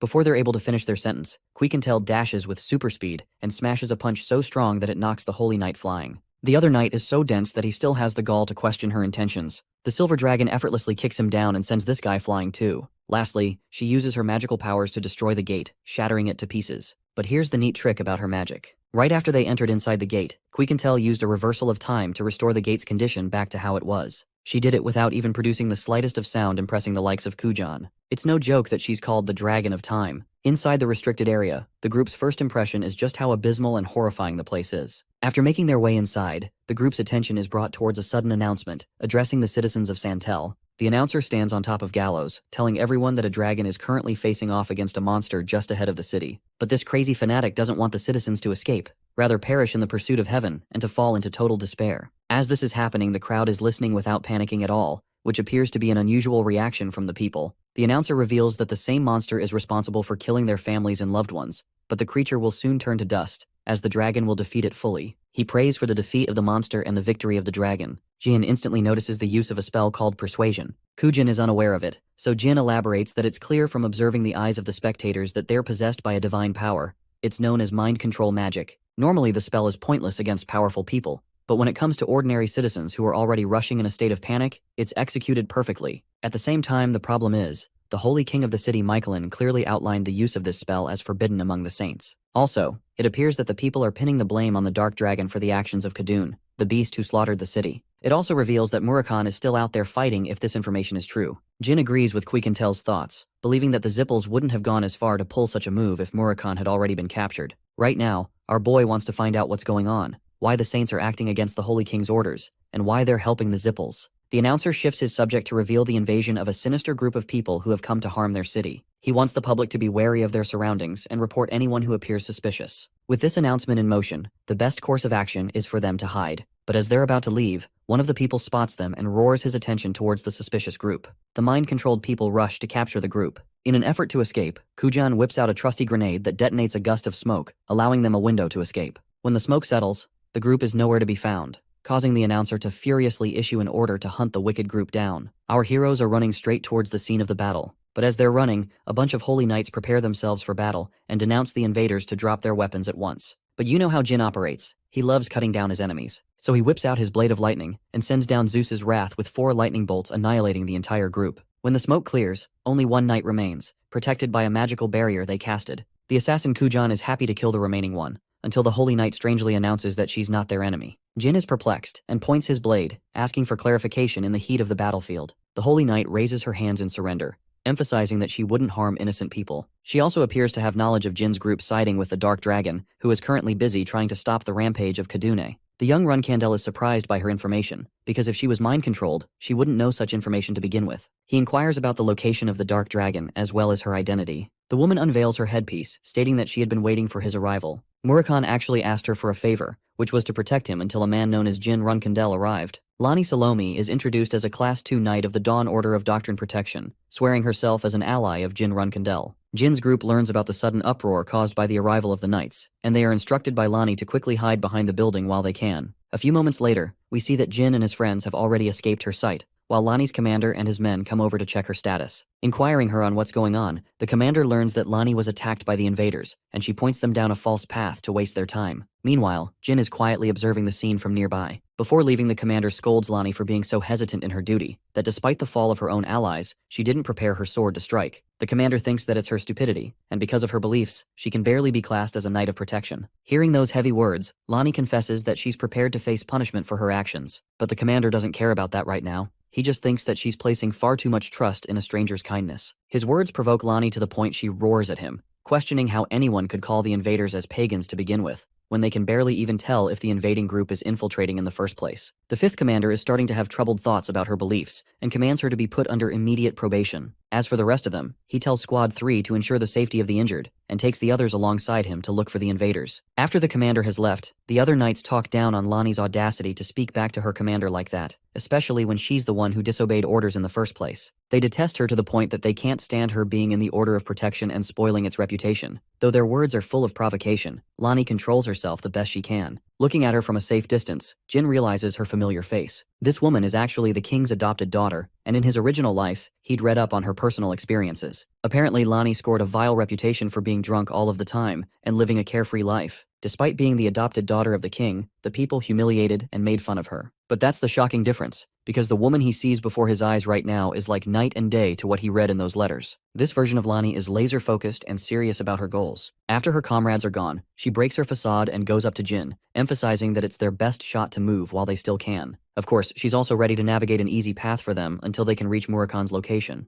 A little while passes as the city goes to hell. The Class 2 Knight opens up a secret underground passage. She leads them down to the staircase, while also pointing out that they're using a forbidden path, so no one will follow them. But that begs the question that's bothering Jin the most, so he directly asks her why she's helping them out to begin with. The knight talks about her pride in being a citizen of the Holy Kingdom and a daughter of their goddess Ayula. Basically, she doesn't care about honor or her duties of being a knight because of the horrors she's witnessing before her eyes. She vividly recalls the terrifying sight of the enormous fire dragon, Kadun, who is responsible for all of the violence that is causing the city to burn down. Opposing him is Murakhan, who did his absolute best to stop Kadune's wrath from obliterating the city completely. Worried for his sake, the Silver Dragon asks about his condition. Unfortunately, even Lani understands that the Dark Dragon is in a very fragile state right now. Even though she's tried her best treating his wounds with divine magic, it still isn't enough to make him recover fully. The knight leads them down to a secret room, where Murakhan appears to be resting in his cat form. He's beat up and currently trying to recover, and before entering a state of slumber, his last orders were for Jin to find him. Quicantel sees his miserable state and points out that he didn't force himself to become like this of his own volition. Rather, it's the only way his body knew how to survive after a brutal battle. It was a response based on instinct, something only the top dragons can do. The Silver Dragon weeps for him,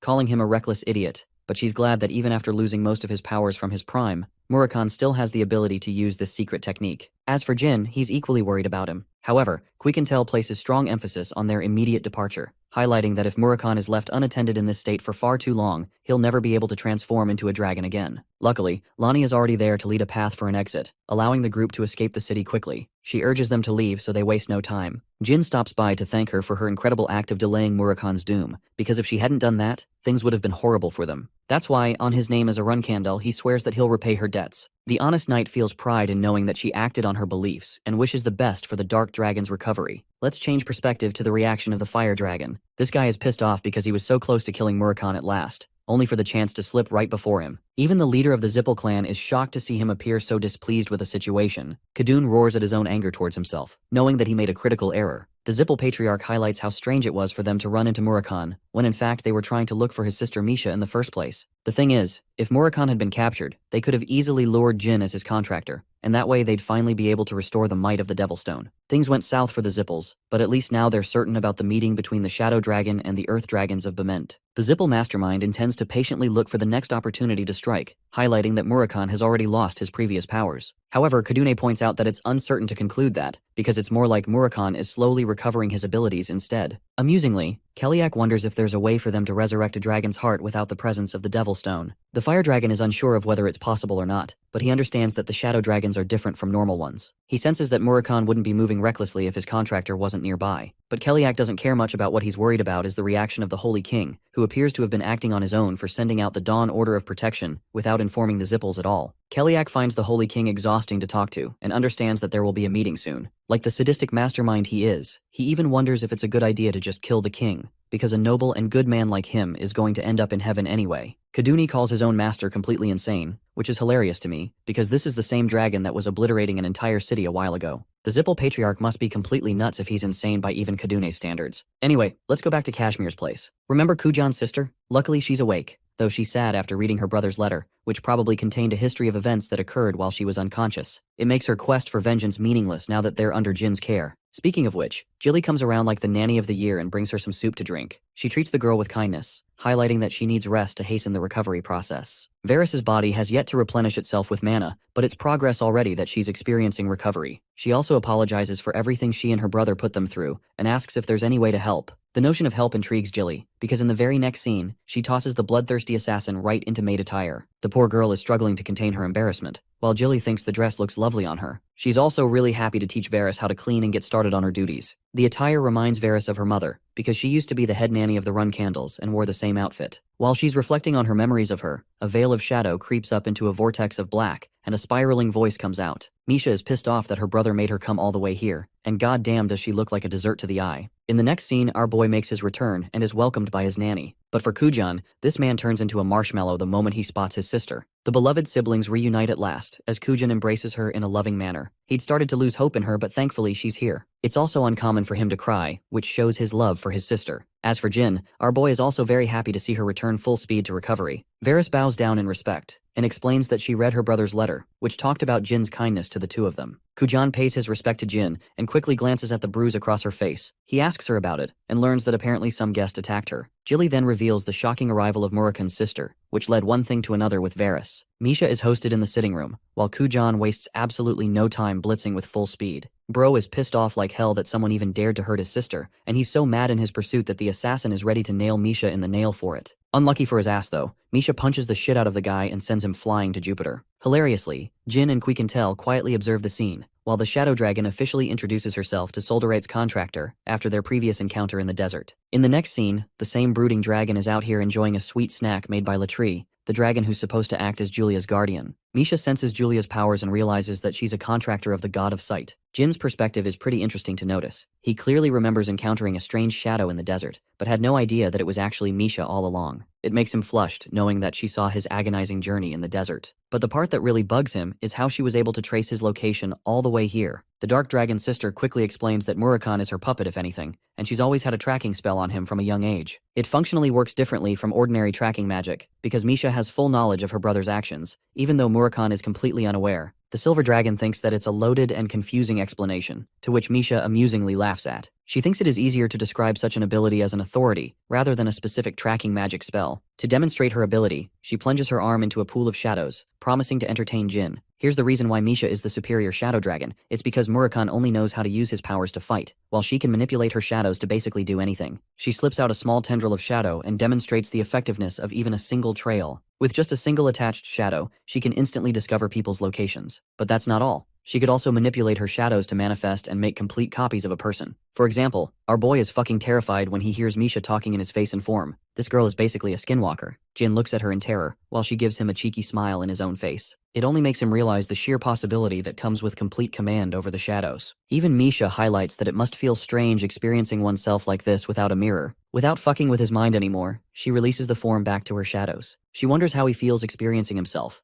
while Jin sings praises of her excellent command over her powers. He can't even fathom the fact that another one of him can easily exist out there without his knowledge. It goes to show that if humans came to control this power, they would destroy each other. Interestingly, Misha reflects that she's never going to let Jin fall into the same fate as 3yr-'s, and she is hoping that he steps down from the pursuit of power if anything. The Shadow Dragon continues her watch on him with great intrigue. To Misha's absolute horror, Julia answers her mind, arguing in favor of Jin, and stating that he'll never fall in the pursuit of madness. It really stuns the Shadow Dragon for a second, the realization that she has been outplayed by the little girl. Thanks to her abilities granted by the God of Sight, Julia sees something in the run candle that nobody else does. It makes Misha wonder if Julia is witnessing the first patriarch's reincarnation in him. It completely terrifies her to believe that 3yr reincarnated, but an even more shocking thought is the realization that Julia sees Solderay himself in his contractor's presence. The Shadow Dragon holds herself down from jumping straight into conclusions, even though she can fully grasp that the God of Darkness no longer communicates with her. She thinks that it's entirely possible that something must have happened for Solderay to radio silence on her. Unsurprisingly, Julia's comment about Jin is so vague that her father asks her about what she means. The loving and cuddly girl once again emphasizes her point regarding Jin's pursuits. Our boy actually didn't know what she meant either,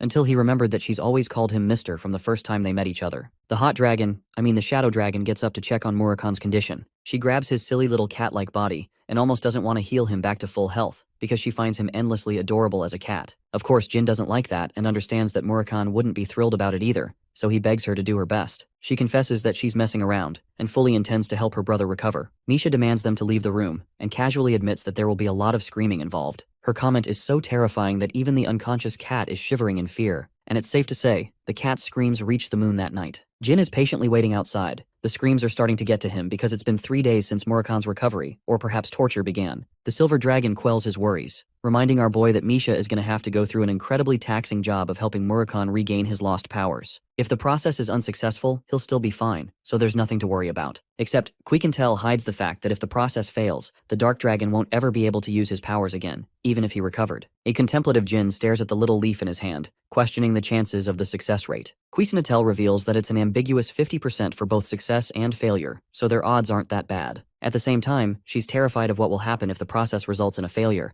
which is also why she wants Jin to be mentally prepared for the worst to come. Her words, coupled with Murakhan's agonizing screams, isn't a pleasant moment for our boy. It reminds him of his first ever encounter with the Dark Dragon, while he was just a helpless little child. A flood of memories comes crashing down in his mind regarding all the sweet memories they spent together on their journey. At last, the day arrives where Misha opens the window, appearing gassed out from the procedure and devastated. Then she confesses the ugly truth. She has failed. Her words terrify Quick-and-Tell and infuriate Jin enough to roar his name. But suddenly, a fast shadow blitzes out of the window as our beloved Murakhan sticks his superhero landing, aura farming in all of his glory. The maniacal dragon laughs like an evil villain. His mere laugh is able to send ripples and shatter structures nearby. At long last, Murakhan revels in the glory of his prime, a fresh body and absurd levels of strength. But even while he's out here posing like he's turned Super Saiyan or something, his sister quickly humbles him by kicking his ass. Literally. Misha is pissed off that he's happy about only gaining 40% of his original power, stating that his body is far too weak to handle its full strength. I have to point out that she's also bitch-slapping the shit out of him while this is happening, so F's for this man in the comments. The Dark Dragon thinks that his sister messed up the procedure on purpose, because if she'd fully restored him to full strength, he'd end up stronger than her. Misha launches this man flying for thinking of something so incredibly stupid, and she follows through with a full beatdown, all the while expressing how much pain she felt just trying to save his ass. As they're bantering against each other, Jin and his group are at a loss for words. Funnily enough, Misha wants to kill his ass right after reviving him only moments ago. The Shadow Dragon concedes his defeat, while Jin is happy as he can ever be seeing his friend nourish back to health. He thanks Misha, who understands how frustrated they must have felt when it took her days to complete the procedure. She also doesn't want to waste time anymore and plans to leave, highlighting how busy she is compared to her absolute moron of a brother. I just love how she humbles him every chance she gets. Anyway, the Run Candle apologizes for not being able to make it up to her for all her help. To that, Misha assures him that it's her duty to act on behalf of Solderette in case anything goes wrong. And now that she's connected her shadow with him, they can meet at any time. Finally, she advises Jin with a mission to head to the old Otarium. Confused, he asks why, and learns that there's supposed to be a special grimoire, a piece of legendary treasure left behind by 3yr-old Zippel. This grimoire is no joke either, to the point Jin already has previous knowledge of it. He expresses his concerns, bringing up the fact that the Otarium is going to be difficult for him to get to with his current level of strength. To that, the Shadow Dragon agrees and explains that though she intended for him to go there after becoming a flag bearer, it will be too late then. That's why she recommends taking Murakhan alongside, who can certainly hold his own with his current level of restored strength. Her fixation on being late makes Jin wonder if there's another person actively on the hunt for the grimoire. Misha confirms that it's a dangerous mage, someone who Jin already knows about. When he asks for clarification on who it is, Misha utters the words, Arya Owlheart, the same child who is born with a similar destiny like Jin Runkindel himself. Let's break down what Arya Owlheart even is. It's actually a false identity of Valeria, one of many fake names she used in his previous life. She had a unique fascination for this name, and it really astonishes him to learn that his previous mentor is currently looking for the special grimoire. Jin stops to question what Misha implies when she says that Valeria shares a special destiny along with him. In her response, the Shadow Dragon expresses that Jin is chosen by the shadows, while the mage is chosen by history itself. Misha thinks it's a wise choice to support her in her ventures, because she could prove to be an irreplaceable ally to him. This turns Jin inward, reflecting on Valeria's ultimate goal in his previous life. She'd always wanted to discover her family's lost mages, and if history has chosen her for this mission, it begs the question if she is close to attaining her goal. Anyway, Misha switches topics and bullies Murakhan, reminding his ass to look after his contractor properly while she's away. He ends up calling her a granny for it, and well, you can tell that she's beating him up because of it in the background. Jilly turns up with a delicious strawberry pie, which turns the dark dragon into a sweet girl with eyes full of wonder and joy. It really adds to the fact that both Murakhan and Misha are the same when it comes to their tastes. In fact, the older sister is even ready to reward the nanny with a small piece of advice. Hilariously, she reveals that Murakhan actually has a type for women like Jilly, so it's completely fine if she kills him if he tries to be forceful in his ways. The silver dragon is amused by her jokes and thinks that Misha should take it easy and return home. The dark dragon thanks her, says her farewells, and turns to open up her portal. Waving goodbye, Misha leaves, causing Murakhan to turn into a beaming prince charming in front of his beloved strawberry pie. Meanwhile, Jin is just happy that Murakhan's back, even if he couldn't return with his full strength. Though everyone played a part, the dark dragon remembers the contributions of Lonnie the most. That night is the sole reason he's alive right now, because Kaduni would have tossed him in front of his master. Jin reveals Lonnie's name, and explains her role as the adoptive daughter of the Holy Kingdom. The dark dragon cuddles with Shuri, and understands that he has a debt to repay for Lonnie's kindness. The Runkindel also reveals about certain intel he received from Kashmir during the time Murakhan was recovered. Apparently, the Class 2 knights ended up getting drunk at a ceremony and caused problems at the temple. This was taken as a direct offense to the king, causing her to get tossed into a cell. Jin's words infuriate Murakhan to the core. The same valiant knight who helped her is now rotting in jail and awaiting her trial, and her life is in grave danger. The perspective cuts to Lonnie herself, who is completely shattered and robbed of her will. The girl covers her face in shame, still being unable to contain her drinking habit. The timeline skips to December 14th in the Holy Kingdom. A crowd of people has gathered for the special event called Advent, where Ayula descended upon their kingdom. It's a celebratory festival that lasts 1 week in praise of the god,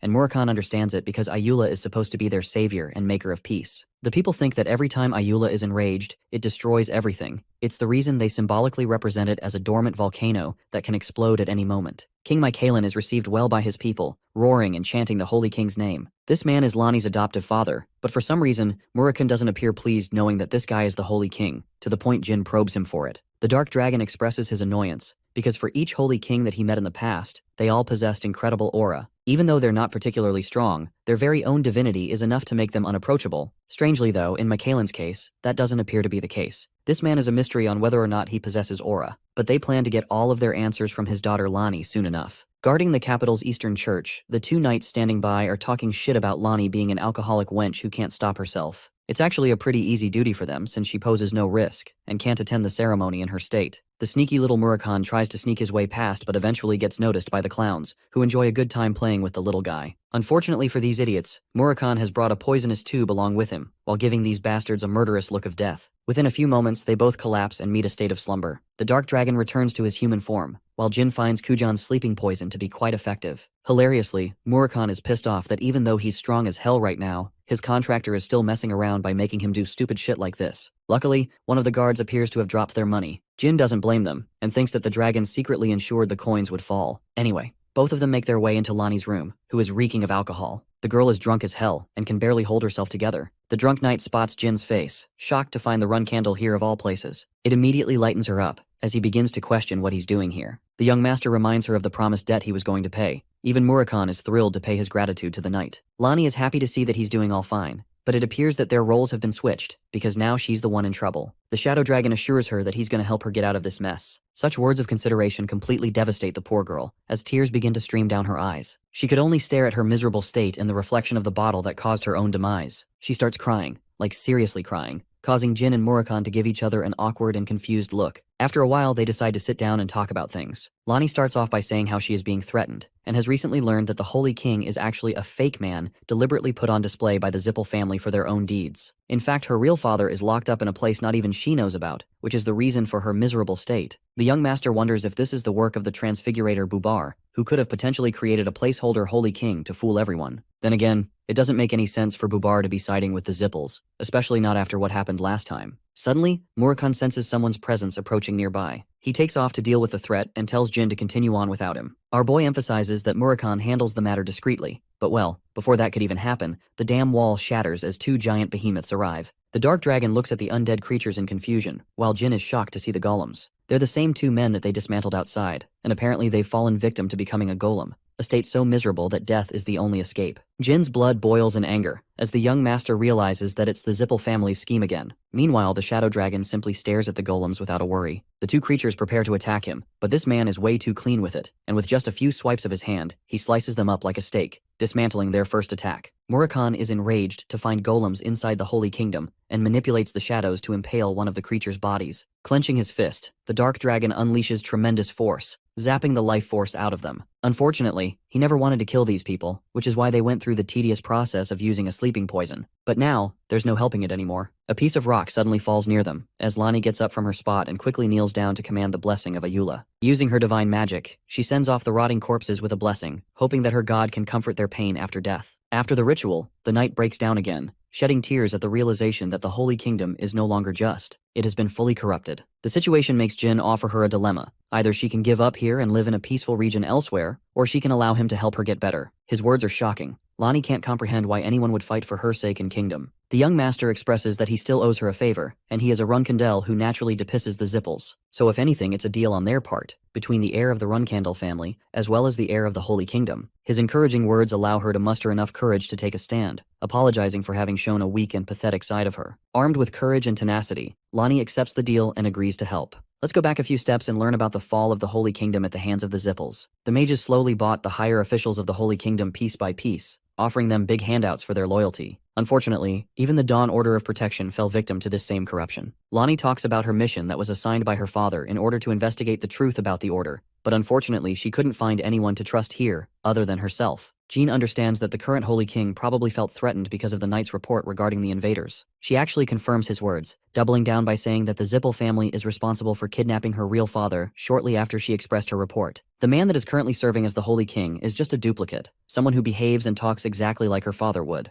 Though most of the people are fooled by him, Lonnie saw through him after all. The imposter was unable to recreate the same divinity possessed by her father. Basically, Murakhan's thoughts ended up being true about the strange absence of aura from the Holy King in the ceremony. One thing about the original king is the fact that Mikhailin is incapable of moving his left thumb. However, the moment she saw this imposter actively moving his thumb and confronted him for it, Lonnie was horrifically sent a severed thumb of her father as a response from the Zippels. The mages are psychotic, and even Murakhan thinks the same of them. But Jin is intrigued and asks for the location of the thumb. Unfortunately, the moment she saw it and confirmed it belonged to him, it actually withered away on its own. From this, the young master assumes that there was a fire seal placed on it, an ability that is only capable of being casted if one is the contractor of the god of fire. That implies the involvement of the patriarch Keliak, or the works of the fire dragon Kadun. The situation is much more serious than it seems, so Jin asks about any other people who seem to know about the king's secret regarding his thumb. Lonnie starts off with a bunch of names and finishes up by revealing the name of their commander, 3yr-old. The young master then asks if any of these people appear trustworthy, but unfortunately they're all a lost cause, as Lonnie shakes her head in disappointment. Montiano and Konu govern the administrative and regulatory factions, and despite being her father's most trusted friends from childhood, the moment she brought up the matter of his thumb, a sinister smile came over their faces. It's as if they enjoyed her confusion, the look of terror on her face. Lonnie had no chance, she was being played from the start. It was that moment that made her realize that her father's most trusted allies ended up becoming the puppets for the Zippel family, making her crash and burn in a drunken state. The Dark Dragon brings up the mention of 3yr-old, who could perhaps be trusted. The good thing is, Lonnie hasn't spoken to the man in person. However, many suspected that he had been plotting a scheme to dethrone her father for a long time. This man has also openly vouched for a good association with the Zippel family, so that's not good either. Jin wonders if it's specifically because of those reasons that Lonnie tends to avoid the man. She responds by revealing her father's hatred for 3yr-old, who always seemed like an enemy. He couldn't stand the thought of seeing his face. Going back to the king's childhood friends Montiano and Konu, Jin asks about her father's reaction to the both of them. Lonnie shares that they always sat next to him, and they were the only people whom he discussed his personal plans with. Often he would go on walks with them to relieve his stress. Overall, her words grind the gears in our boy's head. Forming his conclusion, he gets up and requests being taken to Servitora at once. It's a shocking declaration coming from the Run Candle, especially when Lonnie has already revealed him as an enemy to the throne. However, the young master doesn't really find it pleasing either to hear her father's stupidity. The man kept traitors close to him and allowed his kingdom to get taken over by the Zippels without his knowledge. The scene cuts to Lonnie, who takes her two friends to have a meeting with Servitora. The holy guards give them a pass, but the gatekeepers aren't so kind. They demand them to surrender their weapons. Lonnie turns to our boy, who agrees with the idea. Having granted entry, Lonnie discusses the possibility of Vitura being a pawn of the Zippels. She has reason to believe that he would plot against her and even kill her father. Murakhan assures her that nothing of the sort is going to happen with him around, because a bunch of puny knights aren't going to stop him. Unfortunately, the part she worries about the most is what they'll do to her father. To that, the young master comforts her with a bittersweet truth bomb. She doesn't have to worry about her father being tortured or not, because it's almost certain that he's already been killed. Though it's harsh to hear, Jin tells her that the kingdom has slipped away into the hands of the Zippels, and if they're following that logic, then her father serves no purpose anymore, and has already been executed. It's a cold truth, but it's something for the girl to accept. Even Lonnie understands that the possibility is real, but she wants to rely on her resolve and make it known for herself after speaking with Servitora. Speaking of their meeting, they get to his room shortly afterwards. Adopting a cocky smile on his face, he welcomes Lonnie as the Holy King's beloved daughter, and then doubles down by calling her a drunk troublemaker. Having dropped a verbal jab, he asks about the people behind her. Lonnie reveals that they're just friends, but the cunning and perceptive man already knows the truth.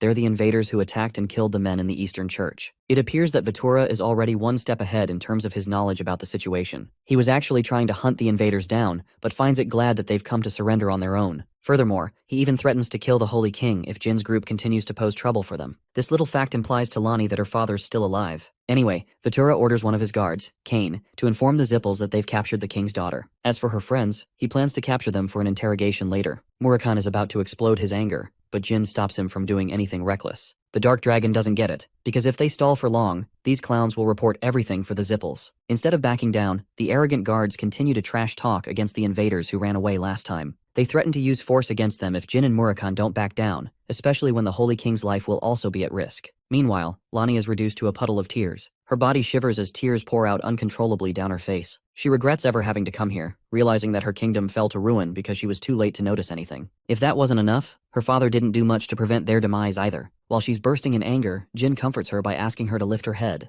The moment she opens her eyes, the two guards have already been killed. As for Vitura, turns out that he isn't a bad guy at all, and instead he's eternally grateful that the young master saved the king's daughter. Vitura apologizes for everything that happened and assures Lonnie that she did the right thing by coming here because it will be fine from now on. Murakhan is left completely speechless and doesn't get what the heck is happening. It's revealed that Jin didn't do a thing to kill those guards. It was done so by Vitura's own blade, and he's proud of Lonnie for having done so much on her part. Lonnie's brain is having a meltdown, realizing that she doubted Vitura all along, not realizing that he was on her side. He doesn't mind, and actually finds it relieving that she's doing okay. Remember when Jin was brainstorming the possibilities earlier? He actually pieced together the information that Vitura is secretly an ally of the king, but he's also surprised to see the Holy Commander recognizing him immediately. Vitura explains that he first saw the boy at the Lone Tree Bridge party that 3yr-old hosted upon his return. Back then, he noticed Jin and left without a word. But now, it's time for him to reveal the truth about his true association with Lonnie's father. You see, the whole public enemy thing was actually a false persona. Vitura and King Mikhailin deliberately acted like enemies conspiring against each other, when in reality, they were allies trying to keep the balance of the world. Jin adds on by stating that the Zippels had no clue,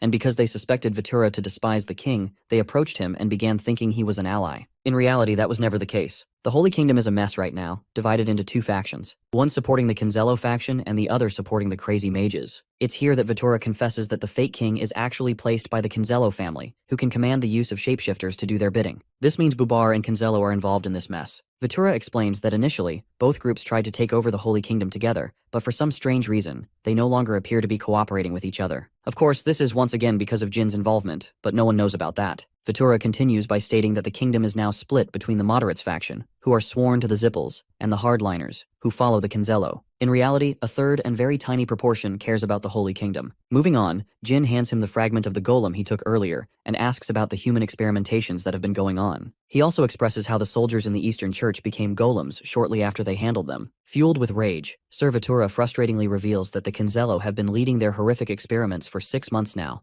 and they've even taken innocent citizens as lab rats. This is a shocking revelation for Jin, who always assumed that the Zippels were behind the cause of experimentation, but it turns out to be the opposite. it. Over 100 people are taken as lab rats just to end up sacrificed as experiments in their name. The fact that Lonnie couldn't even catch wind of this is heartbreaking for her. However, the commander assures her that it's not her fault. It's the shortcoming of him and her father who failed to stop all of this. Murakun chimes in with his objections, questioning why Vitura has yet to come in contact with the Runkandel or any other family for help. Unfortunately, the commander fears that if the Runkandels truly end up supporting them, there won't be a holy kingdom left. Even Jin understands that his family could easily swing that as a motivation to start a proper war, because in reality, their house doesn't require the use of the holy kingdom, but rather its saints as well as its treasures. The commander emphasizes that the Zippel family has full knowledge of the experimentation process of the Kinzello, but it seems like they're not showing any active involvement. This makes Jin realize that it's a cunning strategy to expose the Kinzello to the public when the Zippels find it convenient. This way, they'll become the heroes in the eyes of the world. Not just that, from what the golems he encountered today, the young master vividly remembers their appearance to be different from last time. That's because these golems aren't created by the Zippels like they were before. At the same time, it bothers him about the motive of the Kinzello faction to focus on creating golems in the first place. While he's deep in thought, the Dark Dragon probes his mind. Jin has figured out a way to take down both factions at once, while at the same time sustaining little damage. His words surprise both Lonnie and Vitura, who wonder if something of the sort is even possible. The Runkandel reveals that he intends to go to the old Oterium first, and right after dealing with the Kinzello, he'll help the citizens be freed. With the citizens out, they'll come forward with the truth. However, the commander still thinks it's a reckless plan if it's being left up to just 2 people.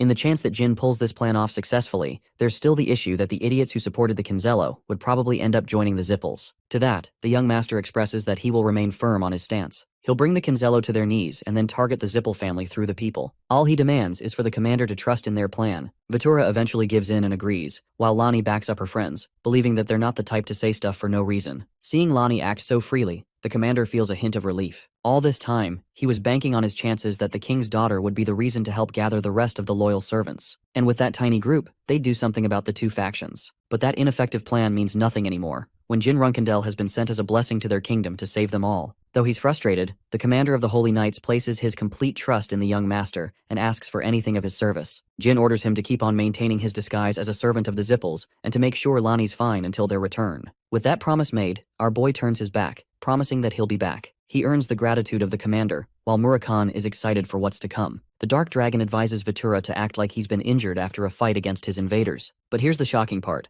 This man literally chops his own damn arm off, just to keep up with the act. Even Lonnie screams in worry, preparing to heal him at once. But the commander stops her, explaining that it's the only way to make the Zippel family believe about what went down, especially when his own guards are dead. In his final act, Vitura hands his sword to the young master and tells him the exact room where all of their weapons have been stored. Jin clasps the blade and declares that he'll return before the ceremony closes. Let's go ahead and head to the old Oterium, a place that is currently being used to experiment all kinds of ugly things. One of the researchers expressed sadness for being unable to save another test subject, when suddenly, the room goes red as a warning signal startles everyone. The men have no idea what's going on. The barriers they placed have been tampered with and removed. The evil mages have no idea because the barriers weren't even destroyed, just completely nullified. While they're piecing the situation together, they realize that an intruder is making his way. Both men take a step towards the window to see what's going on, only to witness an ever-blazing shadow dragon making his godly descent. The winged beast of black has completely dissolved the barriers and has taken control. Terrified, the men roar out a signal to attack the dragon at once. But Murakun simply enjoys himself, imbuing himself with dark magic, before sending out his tendrils and engulfing the entire Oterium in a coat of black. Content with what he's done, he smiles at their amusing yet helpless attempts. The mages can no longer control their magic, allowing the dark dragon to make his move. To summarize just how powerful Murakun has gotten, let's talk about what he just did. With a single swipe of his hand, he slices the Oterium like butter, cleaving it clean. But not just that, he quickly makes a devastating descent to deepen the blow. Having marked his descent, Murakun shares that any remaining survivors will quickly meet their doom. Because the Dark Dragon hasn't just come to invade, it has come for their death.